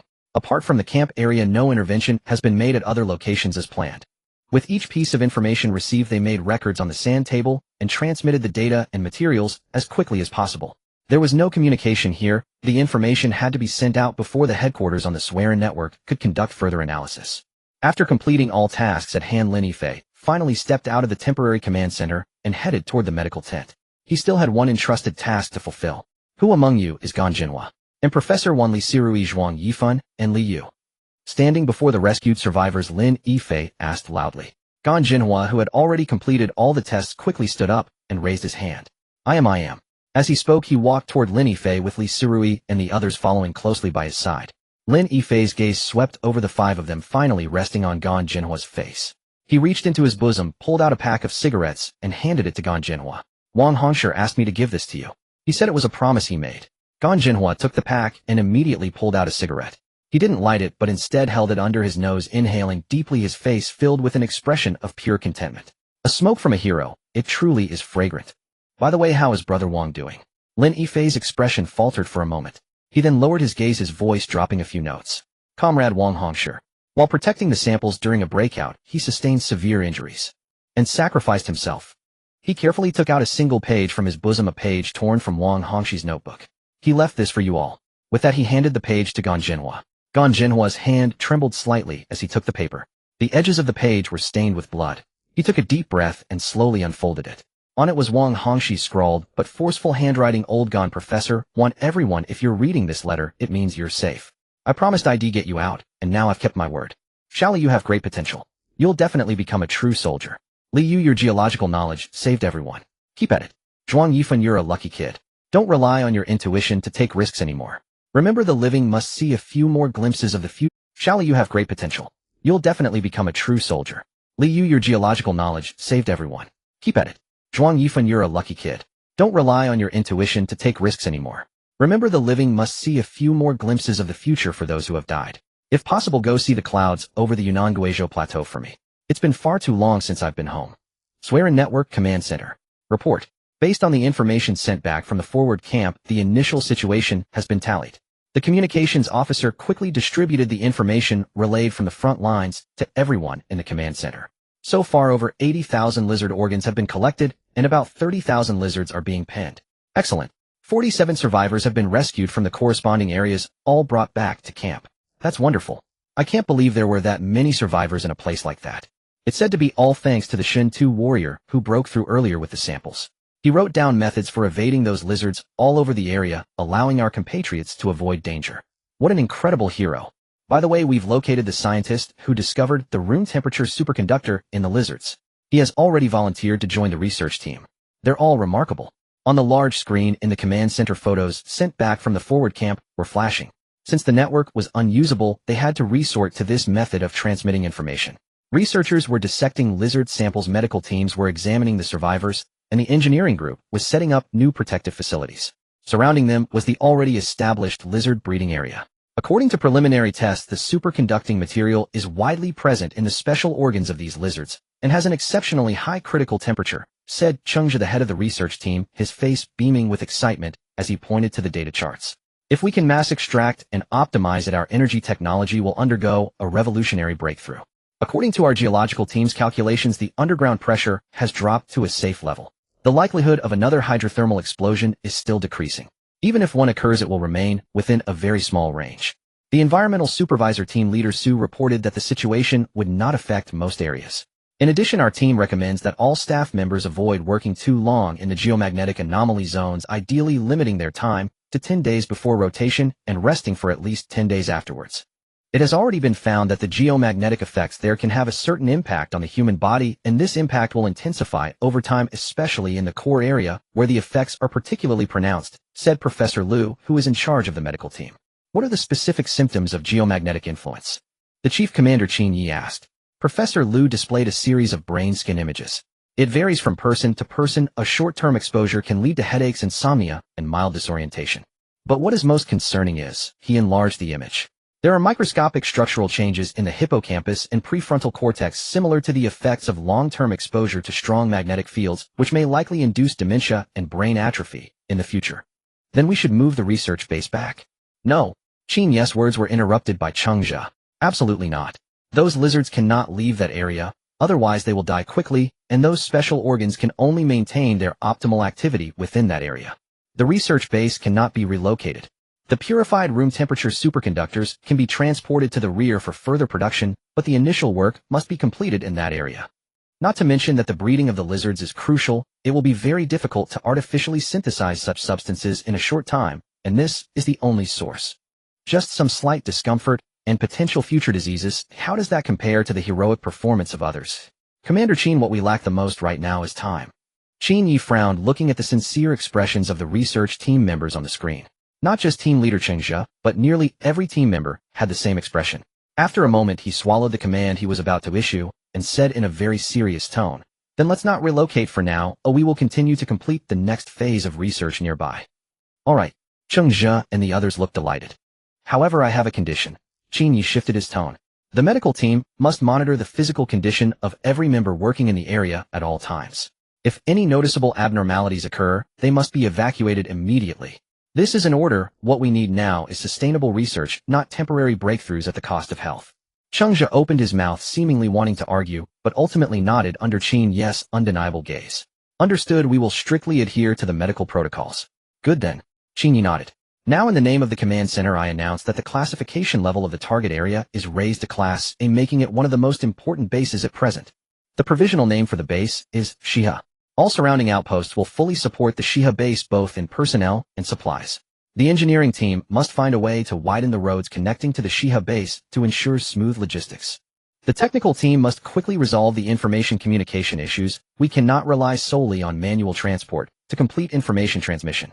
Extract core personnel from the military to establish a security team, as we cannot leverage the advantages of our unmanned combat systems in that area. We must be cautious. Shiha base will fully focus on the purification and production of room temperature superconductors to provide material support for subsequent related research. Qin Yi's orders were swiftly transmitted, and all outposts within the Swerin network began operating like precise gears. Heavy machinery from the engineering team rushed overnight to the outskirts of the Shiha base to start widening the rugged mountain roads. The technical team set up wired relay stations along the way, trying to establish a stable communication link. Meanwhile, the medical team built a temporary monitoring station at the entrance of the base, and every staff member had to undergo strict brain scans. Lin Yifei and his teammates armed the entire area around the base like a hedgehog, and Li Sirii successfully signed up to become a military doctor. Professor Wan directly joined the research team as a leading figure, while Li Yu joined the geological team to monitor environmental changes. With his experience managing logistics from his past in the business association, Gan Jinhua became one of the commanders overseeing the supply transport for the base. Even Zhuang Yifan signed up to be part of the logistical support team. However, because they had stayed too long in the core area, they had already been significantly affected by the magnetic field and must first retreat, with the survivors returning to the front line after their rotation ends. Chapter 111, Breakthrough and Minor Challenges. On the third day since the Shiha base was established, the first batch of purified and stabilized room temperature superconducting materials was transported to the rear research center. Although they lose their effectiveness once they decay, with the lizard organs once purified, these materials become extremely stable and can fully support various subsequent experiments. Outpost No. 3276 of the Swerin network, being the closest outpost to the Shiha base, has now been completely transformed into a research center. A total of 112 physicists and material scientists who could be mobilized and rushed here gathered at this location. Experts who were too far away or had other important tasks provided corresponding support through the network. They will complete the research on the expanded use of room temperature superconducting materials here: wireless long-distance power transmission, interference-resistant communication, super-fast charging battery packs, and controllable nuclear fusion superconducting magnet control modules. Report. The new batch of 3 Shirong units and supporting research equipment is now in place, reported the correspondent to the chief commander of the research center, Zheng Guozhong. Due to the extreme importance of this research center, the commander of a certain secret base in Donghua has been specially assigned to oversee the overall situation. Have the relevant synthesis and analysis equipment been set up? Zheng Guozhong inquired. They are still in transit. 6 relevant materials and an integrated production system found in the newly discovered packaging have been allocated and are expected to be equipped within 2 days. According to the arrangements from the command center, any relevant equipment and materials discovered in the future will be prioritized for transport to meet the needs of the Shiha base. Great. How is the safety aspect coming along? 3 visible and 5 concealed warning lines have been established, and all surrounding gathering places have been cleared. Are they willing to cooperate? It's manageable. With the help of drones and mechanical wolves, they have been relatively agreeable. Of course, we also offered some compensation and recruited a batch of new laborers. Hearing this, Zheng Guozhong smiled, but said nothing more. Is there any new information from the Shiha base? The first wired communication has been successfully established, although there is still significant interference. Real-time communication with the Shiha base is now possible. They are requesting more personnel, due to the high number of deceased lizards. The temporary cold storage is nearing capacity. We must promptly complete the material separation or it will lead to significant waste. Team leader Cheng Zhe specifically emphasized that it will be very difficult to synthesize these materials artificially in a short time, so we absolutely cannot waste any. Zheng Guozhong pondered for a moment, saying, tell them we will do our best to meet their manpower needs, but please ask them not to rush.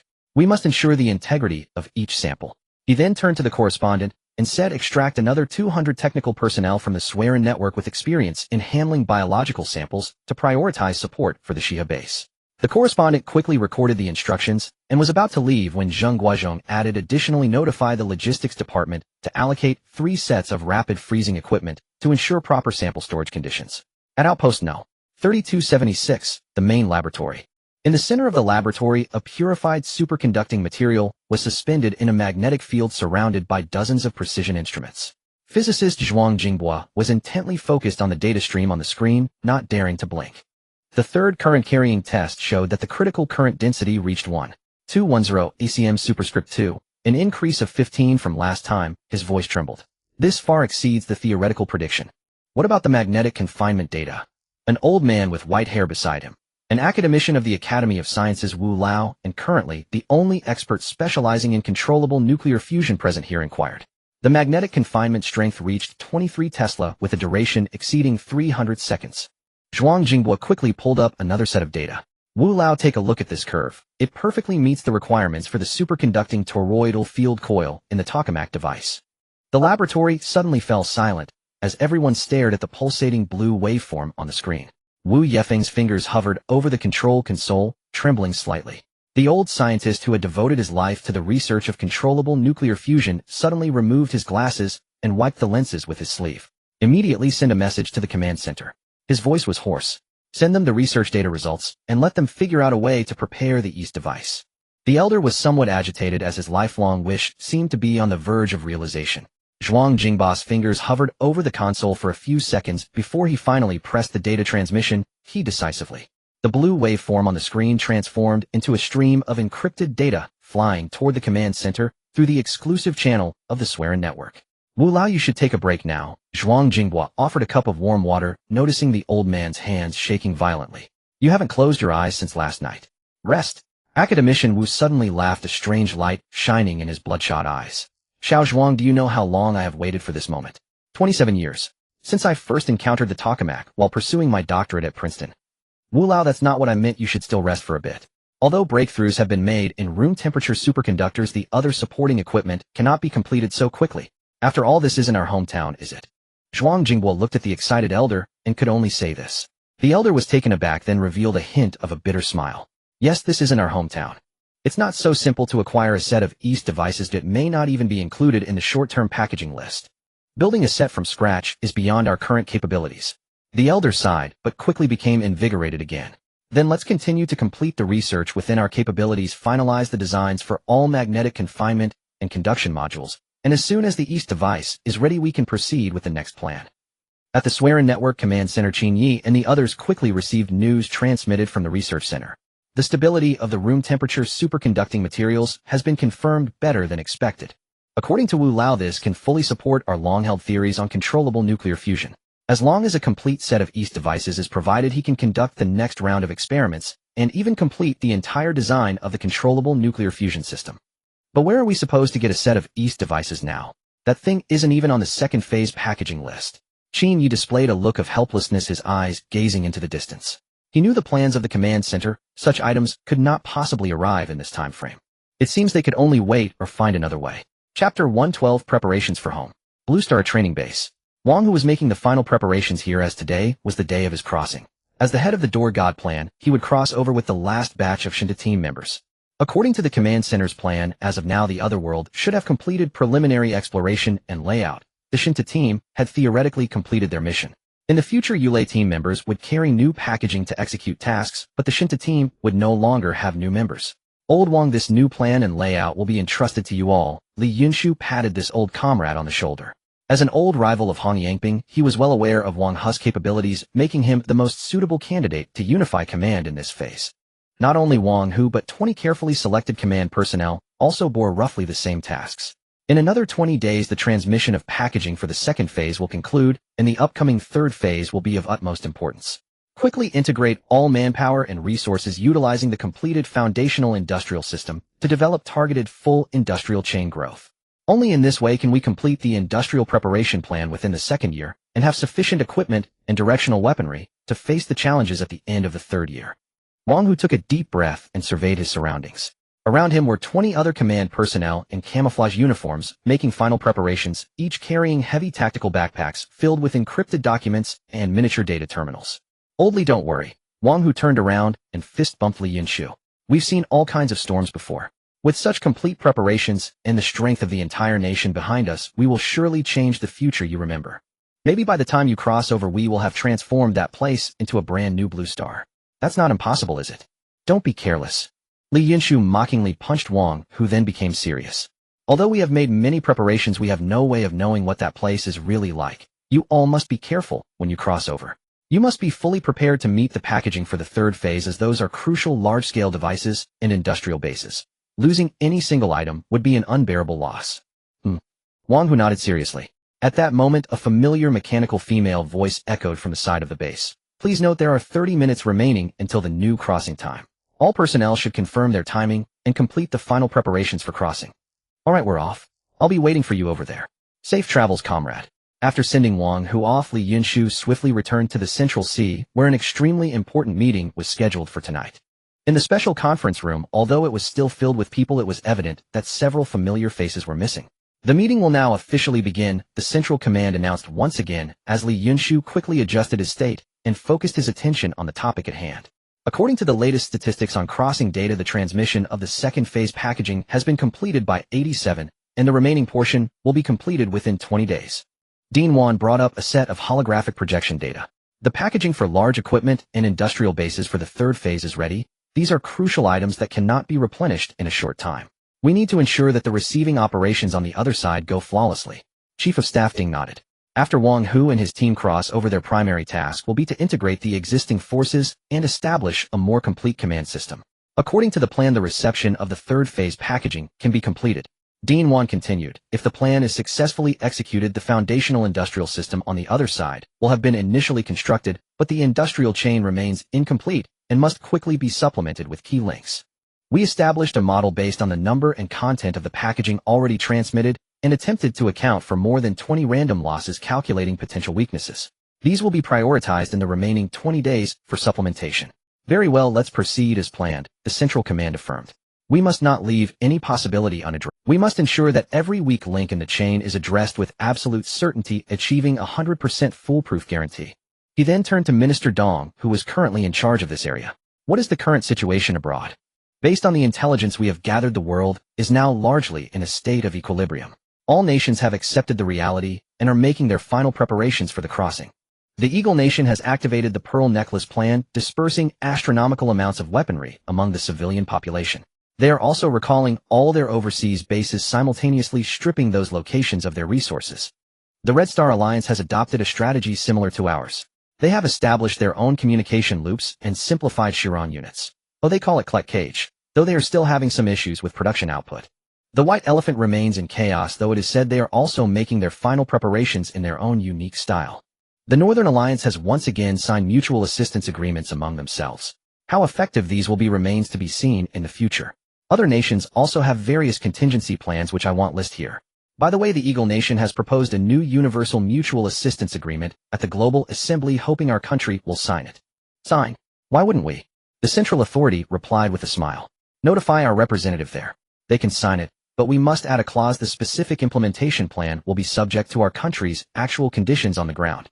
Having given these instructions, the Central Authority turned to Minister Hao, who had taken over her position after Minister Zhu had crossed over some time ago. How is the situation domestically? At present, although there has been a degree of chaos with the increasing number of crossers, it is still within manageable limits. Following the advice of the Academy of Social Sciences, and based on consultant Lee's memories, we have produced several propaganda films, such as Battle in Another World, The Pioneering of the Eastern People, In Another World, and Never Retreat. These have achieved very good results. In short, the nation is now brimming with a collective drive eager to unleash it all once we cross into the other world. Excellent. Keep it up. The central authority's voice rose a notch. Domestic stability is the most important prerequisite. We must excel at this. Understood. Minister Hao replied loudly. The central authority nodded, then looked around the room. Let's move to the next agenda item. Regarding the arrangement for the third stage encapsulated units, does anyone have any further opinions? 113 Phase 3 plan commences. Regarding the proposals for the third stage encapsulated units. As soon as the central authority finished speaking, everyone present became serious. Chief of Staff Ding was the first to speak. My opinion is to prioritize military construction and related industrial chains, especially the industrial systems for smelting chemicals, forging, and synthesis. These must be established first. Our soldiers need equipment, our compatriots need protection. I agree with Chief of Staff Ding's opinion. Minister Jiang from the Ministry of National Defense followed up immediately. But we must consider the bottleneck of energy supply. According to the data provided by consultant Li, the energy infrastructure in the other world will be severely lacking in the early stages. I propose adding 10 sets of modular nuclear power plant components during the initial phase of the third stage transmission. Minister He of the Ministry of Industry quickly flipped through his datapad. This proposal is necessary, but according to calculations, if we increase the nuclear power plant components, we will have to correspondingly reduce the transmission volume of other equipment. I suggest cutting the quota for some civilian industrial equipment. No. Minister Hao immediately objected. Livelihood security is equally important.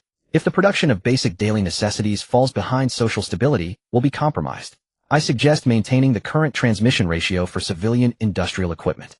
But that could very likely lead to a shortage of our military equipment. But the people's livelihood must be guaranteed. For a moment the meeting room was in chaos, with everyone arguing fiercely. Seeing the debate intensifying, the central authority gently tapped the table. The meeting room fell silent instantly. Everyone's opinions are very important. The central authority's voice carried a note of both gratification and helplessness. But we must find a balance between military preparedness and the people's livelihood. How about this, President Wan? Please read out that petition here, the one you forwarded to me not long ago. President Wan, who had not yet expressed an opinion, was momentarily startled, then immediately became excited. He quickly retrieved a document from his personal terminal and projected it. Petition for priority transmission of scientific research projects in the third stage encapsulated units to the esteemed decision committee. We, a total of 1287 scientific researchers from various institutes under the Academy of Sciences, after thorough discussion and joint review, solemnly submit this petition. After a comprehensive analysis of the other world colonization strategy and existing research bottlenecks, we believe that some major scientific research projects are currently limited by personnel attrition, which is even intensifying resource, environmental, or technological conditions in this world. They are difficult to break through in the short term, but their long-term value is undeniable. If such projects could be prioritized for inclusion in the third stage encapsulated unit transmission, and by leveraging the unique physical conditions, energy environments, or unknown resources that may exist in the other world, we might achieve critical breakthroughs, thereby providing strategic-level technological reserves for the overall development of human civilization. These include, but are not limited to, the east and best devices, carbon dioxide starch synthesis, ultra-long-distance wireless power transmission, etc. A substantial breakthrough in any one of these research areas would dramatically elevate our strength in the other world. Note this version has been deduced and adjusted based on the relevant otherworld data provided by consultant Li to ensure feasibility. Looking at the petition before them, the meeting room fell silent. Look at our scientists. What are your thoughts? The central authority's voice echoed in the room, laced with emotion. Chief of Staff Ding was silent for a moment before slowly speaking. This petition is indeed unexpected, but upon reflection, breakthroughs in science and technology often bring about strategic changes. If we can achieve wireless power transmission technology in the otherworld, energy distribution efficiency will be greatly enhanced, and the conflict between military needs and the people's livelihood can be alleviated. Minister Jiang nodded, adding, the same goes for nuclear fusion devices. The physical environment of the other world might allow us to break through our current technological bottlenecks. Once successful, energy will no longer be a limiting factor. Minister He of the Ministry of Industry frowned deeply. But the problem is transmitting these research projects will occupy a large amount of encapsulated unit resources, and results won't be seen in the short term. If we allocate resources to research, what about the immediate needs of military preparedness and the people's livelihood? Minister Hao sighed. Livelihood issues are pressing, but the long-term value of research cannot be ignored.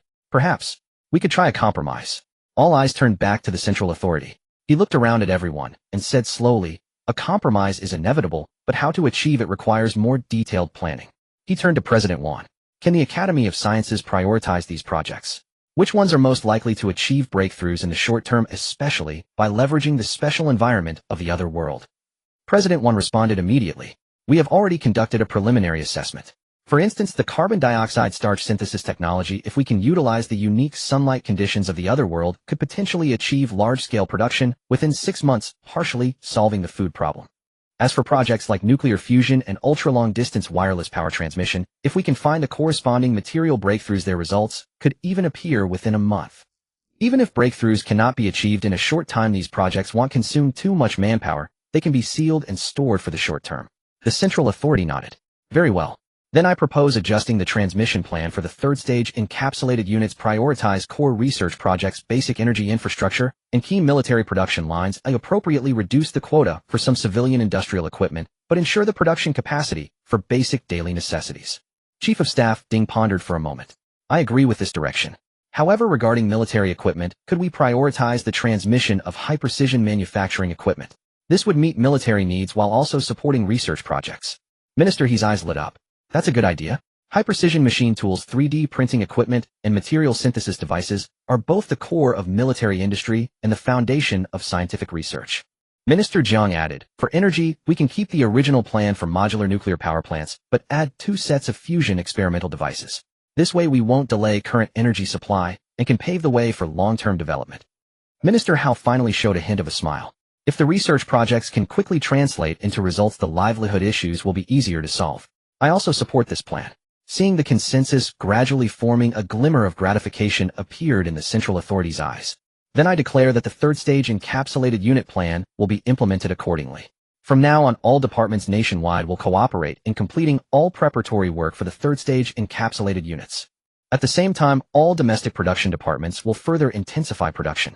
Since we cannot bring the civilian industrial chain over immediately, we will complete the production reserves here first and bring the finished products over instead. Within 6 months, we must complete the Phase 3 plan and re-establish the complete industrial chain of our eastern nation over there. 114. The next step of the Door God plan. In a violent dizziness, Wang, who found himself in a completely unfamiliar place. Some sounds not far away immediately caught his attention. Wang, who looked in the direction of the noise and indeed saw several beasts he had never seen before, sizing him up. They looked like ferocious beasts. Wang, who judged immediately. Those animals were clearly carnivorous. They probably saw him as prey. He raised his rifle ready to strike first. At that moment, the few ferocious beasts seemed to recognize something. Fear filled their eyes, and in an instant they tucked their tails and fled. Just as Wang, who was feeling a bit puzzled, his wristband lit up. 30 minutes later at the Swearin 2189 stronghold. Welcome, Commander Wang Hu. The stronghold commander ushered Wang Hu into the Swearin control room. As the overall head of the Door God plan, Wang Hu recognized him immediately. This was one of his soldiers, a squad leader from the Shinshu team, Liu Xiaodian. I remember you crossed over last month. I came to see you off. Yes, Commander. Seeing that Wang Hu recognized him, Liu Xiaodian was visibly excited. Good lad, well done. Wang Hu smiled and patted Liu Xiaodian on the shoulder. You're a credit to my command. Liu Xiaodian was full of pride. He had been under Wang Hu's command ever since Wang Hu was the Blue Army commander at the Hongyangping base. The command center has already been informed of your arrival. Someone will be here soon to pick you up. While we have some time, let me brief you on the current situation here. Good. Wang Hu nodded. Although he had seen a part of it on the way over, he still had no concept of the overall situation. It was a good time to get an understanding. Liu Xiaodian pointed to a screen. Commander, look. This is our current Swearin network. On the screen was a virtual projection of a planet composed of thousands of light points with one area blinking continuously. This area is where we are now. Liu Xiaodian pointed at the blinking area. The entire Swearin network is currently divided into 100 zones, each managed by a corresponding Swearin node. Each node is responsible for personnel management, resource statistics, and especially for receiving newly crossed over compatriots. The strongholds regularly deal with various potential dangers within their zones. However, this world is too vast and the density of various creatures is astonishing. Complete control is impossible in a short time. But we are still trying our best to make the ferocious beasts of this world remember one thing, that humans are an extremely dangerous target. Wang Hu was taken aback, then immediately understood. No wonder those beasts had wanted to run away when they saw him earlier. They had probably been beaten into submission. At that moment, Liu Xiaodian pointed to a string of numbers at the top of the screen. It displayed real-time rescue status of new batch of crossers based on data carried by rescued personnel. The total number of Eastern Nation crossers for this batch is 1503901. Currently confirmed number 1487632. Current confirmation rate 98. 92. Whenever we receive newly crossed compatriots, we first learn from them the total number of crossers in this batch, then launch search and rescue operations as quickly as possible. Lu Xiaodian explained. The rescue rate for this batch has already reached 98. 92. We are still making every effort to search for the remaining 108. Wang Hu nodded slightly, his gaze sweeping over the dense points of light on the screen. These points represented compatriots who had just crossed into this strange world. In less than an hour, over 98 had already been rescued. This was far better than his best expectations. Then Wang Hu noticed a blank area on the screen where there were almost no light points. What's this area? Lu Xiaoshan's expression turned serious. That's an unknown area. We call it the death zone. According to current intelligence, these areas have extremely special environments.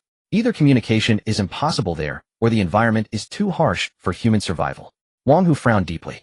You mean we might have compatriots trapped there? The 1.something% of unconfirmed individuals are in these areas? Yes, Commander. Lu Xiaodian nodded. But our current strength is insufficient to penetrate these areas. We are severely short-handed. We can only conduct some degree of reconnaissance on those areas through peripheral strongholds. Wang Hu felt a sense of helplessness. He had been present when the relevant protocols were formulated and knew this was a necessary choice under the circumstances. But thinking of the compatriots in those areas still pained him. By the way, Wang Hu suddenly thought of a very important question. That special target hasn't been confirmed. Lu Xiaodian shook his head. No, we haven't found any information about the special target yet. Perhaps the command center knows more. You'll find out when you get there, Commander. Wang Hu pondered for a moment and was about to ask for more details when the control room doors suddenly opened. A communications soldier strode in, stood at attention, and saluted. Report. The helicopter sent by the command center for pickup has arrived at the stronghold. Lu Xiaodian looked at Wang Hu. Commander, it seems you need to prepare to depart. At the Swearin Network Command Center of Continent 3. As soon as Wang Hu entered, he saw the long-absent Minister Zhu, who was speaking loudly into a communication device before him. Complete the registration and settlement of newly crossed compatriots as quickly as possible. Pay special attention to those who already have family members who crossed over earlier. After confirmation, have them contact each other immediately. This is of utmost importance. For all those who have completed contact with their families, make this information public within the wristband communication system. According to sociological models, this will play a crucial role in stabilizing the overall situation. Beside Minister Zhu was a huge virtual map depicting a complete continent divided into many zones by different colors. At the bottom of the map was a legend distribution map of Continent 3 nodes along with a specific explanation of what each color represented. Wang Hu stood quietly at the door until Minister Zhu finished his communication before clearing his throat. Report. Wang Hu reporting for duty. Minister Zhu spun around, the wrinkles on his face softening. Good lad. I've been waiting for you. He strode forward and firmly grasped Wang Hu's hand. The door god plan was executed flawlessly. That's truly wonderful. So, now that we're here, has the new plan been completed? What should we do next? All personnel present arms. At the command, in every Swearin outpost, all Shuntu and Yulei warriors without a mission raised their sidearms to the sky. With a series of sharp retorts, they chambered blank rounds, some entrusted by fallen comrades, others long kept in their own possession, and pulled the triggers.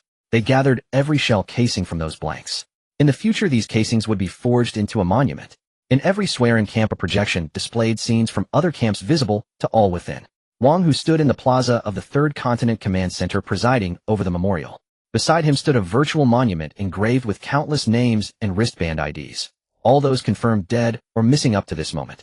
Report. Shen 2 Squad, total strength 200, present 167651.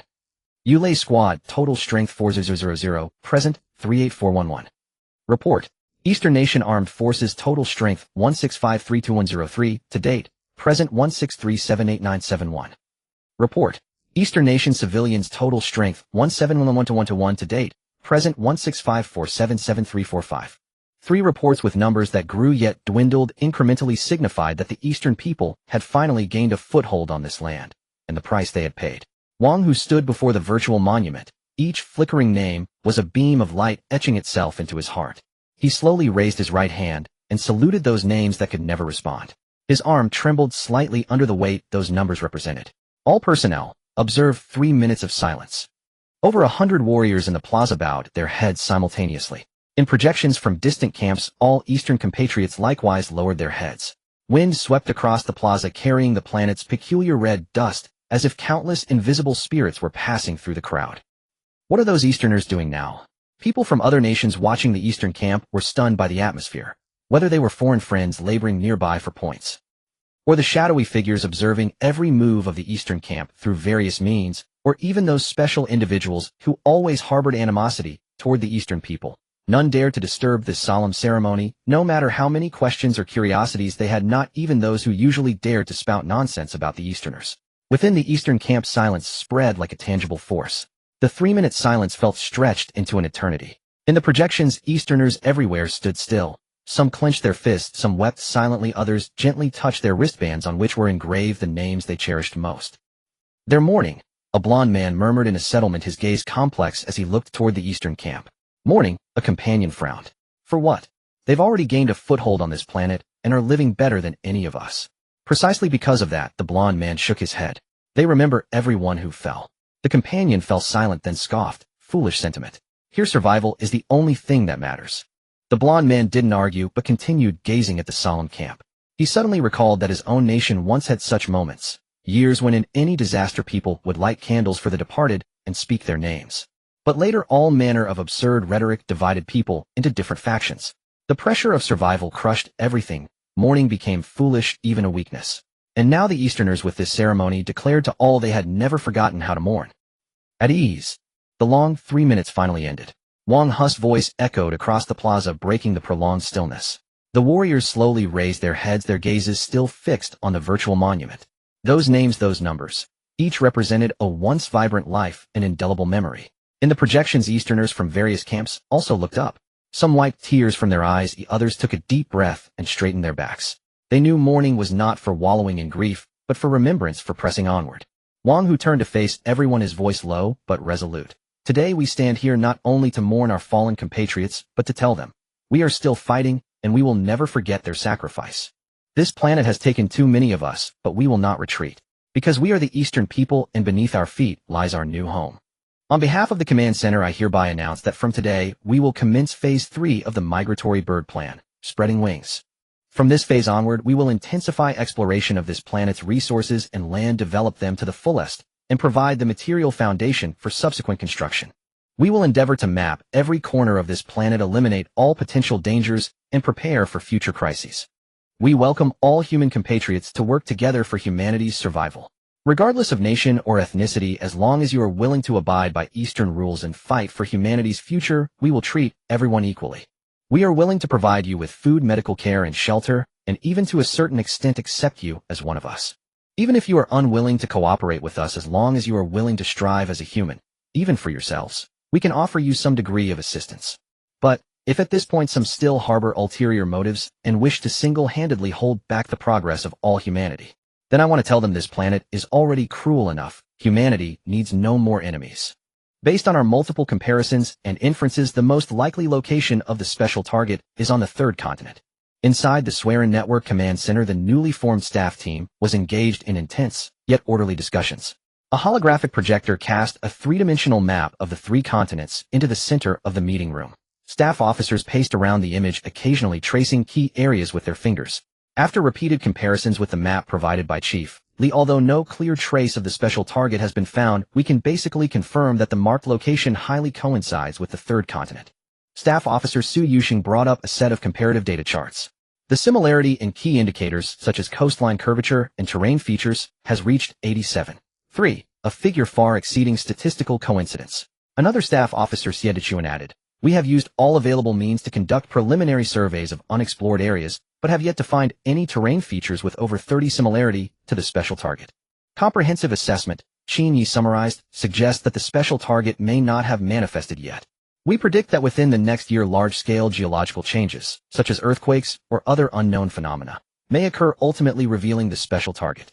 Due to the inability to locate the special target, the planet's immense size, and the extreme dispersion of personnel." After the memorial ceremony, the command center decided to further contract the core area. They selected one of the 3 continents as the Eastern Core region, establishing only control nodes on the other 2. Thus, after comparison, the third continent, the most likely location of the special target, became the only choice. Except in special circumstances, all Eastern personnel and equipment on the other 2 continents that could be transported were to be moved to the third continent, where the next phase of construction would be concentrated. What a pity. Zhu Lao looked at the topographical maps of the other 2 continents on the screen and couldn't help but sigh. So much land, so many resources, yet we have to abandon them.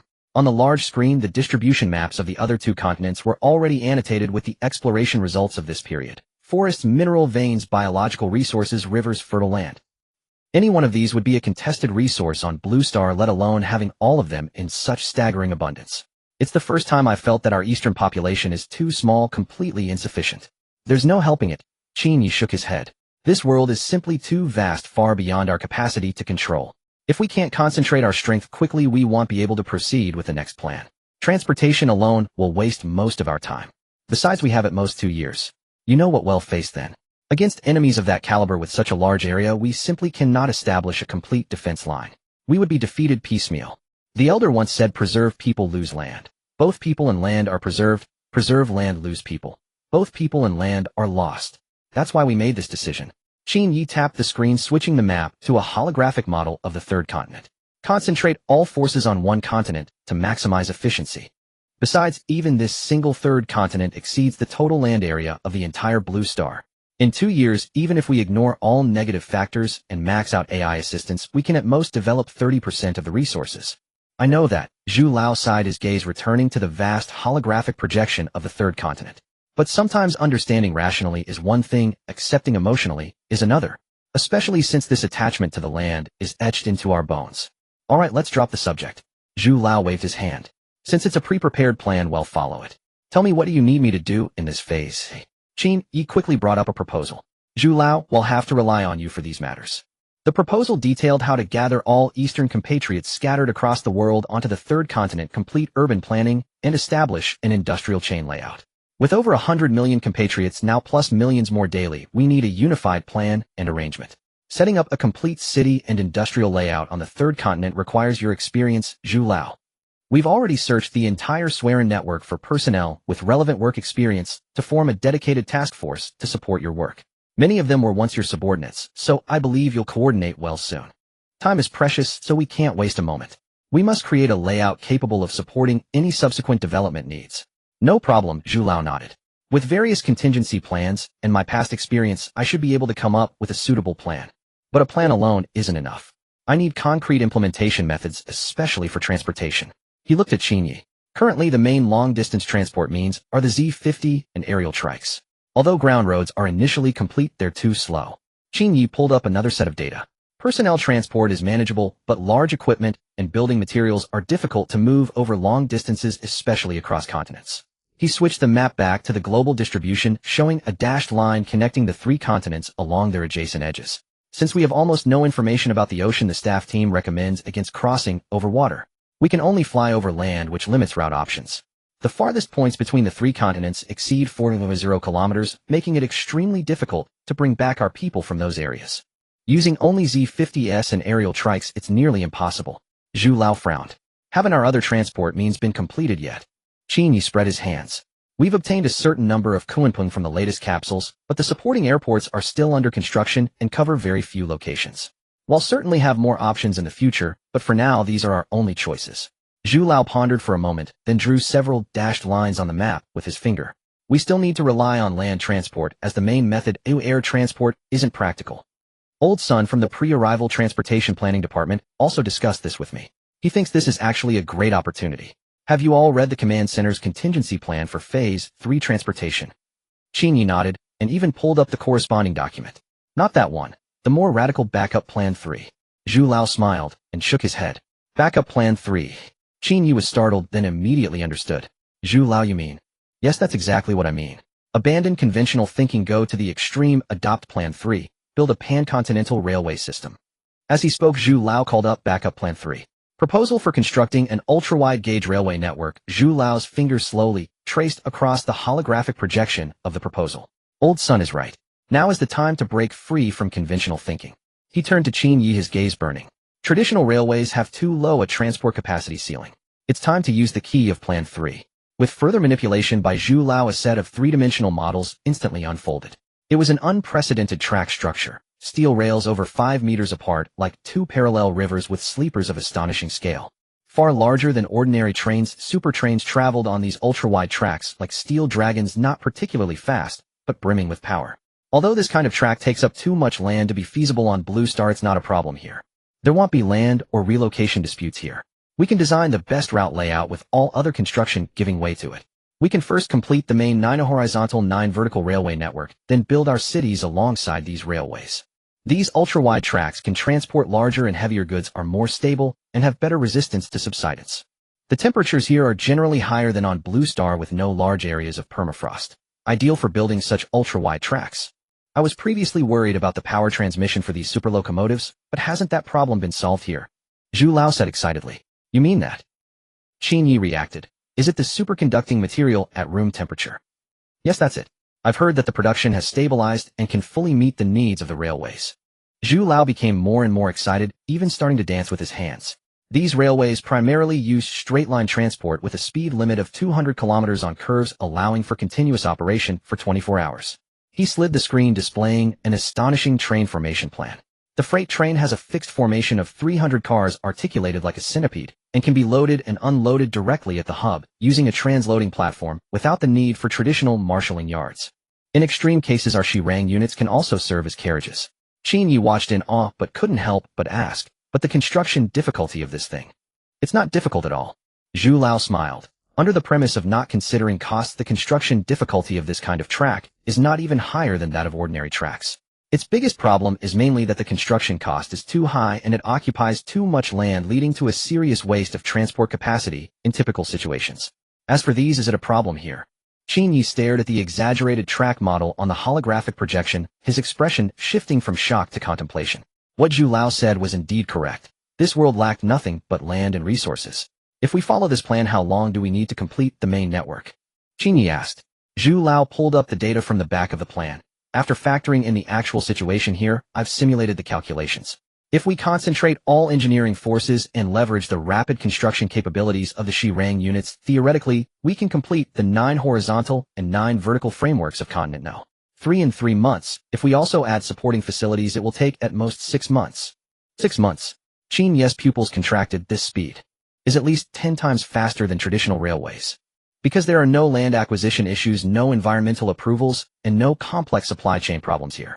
There are almost inexhaustible timber resources which can meet the initial construction needs.